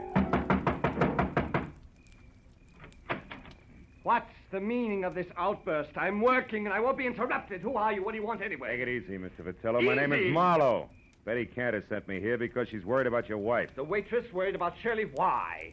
Well, she's in some kind of trouble. Have you seen her tonight? No, not since this morning, but that's not unusual. I often work late. My music is very demanding. Now, what gives that waitress the idea that Shirley's in trouble? Your wife's reaction to a newspaper story. It scared the wits out of her. About a taxi hitting a man named Deniker mean anything to you? Deniker? Shirley worked with a fellow by that name once, I believe, but why would that story frighten her? Well, I was hoping you'd tell me. Do you have a gun? A little .32 pistol at home. Why? It's gone. See here, what's this all about? Tell me the truth and be quick about it. Oh, shut up. Answer my question. All right. My wife was shocked by that item on Deniker. She isn't at home, she isn't at Softman's lab, and hasn't been all afternoon. And what's more, she's got a gun. That's all I know, except for one thing. Who's Ruth Britton? She's a friend of Shirley's from the East. She's been visiting relatives out here. Why? Nothing. Maybe Shirley's got a plane reservation for her, that's all. Mr. Marlowe, if that's all you have to offer, why don't you get out of here so I can go to work? I'm quite certain if Shirley were actually in trouble, she'd come to me for help. And incidentally, tell Betty Cantor to take some vitamins or something. She's becoming a meddlesome busybody. You know, there was a quality about Gilbert Vitello that made me want to sock him on the temperament with the heavy end of his grand piano. When I started down the path to the driveway, I forgot about him. Because a pair of headlights slashed through the foliage like a giant scythe. I ran to where I could see and watched the girl in a brown suit get out of a sleek new Hudson and start toward the house. Then she saw me. She backed away, then threw me one scared look and darted into a side path like a jittery cottontail. I followed as fast as I could, but it was home ground to her, and in 20 yards I was outclassed. I lost her at the corner of a sagging shed and stopped to listen for her footsteps. I heard something else, but not in time to duck. Oh!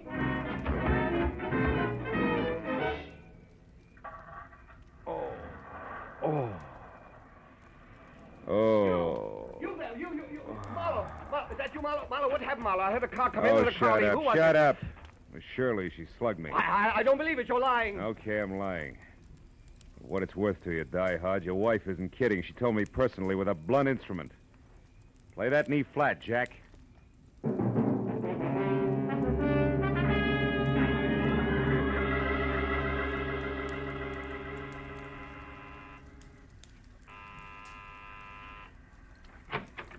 Mr. Marlowe, did you get something? Lumps. Oh, look at How about you, Dr. Softman? No, nothing. Come in. Yeah. No one has come here. You found out something? Ever hear of a guy named Deniker, Doc? Me, here of Morris Deniker? 5 times in the past 3 years, Morris Deniker in Chicago has beaten me by introducing a new dye substance or a new process just days ahead of me. Huh. 5 times this happened. He's a dye chemist, too. Huh? A brilliant one. I admire him. But why do you ask Listen, this me? is beginning to fit like a rubber glove. Deniker's in a hospital right here in L.A. He may not live, and he wants to confess to a crime. Here, look. What's Now, read it this? yourself. When Shirley saw that story, it threw her into a panic, and now it only figures one way. Your assistant has been selling your new developments to Deniker before you released them. No, it is not true. Shirley would not do this thing, not to me. Okay, Doc, we'll see. Now, look, why don't you go back to your lab and wait? I'm going to the hospital now and do some more fast addition. If it comes right, just don't forget you're a scientist, will you? Oh, I would not forget. Now, you remember something, Mr. Marlowe. 2 plus 2 does not always make 4, especially when you are adding up human halves.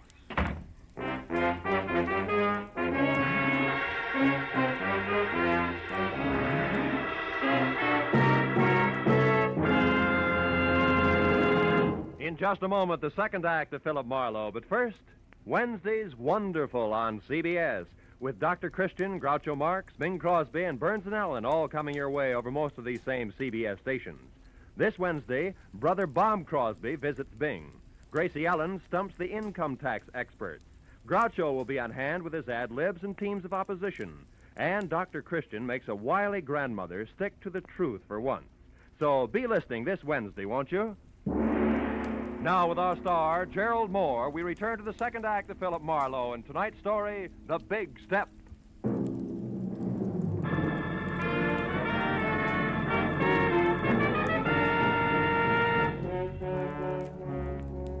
It was 20 stop-and-go minutes through the snarled early evening traffic over to the Citizens Emergency Hospital.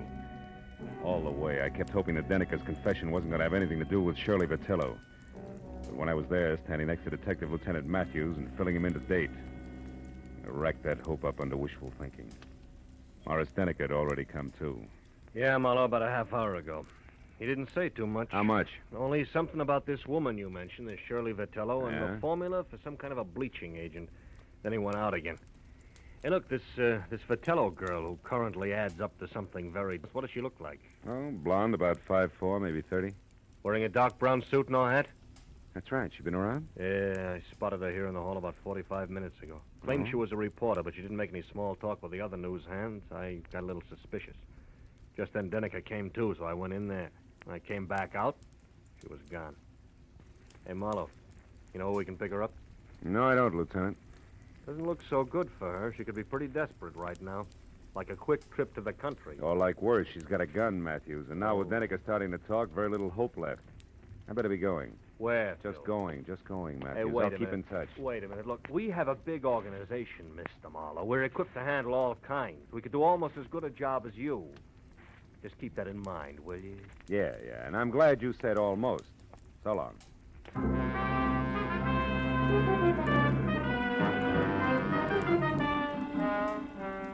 I got back into my car and pointed it toward the Vitello place on Veteran Avenue again. Because I didn't know where else I could possibly pick up Shirley's trail. I felt like an uncomfortable emptiness was in the pit of my stomach. You know, like the guy who stands on a street corner and watches an ambulance intern scrape up a traffic victim. He knows he didn't have anything to do with it, but that knowledge doesn't make him feel any better. Shirley Vitello was headed for trouble, bad trouble. And the pathetic little kid, Betty Cantor, who came into my office and started the whole thing, could get hurt in the process. Well, I parked in front of the place, which from inside, a desk lamp showed a circle of light the size and color of a lemon lifesaver, and the front door was open inches, as though somebody had left in a big hurry. I walked on eggs as far as the door and nudged it. And I saw it. On the table in the far corner of the room, a note propped up against the lamp and nothing else. I started toward it. Don't move. I'm behind you, and I've got a gun. Oh, fine. 32 caliber out of the desk drawer, no doubt. No doubt. Marlowe, why are you mixing into something that's no business of yours? I'm a private detective working for your friend Betty Cantor. She's worried about you, Shirley. Marlowe, what's done is done. Betty can't help me. You can't help me. Nobody can help me. I stole Softman's work, and I sold it to Morris Denneker. I didn't count on a deathbed confession. Why'd you do it? I love my husband, and he needs money to go on with his work. No. Gilbert's in on this with you, huh? Oh, no. No, he isn't. He thought my wages were high, that's all. The note I left there on the table makes that clear. Also, Also what? it's goodbye. I love him, Marlowe. When I'm gone, he'll have enough money to carry on. Keep the studio that means so much to him. And nothing can be taken away from him. I've seen to that, legal-like. Just what do you mean, gone, Shirley? How far is gone? A long way, Marlowe. All the way. Suicide? Oh, no, Shirley, you Marlowe, can't mean let's that. not talk anymore. And don't bother about that phone. It's only Gilbert. How do you know? Well, when I pulled up outside here after I came from the hospital, he was home. I didn't want to speak to him, so I drove on until I came to a phone booth. And then I called here and told him to meet me at the Saffron Bar. It's an old hangout of ours. You wanted to leave a note for him, but didn't want to face him, is that it? Yeah. He'll keep calling on and off for quite a while before he comes back here. I figured it would be better that way. I didn't want him chasing me. The sea air might give the big lug a cold. It always did. Well, Marlowe, it looks like it's about time to put you away for safekeeping. I don't think so, Shirley. I think the phone is about... No! Next time, Marlowe, it'll be more than a vase, but just as fragile. Now, the closet's cedar lined and strong. It should hold you long enough. Get in, Marlowe. Go on. Okay. And it is, baby. But first... What? The step you're about to take, Shirley, Yeah, I listen... know all about it. It's a big step, isn't it, Marlowe? We'll save your breath. I wouldn't be any happier in prison or running away, believe me. Not a bit happier. So long, Marlowe.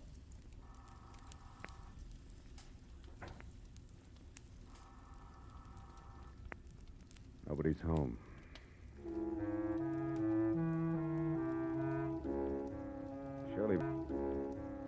Shirley Vitello was mixed up about a lot of things in life, but that doesn't include closets, because the one she put me in was strong. The lining she called cedar must have been hand-me-down armor plate from a retired battle wagon. So all in all, I was 45 minutes alternately kicking and resting while the insistent telephone marked the 5-minute intervals for me.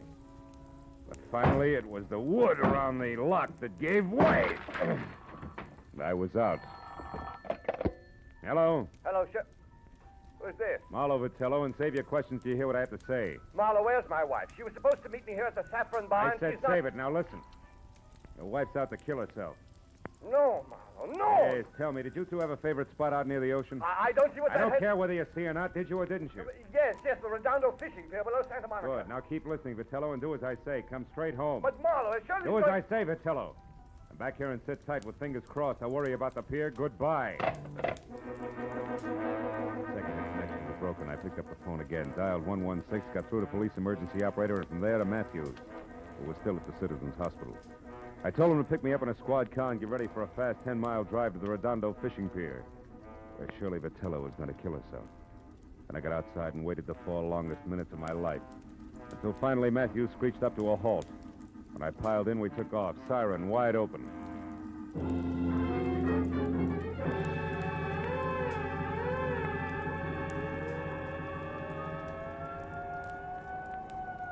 Less than a minute now, Marlowe. Pier's only a couple of blocks away. Good. Better have Mooney kill that siren, Lieutenant. Jack, we want to come in quiet, Mooney. Okay, Lieutenant. Well, there she is. That tower's out on the pier. Yeah, Mooney, pull up here, will you? We don't want to scare her into something. Matthews. What? That crowd there, halfway out on the pier. There's a cop with them. Yes, so there is. You better drive right up, Mooney. Looks like we're too late, Phil.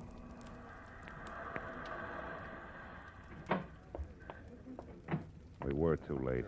At the center of a circle of the morbidly curious who always panned and gaped, we found her lying face down on the greasy planks of the pier, dead. She'd shot herself through the heart, and the gun, the same 32 she'd used on me, was lying next to her. 2 bullets gone.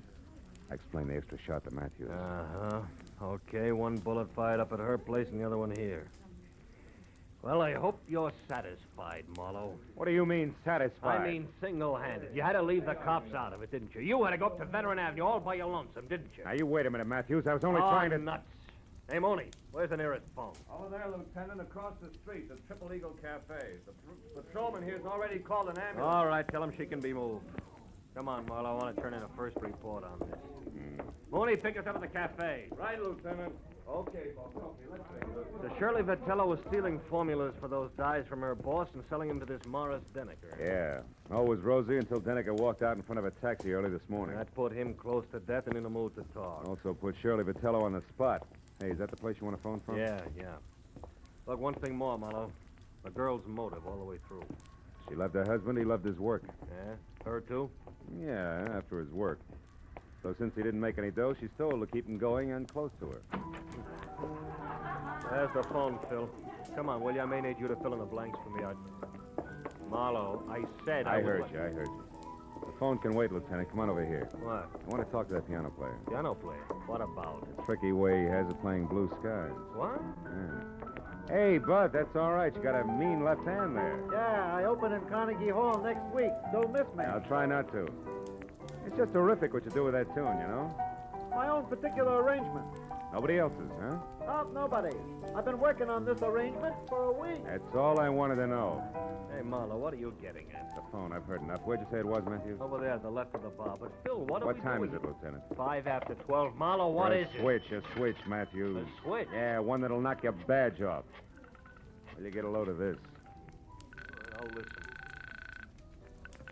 Good evening, Federal Airwaves. Agent Frederick Stoll. Listen, speaking. Frederick, I'm the party who called before about the reservations for Ruth Britton on the 11:35 for New York. Oh, yes, I remember you. I'll probably... Never mind. It's police business, Freddie. Did the plane leave on schedule? Of course it did. But Miss Britton didn't make it, and she didn't bother to call and cancel her reservation. Thanks. I've heard enough. So far, so good, Matthews. Yeah, which means what? The Saffron Bar in Hollywood. Which means what? Shirley Vitello didn't commit suicide, Matthews. She was murdered.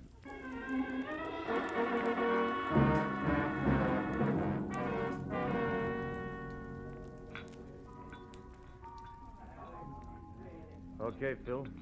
Where's your man? Right there. That table against the wall. Oh. Come on, Matthews. Hawaiian music. Sentimental rock. Degradation. Abomination. Oh, I don't think it's as bad as all that, Gilbert, old boy. Marlowe, you a cop, the most insensitive of all people. What would you know about music? Just for the record, he's not a cop. My question still stands.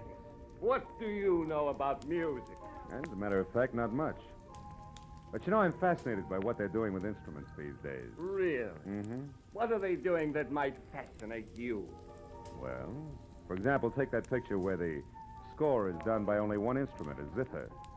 What's more, it doesn't sound like a zither. To a trained ear, a zither is a zither. You mean you can't make one instrument sound like another? Well, for example, a guitar like a piano? Don't be ridiculous. Now, wait a minute. Not so ridiculous. Why, only tonight I heard a guitar that sounded just like a piano. Real tricky arrangement it was, too. Sounded... You're joking. Oh, no. Oh, you must have heard it, too. It was while we were talking on the telephone. The telephone? I talked to you? Sure you did. You remember? You said you were calling from here, the Saffron Bar, but the conversation was being scored by the pianist at the Triple Eagle Cafe at Redondo Beach. A real tricky arrangement in more ways than one. I didn't mean it. I didn't really want to. All right, what's the rest of it, Phil? He didn't want to quit his work and spend the rest of his life hiding in some forgotten corner of the globe. Which was her plan? Yeah. As I figure it, once Shirley knew she was finished, she decided they should both run for it. He was in on what she was doing all along. And the suicide note? That was part of her plan. Oh. Leave Puppy here and innocent with the money she got for her shenanigans.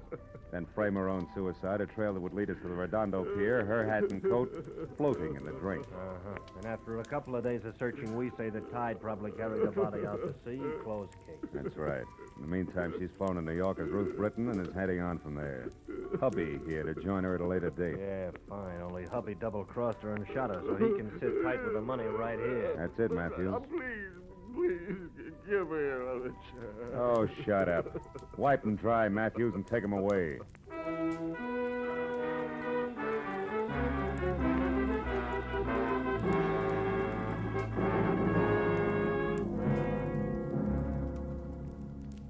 I didn't go along with Matthews.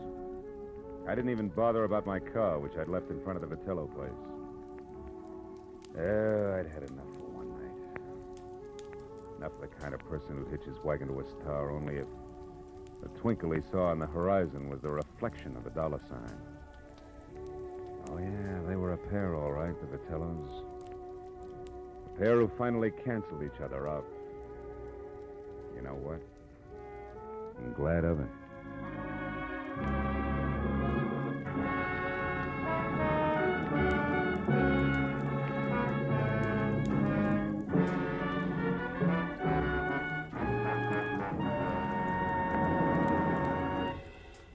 The Adventures of Philip Marlowe, bringing you Raymond Chandler's most famous character, star Gerald Moore, are produced and directed by Norman MacDonald and are written for radio by Robert Mitchell and Gene Levitt. Featured in the cast were Gene Bates, Paul Dubov, Vivi Janis, Edgar Barrier, and Peter Leeds. Detective Lieutenant Matthews is played by Larry Dobkin. The special music is composed and conducted by Richard Orant. Be sure and be with us again next week when Philip Marlowe says... This time I tangled with a mad Scotchman, a phony English lord, and a beautiful blonde corpse in a freight house. All because of a butler who walked on his knuckles.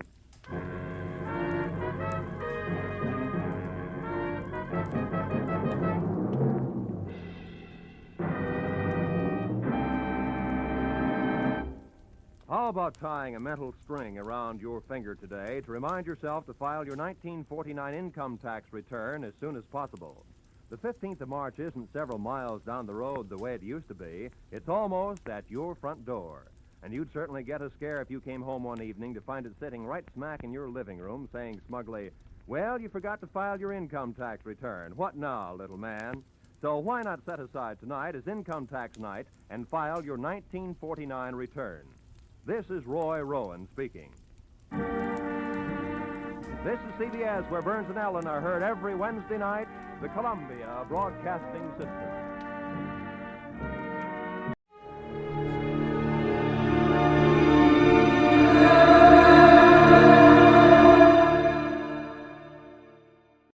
Wrigley Wrigley's Spearmint Chewing Gum, the refreshing, delicious treat that gives you chewing enjoyment, presents for your listening enjoyment Edmund O'Brien as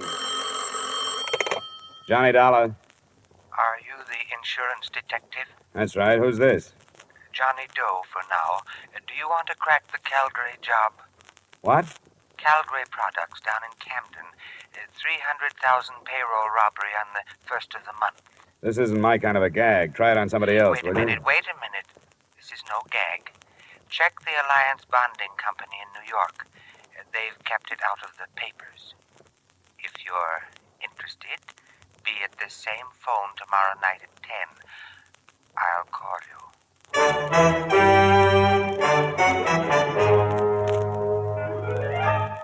The makers of Wrigley's Spearmint Chewing Gum bring you Edmund O'Brien in another adventure of the man with the action-packed expense account. America's fabulous freelance insurance investigator. Yours truly, Johnny Dollar.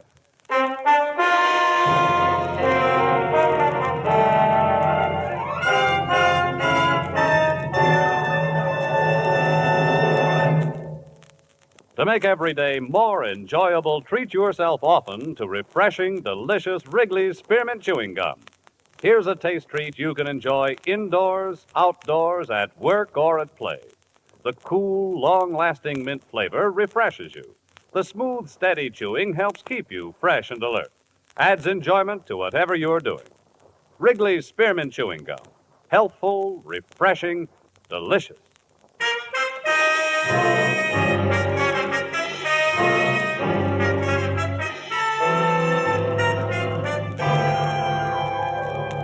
Expense account submitted by Special Investigator Johnny Dollar to Alliance Bonding Company, New York City, New York.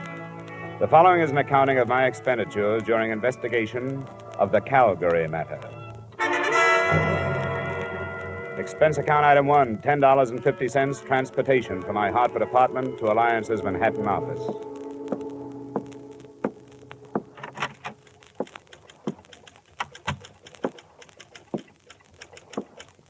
Good afternoon, sir. Hello. I think Mr. Matthews is expecting me. The name is Dollar? Oh, yes, Mr. Dollar. That door. Just go right in. Thank you. Yes. All right, Al. That'll be fine. The first bout starts at 8, but we don't care if we miss that. All right, I'll see you then. Sorry, but you can't hurry a son, you know. That's all right. I'm Johnny Dollar, Mr. Matthews. Yes, so I thought. Sit down, won't you? Uh-huh. Yes, sir? I don't want to be interrupted for the next hour, Miss Mills. Yes, sir. Mr. Dollar, do you put any stock in that telephone call? Oh, I haven't any idea. I don't know anything about it. I've done a lot of thinking since you phoned me about it, and of course there's nothing for us to do except to follow it up. But I can't help wondering if this man isn't a crank of some kind. Well, that's what I thought, too, until you bore him out by telling me there'd been a robbery that had been held from the press. Why has it been kept a secret? Well, all concerned thought it was the best idea, and there's a possibility that the group involved is the same one that carried off the Brink robbery. But any publicity would only give away our hunch that the same gang pulled both jobs. What makes you think the Brink crowd might have pulled this one? Because of the way it was executed. Simple perfection. The knowledge the criminals had of our operations. You see, one of our armored cars was to deliver a cash deposit to the Barton Bank in Camden to cover the Calgary Products payroll. The truck simply didn't arrive. It was found later, wrecked and empty. The driver and the guards? They were found 3 miles away, bound and gagged. Their descriptions matched those at Brink's, masks and so on. Yes, it was perfection. They knew exactly when and where. What do you want me to do? I've talked it over with the rest of the Alliance executives. We want you to follow that call through, but we must insist that you make every effort to maintain the security we have established. Here are the details.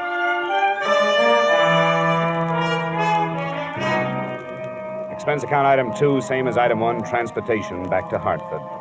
At 9:45 that night, I was in my apartment waiting for the promised call from John Doe.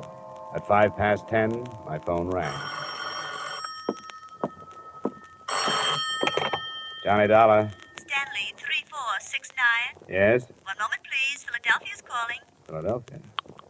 Your call to Hartford is ready. Go ahead, please. Mr. Dollar, Yeah? what did you decide about the Calgary job? Well, what happened to the man I talked with last night? He didn't dare phone you tonight. He was afraid you'd be set up with the police to trace the call. I haven't talked to the police. Don't. If you do, it's all off. He doesn't want to be arrested. He wants to surrender to the New Jersey District Attorney's men. The guy I talked with last night? No, he wasn't involved with Calgary. It was a friend of his. You want to talk it over with him? Where? There's a room reserved in the name of Charles Randall at the Brantford Hotel in Bridgeport. Check into it between 7 and 8 tomorrow night. Sign the register, Charles Randall, 7458 Walnut Drive, Boston. Look, why doesn't he just take my address and come over here? He can't. Why not? Brantford Hotel, Bridgeport. If you're interested, be there.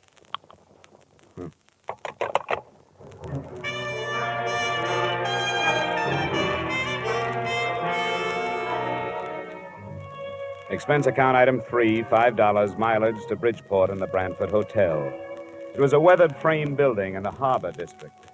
I felt conspicuous walking across the lobby to the desk because I was the only man in sight who was wearing a tie.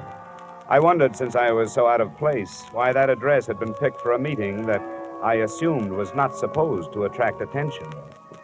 My room was in the rear on the ground floor.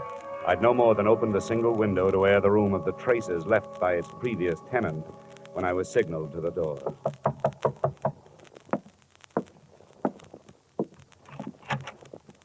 Dolar? Yeah.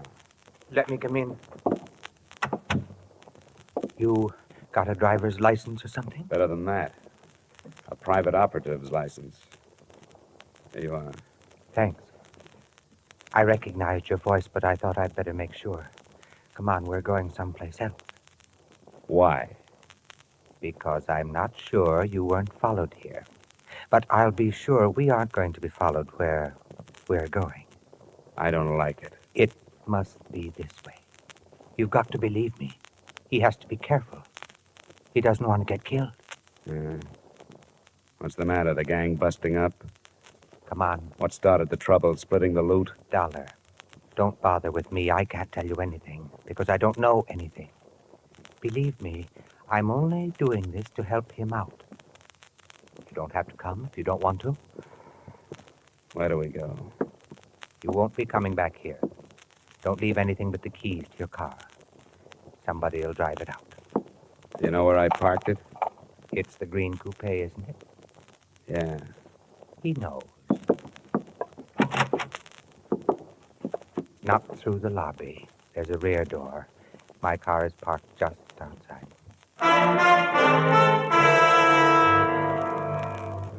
We drove without speaking, crisscrossing town and backtracking until he was satisfied there were no followers, and then out of town in roughly an easterly direction, following the shore of Long Island Sound. I clocked 3 4/10 miles on the speedometer, starting at the city limits. Then he switched off the lights and turned right into a pair of ruts. Finally, we bounced to a stop in front of a cabin near the water. Watch your step. There are a couple of roots in the path.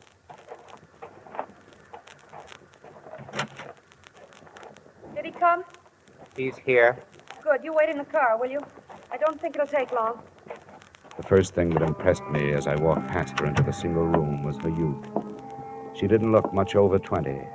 In spite of rather nondescript short brown hair and a band of freckles across an Irish nose, she was attractive. She was very small, and her violet eyes were very frightened. I'm glad you've come. Where's the man I've come after? He left. He decided at the last minute that it would be better if he didn't meet you tonight. Look, I've had enough. I don't play this way. I don't like to be made a fool of. But you aren't. Please be patient with us. I've been patient, and all I've gotten for it is some vague phone calls, pointless instructions, and a meeting in a crummy hotel that's right out of Dime Detective. I've had enough. Please help us. How can I help you when you don't give me anything? I don't know anything. And how can I help somebody who runs away? As far as I know, he doesn't even exist. I'll show you.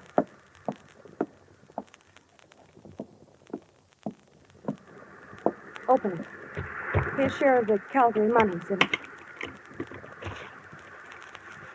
What did you take the wrappers off? I can take this with me? Yes. I don't get it. Does it matter? He wants to give himself up. Why this way? I told you on the phone. He doesn't want to be arrested in this state. He wants to go directly to the district attorney's office in New Jersey where the robbery was committed.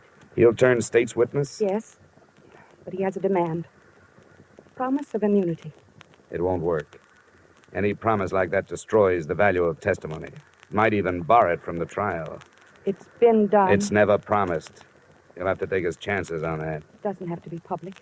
You can try, can't you? Sure, I can try it, but I won't get it. Anything else? Yes. He wants to be placed in protective custody until after the trial. How many other men were in on the job? He wouldn't tell me. I can't tell you anymore. Will you go to New Jersey? I'll have to have 2 days.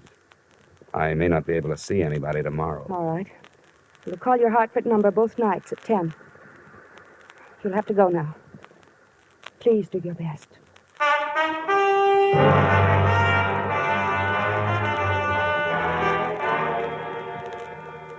Don't be ridiculous, Dolar. That's one of the most impertinent requests I've heard since I took office. Nothing personal, Mr. Kreider. I was asked to make it, and I did. Well, would you see that he's placed under protective custody until after the trial? Why should I grant this criminal any favors? Well, if it means breaking the Calgary matter, it seems to me a favor or two would be worthwhile. We'll break it in due time. You know where he is? No, but I've been close. I may be able to bring him in if I can get you a word on a few of these things. Yeah, we'll see. Do you mind telling us where you've been operating? Now, you know I can't tell you that. These people are my clients now, more or less. I have to keep their confidences. Now, what's your answer? Answer? Definitely no immunity. Protective custody? All right. Yes, we'll assign a couple of men to guard him. Okay, Mr. Kreider. I'll see what I can do with that. You'll hear from me in a day or so.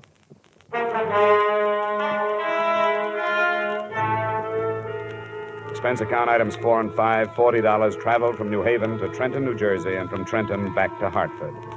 I reached home too late for the phone call that first night, but it came the next, promptly at 10, from Boston this time.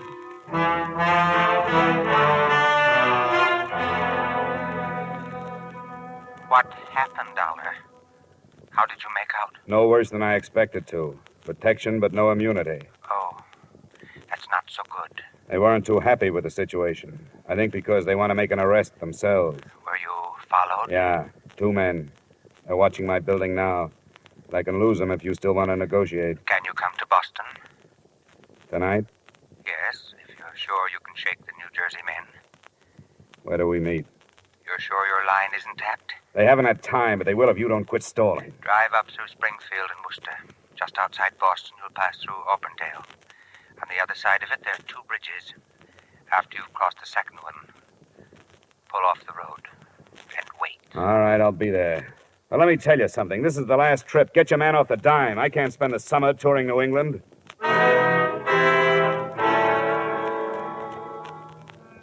I slipped out of Hartford, found the second bridge beyond Auburndale, pulled off the road, and sat there, listening to the night. I sat there for an hour before anything happened.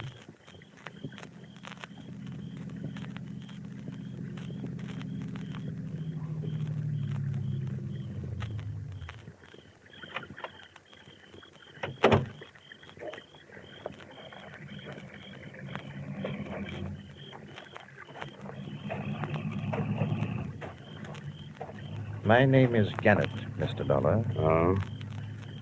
Are you the one? Yes, I'm the one. Get in. Thank you. Well, you caused quite a stir, Gannett. Yes, so I understand. I've heard that crime pays only those who write about it and those who investigate. Are you armed? No, but satisfy yourself. The DA in Trenton? Then, by all means, the DA and friends will be at the cottage by the Sound side after you have delivered me. It wasn't a silent trip, but the subject of our scattered conversation was always far removed from the Calgary matter. Gannett's only typically criminal attitude was one of fear. He was never satisfied that we weren't being followed. We weren't. I learned that at 9:30 the next morning when we pulled up in front of the State Building in Trenton. We hadn't been followed. They were waiting for him.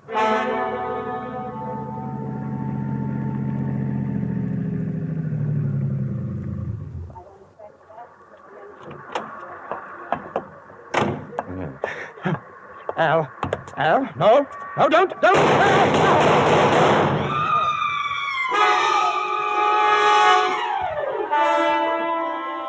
Someone in the crowd, it was impossible to know who, shot Gannett to death and disappeared in the confusion.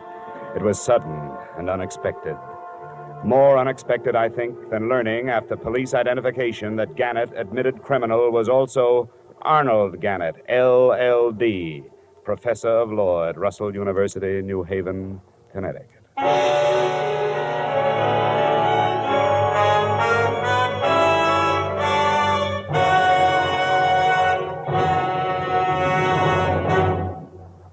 To make every day more enjoyable, treat yourself often to refreshing, delicious Wrigley's Spearmint Chewing Gum.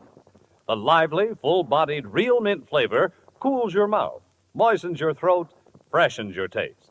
And the chewing itself gives you a little lift, helps you keep going at your best. So for real chewing enjoyment that's refreshing and long-lasting, always keep Wrigley's Spearmint Chewing Gum handy. Healthful, delicious Wrigley's Spearmint Gum will make every day more enjoyable. And now, with our star, Edmund O'Brien, we return you to the second act of yours truly, Johnny Dollar.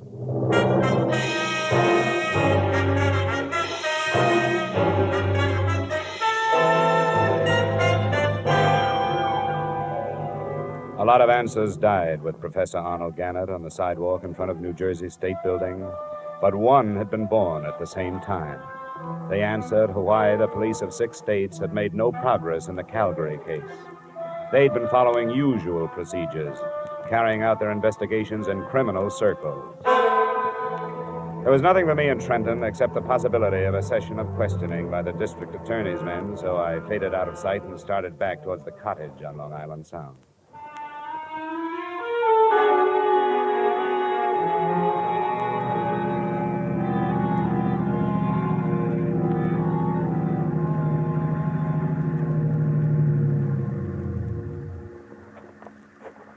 Hello? Hi. Did it go all right? No, it didn't. It blew up. Somebody was waiting for us in Trenton. He killed Gannett as he got out of the car.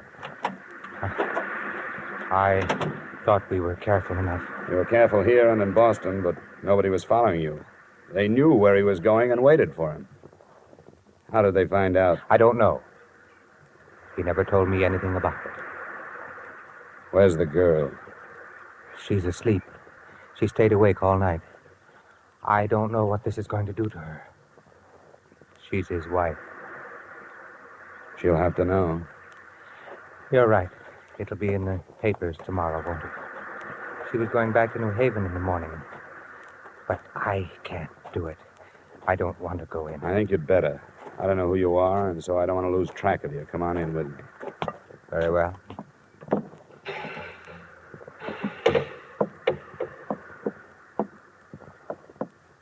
Mrs. Gannett? Mm-mm. Mrs. Gannett? Oh, what is it? There's been trouble. Yes, there has. Where's Arnold? He's dead, Mrs. Gannett. No, He was killed before he could surrender. I want you to tell me who did it. I don't know. I don't know. I don't know.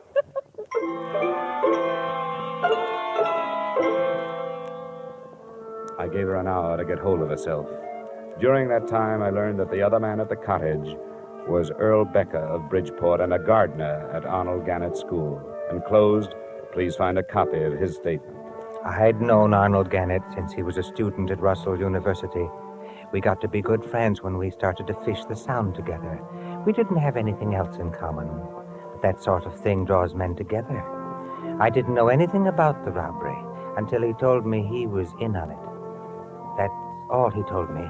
When he asked me to help him surrender, I said I would. When I returned to the cottage, Mrs. Gannett was dry-eyed. Dollar, I appreciate what you've done. You tried to help us, and I know that you're not to blame for anything. Oh, there was no way to stop it. It's all finished now. Now I want you to go back to Hartford. Oh, it's not as simple as that. I've put myself out on a limb with the New Jersey District Attorney. I won't get off it until this is cleared up. I won't get off it until this is cleared up. Are you telling me the truth when you say you don't know who your husband was teamed up with? I don't know. He wouldn't tell me. He said it was safer if I didn't know. What did he tell you? Nothing until after it was all over. 2 weeks after. And I knew he was awake at night because something was troubling him. He couldn't lie to me. Your husband was a brilliant man, a doctor of letters. How did he get mixed up in this thing? On Tuesdays, he taught criminal psychology.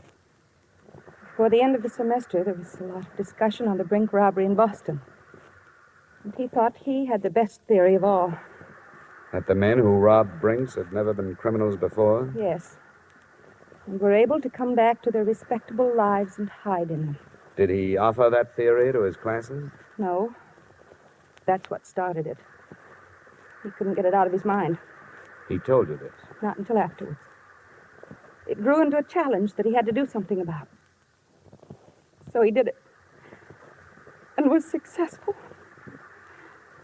When he told me, I made him promise to give himself up. I made him do it. I'm sorry I have to keep after you, but there are things I have to know. These classes of his, how many students? It was a large enrollment this year. There were hundreds. Did your husband ever mention a man named Al? Oh, there were so many. I can't remember. Well, he must have kept records. Where can I find a list of his students? At our house in New Haven. Well, then we'll have to go there. I'll be outside. Please let me know as soon as you feel able to leave.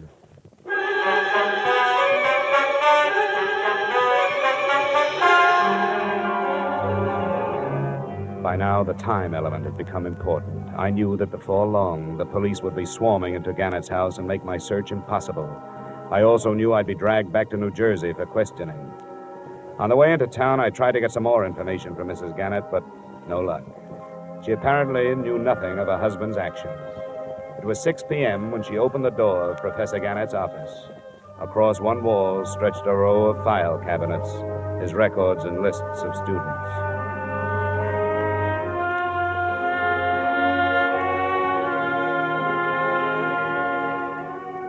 I never knew how many men's names start with the letters A and L. In an hour, Becker and I gathered from the 1949 and 50 enrollments some 100 names from Allen to Alvin. There aren't any more here. What do you do with a list like this? They live all over the country. Here's one from Arizona, Nebraska, Florida. I don't think we'll have to bother with them. You're dropping it? No. I think I've found it. Which one? Hey, that car. Check the window, will you? See if it's police. Yes, it is. I can't talk to them now. Show me the back way out of here, will you? This leads to the hall. What shall we tell them? Well, don't lie yourself into a trap. Tell them I just left. You don't know where I was going.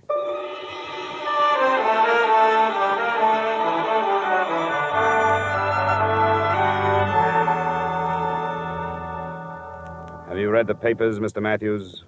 Professor Gannett? Yes, it's hard to believe. You knew him? Yes, I'd met him. I'm awfully sorry about this. But now you know how the robbery was carried off with such perfection, don't you? What do you mean? You mentioned it yourself. They knew exactly where the armored truck would be and when. Your son Albert was a student of Professor Gannett's. What are you intimating? Well, there are thousands of students at Russell. I don't know of any other who has connections with the company that was robbed. I won't stand for this. The crime was committed because of a fixation Professor Gannett had about the Brink robbery. He felt he had to prove that respectable people could commit a crime and get away with it. He did it. But he couldn't have without knowing where your truck was going and approximately when it left New York. Where is your son? Strangely enough, this possibility had crossed my mind, too, but I just can't believe Where it. is he? He's in his room, packing for a canoe trip up in Vermont. Which one is his room? I'll show you. Come on, it's upstairs. Your suspicions are very strong, aren't they? Yes, they are, Mr. Matthews. What have you learned about my son? That his name is Albert. Then there is no proof. I don't know. I want to find out. But he would have no reason to do anything like this. I have always given him everything he wanted. But he's a brilliant boy, much too intelligent. Here's his room. Al? Yes, Dad? What is it? May we come in? Well, I was just finishing. Oh, I'm sorry. Al, this is Mr. Dolar. I'm the investigator working on the Calgary matter. Oh? Well, excuse the room. My stuff's all over the place. I'm going up north. Where were you this morning at 9 o'clock? Why, What is this? Where were you? I don't see that it makes any difference. It does.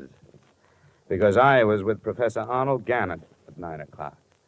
Before he was killed, he called to somebody named Al. What does he mean, Dad? I don't understand. Mind if I look over your room? For what? For a gun. A .38 from the sound of it. The police will be able to check the slugs that killed Gannett. Dad. Yes, Albert? Dad, I did it. I don't know why. I don't... What'll I do? I don't know. Dad, it wasn't supposed to end like this. Dad. I can't help you now, son. All right. All right, then I'll get away. No, you don't. It's no use. Get away Al. from me. Oh. I'm sorry, Mr. Matthews. Yes, Mr. Dollar. I'm sorry, too.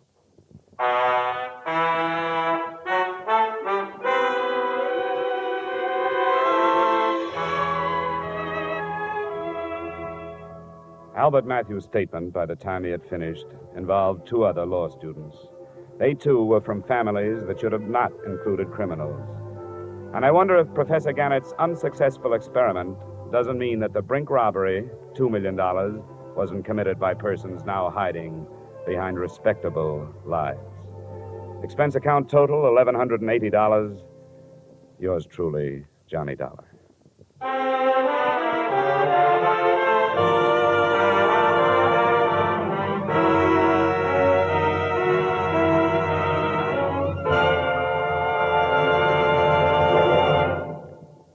Remember, friends, to make every day more enjoyable, treat yourself often to refreshing, delicious Wrigley's Spearmint Chewing Gum.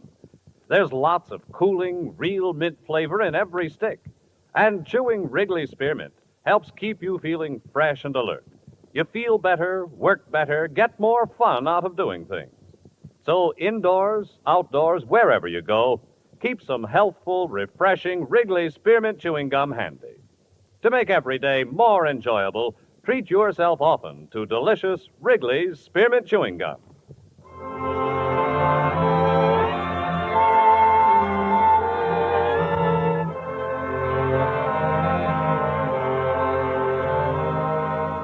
Yours truly, Johnny Dollar, brought to you by Wrigley's Spearmint Gum, stars Edmund O'Brien in the title role, and is written by Gil Dowd and David Ellis, with music composed and conducted by Leith Stevens. Edmund O'Brien can soon be seen starring in the Columbia Pictures production 711 Ocean Drive.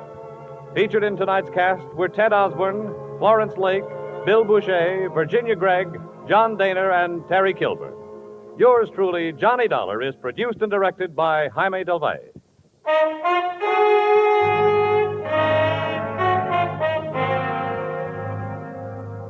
The makers of Wrigley's Spearmint Chewing Gum hope you've enjoyed tonight's story of Johnny Dollar and that you're enjoying delicious Wrigley's Spearmint Chewing Gum every day. We invite you to join us again next week at this same time when, from Hollywood, Edmund O'Brien returns in another adventure of Yours truly, Johnny Dollar.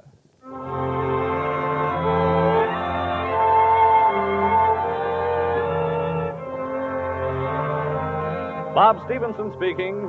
This is CBS, the Columbia Broadcasting System.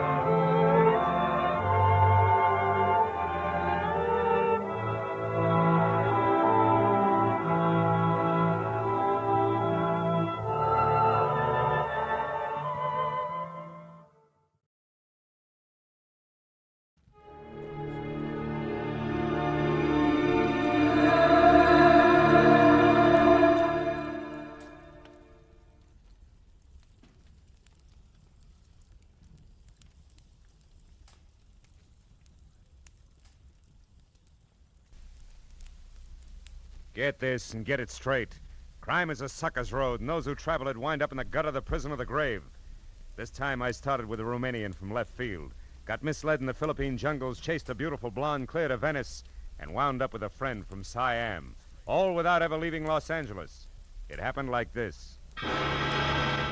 From the pen of Raymond Chandler, outstanding author of crime fiction, comes his most famous character in The Adventures of Philip Marlowe.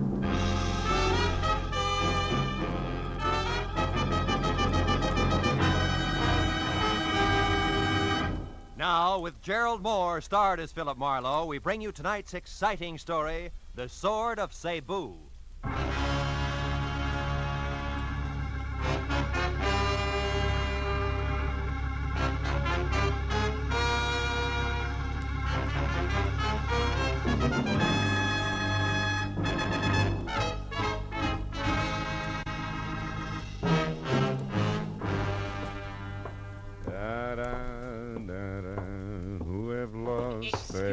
You could tell me where is the office of Philip Marlowe, the detective, maybe? Yeah, sure. Right around the corner here to your left. Oh, thank you very much. My friend, you know this Mr. Marlowe, eh? Well, yes. Yeah, I think you could say I know him. Tell me, he is a reliable man? Well, it depends on what you want to rely on him for. Excuse me, will you? I want to unlock the door. What? You are Philip Marlowe? Yeah, you're so right. Come on in, Mr. Never mind. Now listen to me. I will pay you twice what Henry Pound has offered to you. Also, I will add to that $1,000 for a bonus. Wait a minute. What is this Henry Pound 1,000? Please, I have not the time for haggling. We make it $2,000. But you must work for me, not for Henry Pound. You only pretend to work for him. Now, look, Bud, in the first place, I haven't heard from Henry Pound since I worked for him 4 years ago. Huh? Second place, I still don't know who you are or what you want. Huh? Maybe you better sit down over there, start at the beginning, and tell me. You are lying! You are trying to trick me. Very well, Mr. Marlowe. The short, dumpy man with wild black hair turned suddenly savage, swung a hard fistful of knuckles at my front teeth, and piled me back up against my office desk. By the time I got out into the hall, he was gone. I was going to follow him, but my phone, screaming for attention inside, stopped me. I decided to be philosophical about it. After all, screwballs find me all the time. Hello, Marlowe speaking. Phil, this is Henry Pound. Remember me? Yes. I just had a reminder. I've been trying to get hold of you for 2 hours. My boy, where have you been? Out to dinner. Now, listen, Mr. Pound, No, I me just... first, Marlowe. This is most important. What? I need your help again, immediately. Yeah, it no doubt includes a stubby crumb with a head full of wild black hair and a nasty temper that left you on the run 10 seconds ago. Kurt Babesco. Whatever you call him, it's probably it. Babesco, Kurt Babesco. He's the one man I have reason to fear, Marlowe. Yeah? Come out here to my place at once, will you, my boy? Old Henry Pound's future is dangling over a very deep abyss by the merest thread, all because the sword is gone. What sword? What sword are you talking about, Mr. Pound? From the island of Cebu in the Philippines, the sword of Cebu. What? It means everything to me, and it's gone, vanished. I must have it back. Hurry, Marlowe.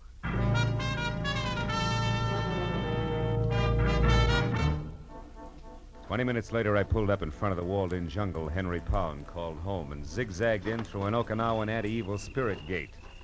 Waded past the grove of dripping elephant ears and ragged banana trees and finally made the front door.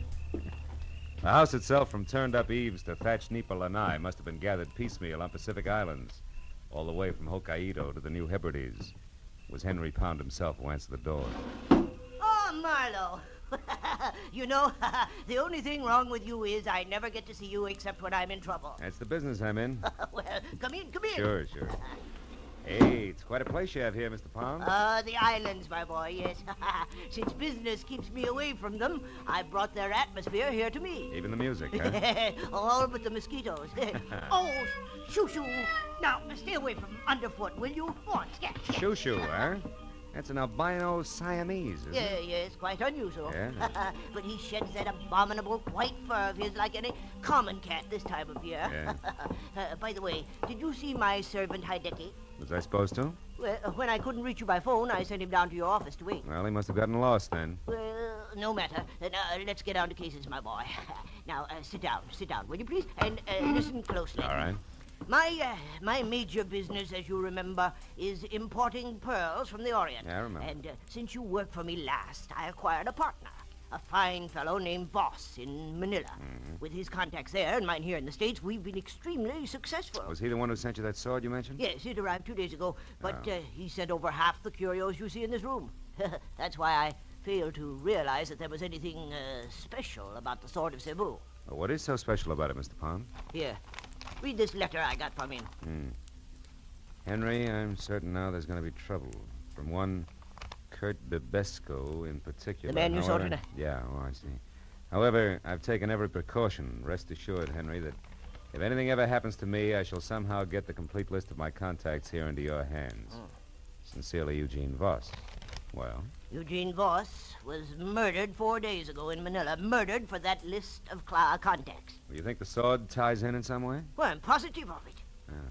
Well, what's it look like? Well, it's 3 feet long, Marlowe. The handle and the sheath are from the same gorgeous piece of white mahogany, and literally covered with intricate and exquisite carvings. Sounds wonderful. Oh, it is. When the sword is in the sheath, the 2 pieces form a complete pattern. I thought of it at once, of course, but when I came in to examine it again, it was gone, stolen. Naturally, I called you instead of the police. I've got to get it back, Marlowe, intact and without publicity. Why, that sword is worth... what the... Hi, Dickie. Hey, he's hurt. Hi, Dickie. Oh, Mr. Pound, I, Dickie, very sorry. He did not see Honorable Miss Amaro. I, Dickie, was attacked outside the minute he left. By a stocky guy with wild black hair? Oh, yes, that him, yes. He find out where Hideki was going, then he hit Hideki. That all Hideki remember until a few minutes ago when he waked up again. Oh, well, do you need a doctor, Hideki? Oh, no, thank you. Just the same, Mr. Pound. Hideki already feel much better. Well, if you're sure, if you... well, now you better go lie down anyway. So, thank you. We'll wash head first and be ship-shape no time. Very sorry, Hideki was such fool, Mr. Pound. Excuse, please, very sorry. Well, now, that explains how Babisco got to your office, my boy. He's our man, all right. Yeah, but I don't think Babesco has the sword. You see, he's looking for it. He offered $2,000 to me to double-cross you. Oh. I can't understand it. Babesco is the only one who might know the truth about the sword. If he didn't take it, then who... Oh, shoo. You stupid cat, get out of there. Look out! I knew it. Now see what you've done. Broken my siling vase. Yeah, he was playing with a piece of paper over there. Wait a minute. Oh, yeah. Here it is. Eh? It's a rent receipt made out to somebody named Saunders. Let me see it. Sure. Received $40. Rent 1 month in advance for 812 Front Street, Venice. It is dated yesterday.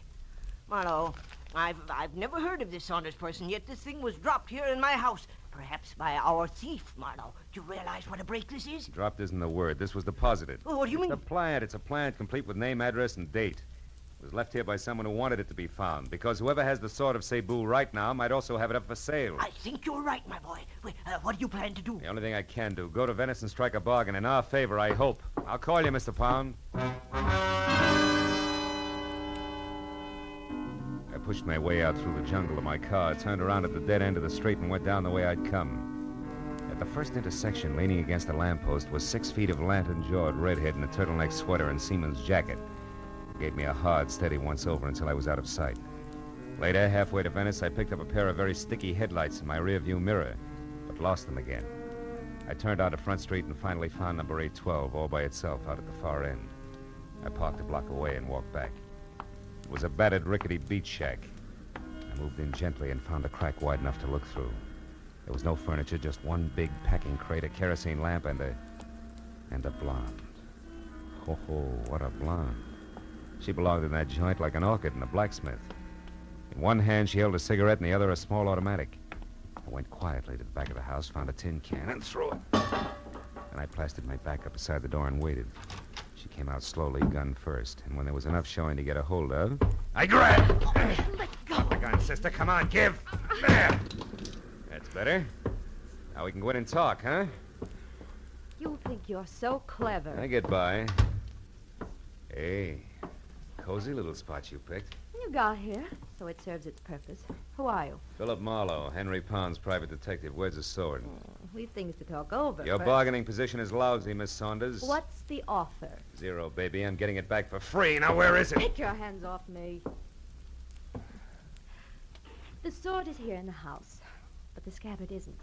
And one's quite worthless without the other, you know. You're not taking a lot of chances, are you, kid? The sword has already brought me $5,000, Marlowe, and I've only just begun. So make an offer, and make it good. You're a liar. Sword's not worth 1/10 that. Not of itself, no. But this one's special, and I know why. And I'll tell you something else. You bet you will. You'll tell me where it is and fast. Not that fast, mister. Don't move. Drop the gun. Now you can turn around. Well, a lantern jaw with red hair. So you were tailing me after all. You said it. Now, wait a minute. Shut up. But I... Get out. The front doors. Go on, beat it. I'll see you later. Now you, mister. Now what? Now we sit down, a couple of smart guys, and find a good, sensible way to work this out. Only I'm just a little smarter, because I got the only gun. Keep talking. What'd you say the sword was? Speak up, fella. Time's running out. Sounds like time's not the only thing that's running out, Red. Somebody's in the back room. Sorry, Tootsie, but now this only works one way. Wait! Oh!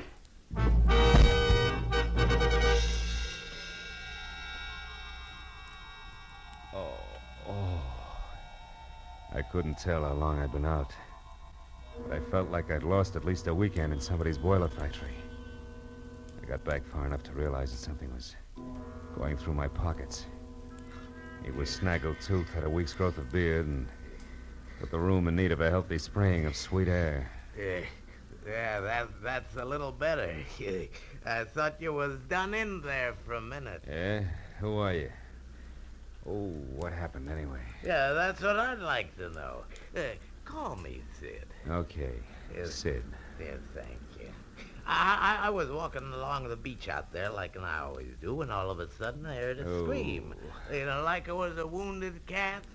It came from in here. And I know this house has been empty for years. Was it you was screaming? No, I went out too fast. Yeah. Well, I come a-running, and just when I stepped up in the porch, a fella in a pea-jacket come charging out and beat it down the street. Yeah, I remember. Red and the noise in the back. Oh!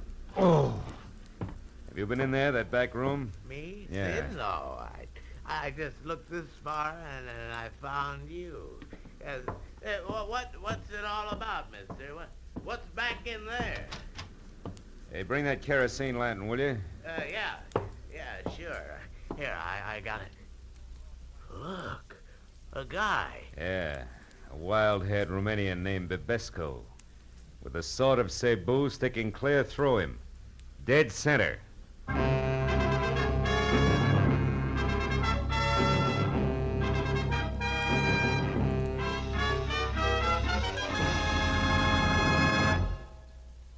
Now, with our star, Gerald Moore, we continue with the second act of Philip Marlowe and tonight's story, The Sword of Cebu.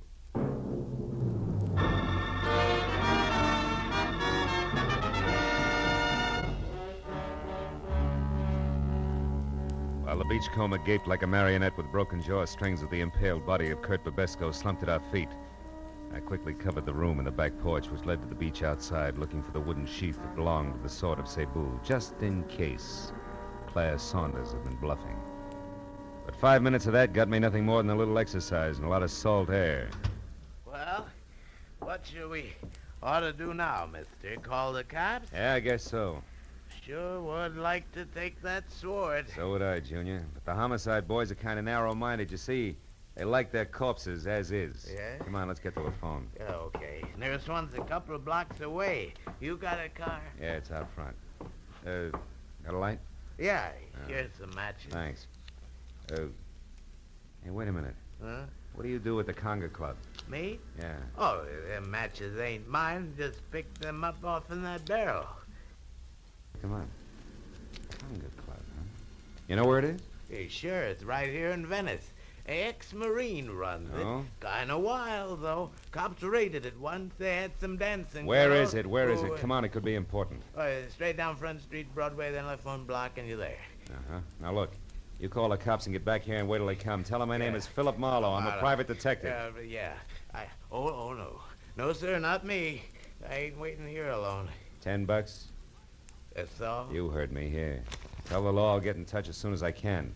Also, Sid, I'll match that 10 the next time we meet if you've kept your mind on your work. Yeah, okay. But where'll I tell him he went to? The Conga? You catch on fast. The Conga, Junior.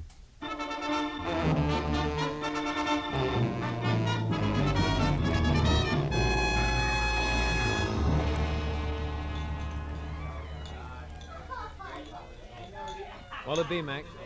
Scotch and a little information. Girl named Claire Saunders, dressed in a white linen. I never heard of her, Mac. Oh. I see so many people, you know. Yeah, sure. Now, you get what I mean, don't you, Mac? Oh, of course, yeah. Well, you better make that a double scotch. I'm through. He should have known better. Trusting a fast dame with every cent of his war bonus, a jerk. Wait a minute. Huh? War bonus? Yeah. Who should have known better? Well, Yeah, I'll be with you in a minute, Kelly. Wait a minute. Look, who should have known better, mister? My kid brother back in New York. He's a vet, Marines. He got his check from the state, and he turned it over to this Claire Saunders. They were going to get married. That's what she said. And that was the last he saw of her. Oh, well, it happens every day. He'll know better the next time. Wait a minute, Mac. I just happen to remember. I know that doll. You do? Yeah. Been around a couple of days now. It's pretty flush, all right. Know where she's staying? Yeah, sure I do. A ritzy motel about 4 blocks from here, the Pavilion. Pavilion, huh? Yeah. She got bungalow 10 there, Mac. I know because she was complaining about it being the N1 and too long a run for the bellhop and a cracked ice detail. Oh. You go get her, Mac. And when you do, tell the kid brother that another ex-Marine tipped you off. Yeah, you bet I will.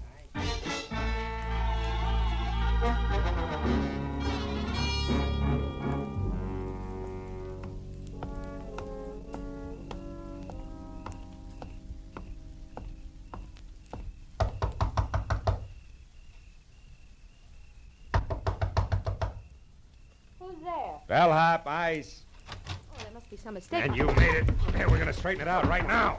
Get your filthy hands. Quiet down, Duchess, now. Sit down, over there. Don't as much as bat a false eyelash. While you do what? Take inventory, baby. I know you're alone because I played Peeping Tom before I played bellhop. Chambermaids do a much-needed job on bedspreads. All right. So it's under the pillow. So you've got the sheet. Now, what are you going to do with it? And without the sword? Are you kidding, Duchess? You don't think I missed that back room at the cottage, do you? You found the sword there? And Kurt Babesco, who's wearing the sword the hard way, through his insides.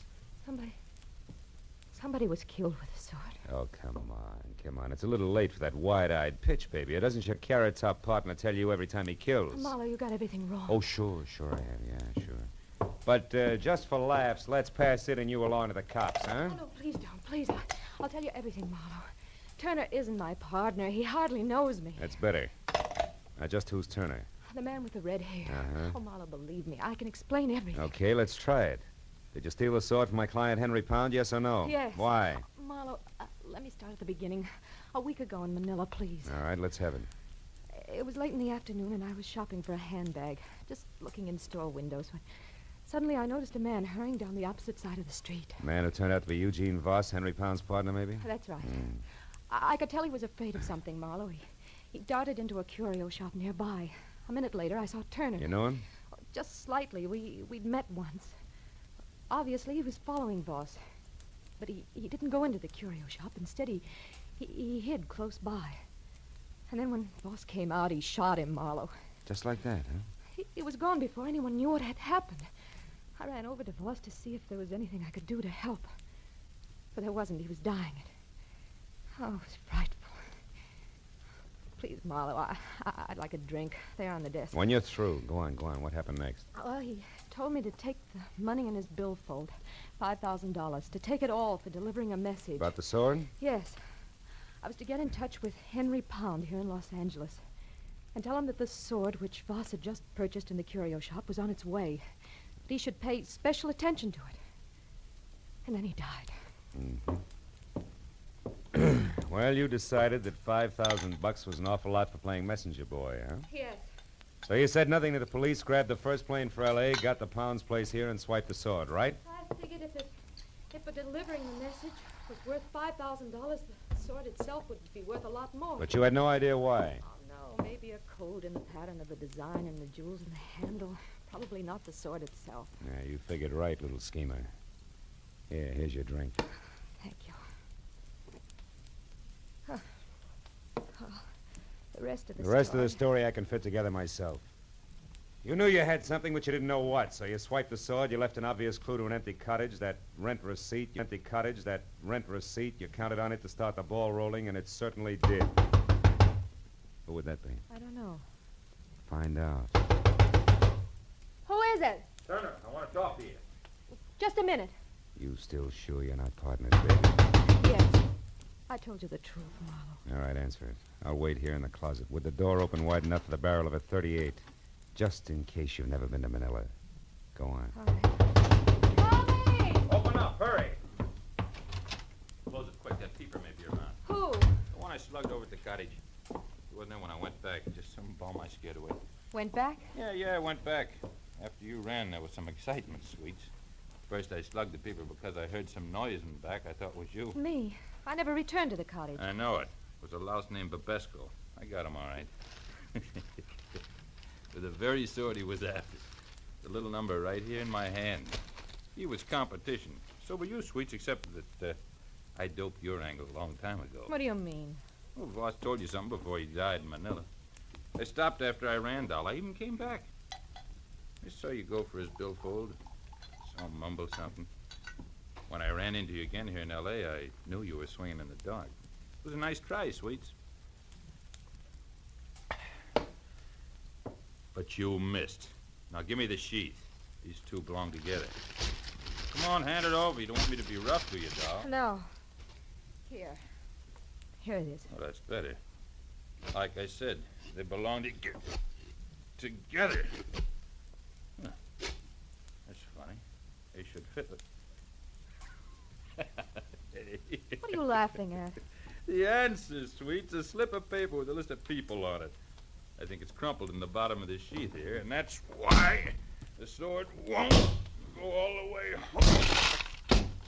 Yeah, here it is. A piece of paper. A valuable piece of paper. Sure, names and numbers of all the players. That's all.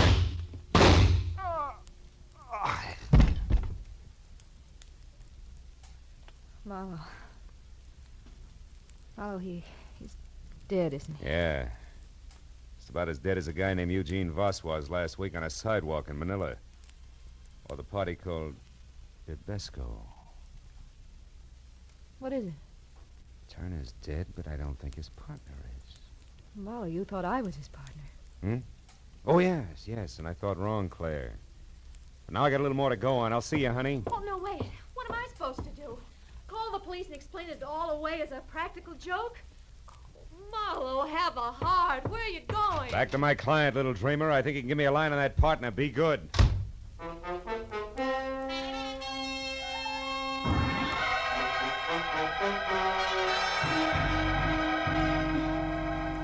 I was an hour plus driving slowly back to the transplanted world on Crestline Drive, and all the way I kept adding and subtracting all the screwball figures I'd run into, hoping that someplace I'd find a mistake.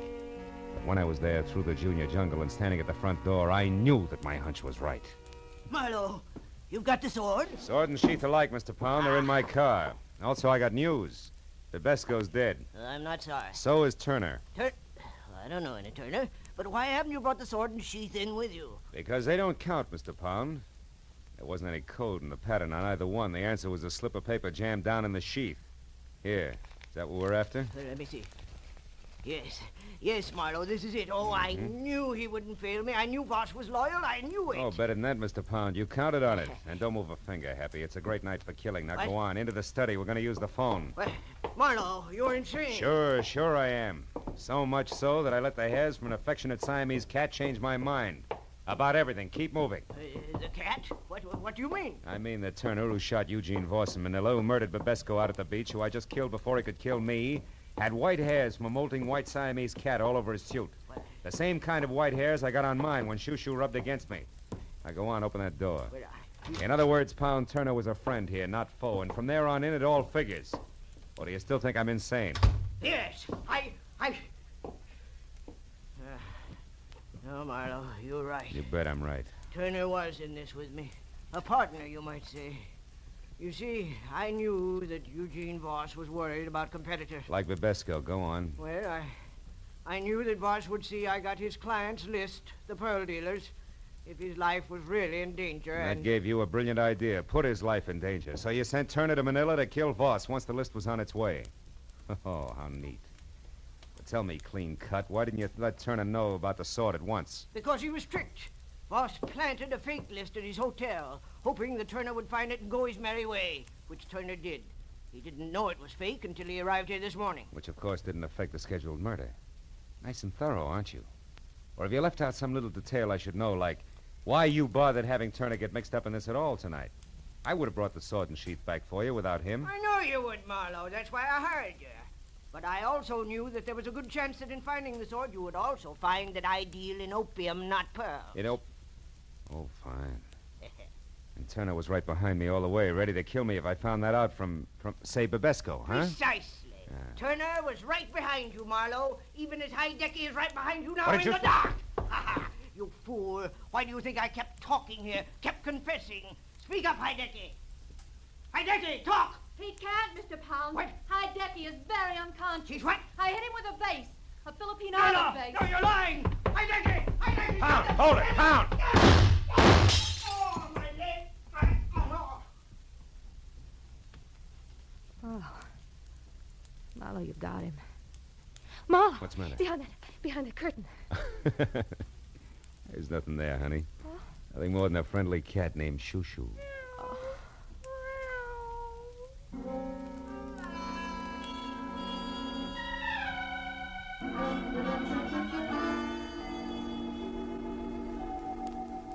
It took a long time. It always does.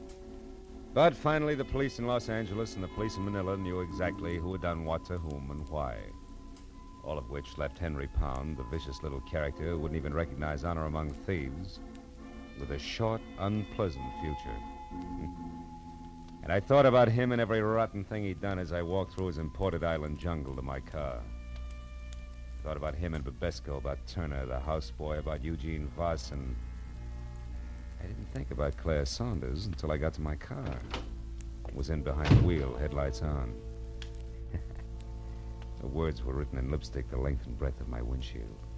Phil, dear, I stepped out when nobody was looking. But don't fret. Because from here on out, I'm going to be very good. I've learned my lesson. P.S. My plane doesn't leave until morning. Would you like to help me Wait for it at the airport cafe. They have good food and they're open all night. Claire. Airport cafe. It's an hour's drive. Unless I hurry.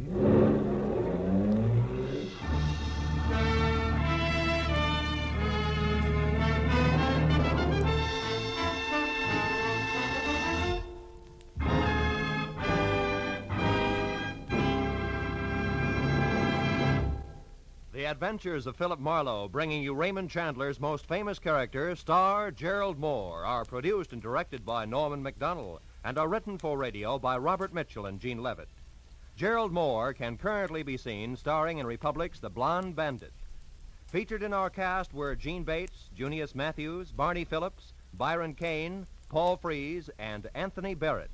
The special music is composed and conducted by Richard Arant. Be sure and be with us again next week when Philip Marlowe says... This time an old Spanish woman who cared, a redhead and a mink who didn't, and a green suede button beside a corpse, all led me to a wounded man with a gun in his hand, cornered on a warehouse roof.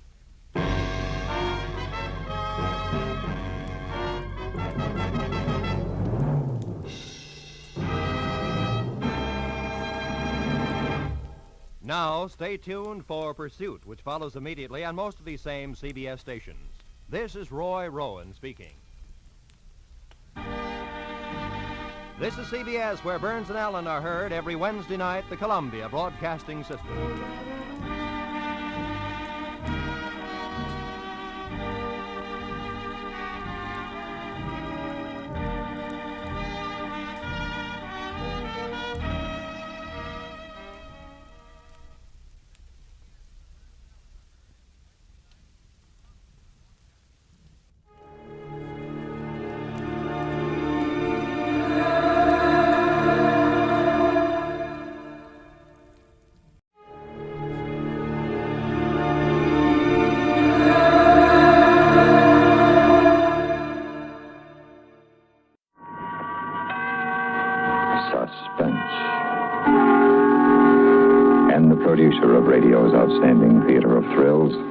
the master of mystery and adventure, William N. Robeson.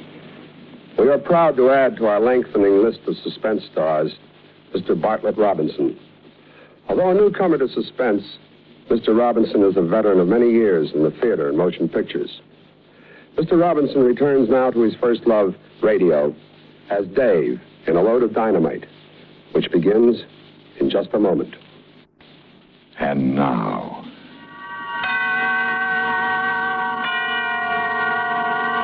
Mr. Bartlett Robinson in A Load of Dynamite. A tale well calculated to keep you in suspense.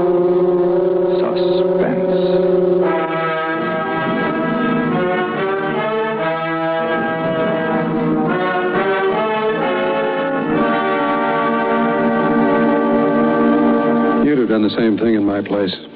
Sure you would. After all, my brother Hal was the only relative I had in the world. So it was only natural to look him up when I got out. I hadn't seen him for a while. Quite a while. And we never wrote. But after all, he was my brother. Now, I'm a pretty careful operator. When I go on a job, I case it first, but good. So I knew just about all there was to know about my kid brother. I knew that he was married and living in a little town in the northern end of the state. I knew that he had a good job. Well, anyway, a good paying job. It ought to be. He was driving a dynamite truck for the Colossus Powder Company. I even had found out that he was the kind of a cat who helped his wife do the dinner dishes. The only thing I didn't know was what a lovely dish that wife of his really was. There, with the final swipe of the final pot, that does it. That's the helping. Oh, thank you, Mrs. King. Let's do some more dishes soon, huh? It's not always necessary, you know. Sometimes I kiss you just because I feel like it. Like this. All right. That's enough. Now, give me a minute to fix my face and we'll go see a picture. No pictures tonight, honey. I got to hit the road at 4 a.m. Oh, gosh, I forgot. What's the run tomorrow? They're reopening the old Three Angels mine up past Convict Lake. Kind of a big deal, I guess. I'm carrying 144 cases. Where is the mine? Up in the mountains? Yeah. You'll be careful, won't you, darling? I'm always careful, baby. You see, I have a great big reason for wanting to go on living. You. I worry so about you. Now, look, Terry. And I wish you were doing practically anything else in the world except driving a high-explosive truck. We've been all over this before, you know. The answer's always the same. If you can show me anything else that pays off as well as chauffeuring high explosives, well, I mean, for a guy like me... What do you mean, a guy like you? Well, I'm no Charlie Van Doren, baby. I'm strictly a 2 years of high school and no special skills boy. And if I wasn't with Colossus, I'd probably be swinging a pick in a construction gang. I know, but... Besides, it won't be forever.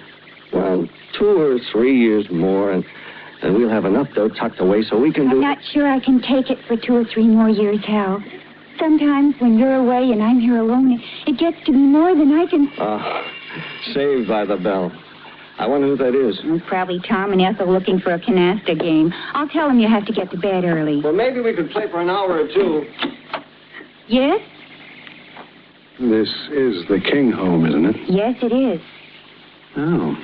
They told me down the street if I rang the bell and the prettiest girl I ever saw answered it, I was in the right house. They weren't kidding. I'm afraid that I don't... honey. I'll give you 3 guesses, Hal. Dave. What are you doing here? I thought you were... Now, that's what I call a real brotherly greeting. And after all these years, too. Well, do I get invited in? Sort of chilly out here. Come in. Terry, this is my brother, Dave. Hello, Dave. Terry, it's a pleasure. A real pleasure. To have the prettiest sister-in-law in the world. What are you doing here, Dave? Doing? I'm paying a little visit to my kid brother, who I ain't seen in years. So no fault of his. Okay. Go on, rub it in. In front of your wife. Hal's told me all about you, Dave. Yeah, I guess that means I'm off to a bad start with you, huh, sis? As far as I'm concerned, you're off to the best start you could possibly have. You're Hal's brother. Well, thanks, baby sister. You know, you always had all the luck, Hal. A swell job, a nice house, and a beautiful and also understanding wife. Luck. I worked for him, Dave. Worked hard to get him, and I work hard every day to keep him. They weren't handed to me on a platter, and I didn't try to take them away from anybody with a gun. How? All right. So I pulled 10 years in San Quentin for that stick-up. But I got 3 off for good behavior. They said I was a model prisoner. Don't that make you proud of your big brother? Oh, sure. Real proud. Ma would be proud, too, if she knew her son was a model prisoner. Now, you look, Hal. You were the death of her, Dave, and I can't forget it. Oh, come off it. I know. I was there. I watched her day after day worrying about you. I watched her worry her life away. Hal, it wasn't my fault. I couldn't help it. You could have helped it if you'd have settled down to a steady job, but that's something you would never do because you never wanted to. I never did. Before. But a guy gets a chance to do a lot of thinking when he's in queue. It's like how to pull bigger jobs when he gets out. Hal, darling, you're not being fair to Dave. Let him talk. All right. All right, talk. You know something, Hal? What? I figured out a lot of things while I was away. I've come to a conclusion. A conclusion that I'm not as smart as I thought I was. Not nearly. Oh, I wish I could believe that. I always thought I was the wise guy. You were the chump. But I was wrong. I was dead wrong. Well, maybe it ain't too late to start over again. If people will just forget I'm an ex-con. I'm sure they will. Can you, Terry? Of course. You've paid your debt to society. Yeah, well, we'll see. San Quentin is full of 2-time losers who couldn't make it on the outside because society wouldn't give them a break. We'll see. Dave, are you serious, or is this some more of your good intentions? Yeah, you see what I mean, Terry? Nobody believes in ex-con, including his brother. I believe you. And I want to. You do? If you really want a job, our outfit can always use a good man. Do you mean that, Hal? Yes, Dave, I do. It's dangerous work. You can't scare me. But it pays off plenty. You just got yourself a boy. Fine, I'll see the boss about it as soon as he gets back from Frisco. That's great. Meanwhile, why don't you stick around here for a few days and take it easy? I guess you got a vacation coming to you at that. Oh, well, I don't know. I don't want to put you to any trouble. I mean, well, would it be all right with you, Terry? It's the way it should be, Dave. You two are real folks. Okay, so it's a deal. Any beer in the icebox, honey? I wouldn't be surprised. We'll drink to the family reunion. Listen, Dave. There's something I want to tell you before Terry gets back. You don't have to tell me, boy. I know. Dynamite is tricky stuff, huh? Tricky? All you have to do is make one wrong move and you're... So I don't make any wrong moves. Yeah, but sometimes it happens without your having anything to do with it. The brakes go out on a mountain road, or a boulder comes rocketing down a hill and you got to make a fast stop and... Oh, that's 1,000 to 1 shot. You want to try to call the odds on this one? Paul Gordon, one of our best men, was making a run over to Utah last month, just after the deer season opened. A guy missed the buck he was shooting at, but he didn't miss Paul's truck. So that's 1,000,000 to 1. I'd go up against shorter odds than that to get what you got. All right. But I had to tell you before you... Hey, watch it. Here comes Terry. Well, here we are. Hey, that looks great. Oh. Beer and salami and Will cheese. you do and the honors, pretzels. darling? Sure. Here you are, ma'am. Thank you. Dave. Much obliged. And one for old Dad. Now, I'd like to propose a toast. Okay. Let's hear it. Here's to you, Dave. Here's wishing you health and good fortune and happiness. You know, just the best of everything. You mean like Hal's got? Yeah, I'll settle for that. The best of everything.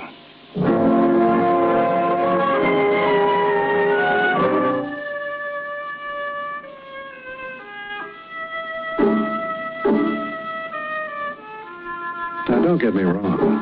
I meant it about wanting to settle down and go to work for a change. Meantime, until Hal's boss got back, I was in clover. Every day but Saturday and Sunday, Hal was out on the road. And me? I was hanging around the house with that gorgeous wife of his. She couldn't have been nicer. Treated me like I was her brother. But the feelings I had toward her were not exactly brotherly. I tried to control them. I honestly did. Because it was fun to be with her, too. Like the time we went downtown to buy me some decent clothes. With the dough Hal lent me. Here's a pretty tie, Dave. It'll go beautifully with that blue shirt you just got. Oh, no stripes, thanks. I've had enough of them. you promised me you weren't going to think about that anymore, much less talk about it. I'd promise you anything, Terry. You ought to know that by now. Promises don't mean a thing, not unless you keep them. All right, I promise never to break another promise, okay? Okay. Gosh, look at the time. Yeah, it's 4:30, so what? Hal will be home at 5 today. Oh. Yeah, he likes to have you there waiting for him when he comes home, doesn't he? Yes, he does. You know something, Sugar? I don't blame him.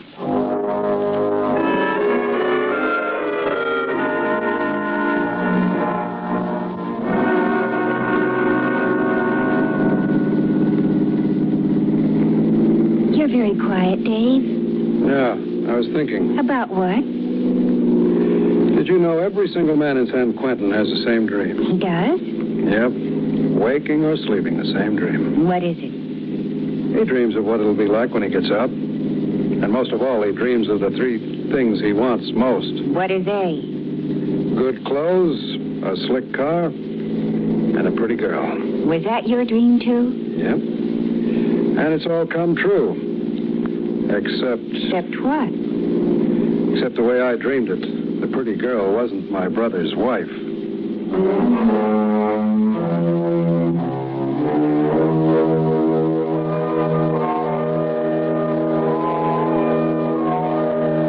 She was a faithful wife, all right. She never gave any sign that she realized what I was driving at. And Hal, he went overboard with the devoted brother act. The boss isn't back from Frisco yet, Dave. But there's no rush. It's like I said before. You got a vacation coming to you. Hey, do you still like to hunt? Yeah, I sure do. Why don't you drive into town tomorrow, get yourself a license? I got a 30-06 you're welcome to use. Any deer around? Well, they tell me the thickest flies are on Convict Lake. How about it, Terry? You want to go hunting? Oh, no, thanks, Dave. I just don't like the idea of killing anything. Oh, okay, but I'll bet you $7 to a plug dime that you'll eat the venison after I bring it home.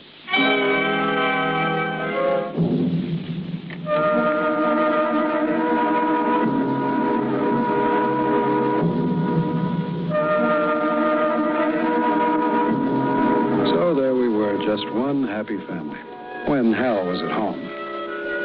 But when he wasn't, Terry drove me nuts. I tried, I really did. I'd go out for long walks by myself, or I'd listen to the radio or try to read. But it was no good. I couldn't get my mind off her. Then one day, we were finishing lunch. It was a warm day, and she was wearing shorts and a halter. Another cup of coffee, Dave? Oh, no, thanks. I haven't got any room.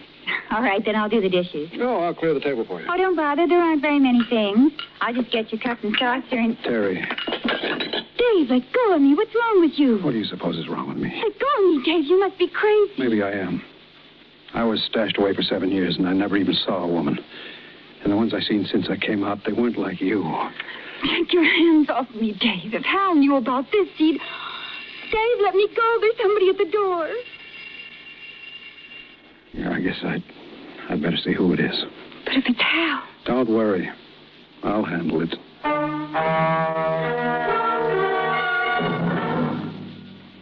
In just a moment, we continue with Suspense. And now, we continue with the second act of A Load of Dynamite, starring Bartlett Robinson. A tale well calculated to keep you in suspense.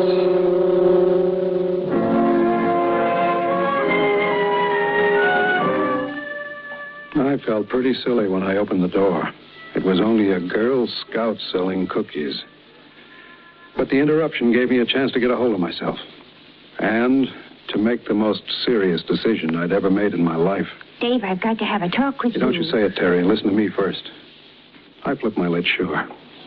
But even if that kid hadn't rung the bell when she did, I'd have stopped. Just for a minute, I forgot you were my brother's wife.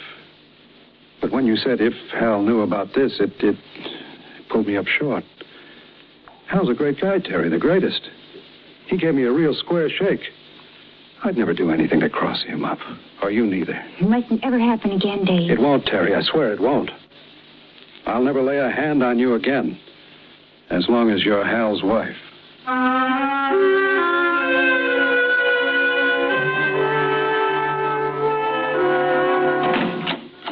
Hi, darling. What kind of a day did you have? Oh, you know, the usual thing. How about you? Usual by me, too. I ran 5 tons of blasting powder to Canyon Camp, and that was it. Any news about Dave's job? Boss isn't back yet. Right. I hope you can get it set pretty soon, darling. Why? Well, it's just that... Well, I think Dave's beginning to get sort of, restless. He should get restless. A comfortable house to live in, the best meals a man ever put under his belt, and the prettiest girl in the world to keep him company. What more does he want? Where is he, by the way? How do you know? He wasn't here when I got back from the market. I bet he went to get that hunting license. Well, then why didn't he ride in with me? You sound funny, baby, like you had something on your mind. Anything wrong? Hal, darling. Come on now, come on, let's have it. What's nibbling on you? How does Dave drink? I don't know. Remember, I haven't seen him for a long time. Why? Well, it's something that happened today. Like what? Well, when I offered him a bottle of beer today, he asked me if we had any bourbon in the house. When I told him we didn't, he said he'd have to do something about it. We was kidding, of course, Maybe he was, maybe he wasn't. I better find out before I get him a job. You're asking for it when you mix alcohol and gasoline, but when you add a few tons of dynamite, then you are in trouble.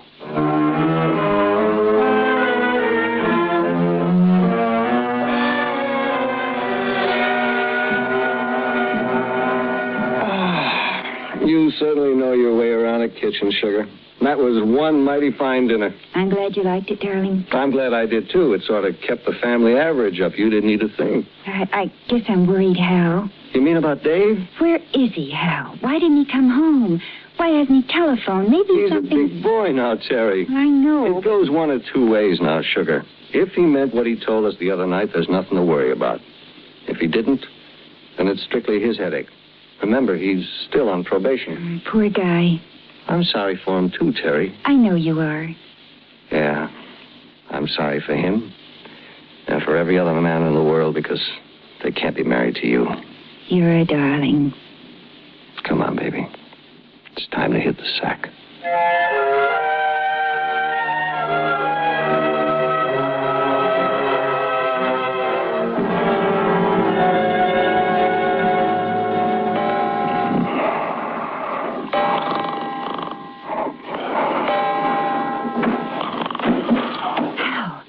Wake up. What is it? What is it? Hal, there's somebody in the house. I heard a noise in the kitchen. There it is again. Well, it's probably Look, just... the light just went on. Well, why shouldn't it? Is that you, Dave? Yeah. Well, come on in for a minute. I'll be right with you. Hey, easy does it, man. Hey, you're lucky I didn't take a shot at you. Why? Because I had a couple of drinks.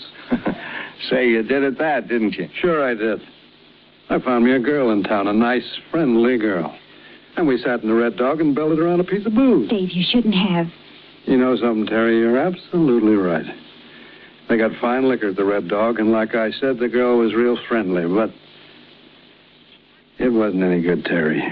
It wasn't any good at all. We'll talk about it tomorrow, kid. What you need now is a little shut-eye, and I do, too. I'm making the run up to that new mine tomorrow. Yeah, the one up in the mountains near Convict Lake? Yeah, and with a full truckload, I wouldn't like to fall asleep at the wheel, if you know what I mean. Want me to fix you some coffee, Dave? No, thanks. Want me to help the bed boy? I don't need any help. I'll make it all right. You stay here, Hal. You stay right where you belong. With Terry.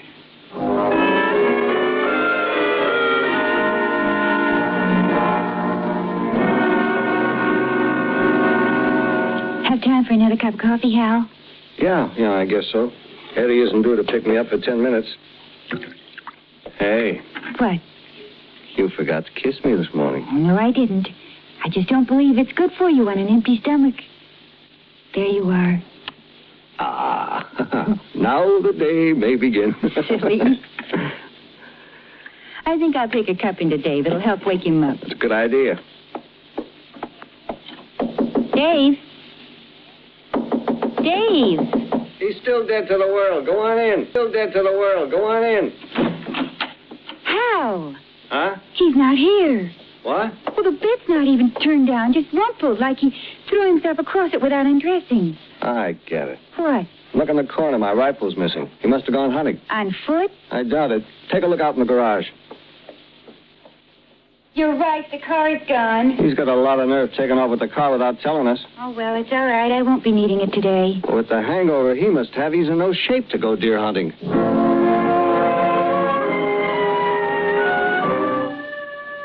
Maybe not to go deer hunting, but I was in good enough shape to bag what I was after. A 10-ton truck is a pretty sizable target. And when it's loaded with dynamite, you can hit it anywhere and it'll go off.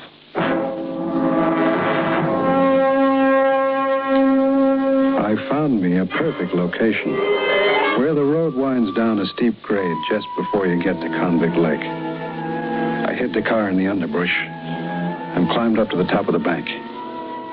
It was rough going. I slipped a couple of times, but I made it in plenty of time.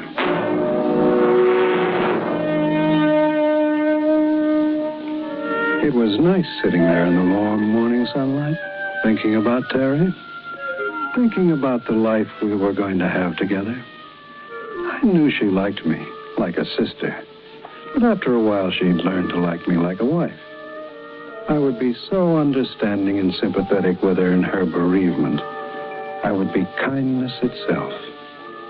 We would be joined in a terrible experience. The tragic accident that had taken away her husband and deprived me of my loving brother. An accident that was about to happen. It was Dave's truck feeling its way down the tricky slope in Compound Low. I got it full in my sights and waited until it came closer. Closer until I couldn't miss.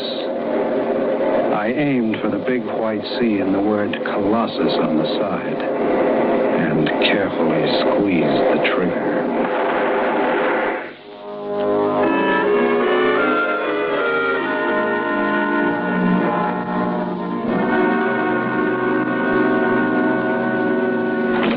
Hey, anybody home? Darling, you're early. Yeah, I quit. What? Yeah, I'm through with dynamite. Won't be so much loot driving freight, but you'll live a lot longer. Oh, darling, I'm so glad. I thought you would be. Whatever made you make up your mind? Well, I got scared, honey. Real bad scared for the first time. What happened? I was coming down that steep grade outside Convict Lake when I heard a rifle crack back in the woods. And I thought about the time Paul Gordon got blown up over in Utah when that hunter missed his deer. So I decided life is short enough as it is. Oh, darling, I feel 10 years younger. So do I, honey. Oh, point killer. Maybe it's Dave. I'll get it. Oh, look, Hal. There's the sheriff's car parked at the curb. Maybe it's about Dave, then. Yes, officer? Are you Mr. King? Yes? Dave King, your brother? Yes. I'm afraid I have bad news for you, Mr. King. What's happened to him? What's my brother done now? He's killed himself. Oh, no. Oh, I don't mean suicide. It was apparently a hunting accident. What happened? He was up in the mountains hunting. Must have stumbled or fell because the barrel of his rifle was plugged with mud. When he fired, the explosion drove the breech block right back into his face. Killed him instantly. Where did this happen? Up near Convict Lake. You know where that steep grade comes down the mountain just before you get to the lake? I know. Sorry to have to bring the bad news, Mr. King. Guess you and your brother were pretty close. Yeah. Yes, we were. Pretty close.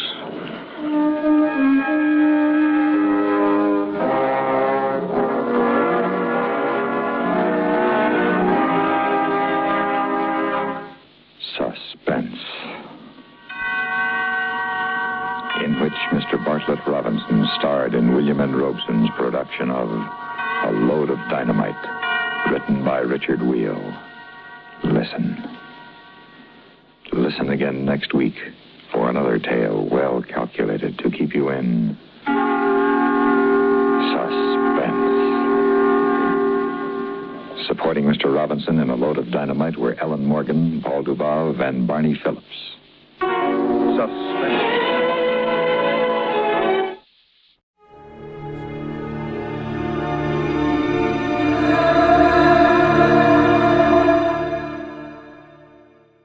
Now, Roma Wines present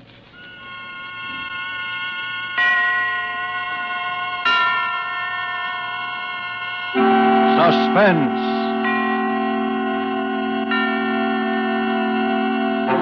Tonight, A Thing of Beauty, starring June Dupre. Suspense is presented for your enjoyment by Roma Wines. That's R-O-M-A, Roma Wines.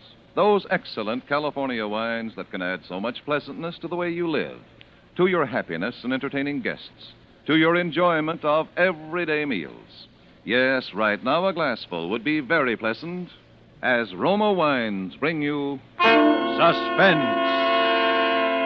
This is the Man in Black, here for the Roma Wine Company of Fresno, California.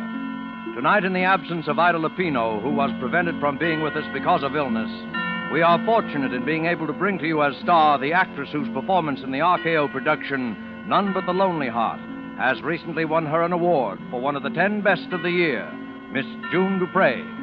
Miss Dupre appears tonight in a drama of crime and passion and punishment, as unfolded in a narrative of a celebrated actress of yesteryear. And so with A Thing of Beauty, and with the performance of June Dupre as Madeline Tremaine, we again hope to keep you in suspense.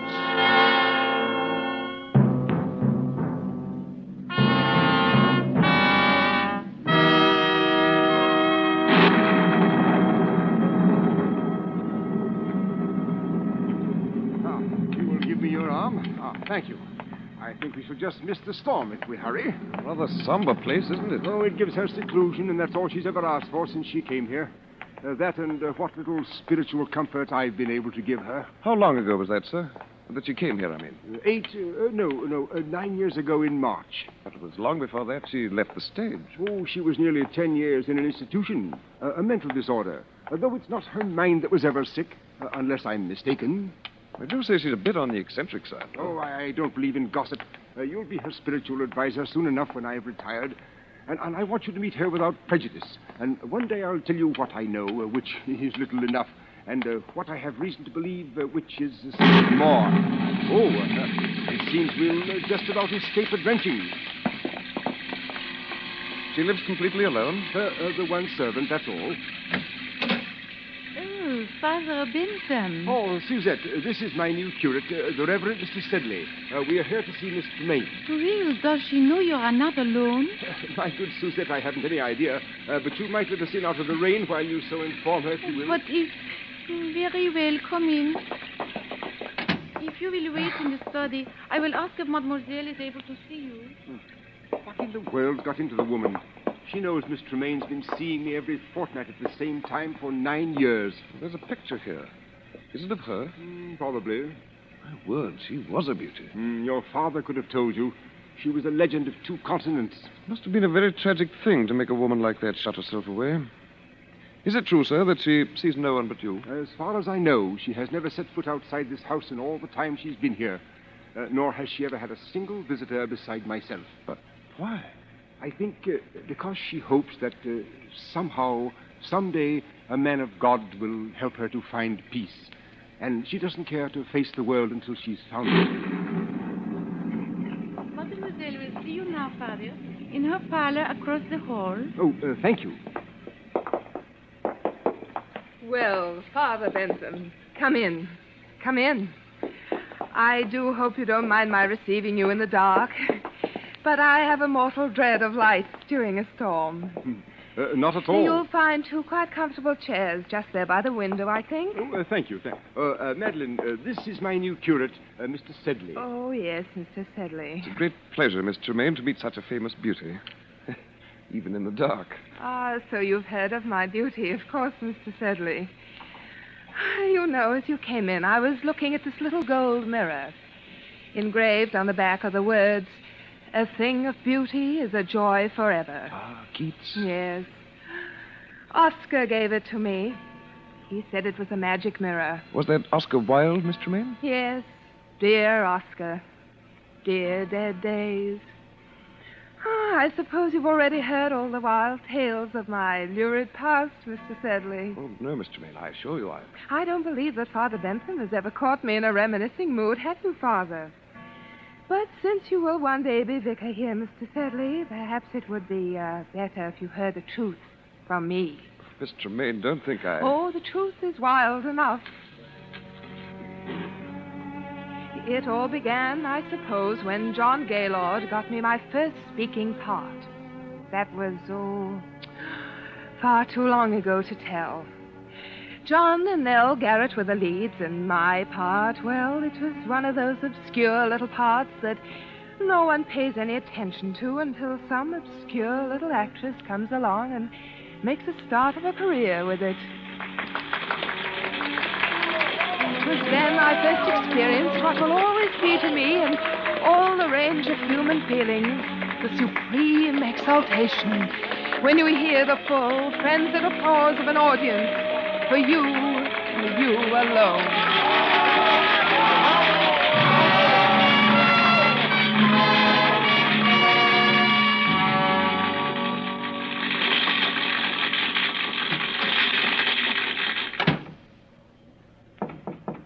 Yes?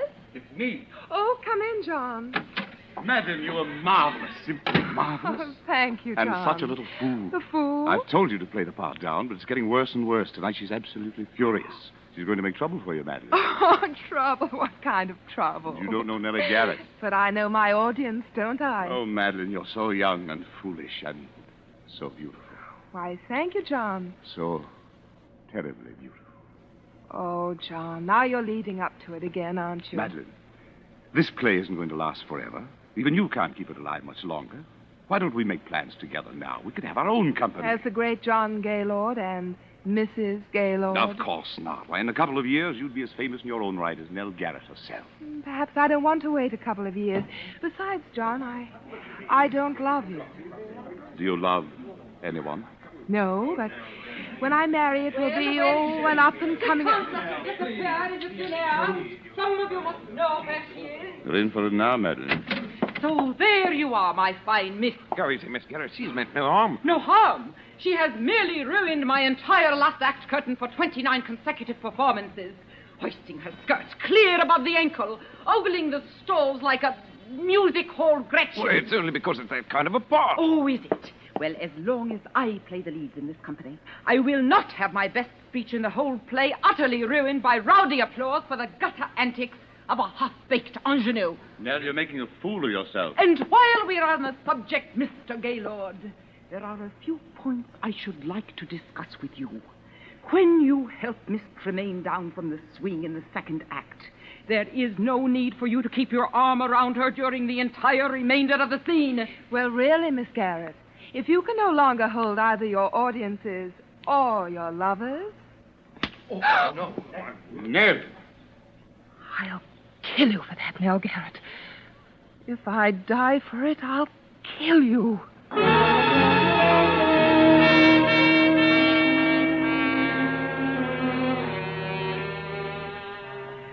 I left the theater and walked aimlessly out into the night, my eyes blinded with the tears.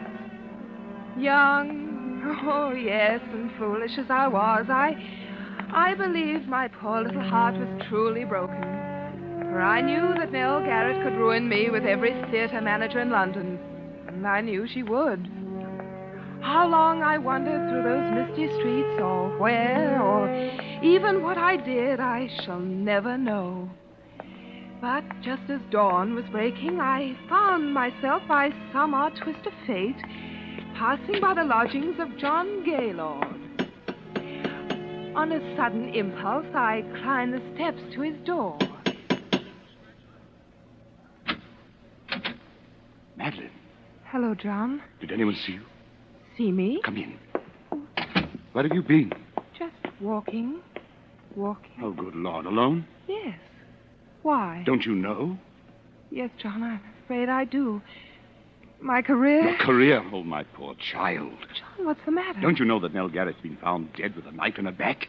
Dead? Murdered. John! Police have been looking all over London for you. I've been expecting you here, expecting them here any moment. For me? Of course for you. Me? Madeline, last night you threatened to kill her in front of a dozen witnesses. Why wouldn't they be looking for you? Oh, no. Madeline, listen to me. Listen to me. Where did you go? What did you do? Didn't anyone see you? Didn't you talk to anyone? No. You've got to tell them something. What can I tell them? Because if you don't, then... John! They'll hang you, Madeline. Please, Madeline, you've got to think. Try to remember something. I'm so alone. If I only had a friend. You have got a friend, Someone Madeline. I who know. loved me enough to at least say that they were with me. Who is it? Inspector Phillips, Scotland Yard. Madeline, in there, quick. The bedroom. John. Don't worry, I'll tell them something. Hurry. Coming. I'm sorry to rouse you at this early hour, sir. Quite all right. Come in. You are Mr. John Gaylord? Yes? Of the Queen's Players Company, Drury Lane? Yes? Can you tell me, Mr. Gaylord, anything of the whereabouts of Miss Madeline Tremaine? Madeline Tremaine? Yes. Why, Did you call me, darling? Oh, excuse me. Who is this lady, Mr. Gaylord? Well, who are you? I am from the police, madam. Police? There has been a murder. Miss Nell Garrett of the Queen's Company was found stabbed in her home last night. Nell Garrett? Yes. Do you know her? Why, of course. I'm afraid, madam, that I shall have to ask you for your name. I'm Madeline Tremaine. I'm so sorry that you find me somewhat in disarray. Miss Tremaine. I'm afraid that I shall also have to ask you to account for your whereabouts after you left the theater last night. Very well. Mr. Gaylord can account for my whereabouts. Well, Mr. Gaylord? Why, You see, Inspector, it's a rather delicate matter, because since I left the theater last night, I have been here. Is that true, Mr. Gaylord? Yes. Oh, I see. Is that satisfactory, Inspector? Well, yes. Well, I don't think I need trouble you any further for the moment. I quite understand your position, Inspector. It's a terrible, terrible thing. Yes. Well, good day to you. Good day. Madeline. Yes, John? Madeline, you shouldn't have done it. They'll have the scandal all over every newspaper in the city. A scandal is better than a hanging, isn't it? But there must have been some other way. Now they'll tear you to shreds. They wouldn't have you in anything better than a music hall for the rest of your life. John, there won't be any scandal If what? John, it wasn't just my tip with Nell Garrett that sent me wandering through the fog last night. I was thinking about something much more serious. What do you mean? I was thinking about what you had said. What I had said? John, perhaps I don't really love you yet, but there's no one else. And you're the kindest, finest man I've ever known. Madeline. And now, perhaps you saved my life. Madeline, I love you more than anything else in the world. But I wouldn't have you marry me for gratitude. I wouldn't marry any man for gratitude. Madeline, if I were to tell you that I wasn't here last night either, that I couldn't explain my whereabouts, Oh, I see. would you still marry me? Yes, John. I will marry you.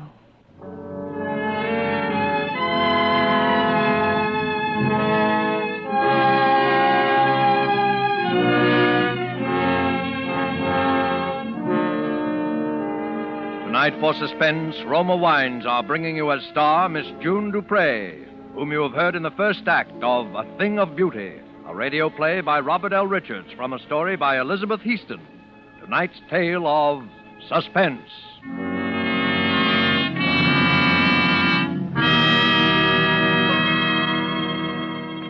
This is Truman Bradley for Roma Wines, and I should like to tell you about a most interesting woman who extracts all the simple pleasure and happiness possible from living. She is Elsa Maxwell, international authority on hospitality. She offers you some friendly counsel. I'm always telling people to take it easy, as they say, to be moderate and natural and at ease. And so, obviously, I suggest the enjoyment of a glass of Roma California port after dinner or during the evening. It's also very smart to serve when friends drop in, because this is one of the most glorious of all wines, richly fruity in flavor, with wonderful deep red color, utterly delicious. This is simple enjoyment, easy and restful enjoyment, moderate pleasure that helps you feel calmly at ease and so happier. Don't bother about special glasses. Just use whatever glasses are convenient and enjoy your wine. You really should act on Miss Maxwell's suggestion. Roma Port, as all Roma wines, is the best that California's magnificent sun-ripened grapes can provide. In glorious flavor, color, and aroma, is unvaryingly good, always enjoyable, protected for you by the ancient skill of the noted Roma wineries located in the choicest vineyard areas of California. Yet, all this delight costs you only pennies a glass. Remember, more Americans enjoy Roma than any other wines. Roma, R-O-M-A, Roma wines. And now it is with pleasure that we bring back to our soundstage Miss June Dupre as Madeline Tremaine, who resumes the recital of her brilliant and stormy career. It is a tale told to two clergymen in a darkened room, a tale well calculated to keep them and you in suspense.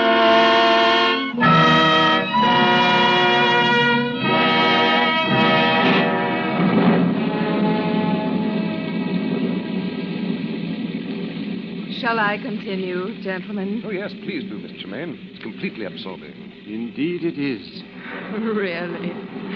I hope you don't mind the lights turned off. It's the storm. I suppose perhaps I'm a sort of elemental creature, but I always love to sit here and have it dark when it's stormy outside. Not at all.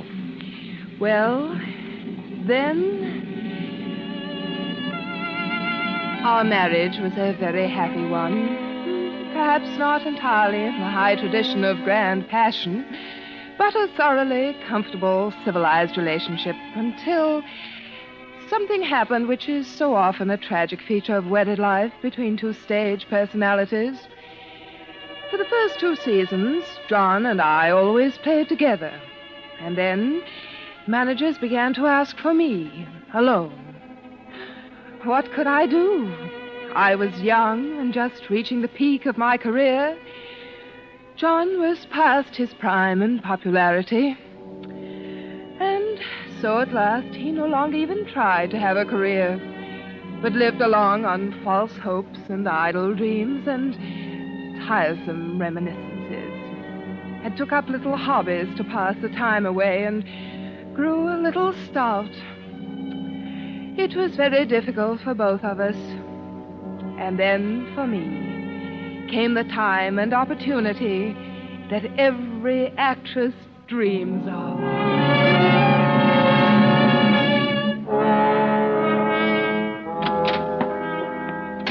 Ah, mademoiselle. Hello, Suzette.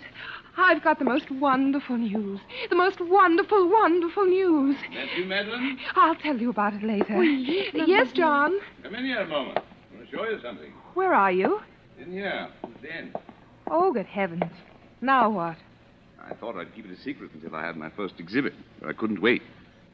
I've taken up etching. Etching? Yes. Look, What's that? you. What? It's only the copper plate, of course. You see, the whole principle of etching is... Madeline, look out! What's the matter? Almost knocked over that vat of nitric acid. One drop of that on your beautiful white skin. It would burn a hole right through you. Well, must you have that sort of thing around? Of course, that's the whole thing. You see, your sketch simply scrapes the wax off the copper plate. Then you drop it in the acid and... Well, that's very interesting. Yes.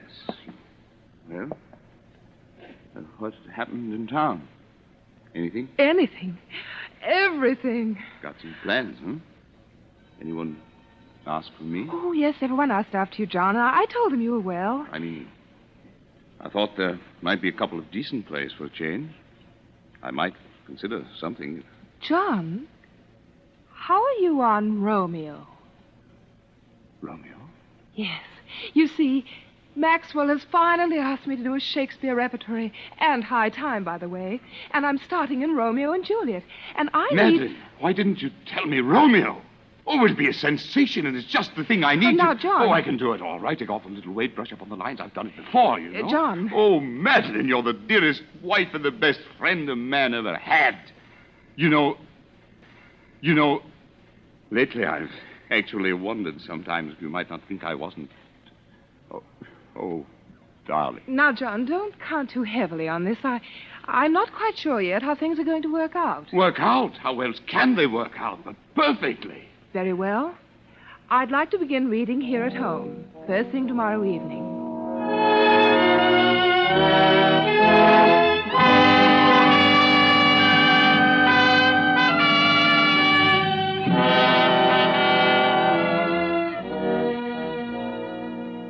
Now, shall we take it again from, yet I should kill thee with much cherishing. Yet I should kill thee with much cherishing. Good night. Good night. Parting is such sweet sorrow that I shall say good night till it be morrow. Sleep dwell upon thine eyes, peace in thy breast. John, you see, on those last lines, you should already be moving off stage. You don't want to make too much of them. After all, the scene really ends when Juliet leaves the balcony. But you can't just throw them away, Madeline. Those are famous lines. But, John, we mustn't think so much in terms of lines as of performance. Excuse me, mademoiselle. Yes, Suzette? Mr. Alexander Duncan is here. Oh, yes. Show him in. Yes, mademoiselle. Alec Duncan. What's that young ham coming around for? Well, John, I've been meaning to tell you... Hello, Madeline. Hello, Alec. You know my husband? Why, yes. How do you do, Mr. Tremaine?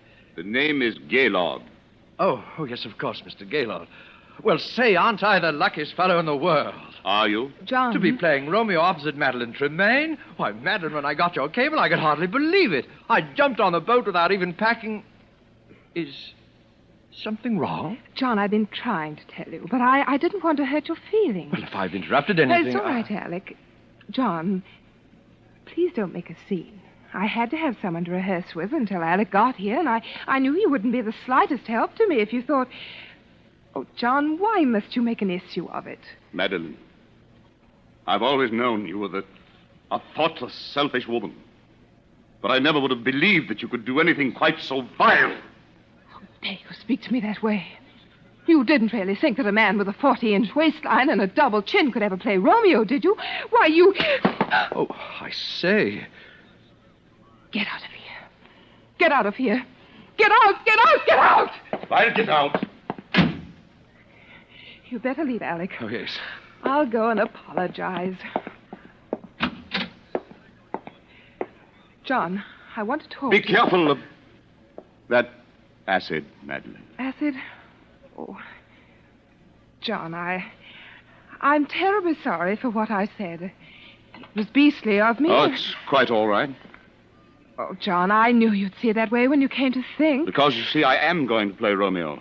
Oh, John, must we go through it all Madeline, again? I've forgiven. I've forgotten. A lot of things since we've been married. I've put you out in front. I've given you the spotlight and watched your regard for me become somewhat less than that of a servant, if somewhat more than for your dog. John! But this, if only for my self-respect, I will not allow to dangle before my eyes the thing that I've wanted most in all the world, except your beauty that I gave it up for. The thing I've been wanting so much I didn't dare admit it to myself. And then to have you snatch it away from me. No, Madeline. Waistlines and double chins can be concealed. But a mean spirit, never. This one thing you can do for me, and you will. John, you're being a fool. You see, I've always known that you married me to save your career and to keep my mouth shut. But there's one thing you haven't known. Where I was the night Nell Garrett was murdered. Where were you? I was at Nell Garrett's home. Well, that explains quite a number of things, doesn't it, John? Madeline, where did you get that gun? I always thought that someday I might need one. Madeline? Don't come near me, John. Very well. I warned you. Monsters, you beautiful, terrible monsters. John, no! No!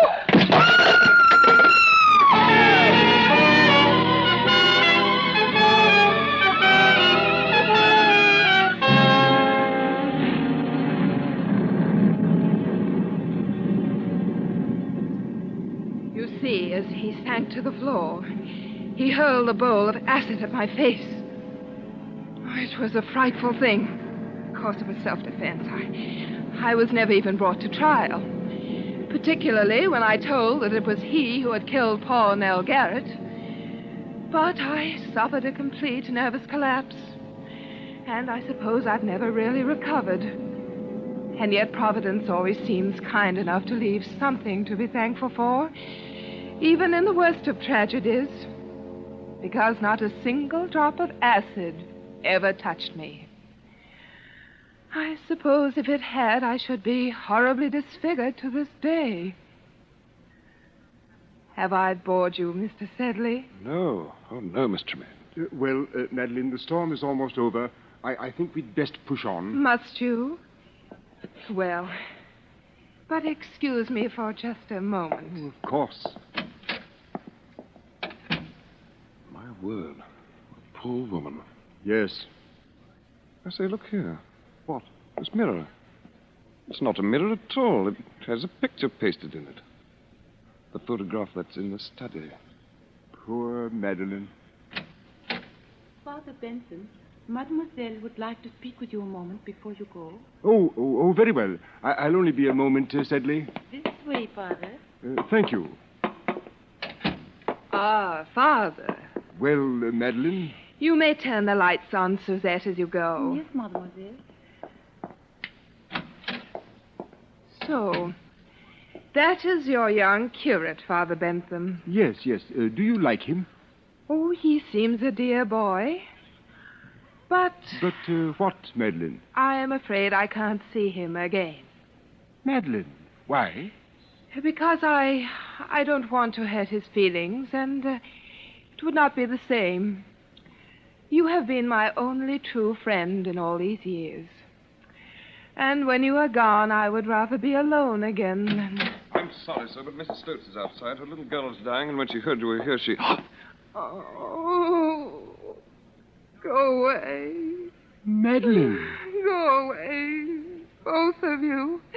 Go away, go away, go away. Come, sir. Go away. Good Lord. Poor Madeline. It was too much for her. Yes. Oh, she killed them both, of course, the woman and her husband. I think I always must have known it. All these years, she's lived a lie. Yes, but that's not the lie that's hurt her. It was the acid. Acid? Didn't you see her face, sir? You forget, my boy, that I am blind. She has no face.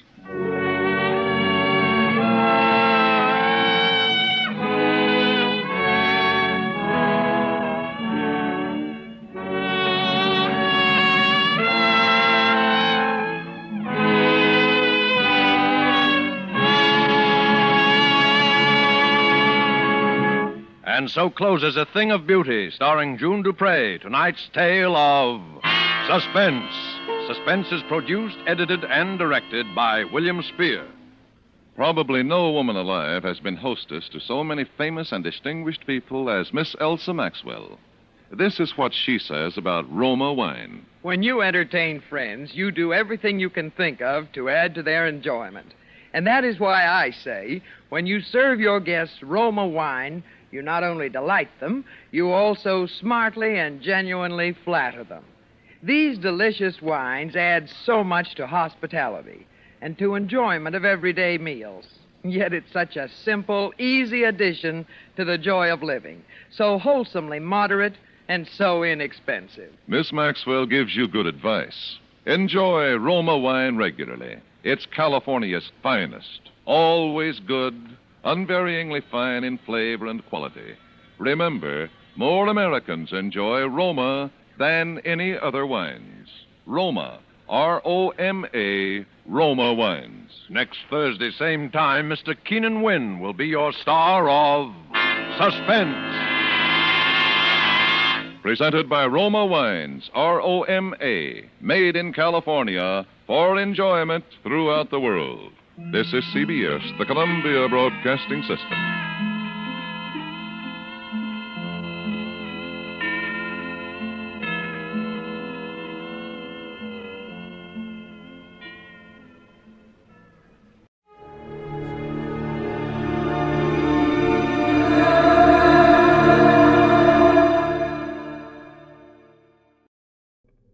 anyway, I learned the answer to the question, what does a doctor do when a doctor needs a doctor?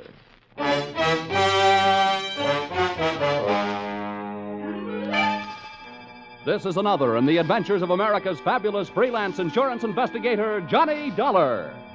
At insurance investigation, Johnny Dollar is only an expert. At making out his expense account, he's an absolute genius.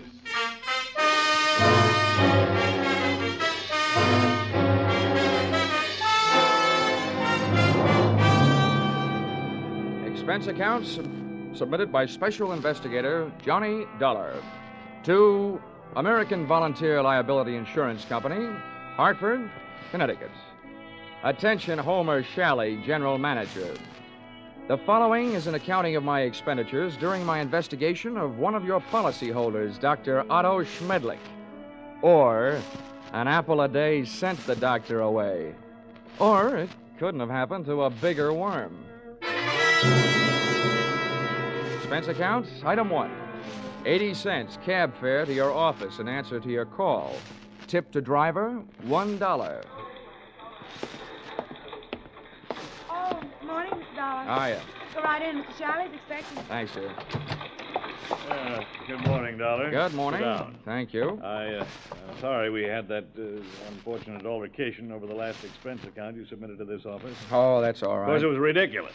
You're going around tipping cab drivers $1 after a 50-cent trip. Well, you know me, Homer. Just a silly, headstrong, impetuous boy. It was somebody else's money, yes. We've been through all that. What I want to talk to you now is, policy. Oh, here it is. Dr. Otto Schmedlich, Los Angeles, California. California? Doesn't anything ever happen in Hartford? I've been using an airplane seatbelt so much lately, I'm about ready to throw away my suspenders. Dr. Otto Schmedlich. I suppose you're familiar with the existence of that type of insurance policy which protects doctors against charges of malpractice. Yeah, I've heard of them. Well, we had the rare misfortune of issuing such a policy to this quack Schmedlich. Well, what do you want me to do? Go out and take his temperature? Dollar, when I want to laugh, I tune in Jack Benny. Now, this is serious. The policy we issued to Dr. Schmedlich only covers him up to the extent of what is construed as accidental malpractice. If we can prove criminal malpractice, we can cancel the scoundrel's policy. Do you have a good reason to think it's criminal, or are you just toying with a happy thought? Look, our company has already paid off on 2 claims. Recently, we've heard rumors about this man. It seems the Medical Association is watching him very closely. But so far, no one can prove anything. Now, Dollar, do you want the assignment? No, but I'll take it.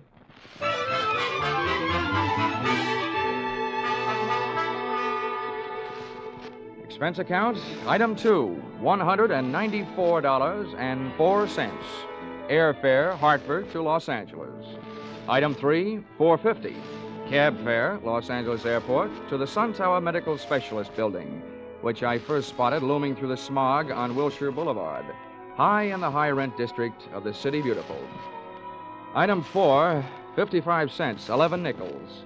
Spent telephoning the Schmedlich office at 15-minute intervals until I at last found the doctor not in. In California, the doctors really specialize. And the buildings they work in sometimes really make the most of it, as I found out in the elevator going up. Second floor, eye, ear, nose, and throat. Doctors Care, Kreider, Whitetis, and Osterban. Pardon me. Third floor, fractures, strains, sprains, and dislocations. Doctors Fowler, Woodruff, Toigo, and Brown. Oh, pardon me.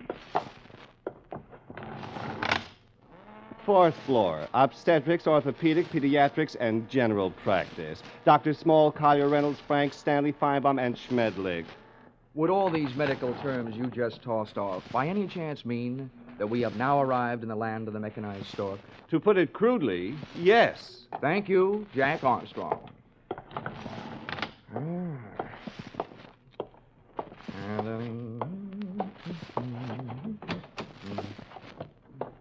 Good afternoon. Hello. Dr. Schmedlich in? Well, no, I'm sorry, he isn't. Oh, good. I mean, that's too bad. Just what do you mean?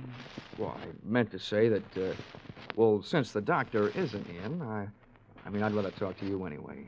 You're prettier. I should be. I'm a girl. Now, is there something I can help you with? Yes, as a matter of fact, you can. I have a sort of empty feeling around my heart. What would you prescribe? Bicarbonate of soda. Is that all? Touche. Now I have an empty feeling around my head. Please, will you state your business? Oh, now, honey, you should know that anybody who walks into a doctor's office wants to live. And after seeing you, I really want to live. What are you doing tonight? Well,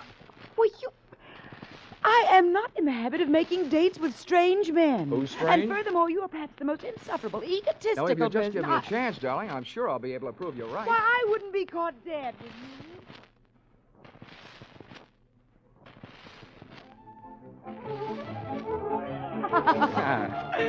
Oh, Johnny, you ain't. You like that, huh? This is the first time I've ever tasted champagne. Good old champagne. The rich people's 7-Up. Well, here's to us. To us. Doreen, I feel like talking. Well, thanks for putting me on guard. Listening to you can do strange things to a girl.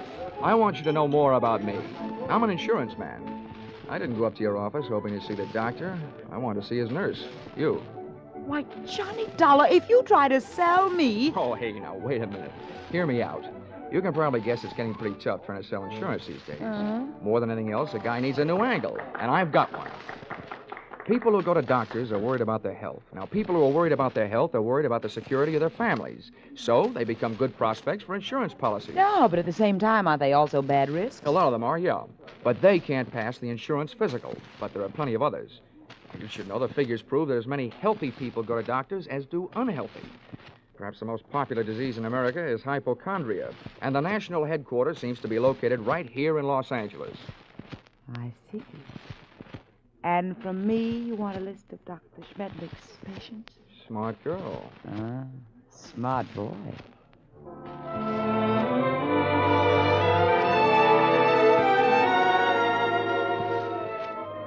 Expense account, item 5, $1.40.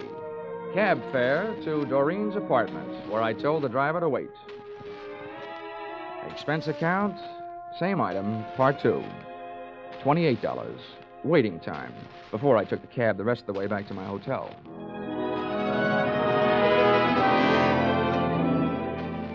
Expense account, item 6. Breakfast the next morning, 2 hard-earned dollars for 2 soft-boiled eggs. The hen that laid them must do barnyard bits in the movies. At least at those prices, she could have autographed them.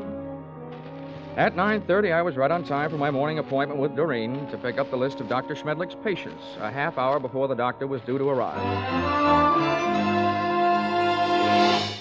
Well, Johnny, for a man who stayed up so late, you're very punctual. Oh, that's me. The early worm who so often gets the bird. You got a copy of the list? Yeah, got here at 8 to type it for Oh, you. fine. Here it is. So this is wonderful. You're a doll. Yeah. A. Aarons. You'd make the top of any alphabetical list. Look, this is a selfish way of saying thanks because I'll enjoy it more than you will, but dinner at Romanoff's tonight? I love it. Good. Good morning, Miss Smith. Oh, good morning, Dr. Schmedlich. Oh, these patients already? Oh, yes, Doctor. This is Mr. Dollar. He's from out of town. Good morning. Well, all right. What's the matter with you?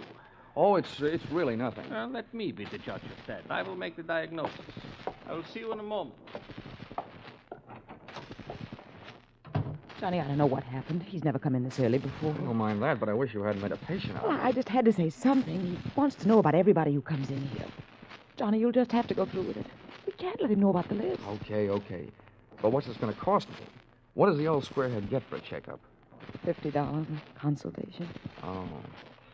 Honey, instead of Romanoff's for dinner tonight, we better make it a drive-in. Sorry, Johnny, I am. You can come in now, Mr. Lawler. Oh, well, with a D, Doctor. The name is Dollar. Oh, yes, I forget. I have so many cases on my mind. Now, if you will be so good to slip off your jacket and your shirt while I talk. All right. Now, what is the nature of your complaint? Well, my back. See, I was in a small automobile crack-up driving out here. No, that's a dangerous, complicated area, the back. Now, if you'll be so good to get up on the table and lie down. Oh, all right. No, on your stomach. The feet down here, please.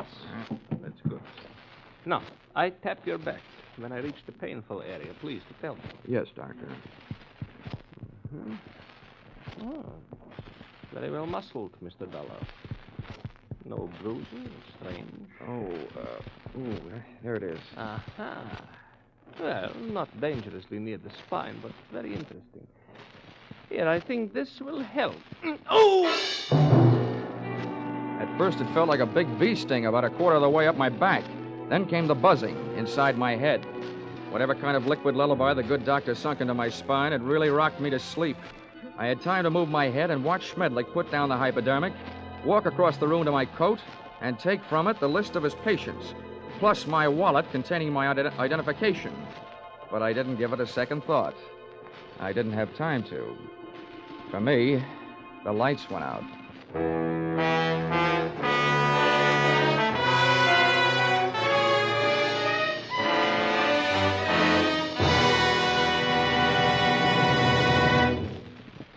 In just a moment, we will return to the second act of Johnny Dollar. But first, assets, one block of wood. Liabilities, more trouble than the legendary paper hanger with the hives. It sounds as though Edgar Bergen had a pretty bad bank balance, doesn't it? But luckily for you, he comes back week after week to the CBS studios with his block of wood named Charlie and lets himself in for more trouble. As for you, you're really in the chips when you take in the Edgar Bergen Charlie McCarthy show, heard over most of these stations every Sunday. Don't miss their brightest, gayest show tomorrow night on CBS, where this fall you hear them all. Tune in this fall for the show that you love best of all. Listen carefully, here's the address. It's CBS. Now, with our star, Charles Russell, we return to the second act of yours truly, Johnny Dollar.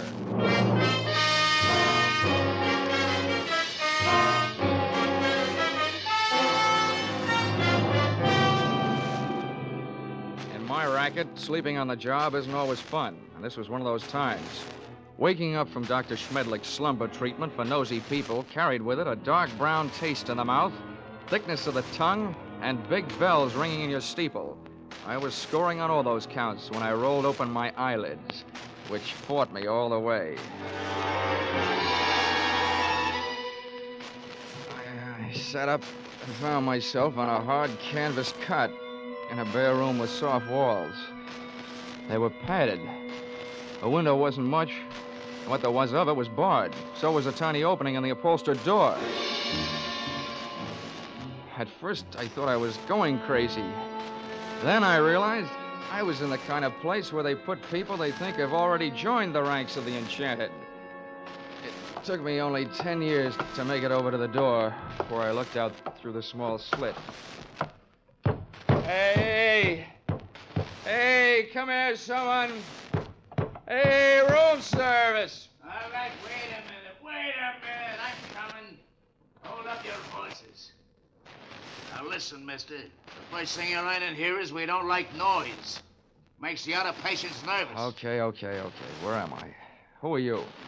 I'm your nurse. Oh, sorry I didn't recognize you. I thought nurses were supposed to wear little caps. I got a little cap, but I don't wear it indoors. Hey, listen, you. Don't go making fun of me. You'll be sorry, see? I'm sorry now. How'd I get in here anyway? Well, all I know is this place is for your own good. They say outside you're dangerous. You can depend on it.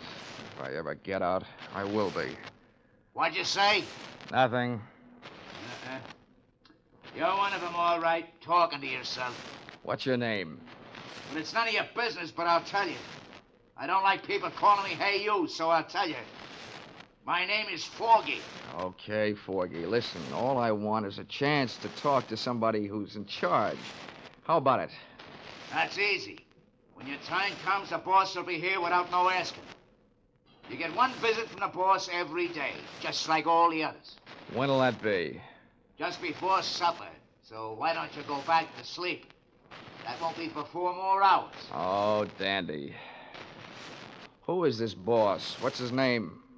The boss is not a he. It is a she. And her name is Dr. Doreen Smith. I had 4 hours to think up different ways of calling myself a sucker. At the end of hour number 1, I ran out of fingernails. At the end of hour number 2, I ran out of patience. And the other 2, I spent devising torturous new ways of getting even with a combination that shanghaied me into that fancy 4-walled straitjacket. They had left me only one move to make. That was out. I figured that if the winsome Dr. Doreen Smith paid me a visit, she'd come with her body well guarded, probably by the charming, bemuscled behemoth, Nurse Forgy, who, from what I saw of him through that slit in the door, was no Florence Nightingale, believe me. For him, I needed a club. I didn't have much to work with. The iron and canvas cot was heavily bolted to the floor. That was the only other piece of furniture in the room, a small but sturdy table. Took off one of my shoes, ripped the heel off at an angle of the cot, and looked lovingly at the shiny little nail points gleaming back at me from the solid piece of leather in the palm of my hand. I put it to work, ripping a 4-foot square of canvas out of the cot. Then I put both of my shoes into the center of the square, picked up the corners, tied them together close to the weight, gave it a heft, feeling that I now had at least the start of a weapon. Hey, you! Here we are. Oh, I suppose you think that's good news. He's safe, Dr. Smith. He's still groggy from that throw. Don't trust him. Grab his arms when you go in and hold on. Now go ahead. I'll follow.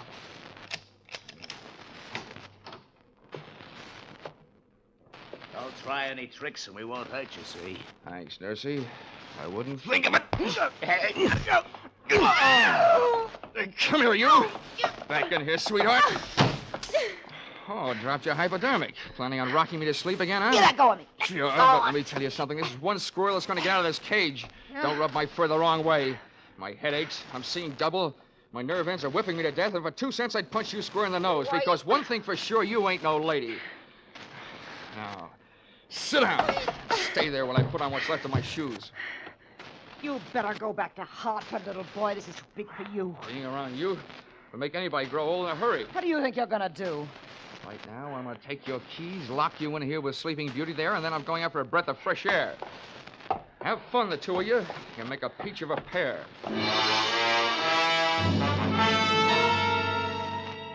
I stumbled through the rest of the building, which turned out to be nothing more than a country house. There were no other rooms like the one I had just vacated. For that matter, there were no other so-called patients. It could have been a place maintained for the purpose of making people talk, or keeping them from talking. There was no telephone. I couldn't call out, but neither could anybody call in to find out that something was going wrong. This little crime crib was apparently located well out in the country. That meant that Dr. Doreen Smith had arrived in the car, which I commandeered and drove to the nearest filling station. No longer having in my possession that list of Schmedlich's patients, I flipped through my memory and came up with a single name I had noted in his office, A.A. Aaron.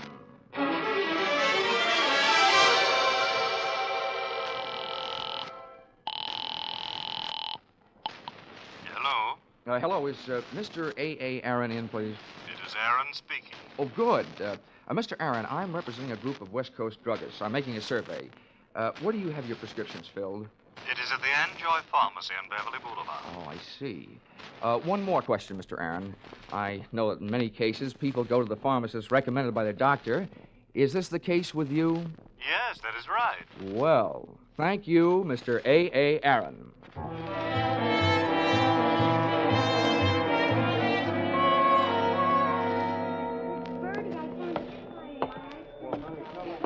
Pardon me, Mr. Anjoy. The clerk up front told me where I could find you. My name is Dolar. I'd like to have a word with you if you have the time. On the basis of ethics, the state of California should have picked up the gentleman's pharmaceutical license and issued him a barber's permit. Mr. Anjoy loved to talk. From the few thousand words he threw at me during the ensuing half hour, I managed to sift the following information. Dr. Schmedlich's prescriptions were usually refillable, dangerous, and habit-forming. I also managed to memorize the names of a few of his patients from the narcotics book. With these tucked into a lonely corner of my cerebral cortex, I limped out into the newborn night.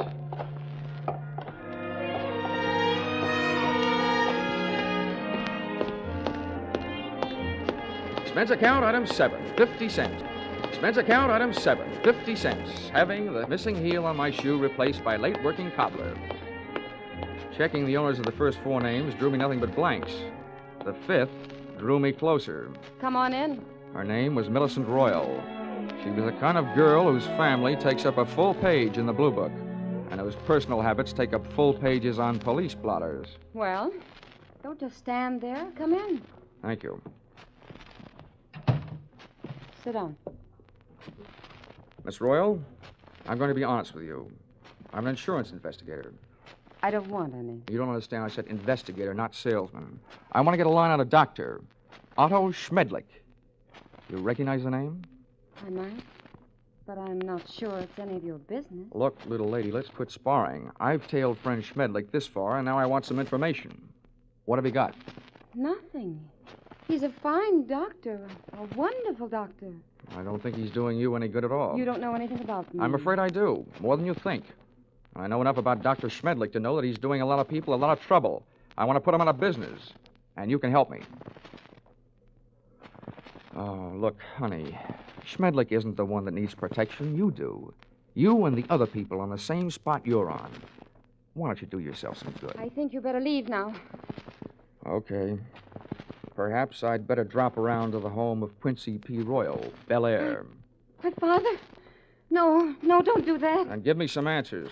You can't make me. Nobody can. Anything that passes between a doctor and his patient is a secret.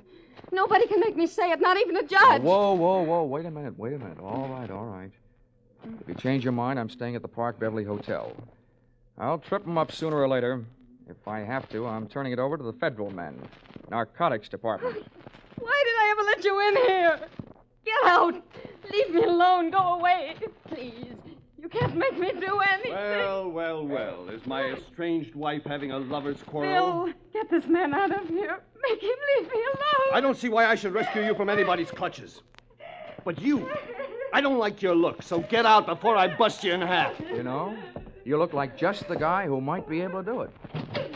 Happy honeymoon.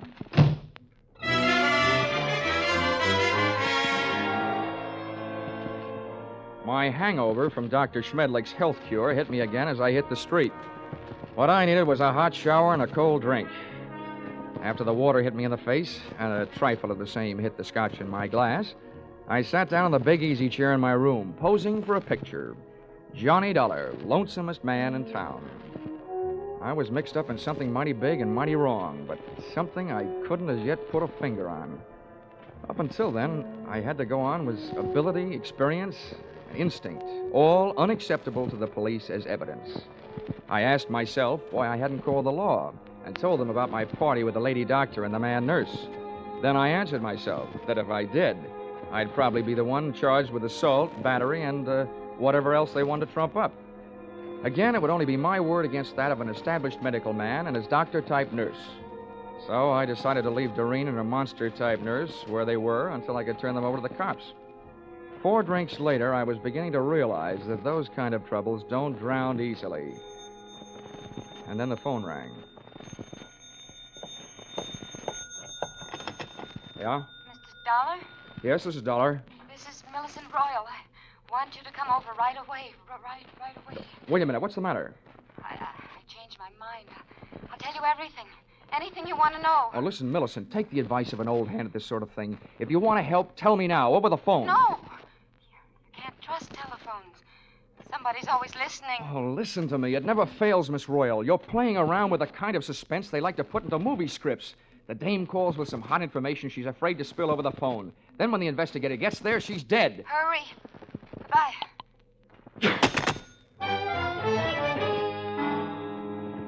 I went there. I was right. She was dead.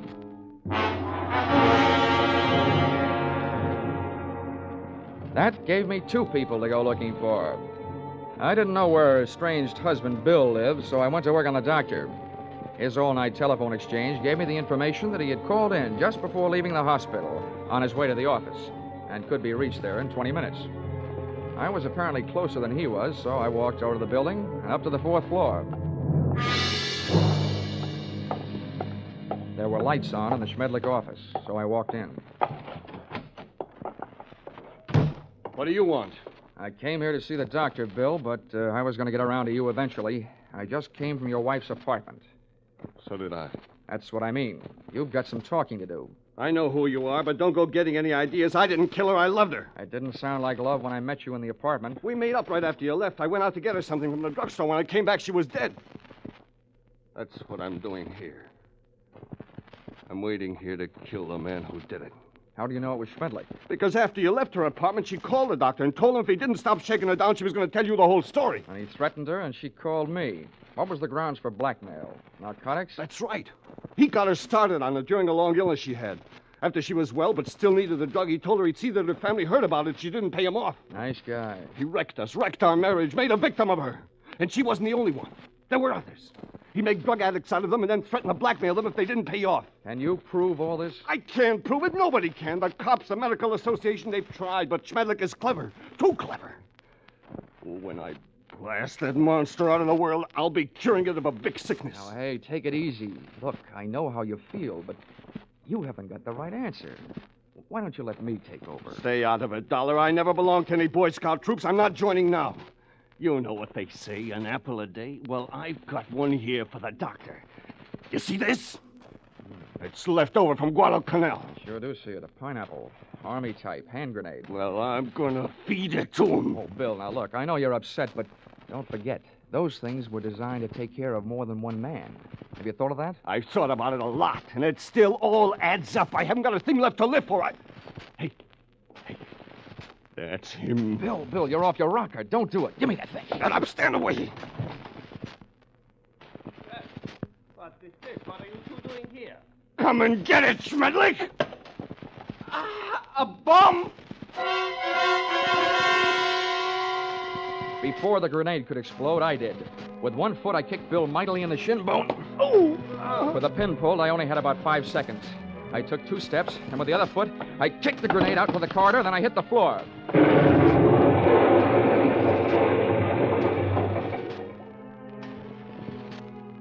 All right. I'll still take you to pieces, Schmedlich. I let Bill go to work on the doctor until he had socked him into a state of unconsciousness. And to save Bill from a murder rap, I did the same for him with a loose portable typewriter. Sorry, but it's time to typewrite the tagline, William. P.S. Then I called the police.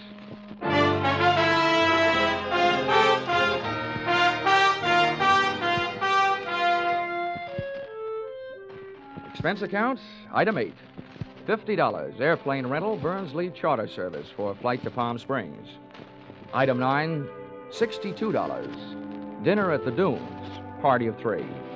Included in said party, me and Haig and Haig. Expense account, item 9, airfare Palm Springs to Los Angeles to Hartford, $244.04. Expense account, total, $1,211.69. All that for getting rid of a doctor. And if you react the same way you reacted to my last expense account, it'll probably mean that you will be needing a doctor. Signed, yours, truly, Johnny Dollar.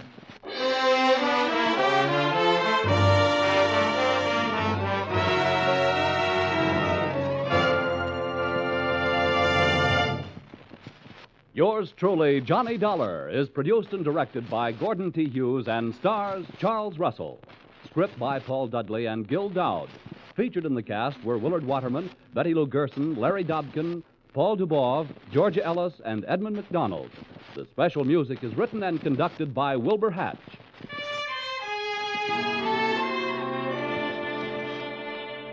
Be sure to be with us next week when another unusual expense account is handed in by yours truly, Johnny Dollar.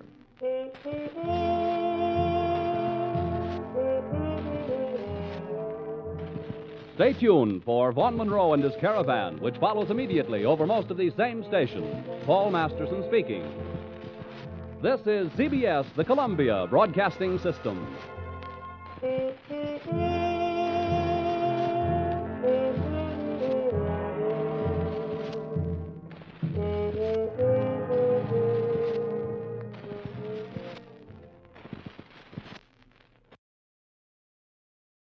Tonight, the shadows fall across the polished marble floors of the Bay City Trust Company, where fortunes are guarded and secrets are locked behind steel doors.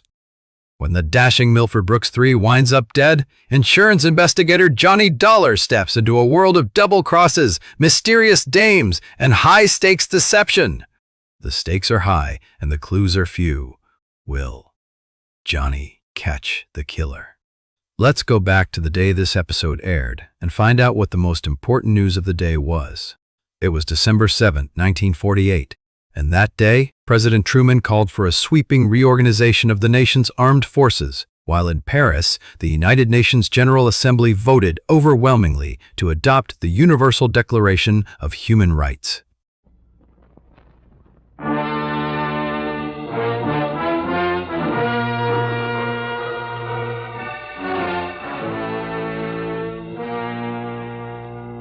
Columbia Broadcasting System presents a thrilling new adventure series starring Dick Powell.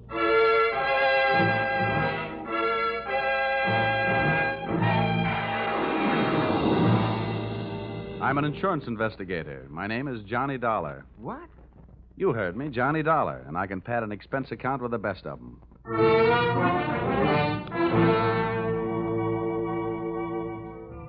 Yep, I'm a freelance insurance investigator, and I live in Hartford, Connecticut. At least that's where I pay rent. My work sees to it that I really live anywhere, except at home. I'm free, white, 34, and so forth. If you're interested in buying me Christmas presents, I take a size 42 suit. Shirt's 15 and a half collar, sleeve length 33. My hat size is 7 1/8, except when I wind up a successful case. Then it runs about 7 3/8. At insurance investigation, I'm just an expert. At making out my expense account, I'm an absolute genius.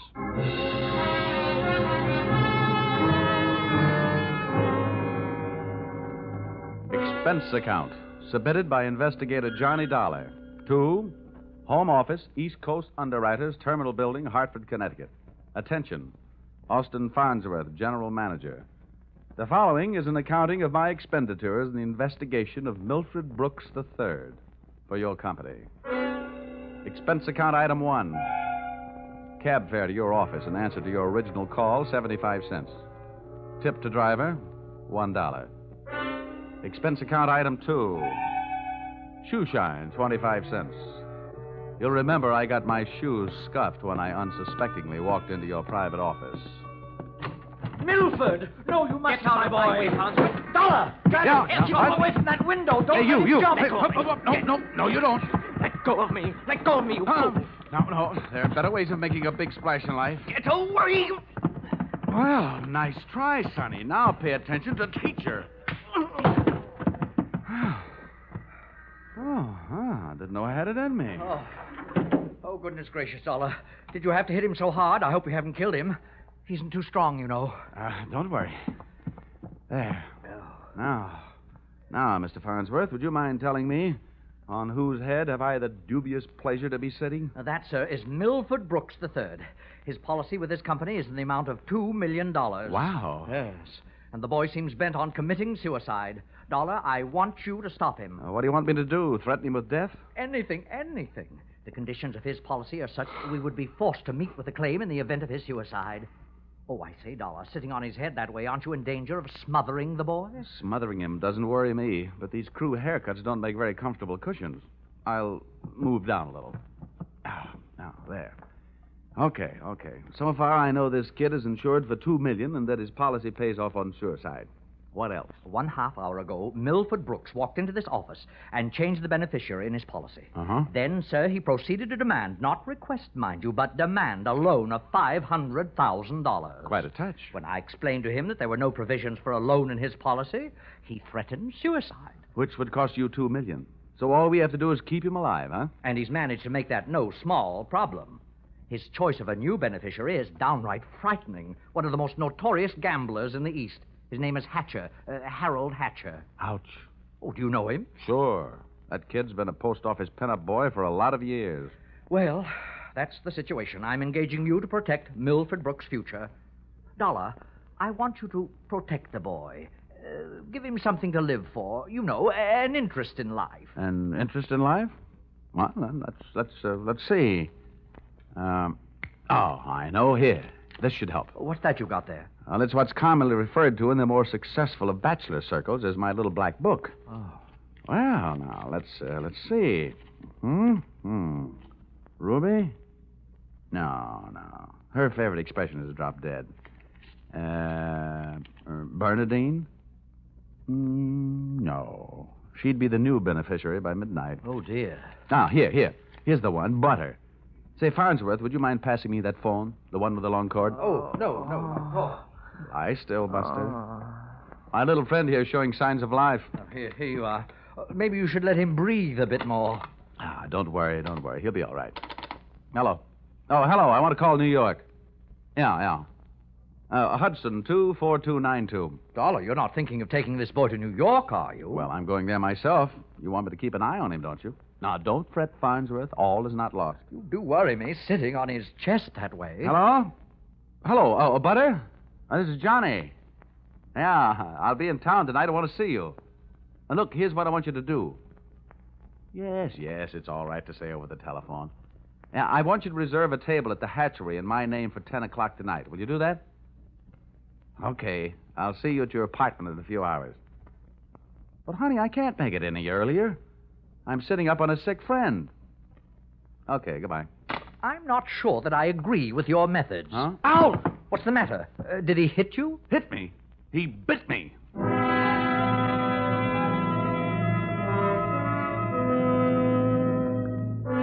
Expense account, item 3.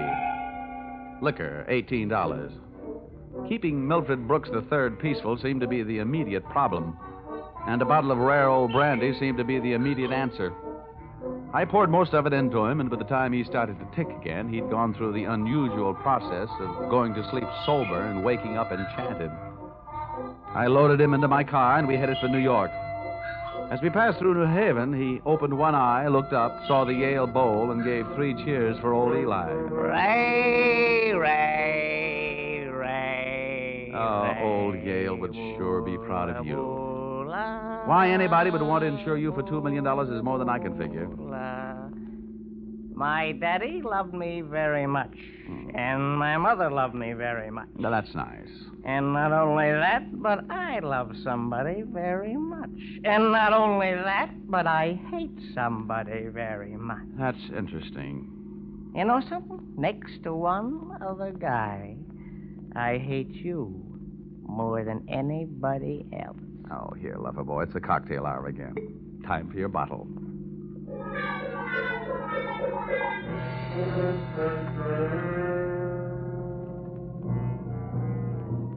Rolling along the Merritt Parkway, I felt very much alone with my thoughts. And believe me, they weren't very pleasant company. The way it stacked up for me, Brooks had built up a fat gambling debt with Harold Hatcher and had been forced into making him his beneficiary. The suicide threat that he was holding over the insurance company was a little tougher to figure, unless he was trying to finance a trip for himself to get away from the man with a murder motive, Hatcher. My hungry little mind nibbled away on those unsavory morsels of food for thought all the way to Butter's apartment.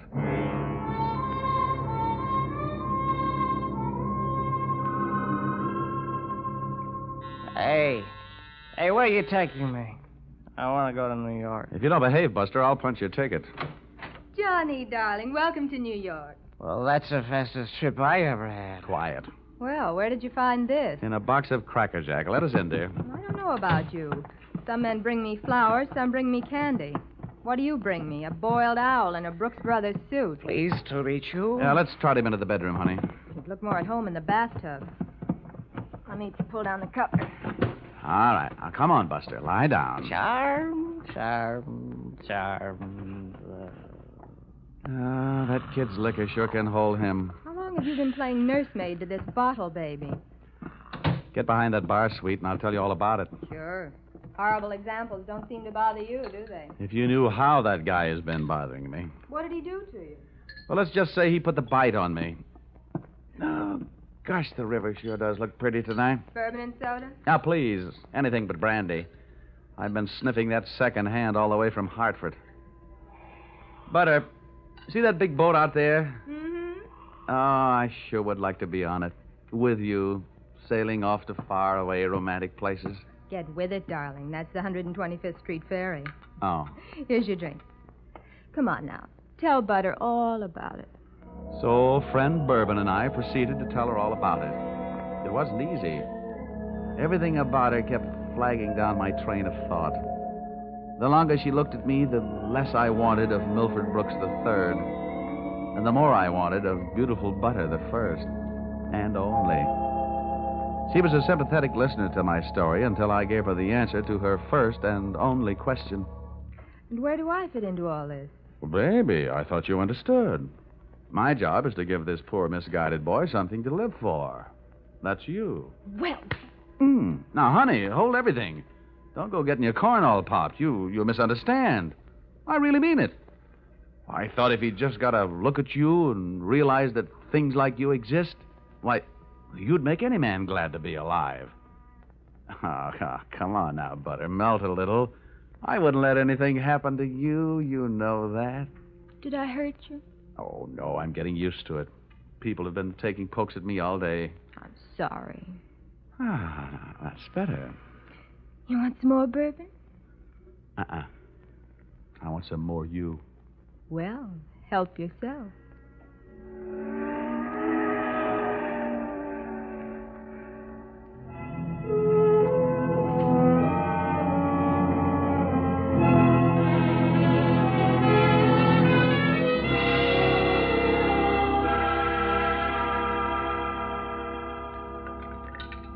Honey, it's getting late. Let's make this the last drink. What time is it? Oh, it's 20 to 10. Oh. My reservation at the hatchery is for 10. Here. Thanks. Cigarette? Oh, empty. Some more out in the other room. I'll get them. I'd love to get you on a slow boat to China. Johnny! Oh, coming. He's gone. What? Well, he can't be. But he is. The window's wide open. Oh, the fire escape. What a smart guy I am. Trading 3 drinks of bourbon for $2 million on the hoof. Oh, that's the biggest bar check I ever picked up.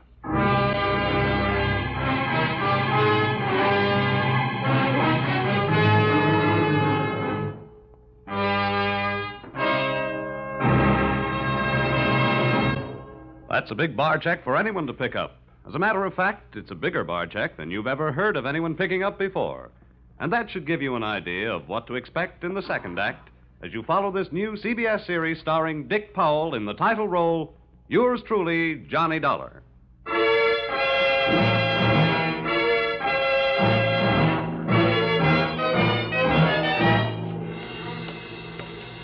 Well, nobody could say I wasn't working fast. I'd only been in town for an hour, and I'd already succeeded in losing Milford Brooks III. I spent another hour of his all-too-short life expectancy unsuccessfully shaking down the neighborhood for him. And then, feeling very much like a bloodhound that had flunked his sniffing exam, I went back to Butter's apartment.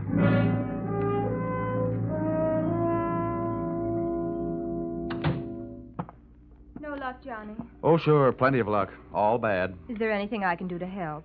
A kiss for luck. What are you going to do? Nothing. Just a little phone call.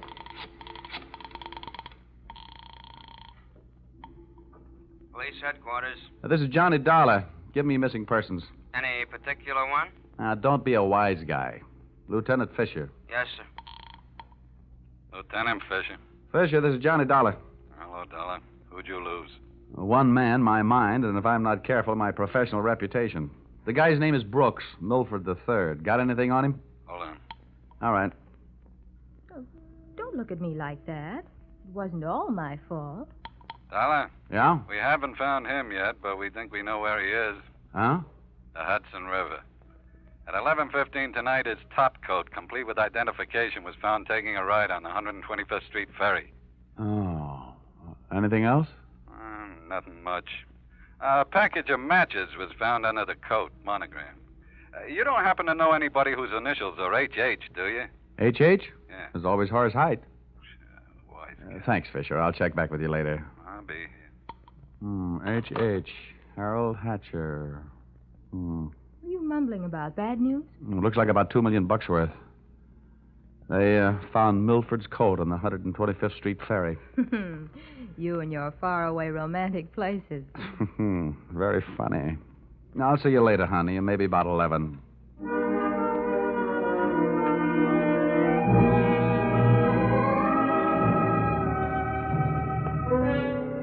Expense account, item 4. Nightclubs. $28. Harold Hatcher's hatchery was in a cellar under a hotel, but the prices were high enough to rate a penthouse. The club was draped in too much satin, its lady customers in too little. The decor was French provincial, the music was Brazilian, and the food was from Dixie. The drinks looked weak and the waiters looked strong. All in all, the joint was a sight for sore eyes, for making them sore. The only pretty thing in the place was a blonde. She came strolling up to my table, her hips unconsciously sending subtle little messages back to the rumba band. She opened her mouth, slid her tongue over her lower lip, and let a few warm, soft words slide out. Looking for someone? Well, you'll do until the real thing comes along. Sit down. Thanks. I won't have a drink. Well, I didn't ask you. My name is Janelle. Janelle? Wow, that's a nice name. I understand you were asking about Mr. Hatcher. Well, I asked if he was in. The waiter said he wasn't. Do you know him? More than somewhat. What do you want to see him about? A mutual friend, Milford Brooks. Uh-huh. I know most of the quiet-clothes boys around here, so you want a cop. You don't look like the type that would be a society friend of the Brooks family, so what are you? I'll ignore that. Is Hatcher around? He might be. Well, then come on. Where's his office? The top of those stairs. Can I expect any trouble getting in? You won't have any trouble. How do you know? Because Harold sent me down here to look you over. Oh. I think you're all right. So, I've won myself the good housekeeping seal of approval, huh? Keeping a house with you would meet with my approval. I ran for my life. Had a slow walk up the stairs. When I located the door to Hatcher's office, I knocked once and went in. Come on in. Thanks. Oh, I'm Johnny Dollar. I was hired by East Coast underwriters to protect the interest of a kid named Milford Brooks III. Now, what's that supposed to mean to me? You know him, don't you? Well, he isn't exactly one of my boozing buddies. How much money does he owe you? Yeah, we've got him on the books for a few bob. Why? They picked up his topcoat tonight on the 125th Street ferry. He wasn't in it. It might have been suicide, or it might have been a knockover made to look like a suicide. What's your choice? What do you get off asking me about my choice? Where were you between 11 and 11:30 tonight? What's it to you? I thought you might like to rehearse some answers. The law will be asking some questions real soon now. I don't know why I should tell you, but I was driving around in my car getting some air. Oh, now, you'll have to do better than that. They found one of your match folders under Brooks' coat. You're out of your mind. Let me ask you. The kid owed me a couple of $100,000. You think I'm going around knocking off my own assets? Hatcher, I don't know whether you're stupid or bright. Don't worry about it. I know. What about that insurance policy? What insurance policy? Now, look, Hatcher, we're big boys. We both know that changing a beneficiary in an insurance policy is a legal transaction. That means witnesses. That means it isn't secret. What are you talking about? But you and East Coast underwriters and I know all know that Brooks made you the beneficiary in his policy and that you stand to come into $2 million when they fish out his body. I don't know anything about it. Motives don't come much bigger. I'm telling you this is all news to me, and you and nobody else is going to make me move off that story. I feel the same about mine. It doesn't take a genius to know that Brooks didn't love you $2 million worth. There's only one logical reason for his making you the beneficiary. You forced him into it. Who'd believe anything else? Who cares? They'd have to prove it. And, brother, that can't be done. Now, how would you... Yeah. Okay, Rocky, thanks for the news. Take the inspector into the bar and buy him a drink. I'll be right down. Dollar, did you turn me in? They're here, huh? Yeah. No, I didn't turn you in. I'm not a cop. Here, have a cigarette. Thanks. Here's a light. Well, come on. Maybe they just want to sell me some tickets to the policeman's ball. For a guy in a hot spot, Hatcher was certainly a cool customer. I followed him out of the office, down the stairs, and back into the club. Janelle was sitting there right where I'd left her. And I thought to myself, now there's a gal who should never sit down. She looks so pretty standing up. Janelle, buy Mr. Dollar a drink. I have to go play 20 questions with some fellas in the bar. Sure, baby. Anything you say. Anything. I'll see you, Dollar. Yeah. How'd you make out? Well, you can never tell about a guy like that. He's a smart boy, strong, silent type. Wouldn't talk, huh? A real close-mouth act. About what? A real close-mouth act. About what? Oh, just a little doodad. $2 million life insurance policy. Wait a minute. That young Brooks kid? That's right. I knew it. Tried to tell him he'd get into trouble, but he wouldn't listen to me. Oh, you knew about it, huh? I suppose you also know what was behind it. Sure, Milford owed him some money. A lot of money. It's in writing. What kind of writing? The personal note that Brooks was going to get back if he made Harold beneficiary. Well, where is this note? Do I look like the kind of girl who'd put the finger on her boyfriend? You look like the kind of girl who'd do anything if she wanted to. Thanks. I'll give you a slight hint. It's in his office. You'll find it in the inside pocket of one of his suits in the wardrobe. What are you waiting for? I'll watch the bar. Nothing, sweetheart. Nothing at all.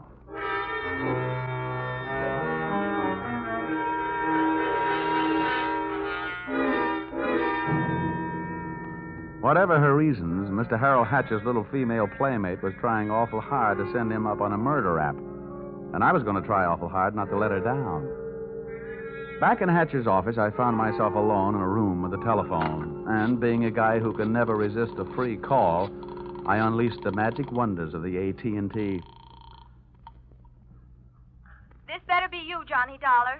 Quiet, Butter. I've only got a few seconds. It seems that's all you ever have for me. Now, if you Now, think look, that Angel, just another hour. I'll get you a nice present. I don't care if you're another century. And as for presents, the last one you brought me was a drunk, and you even let him get away from me. Good night. Life presents a gloomy picture ever downward toward the tomb. Having wasted those few precious moments of an already misspent youth, I decided I'd better get on my pony before Mr. Hatcher showed up. I found Milford Brooks' personal note in one of Hatcher's suits, all right. As a matter of fact, I found something in all his suits. A great big glimmer of light. Expense account, item 5. Taxi fare, $10. I left the office in a hurry, Janelle at her table and Hatcher at his bar. I got out of the club and into a taxi parked a half block down the street. There, I waited until my favorite suspect left the hatchery and piled into another cab, and off we went. On a chase that would have made Ben-Hur look like a plowing bee.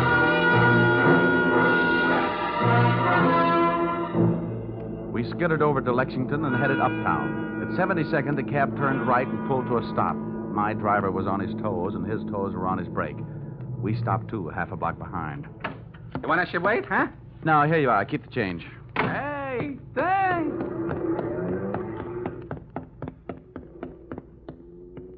It was a garage that belonged to a residence on the parallel street a block away. The living quarters upstairs were dark enough to look interesting.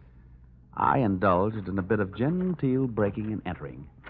Entering that old barn didn't take much breaking. I crept up the stairs. It sounded like they were left over from an old ghost story. And so did the first voice I heard when I stopped halfway up. We've got to be careful, especially about that Johnny Dollar. Are you sure he didn't follow you? That voice sounded awfully dry to be coming from a guy who supposedly had spent most of the night snoozing in the bottom of the Hudson River. It was Milford Brooks III. Get up on your feet, Brooks. Well, now, wait a minute. I started this thing slugging you, and I might as well finish it the same way. Leave him alone, you. Now, pull in the claws, Angel. And sit on his lap. You hard-footed. I'll kill you. Get off of me. Huh? I should have known better than to get mixed up with a low-class female like you. Why, you punk. Now, hold it. We've pushed the lady around enough, Brooks. Tell me to be careful, will you? Why didn't you think of that before you let him here? Wipe your nose, little boy. Now, don't you go getting fat-headed, gorgeous.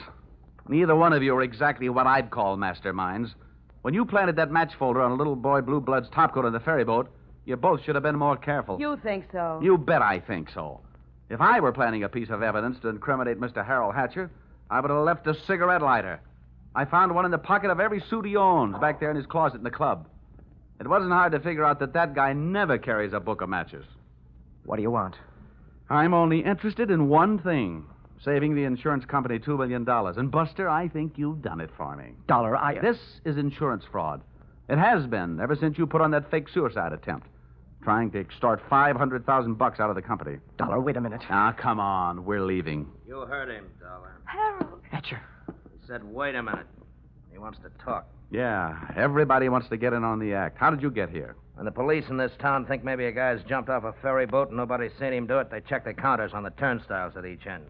In the case of Brooks, as many people got off that boat as got on. Well, it makes sense. They'd hardly hold a guy because somebody lost a topcoat. How did you know we were here? You know me, baby. You never go any place I don't know about. Okay, Brooks, you felt like talking. Now I feel like listening. Get it up.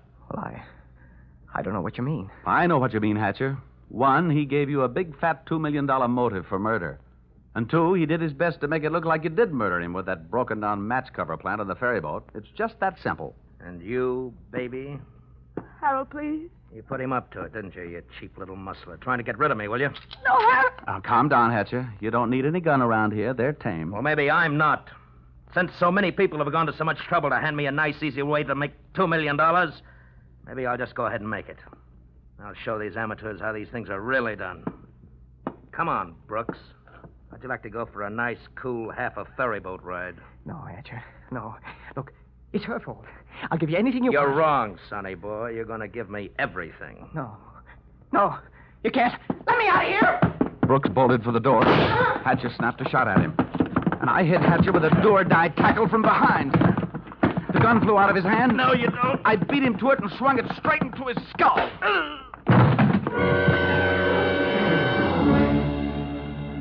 Half the people in the room were lying there bleeding. Brooks from gunshot, Hatcher from gun butt. Janelle and I stood there panting. But believe me, not for each other. We stood that way until the police arrived.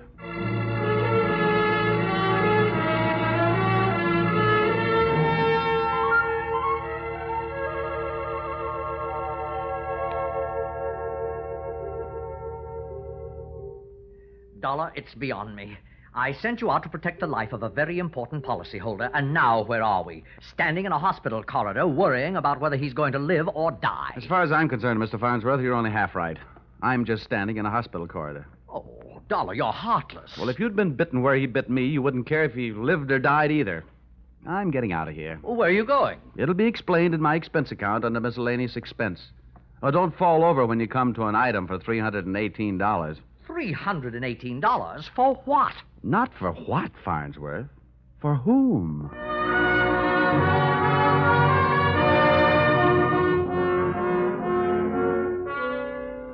Expense account total.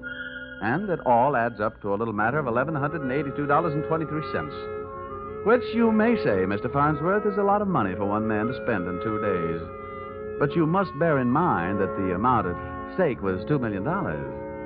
And you know the price of steak these days. It might comfort you to know that I just returned from the hospital. Brooks was strong enough to make a full statement, which you will find enclosed. This in itself should prove sufficient to establish evidence of attempted fraud against your company, allowing you to immediately avoid his policy. It boils down to one sentence, to wit. Brooks and Janelle wanted to get rid of Hatcher so that they could live happily ever after. Knowing those two, they never had a chance. And oh, yes, that that miscellaneous item, the one for $318, it was a bracelet for a certain party who made this special investigation for me very special. Oh, if you want a receipt for this item, I'll send you a lock of her hair. Yours, truly, Johnny Dollar.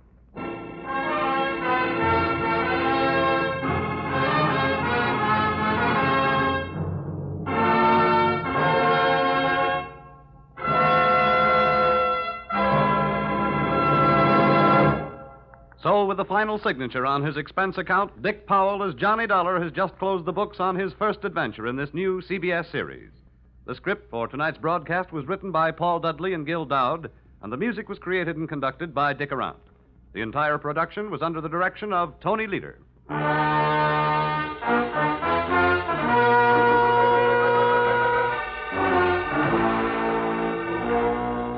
Be sure to tune in again next week when the expense account covers Special Investigation Singapore, Another unusual adventure starring Dick Powell in yours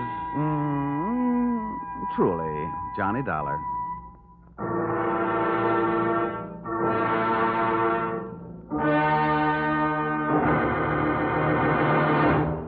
This is CBS, the Columbia Broadcasting System.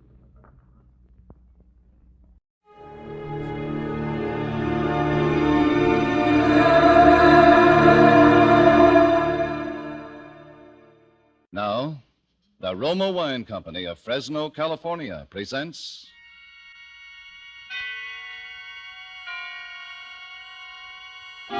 Suspense.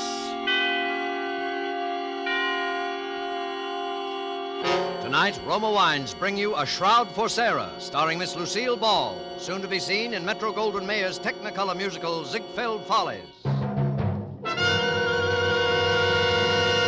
Suspense, radio's outstanding theater of thrills, presented for your enjoyment by Roma Wines. That's R-O-M-A, Roma Wines. Those excellent California wines that can add so much pleasantness to the way you live, to your happiness in entertaining guests, to your enjoyment of everyday meals. Yes, right now a glassful would be very pleasant as Roma Wines bring you Miss Lucille Ball in a remarkable tale of suspense.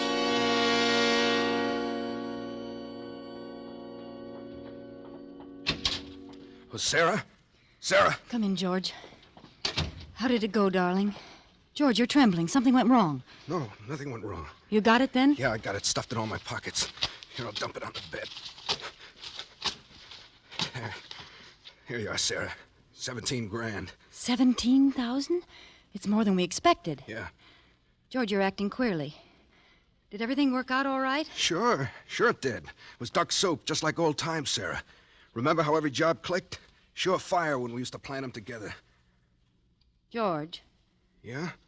You're lying, aren't you? Sarah, you really love me, don't you? Do you have to ask? Would I have come back otherwise? 10 years is a long time. I thought you'd be changed. I never thought you'd come back like this out of nowhere. I don't even know what you've been doing, where you've been living, what name you're using. You haven't told me a thing about yourself. I will, George. I will, as soon as we get out of this apartment. As soon as we're really together, darling. That's the way you want it, isn't it, Sarah? Of course. Why do you think I never got a divorce? I didn't, you know. I didn't even consider it. No, you didn't. And you could have. You certainly had a right with me up for 5 years on a felony. I'm glad you waited, Sarah. You won't regret it. I'm sure I won't, George. But let's not talk about that now. We have a train to make. You know, Sarah, you're as good to look at as you were 10 years ago. Oh, you're just making talk, George. And you haven't answered my question. I want to know what went wrong. I'd given up hope, Sarah. I didn't expect to see you again. But I came back. I've done 2 stretches, Sarah. 9 years in jail out of 10. I wouldn't have pulled another job if you hadn't shown up. You won't go away again, will you? Only with you, George. Sarah, the scent of your hair. I used to dream of it. Those long nights in jail. Now it's real. Holding you like this. With your hair in my face. George, you're hurting me. Your arms. I'm sorry. It's just that I'm so afraid it isn't true having you again. I want to hold you tight forever. George, what happened? What went wrong? Sarah, I had to kill a man. Well, haven't you got anything to say? Only the obvious. It's murder, then. That changes my plans. Your plans? My plans for us. You're going to stick with me, aren't you? Of course. I didn't come back after 10 years only to run right out again. And we must think this out carefully. Are you sure you left no clues? Only the gun. I wiped it off clean and left it there. It's a gun I picked up years ago. No way to tack it on me. Fingerprints? Gloves. Well, then there's nothing to worry about. Only if they happen to pick me up on suspicion. I see. Are they after you now, George? Of course not. Nobody heard the shot. There was nobody in the building but that bald-headed bookkeeper. He hadn't gone home. Must have stayed to get his books in shape for the morning. My luck. And you weren't followed or chased. You don't think I'd have come here if they were after me? I'm sorry, George. I know you wouldn't. You're not sore at me, then? We can go ahead just as we planned? Our train leaves in an hour. We'll pick up the tickets at the station.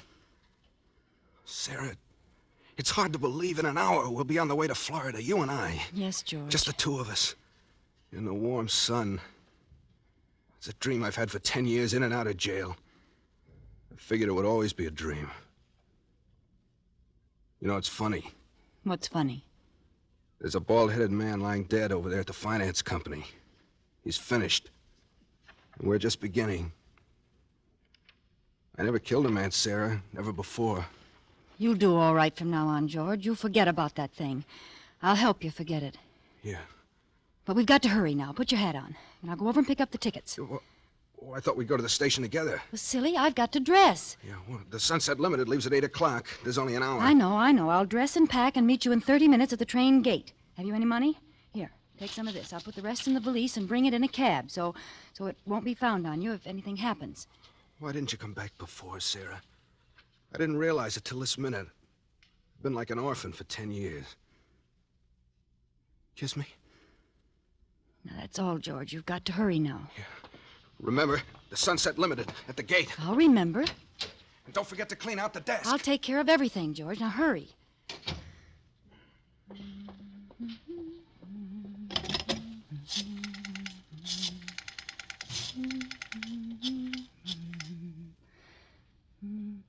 Hello? Police headquarters? A man was killed a few minutes ago at the Vanda Finance Company on Dexter Avenue. Please don't interrupt. If you go to the LaSalle station, you'll catch the murderer at the Sunset Limited train gate. His name is Monk, George Monk.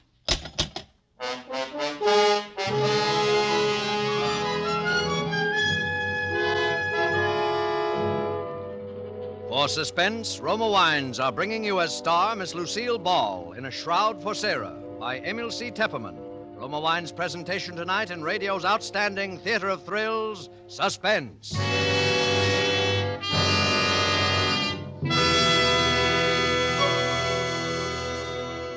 Between the acts of Suspense, this is Truman Bradley for Roma Wines.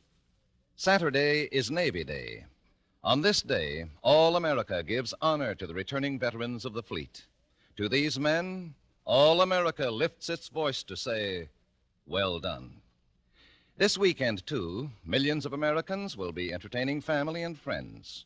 To them, here's a hospitality word from famed hostess Elsa Maxwell. My guests compliment me when I make delicious Roma California sherry first call for dinner. It's the perfect appetizer before the meal, served cool. Yes, Miss Maxwell, Roma sherry is most delightful later in the evening, too, when friends drop in, especially when served with tasty snacks. For glorious gold and amber, Roma sherry is a happy, mellow wine with natural fragrance and cream-rich, nut-like taste. So good because Roma sherry, like all Roma wines, is born of luscious grapes gathered at peak of flavor in California's choicest vineyards. Gently pressed, then unhurriedly, guided to delicious perfection by Roma's ancient winemaking skill. Bottled at Roma's own famed wineries. That's why all Roma wines are true wines, unvaryingly good always. Remember, because of uniformly fine quality at reasonable cost, more Americans enjoy Roma than any other wine. Insist on Roma, R-O-M-A, Roma wines. And now, Roma Wines bring back to our Hollywood soundstage Lucille Ball as Sarah Martell in A Shroud for Sarah, a play well calculated to keep you in suspense.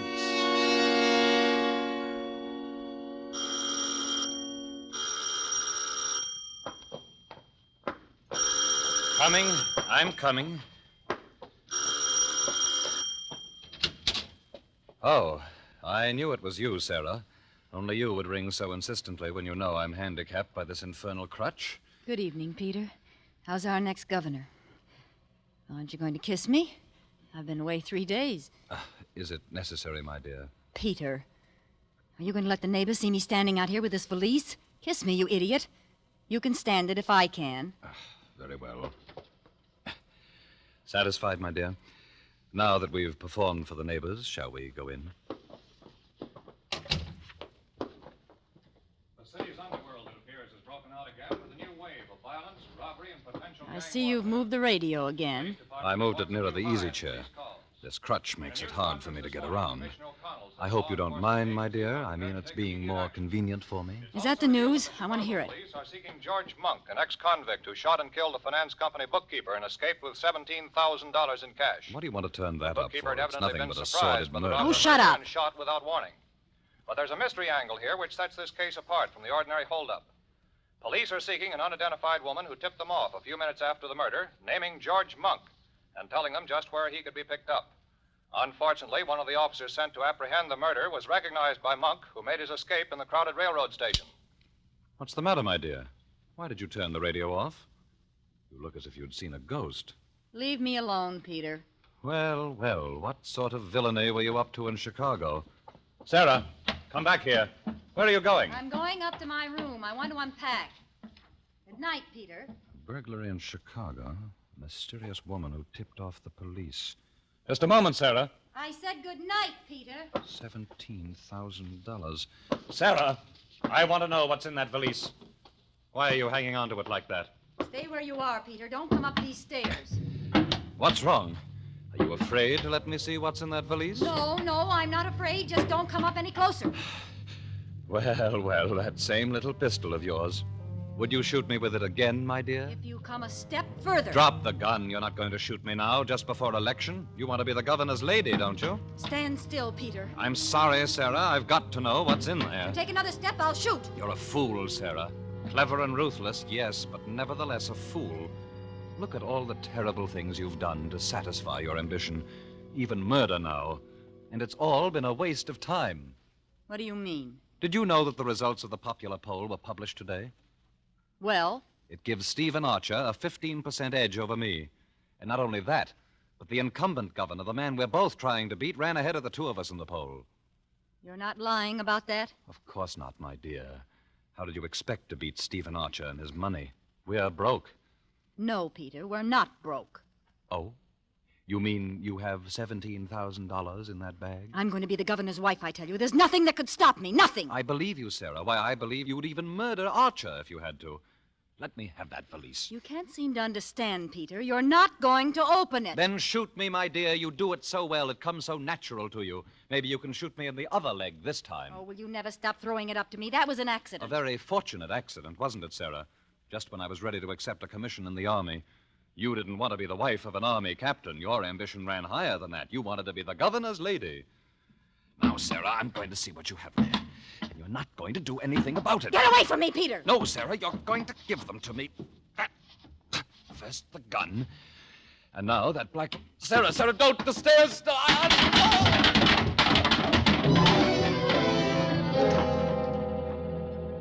Sarah. Oh, Sarah.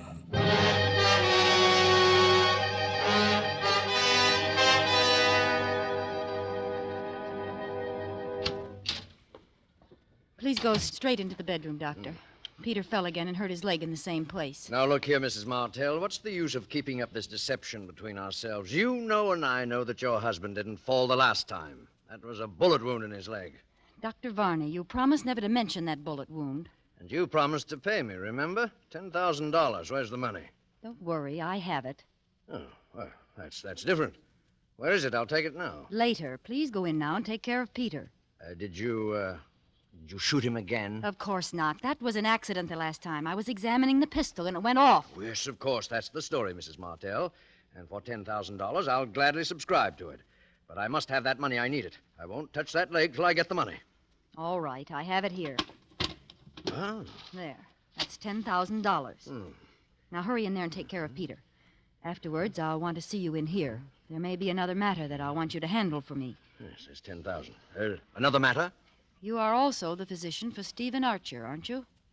Yes. You've been attending him every day during the campaign. I understand his heart needs attention. Look here, Mrs. Martell. Stephen Archer's running against your husband for governor.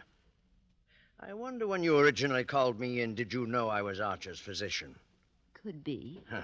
Well, I'm sorry I can't discuss Archer with you. Why not? Why not? Why, the ethics of my profession. The ethics of your profession. Please, Dr. Varney.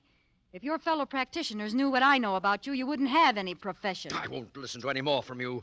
I'll take care of that leg of your husband's, but more than that, no. Oh, but I'm sure you'll change your mind, Doctor. Whatever your proposition is, the answer is no. Even if I were to offer $50,000? $50,000? There, now, I knew you'd be interested. Now run inside like a nice fellow and tend to Peter. I must go out for a few minutes, but please wait for me. There's an appointment I must keep. I won't be long.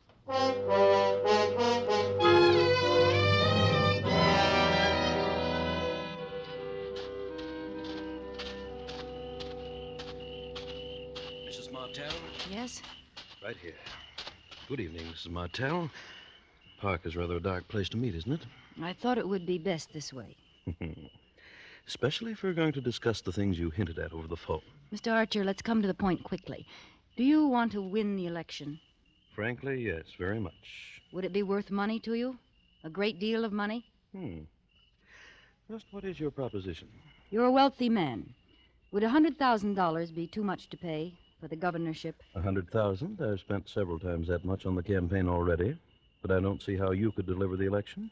Listen to me closely, Mr. Archer. Yeah? I learned that in yesterday's poll figures, you ran 15% ahead of my husband. That's quite true. But neither you or Peter will win. You're both taking strength from each other, and the governor will be reelected. So your solution is for Peter Martell to withdraw at the price of $100,000. Exactly. If one of you withdraws, the other will surely win. That's absolutely true. But I happen to know that Peter Martell would never make such a deal. No, he wouldn't, the fool. But for $100,000, I will put him out of the race. You? Would you believe it if I told you I hated that man's very shadow? I have heard rumors here and there. I want to leave him. I want to be rid of him forever. But where could I go without money? What could I do? He's so disgustingly honest that we're always broke. He couldn't even pay me enough alimony. I've got to think for myself. I begin to see... Now, suppose that tomorrow, 2 days before the election, I were to file suit for divorce. I could leave for Reno tonight. It would be in every newspaper tomorrow. Would certainly eliminate your husband. You'd pick up all the votes Peter would lose, enough to swing the election. And your price is $100,000. You agree? I'd be a fool not to. Of course I agree. The moment you file your divorce papers in Reno, I'll have $100,000 credited to your account wherever you specify. No, I must have it in advance. No, my dear Mrs. Martell. In advance. It's out of the question. How do I know you'll go through with it after I pay you? And how do I know you'll pay me after I go through with it? Don't you trust me? Do I have to answer that? It looks like a deadlock. I'll tell you what I'll do. I'll take half now and the other half in Reno after I've filed the papers. $50,000 tonight, eh? It must be tonight. I'll leave in the midnight plane. Surely you have the cash available in a campaign like this. Yes, of course. I have the cash. That seems to be the only solution. It's a deal, Mrs. Martell. You'll get the money now? At once. Wait here. My home is just across the park. I'll be back in 5 minutes. But just as a precaution, I'm going to note down the serial numbers of the bills I give you. If you aren't in Reno tomorrow morning, I shall report the money stolen. Don't worry, Mr. Archer. I promise you. After tonight, there won't be anything to worry about.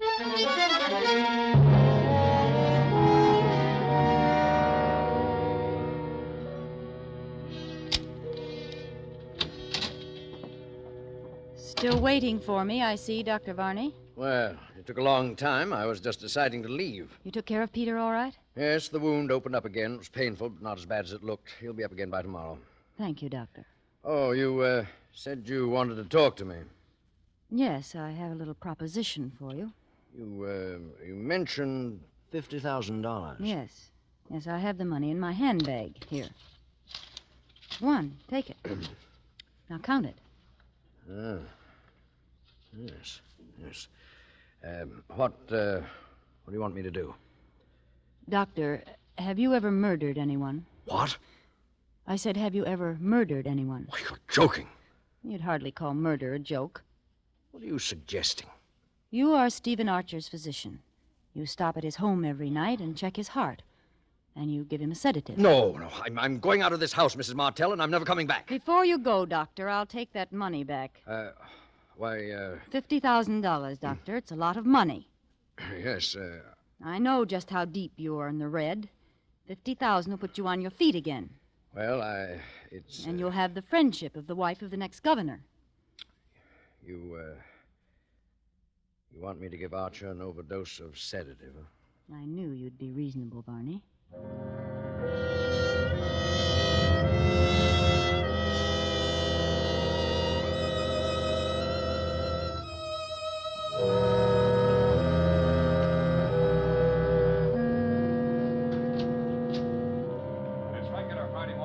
Good morning, my dear. I see you're at the radio already. Aren't you up early today? I thought all the Borgias slept late. I wanted to hear the news. Indeed. Could it be a person by the name of George Monk that you're so anxious to hear about? What do you mean? Why do you mention that name? The black valise, my dear. Remember, I'm still anxious to know if it contains $17,000. Have you taken the newspaper in yet? No? No, I'll get it. There'll be something in this morning's paper that I'd like you to see, my dear. Stephen Archer, candidate in the three-cornered race for governor, was found dead in his bed, apparently from an overdose of sedative. All indications point to accidental death. Except for the fact that a large sum of money was missing from the safe. However, if the money was stolen, it'll do the thief no good, for the serial numbers were carefully noted down on the desk pad on Mr. Archer's desk. What was that? Archer dead? Yes. Sarah, I read the signs of your fine Italian hand. Did you have a hand in it? Peter. So now Archer's votes will drop in my lap, huh? You'll be governor, Peter. Sarah, I think I'm going to kill you. Put that crutch down! No, my dear. You needn't run away. I was just rehearsing. I'm not ready to kill you yet. Perhaps someone else will do it first. I'm going to wait for the result of my experiment. Experiment? What do you mean? See, here. What? What is it, Peter? Just an ad in the personal column. I had it inserted in every newspaper between here and Chicago. Let me see that. It's the first ad in the column with display space around it.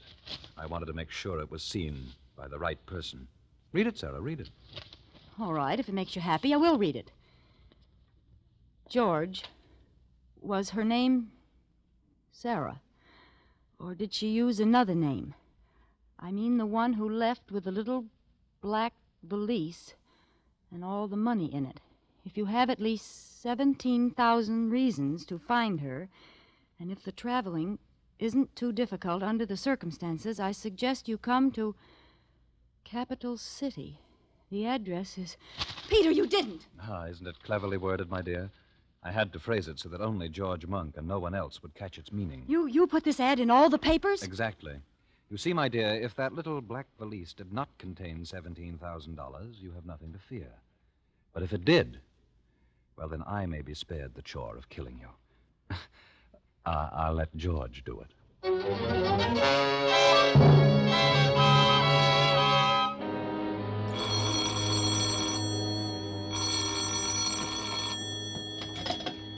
Hello? Mrs. Martell? Who is this? Dr. Varney.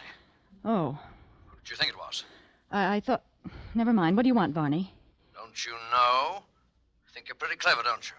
What do you mean? That was Archer's own money you gave me last night, that $50,000. Varney, are you insane? Don't you realize you're talking over an open phone? I only realize I murdered Archer for you for nothing. That $50,000 I can't use. The serial numbers have been broadcast. My dear Varney, I haven't the faintest notion what you're talking about. How clever you are, Sarah Martell. How clever. And how dangerous. Yes, too dangerous to live.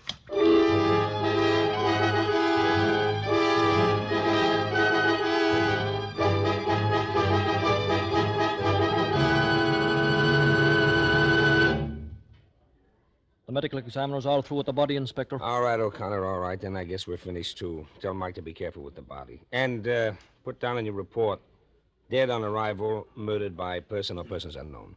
I'll sign it when I get downtown. She was a beautiful woman, O'Connor. It's a tough way to die. A tough way indeed, Inspector. How's Mr. Martell taking it? Like a trooper, sir. Here he comes now with his doctor. All right, O'Connor. I'll see you downtown. Yes, sir. Goodbye, Inspector. Are you pretty near through, Inspector? Yes, Mr. Martell. The boys are taking the body away now. May I say, Mr. Martell, that you have my deepest sympathy in this bereavement of yours. Thank you, Inspector. Oh, by the way, do you know Dr. Varney? Oh, yes. How do you do, Doctor? How do you do? A ghastly business, Inspector. Yes, indeed, and we'll do everything in our power to lay that murderer by the heels. Inspector. Yes, Dr. Varney? Have you any clues, anything definite to go on? Well, if you don't mind my talking about it now, Mr. Martell. Oh, it's all right, Inspector. I'm afraid I'm going to have to listen to a good deal of talking about it. Might as well get used to it. A very wise and courageous way to look at it, Mr. Martell. Well, as I was saying, I believe it was a maniac. That's my firm conviction. A maniac? Right. Who but a maniac would have stayed in there to torment that poor dead body? Can you imagine a sane man first choking her to death with his hands, then stabbing her with some keen instrument, then bashing her head in with a blunt instrument?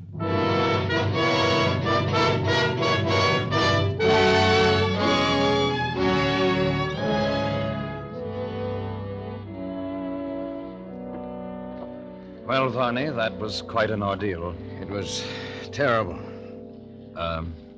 Varney. Yes? You hated her very much, didn't you? No more than you did, Mr. Martell. I won't deny it. It's true.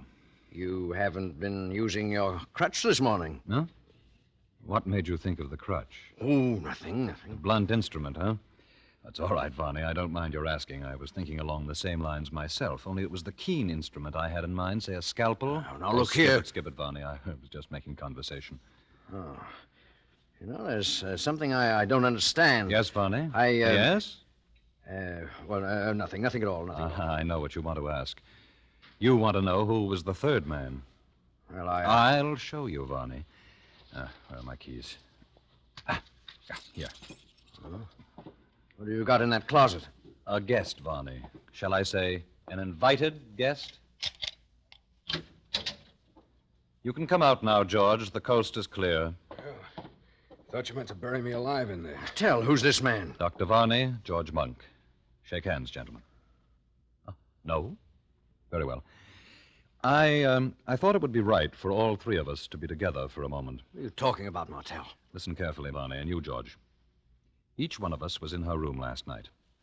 The cumulative effect of our individual deeds has convinced the inspector that a maniac murdered my wife. But we three know better. However, there is one of us who knows more than the other two. One of us killed her first. I say first because the other two were not one whit less murderers for the fact that she was already dead. The three of us. We all did it. Yes, George. And I suppose that by checking each other and comparing notes, we could determine, to the satisfaction of all of us, just who took precedence. For instance, when I heard you move about in the closet this morning and turn the key on you, I had no way of telling how long you'd been in the house. And I don't want to know. Then two of us will always be in doubt. Exactly, Varney. Do you agree to it?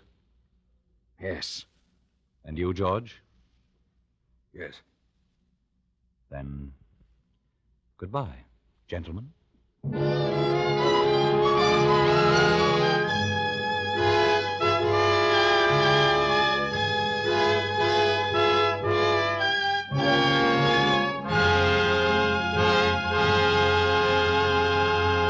Roma Wines have brought you Lucille Ball, a star of A Shroud for Sarah. Tonight's study in Suspense.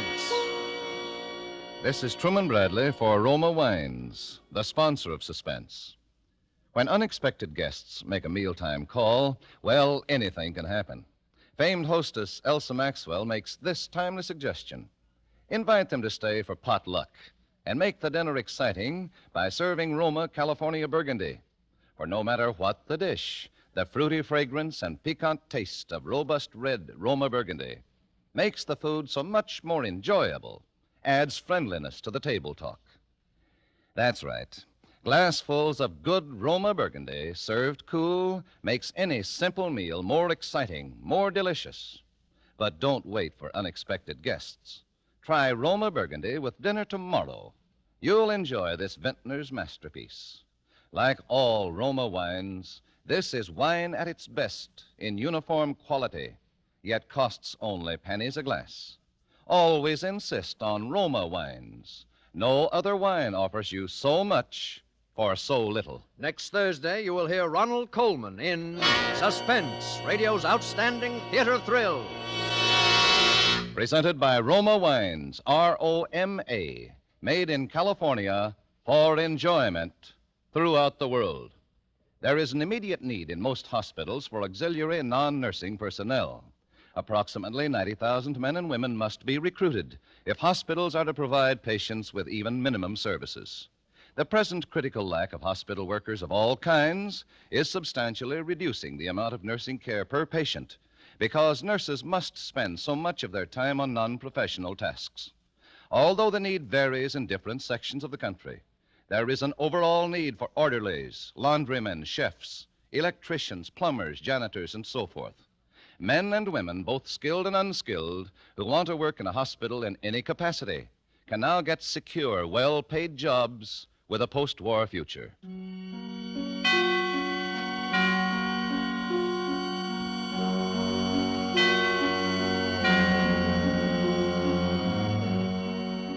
This is CBS, the Columbia Broadcasting System.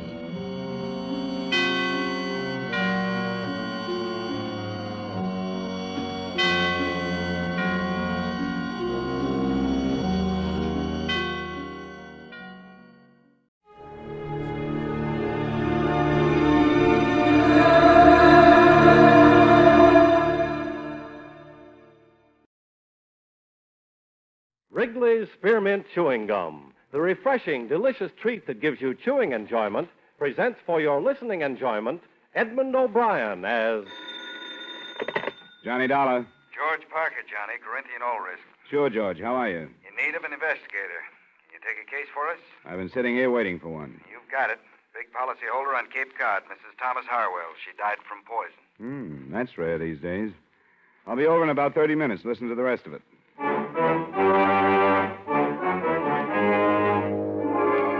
The makers of Wrigley's Spearmint Chewing Gum bring you Edmund O'Brien in a transcribed adventure of the man with the action-packed expense account, America's fabulous freelance insurance investigator. Yours truly, Johnny Dollar.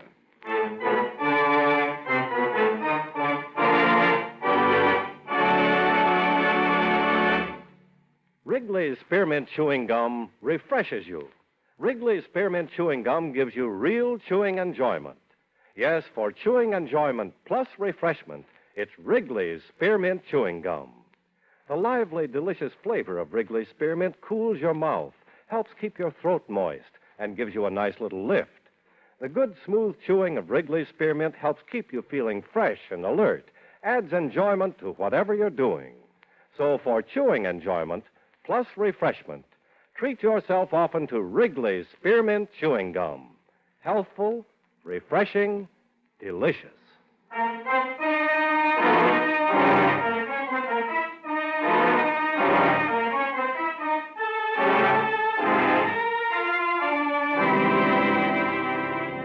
Expense account submitted by Special Investigator Johnny Dollar to Home Office, Corinthian All Risk Insurance Company, Hartford, Connecticut.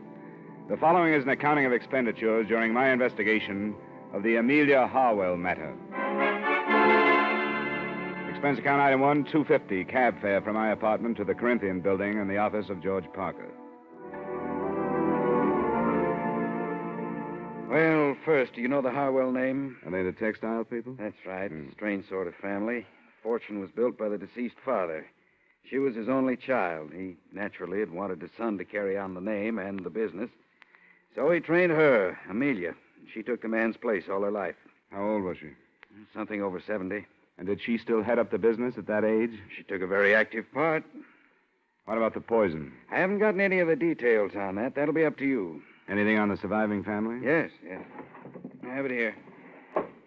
A husband, Thomas, a daughter, Maxine, and a son, Dexter. Here, you keep it. Got the ages and all. Thanks. From what I can gather, she was an extremely domineering woman. Ran her household like a factory. There must have been very little warmth toward her. Then, when you consider the fortune she's leaving and the insurance... How much did she carry? Too much. $150,000 for the family and over $200,000 with the corporation as beneficiary. That kind of money you should have hired me earlier as a bodyguard. Expense account item 2, $40, car rental, and $22 fuel and incidentals between Hartford and the Harwell estate on the eastern shore of the Cape near South Wellfleet.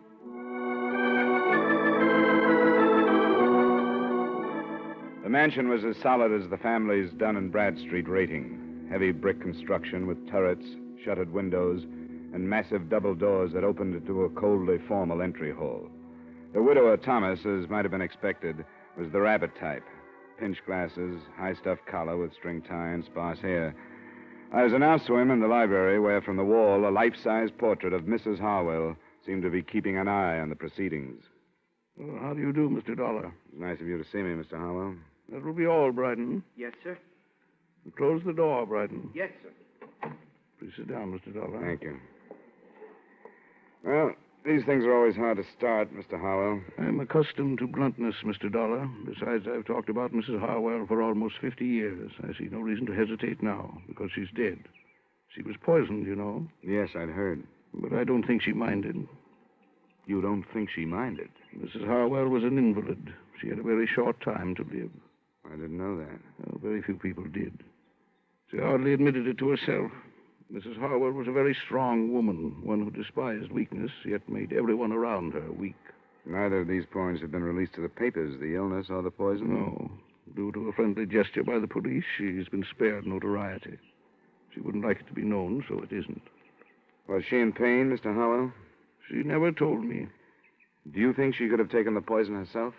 I hardly think so. That would have been an admission of defeat. I see. Do you have any idea how she could have gotten the poison, then? You're asking me if I suspect the children, and you're finding it difficult to do so. Is that correct? It's hardly a pleasant thing to bring up. The time for delicacy has passed. I'm afraid I don't approve of my daughter or my son at all. Oh? They're the worst sort of rich men's children, or rich women's, I should say. I was never allowed to be their father. All they've had is a mother. They have no gumption, no ambition. They've been overly educated and have developed nothing but insatiable lusts for their mother's money. And it's too late to change them. Without it, they could not exist. I understand they live here. They do. I shall have Bryden call them to the drawing room if you wish. That won't be necessary right now. What about the servants? Well, there are 8. Mrs. Harwell settled a small amount on each, but unfortunately they are above suspicion. They're common people, and as a result, good. Did Mrs. Harwell have a nurse?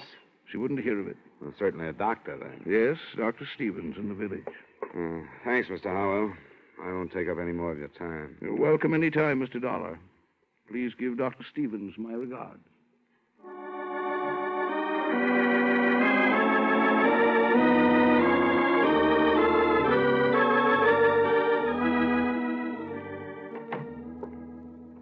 Well, Mr. Dollar, the Howell case passes from my hands into yours. I wish you more success than I've had. Thanks, Doctor. Amelia was not only a hopeless cancer victim, but she was a stubborn old fool. I could have saved her life with surgery 3 years ago, but I made the mistake of advising her, and advice was something she could not accept.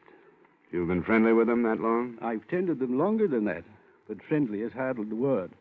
I brought each of their children into the world, but have yet to use the given names of any of them, in their presence, that is. Oh, I'm glad to talk to somebody like you. I found talking to the old man a little rough. I'm used to survivors being sad about death or suspicious or something. I'm afraid that with Thomas, instead of a feeling of grief, it's something akin to passing from slavery into freedom. And the children, are they as worthless as he makes them out? I'd say so. Maxine, the oldest, is a bitter, frustrated old maid at 33. And Dexter, 32, is an alcoholic and has just entered into an unsuccessful marriage. Do you think either of them could have killed their mother? I'm in no position to accuse any of them, but there is the inheritance and your insurance. It's a fine household. How long would she have lived? It's hard to say. 2 months, possibly 3. Does the family know that? I've been honest with them. Then why kill for profit? I don't know. Could it have been a mercy killing? I've wondered. It doesn't sound like them. You take a risk like that, but it's a possibility. What kind of poison was it? I don't know. I've been asked to attend the inquest this afternoon. If you'd like to call me at home this evening, I'd be glad to tell you what I've learned. Thanks, Doctor, I will. So far, except for lining the family up and accusing them one by one, I can't seem to map out a move. What about this marriage you mentioned? Dexter's? I don't know much about it. The girl's name is Gretchen Nielsen. She owns a small photographic studio just down the street. Small business, huh? It's below Harwell's standards, isn't it? That is probably the cause of the trouble. I don't doubt that Amelia wouldn't let her in the house.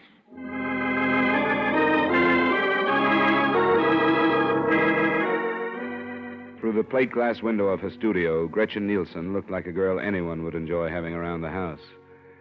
She lived up to her Nordic name, fine straight features, warm blue eyes, and a look of strength about her. I got her home address and knocked at the door of a small house 15 minutes after she arrived home that evening.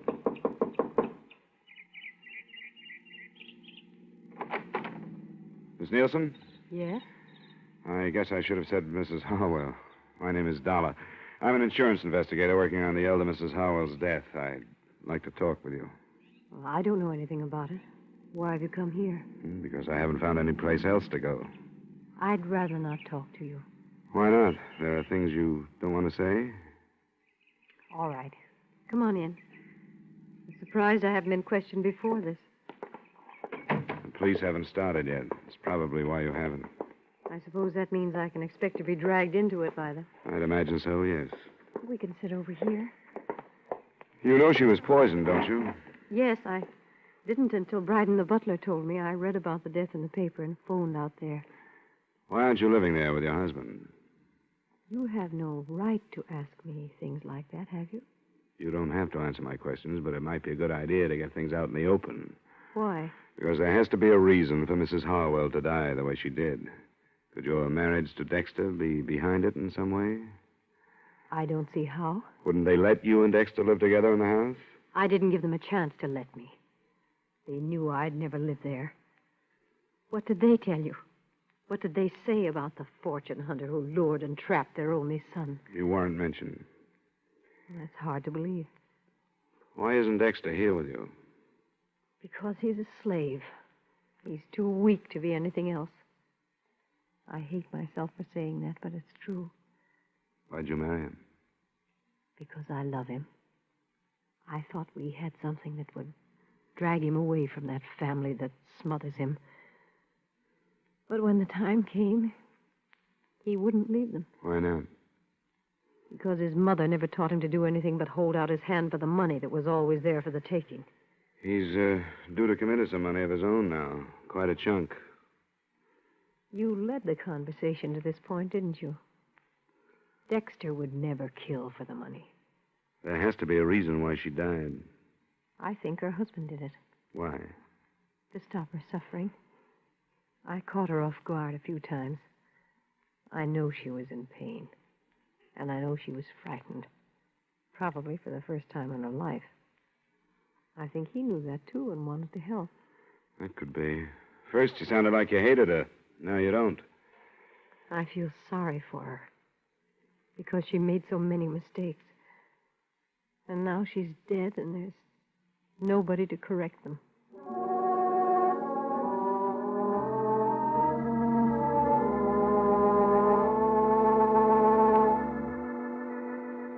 I didn't string out my meeting with Gretchen Harwell, née Nielsen.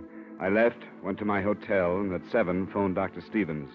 His report on the inquest brought out, among other things that didn't seem important at the time, this point. The cause of death was a non-alkaloid poison, administered in suicide or by person or persons unknown. The poison was hardly the type to choose either for suicide or a mercy killing. With what I had, I went out back to the Harwell residence.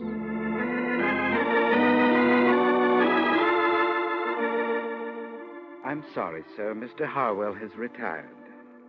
Is the rest of the family up? Yes, sir. I wonder if you'd tell them that I'd like to see them. Very well, sir. If you'll wait in the library, I'll tell them you're here.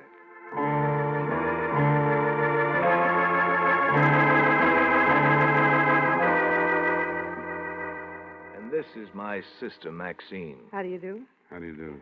Now, what do you want? I understand both of you were here the night your mother died. Yes. Yes, that's right. I've just gotten the verdict of the inquest. The poison that killed her was not a pleasant one. Did any of you hear any sound shortly before your mother was discovered dead? I didn't, and I found her. I went in to bid her good night. I didn't hear anything. I was in my room. Where's that? Just down the hall from Mother's. What's the meaning of this anyway? The point is that your mother would have cried out. The poison would have been... What's that? It's Father. He's in his room. Something's wrong. I'm going up to see. I went with them. We found Mr. Howell in bed, clawing at his throat and staring at the ceiling. When I bent over him, he moved a hand towards a glass of water on the bedside table. I picked it up and smelled it. I'm no chemist, but I didn't need to be to know that he'd been poisoned.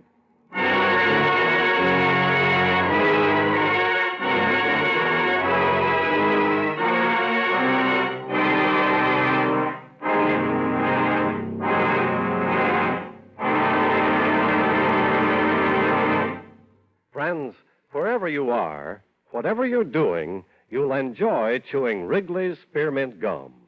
Chew Wrigley's Spearmint while you're working. The lively, full-bodied flavor of Wrigley's Spearmint gives you a refreshing little lift.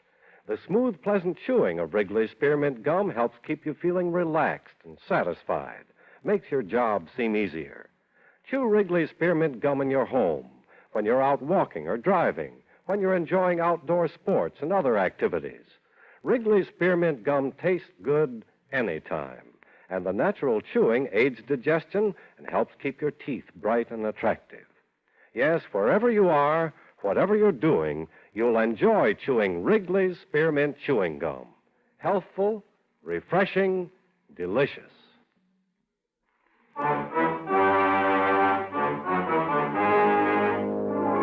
And now, with our star, Edmund O'Brien, we bring you the second act of yours truly, Johnny Dollar.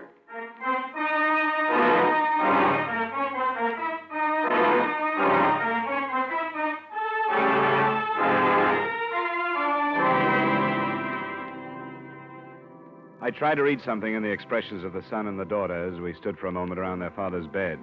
There wasn't much in them. No surprise, no fear, no satisfaction.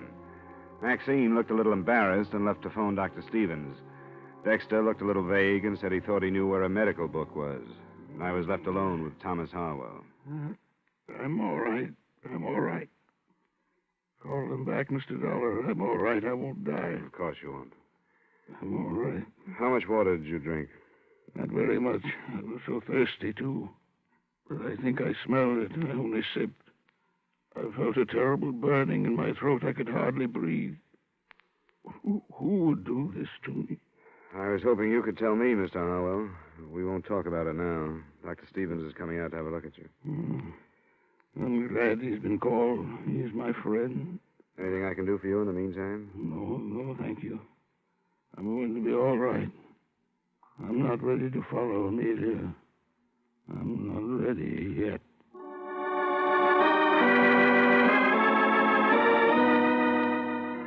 I took the glass of poisoned water with me when I left the room. I put it on a table in the hallway outside his door and stayed with it until Dr. Stevens arrived.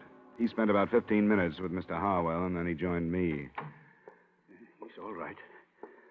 Where's the family? I sent him downstairs. Good.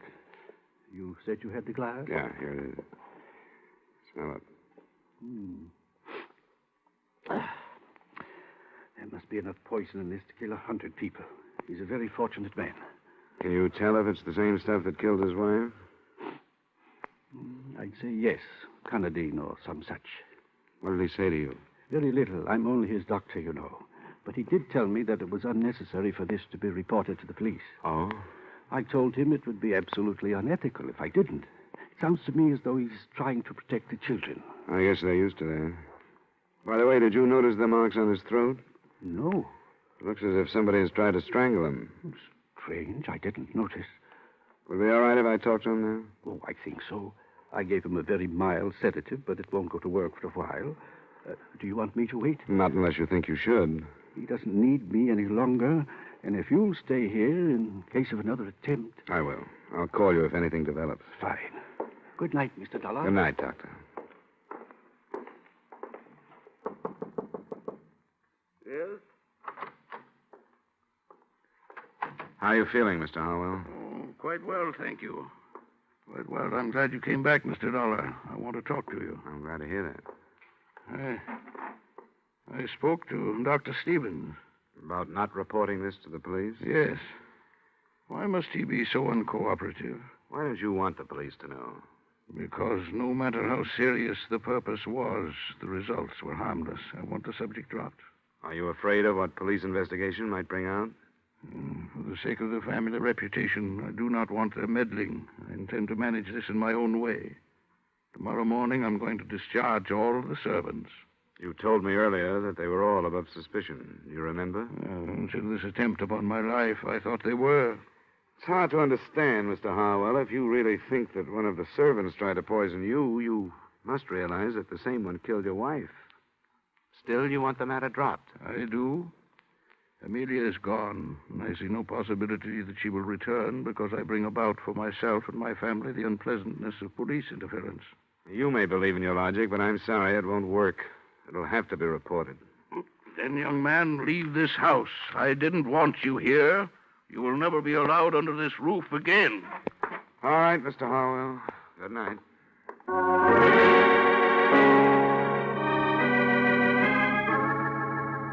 I picked up my glass of evidence again and started downstairs. When I got to the entry hall, I heard voices and looked into the library to see the children, Maxine and Dexter. Their conversation had ended by the time I walked in. How is he? He's all right. Back to normal. What are you doing with that glass? I'm taking it to the police. They'll want to know if it's the same poison that killed your mother, and there's a chance of finding fingerprints on it. Here we go again. Your father didn't want me to take it to the police. Why shouldn't he want to report that somebody tried to kill him? You think he's afraid that one of us did it? Is that what... Kill him. You think he's afraid that one of us did it? Is that what you mean? Well, it's come to mind. Get out of here, Dollar. I don't have to listen to this. Wait, Dexter, wait a minute. That's what he thinks. The police are going to, too. Then I'll listen to them. It's their business, but not his. I don't have anything to be afraid of. I didn't keep a 3-month-old marriage secret like you wanted me to. Dexter. And I didn't break the news to her by telling her that she was going to be a grandmother like you wanted me to. You think everything's wrong. Dexter, shut up. You're drunk. Oh, let him accuse you. I'm not going to listen to him. I'm going to bed. He drinks too much. Is what he said true? About the baby? Yes, it's true. And he's living here? Obviously. I met his wife. She seems to deserve better. Yes, she does. Dexter was here waiting for Mother to die because he knew she'd disinherit him if he moved out. And now, neither one of us had better say any more until we get legal counsel.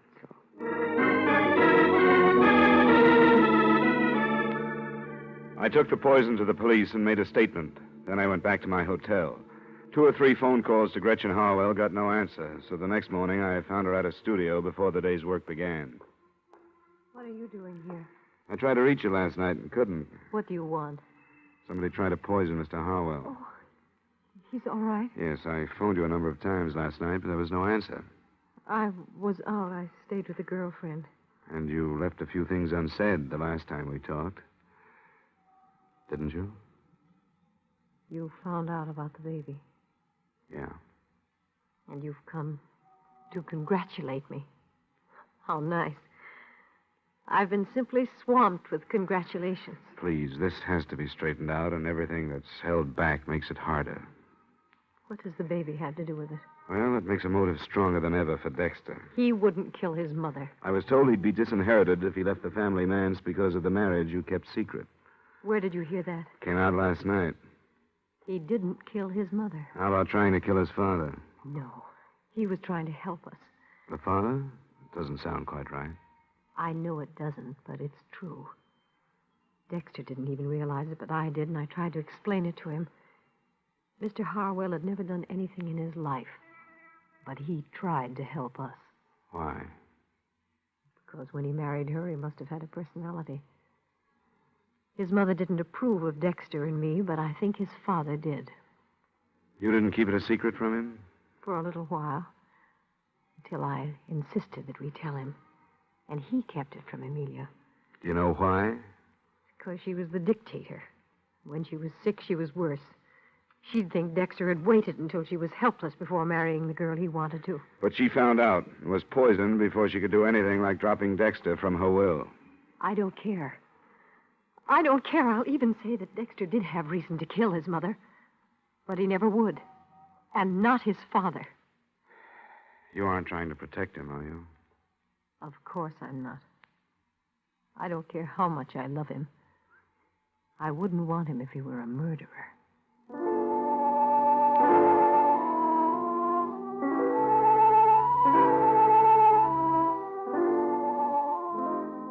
I did a lot of thinking after I left her. It would have been easy to be swayed by her, and I took that into consideration. In my hotel room, I tried to line up all the points that had come out. Only 2 of them added. By phone, I tried them on Dr. Stevens. He was more agreeable than I'd expected him to be. It was just before noon the next day when once more I walked through the Harwells' front door. In here, sir. They're waiting for lunch. Mr. Dolar. Well, that will be all, Bryden. Yes, sir. Mr. Dolar, I thought I told you not to enter this house again. You did, Mr. Harwell. But I thought the fact that I might save one of your children from a murder trial might make a difference. Which one, if I may ask? Dexter. I don't understand. I think we've had enough of this, Mr. Dollar. My family has been quite upset since you've arrived. I think we've had enough, too, Mr. Harwell. I wonder if I could talk to you in private. Who are you to ask that? No, Dexter, I think I agree with him. Please leave. But, Father, I You feel... too, Maxine. All right, Dad. Come on, Dexter. Sure. See if Dollar can tell him anything worse about me than he knows. Well, Mr. Dollar? You wouldn't like to see Dexter charged with the murder of your wife, would you? Of course I wouldn't. The police are ready to do it. And they've got a good case. You didn't think of that, did you? I beg your pardon? You didn't realize that you might set up a situation that would jeopardize your son. I don't think I understand. I think you do. You killed your wife, didn't you? I? You filled a glass of water last night to throw off suspicion and to get rid of the evidence at the same time. Mr. Dolar. If you didn't, Dexter is going to be brought to trial. I can promise you that. I saw the charges being drawn. They have everything against him, except 2 or 3 things. What are they? Something that was hidden behind those tall collars of yours. Scratches on your neck. Another thing that came out at the inquest. Bits of flesh under your wife's fingernails. And the fact that your children didn't hear anything the night she died. They all go together. You struggled to keep her quiet, and she scratched you. You're a very observing young man, aren't you? Not necessarily, but certain things add up. Am I right? I could hardly deny it now. Yes. It made such a little difference to Amelia, though I don't imagine the officials take that into consideration. They seldom do. But it made such a great difference in Gretchen's child. I've made many mistakes with my own children through deference to my wife. I'd hoped that I could help my grandchildren through strength. Strength enough to do what I have done. You were helping Dexter, too? No, helping the child through Dexter. I had hoped that Amelia, when she knew that a life was being given while hers was being taken, would be glad and approve, but she didn't. She asked for a lawyer so that she could change her will, and I knew what I had to do. I'm sorry, Mr. Howell. There are many things to regret, Mr. Dolar, many things. But hastening my wife's death is not among them. Her life was decayed. The life she did not want that I did want is so fresh and new that it doesn't even know what hope or helplessness can be. Forgive me, Amelia. Amelia, forgive me.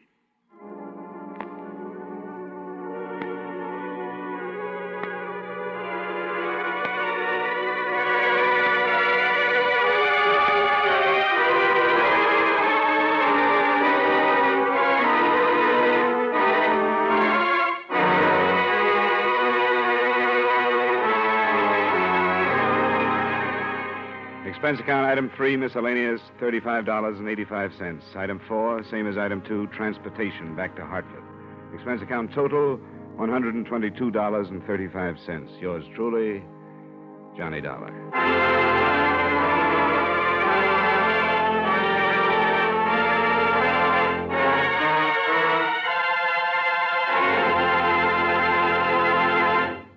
Remember, friends, Wrigley's Spearmint Chewing Gum refreshes you. Wrigley's Spearmint Chewing Gum gives you real chewing enjoyment. The lively, full-bodied flavor of Wrigley's Spearmint cools your mouth, freshens your taste, sweetens your breath. The smooth, pleasant chewing of Wrigley's Spearmint helps keep you feeling relaxed and satisfied, makes whatever you're doing more enjoyable. Yes, for refreshment plus chewing enjoyment, treat yourself often to Wrigley's Spearmint Chewing Gum. Millions enjoy it daily. Get a few packages and always keep some handy. That's Wrigley's Spearmint Chewing Gum. Healthful, refreshing, delicious.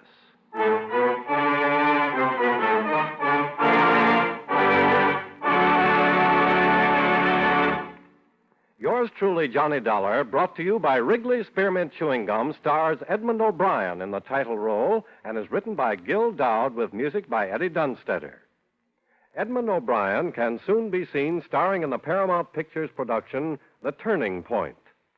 Featured in tonight's cast were Victor Perrin, John McIntyre, Herb Butterfield, Jeanette Nolan, Virginia Gregg, and Peter Leeds. Yours truly, Johnny Dollar, is transcribed in Hollywood by Jaime Del Valle.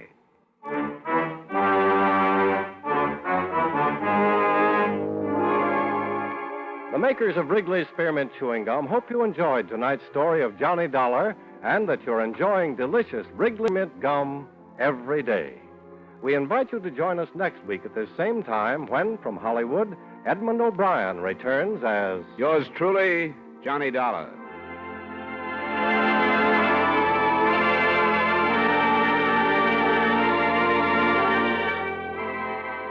This is the CBS Radio Network.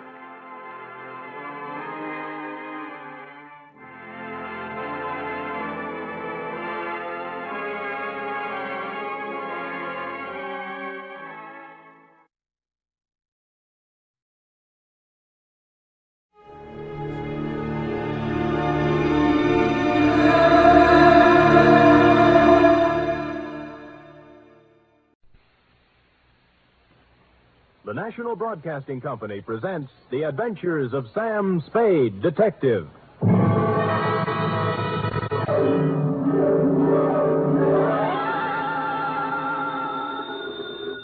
Sam Spade Detective Agency? Me, sweetheart. Sam, would you mind telling me where you are? Not at all, Effie, not at all. Let's see. I'm at the Il-Rig Dana Rab Etile Seagrod. I don't understand it, Sam, but I think I caught the word grog. Oh, you're shrewd, Effie. You see, I'm on the inside, and the lettering is printed on the outside. Now, if you'll wait, I'll go outside and read it the right way, and then come inside and... Never mind, I've already guessed.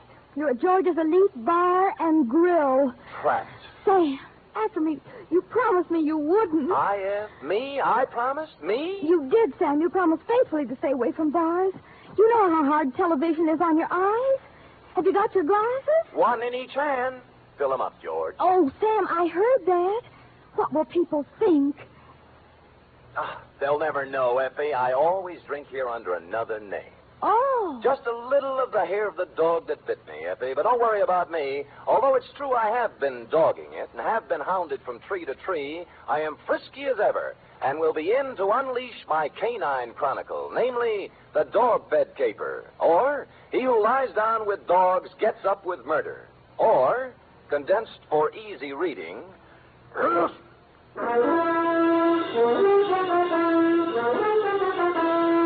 For NBC, William Spear, radio's outstanding producer-director of mystery and crime drama, brings you the greatest private detective of them all in The Adventures of Sam Spade. Effie? Here I am, Sam. Here I am, Sam. Effie, did you ever write poetry in school? Well, I was known as Emily Dickinson of Central High. I thought you had a touch of internal rhyme scheme there. I doodled a little poem about you today. Really? Well, redoodle. There was a detective named Spade with oodles of brains in his head. Clever, clever. But when he took up drinking, he forgot about thinking. Now give me the punchline. And Effie has stayed quite unpaid. Well, a little rough, but cute. Did you get the idea, Sam? Never could make any sense out of poetry. Ready? It's getting close to Christmas, Sam, and I... Pencil point? I've used my last pencil, and I don't really have enough money to buy any... Please, Effie, I have no head for figures.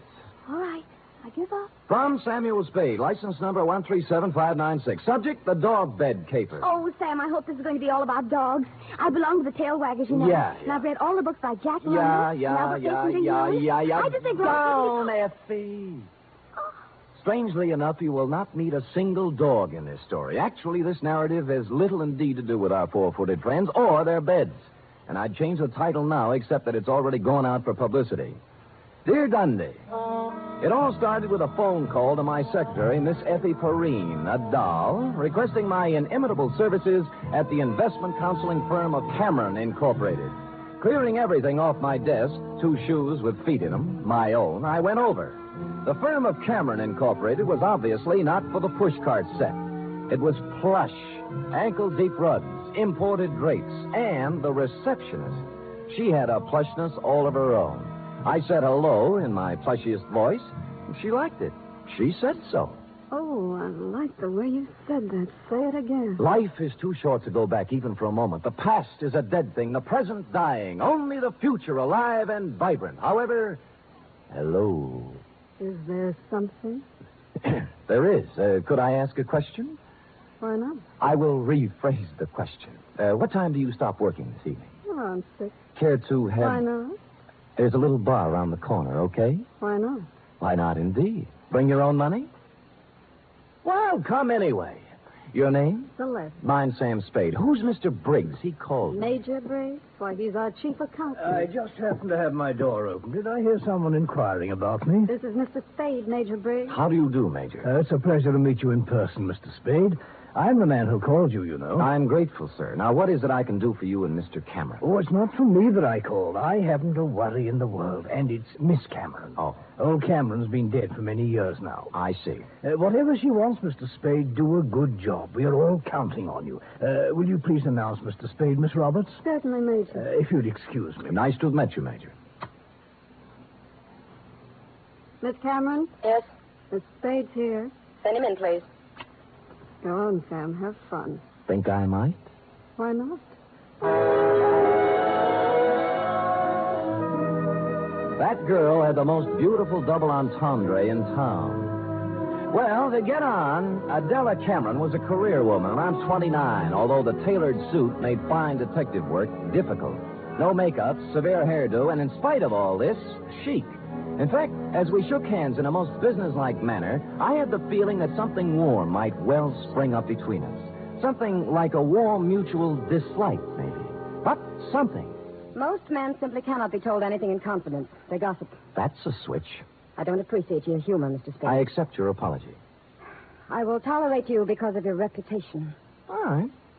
I'm going to give you a very difficult job to do. Miss Cameron. What is it, Major? I'm sorry to interrupt you, but Courtney Pierce is on the phone. Mr. Spade, this is Major Briggs, our chief accountant. We've already met. Mr. Spade. And now, Adela, Pierce wants us to unload his short-term governments and buy American cattle. He's dividend crazy.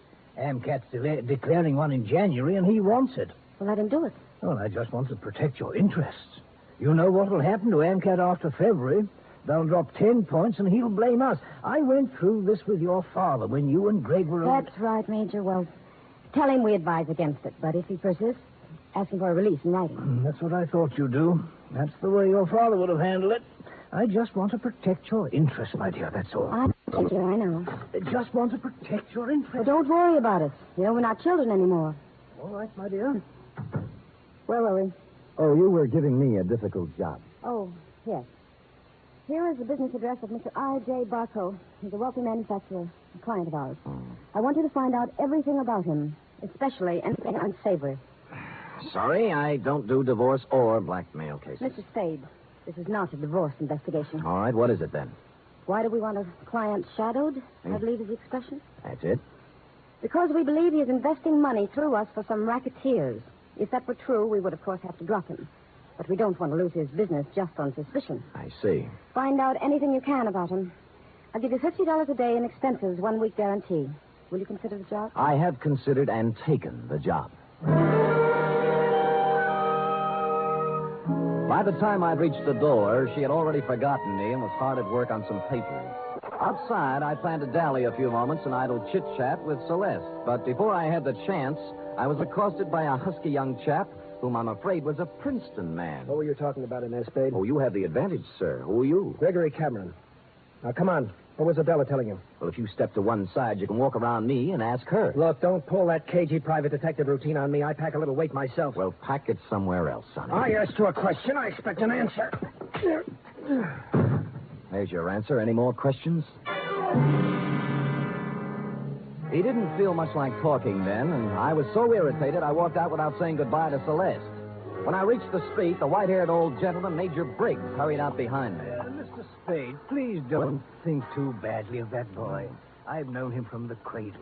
He's in a difficult emotional state at the Yes, moment. sure. As far as I'm concerned, Major, it never happened. Ah, you're a kind man, Mr. Spade. I could tell that when I first saw you. You're just the sort of man Miss Cameron needs. Well, I hadn't looked at it that way. If you require anything, don't hesitate to ask me. I've been with this company 40 years before those 2 children in there were born, and I know how difficult life can be at times. I just want things to go well for them. I'll do my little part, Major. Bless you, son. Bless you.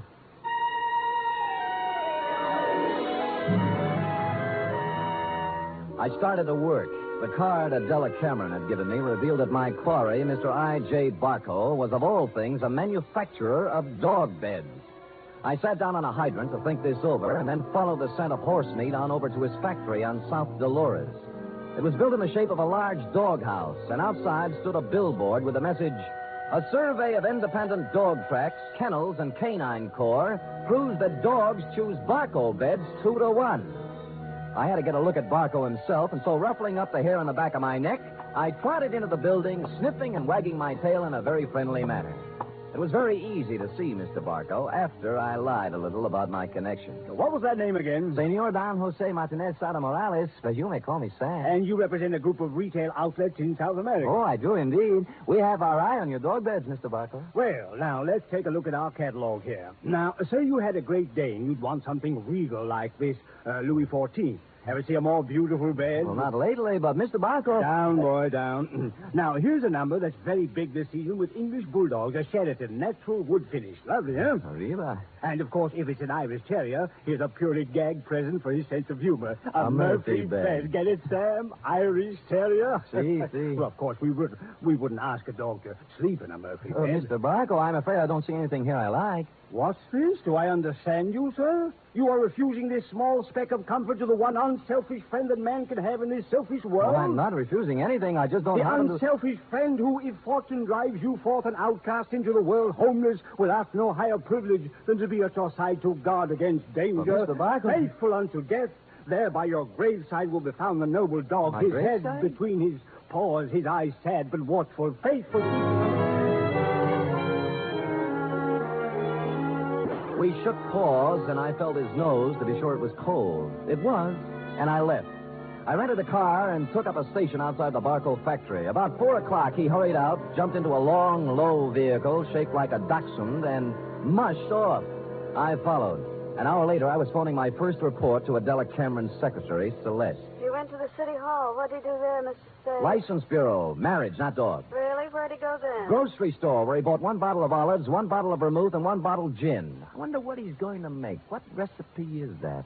Well, now he's in an apartment house on Post Street, just across from the drugstore I'm in, and judging from the groceries, intends to stay a while. He has laid in provisions. Uh-huh. Well, I guess that's all we wanted to know. What? Miss Cameron just told me to call you off the case. You'll still get your guarantee, though. Major Briggs will send you a check. Well, that doesn't make sense. Sam orders his orders. All right. What about tonight? I'm afraid not. Some other time. You mean it's all over? The half-daring, half-shy kisses on the Oakland ferry? The warm, passionate spring nights at Fisherman's Wharf eating abalone? Hello? Well...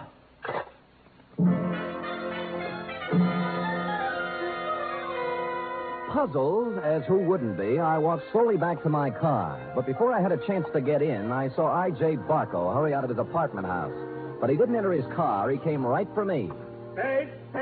Just a minute, Spade. So sorry, my name is Don Jose Martinez Sada Morales yet. Don't kid me, Spade. I'm not as stupid as I acted today. Huh. Look, I know why Adela Cameron is following me, and you don't. And you'll never find out, any more than the other 4 detectives did. I was the 5th choice? Well, I shall speak with my agent about this. I'm going to tell her in person that this foolishness has to stop. If it doesn't, she'll live to regret it. One more thing. I presume you're going to follow me. Well, I'm turning right on Market and heading out to 1217 Ridgewood Place. You shouldn't have any trouble.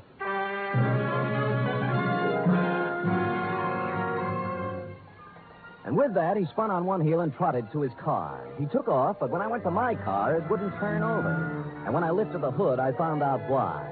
All my spark plugs were gone. I picked up a new set at a service station, looked up Adela Cameron's address in the phone book. It was 1217 Ridgewood Place. And a good half hour later, I got there. Barco's car was out in front. No one answered the door, but it was open.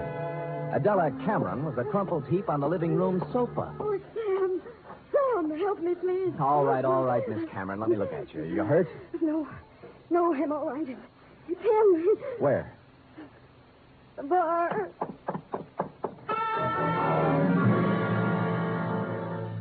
I hurried into the bar and was met with a strong odor of scotch. A bottle of it had been broken, and holding the neck of the bottle in one hand was I.J. Barco. He was on the floor, his hand slowly opened. The glass rolled out, and he died.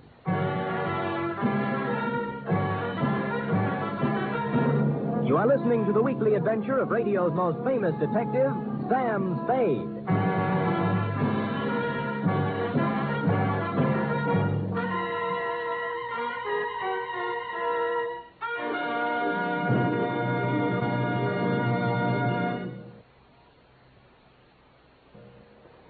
Act 2 of tonight's Sam Spade in just a moment.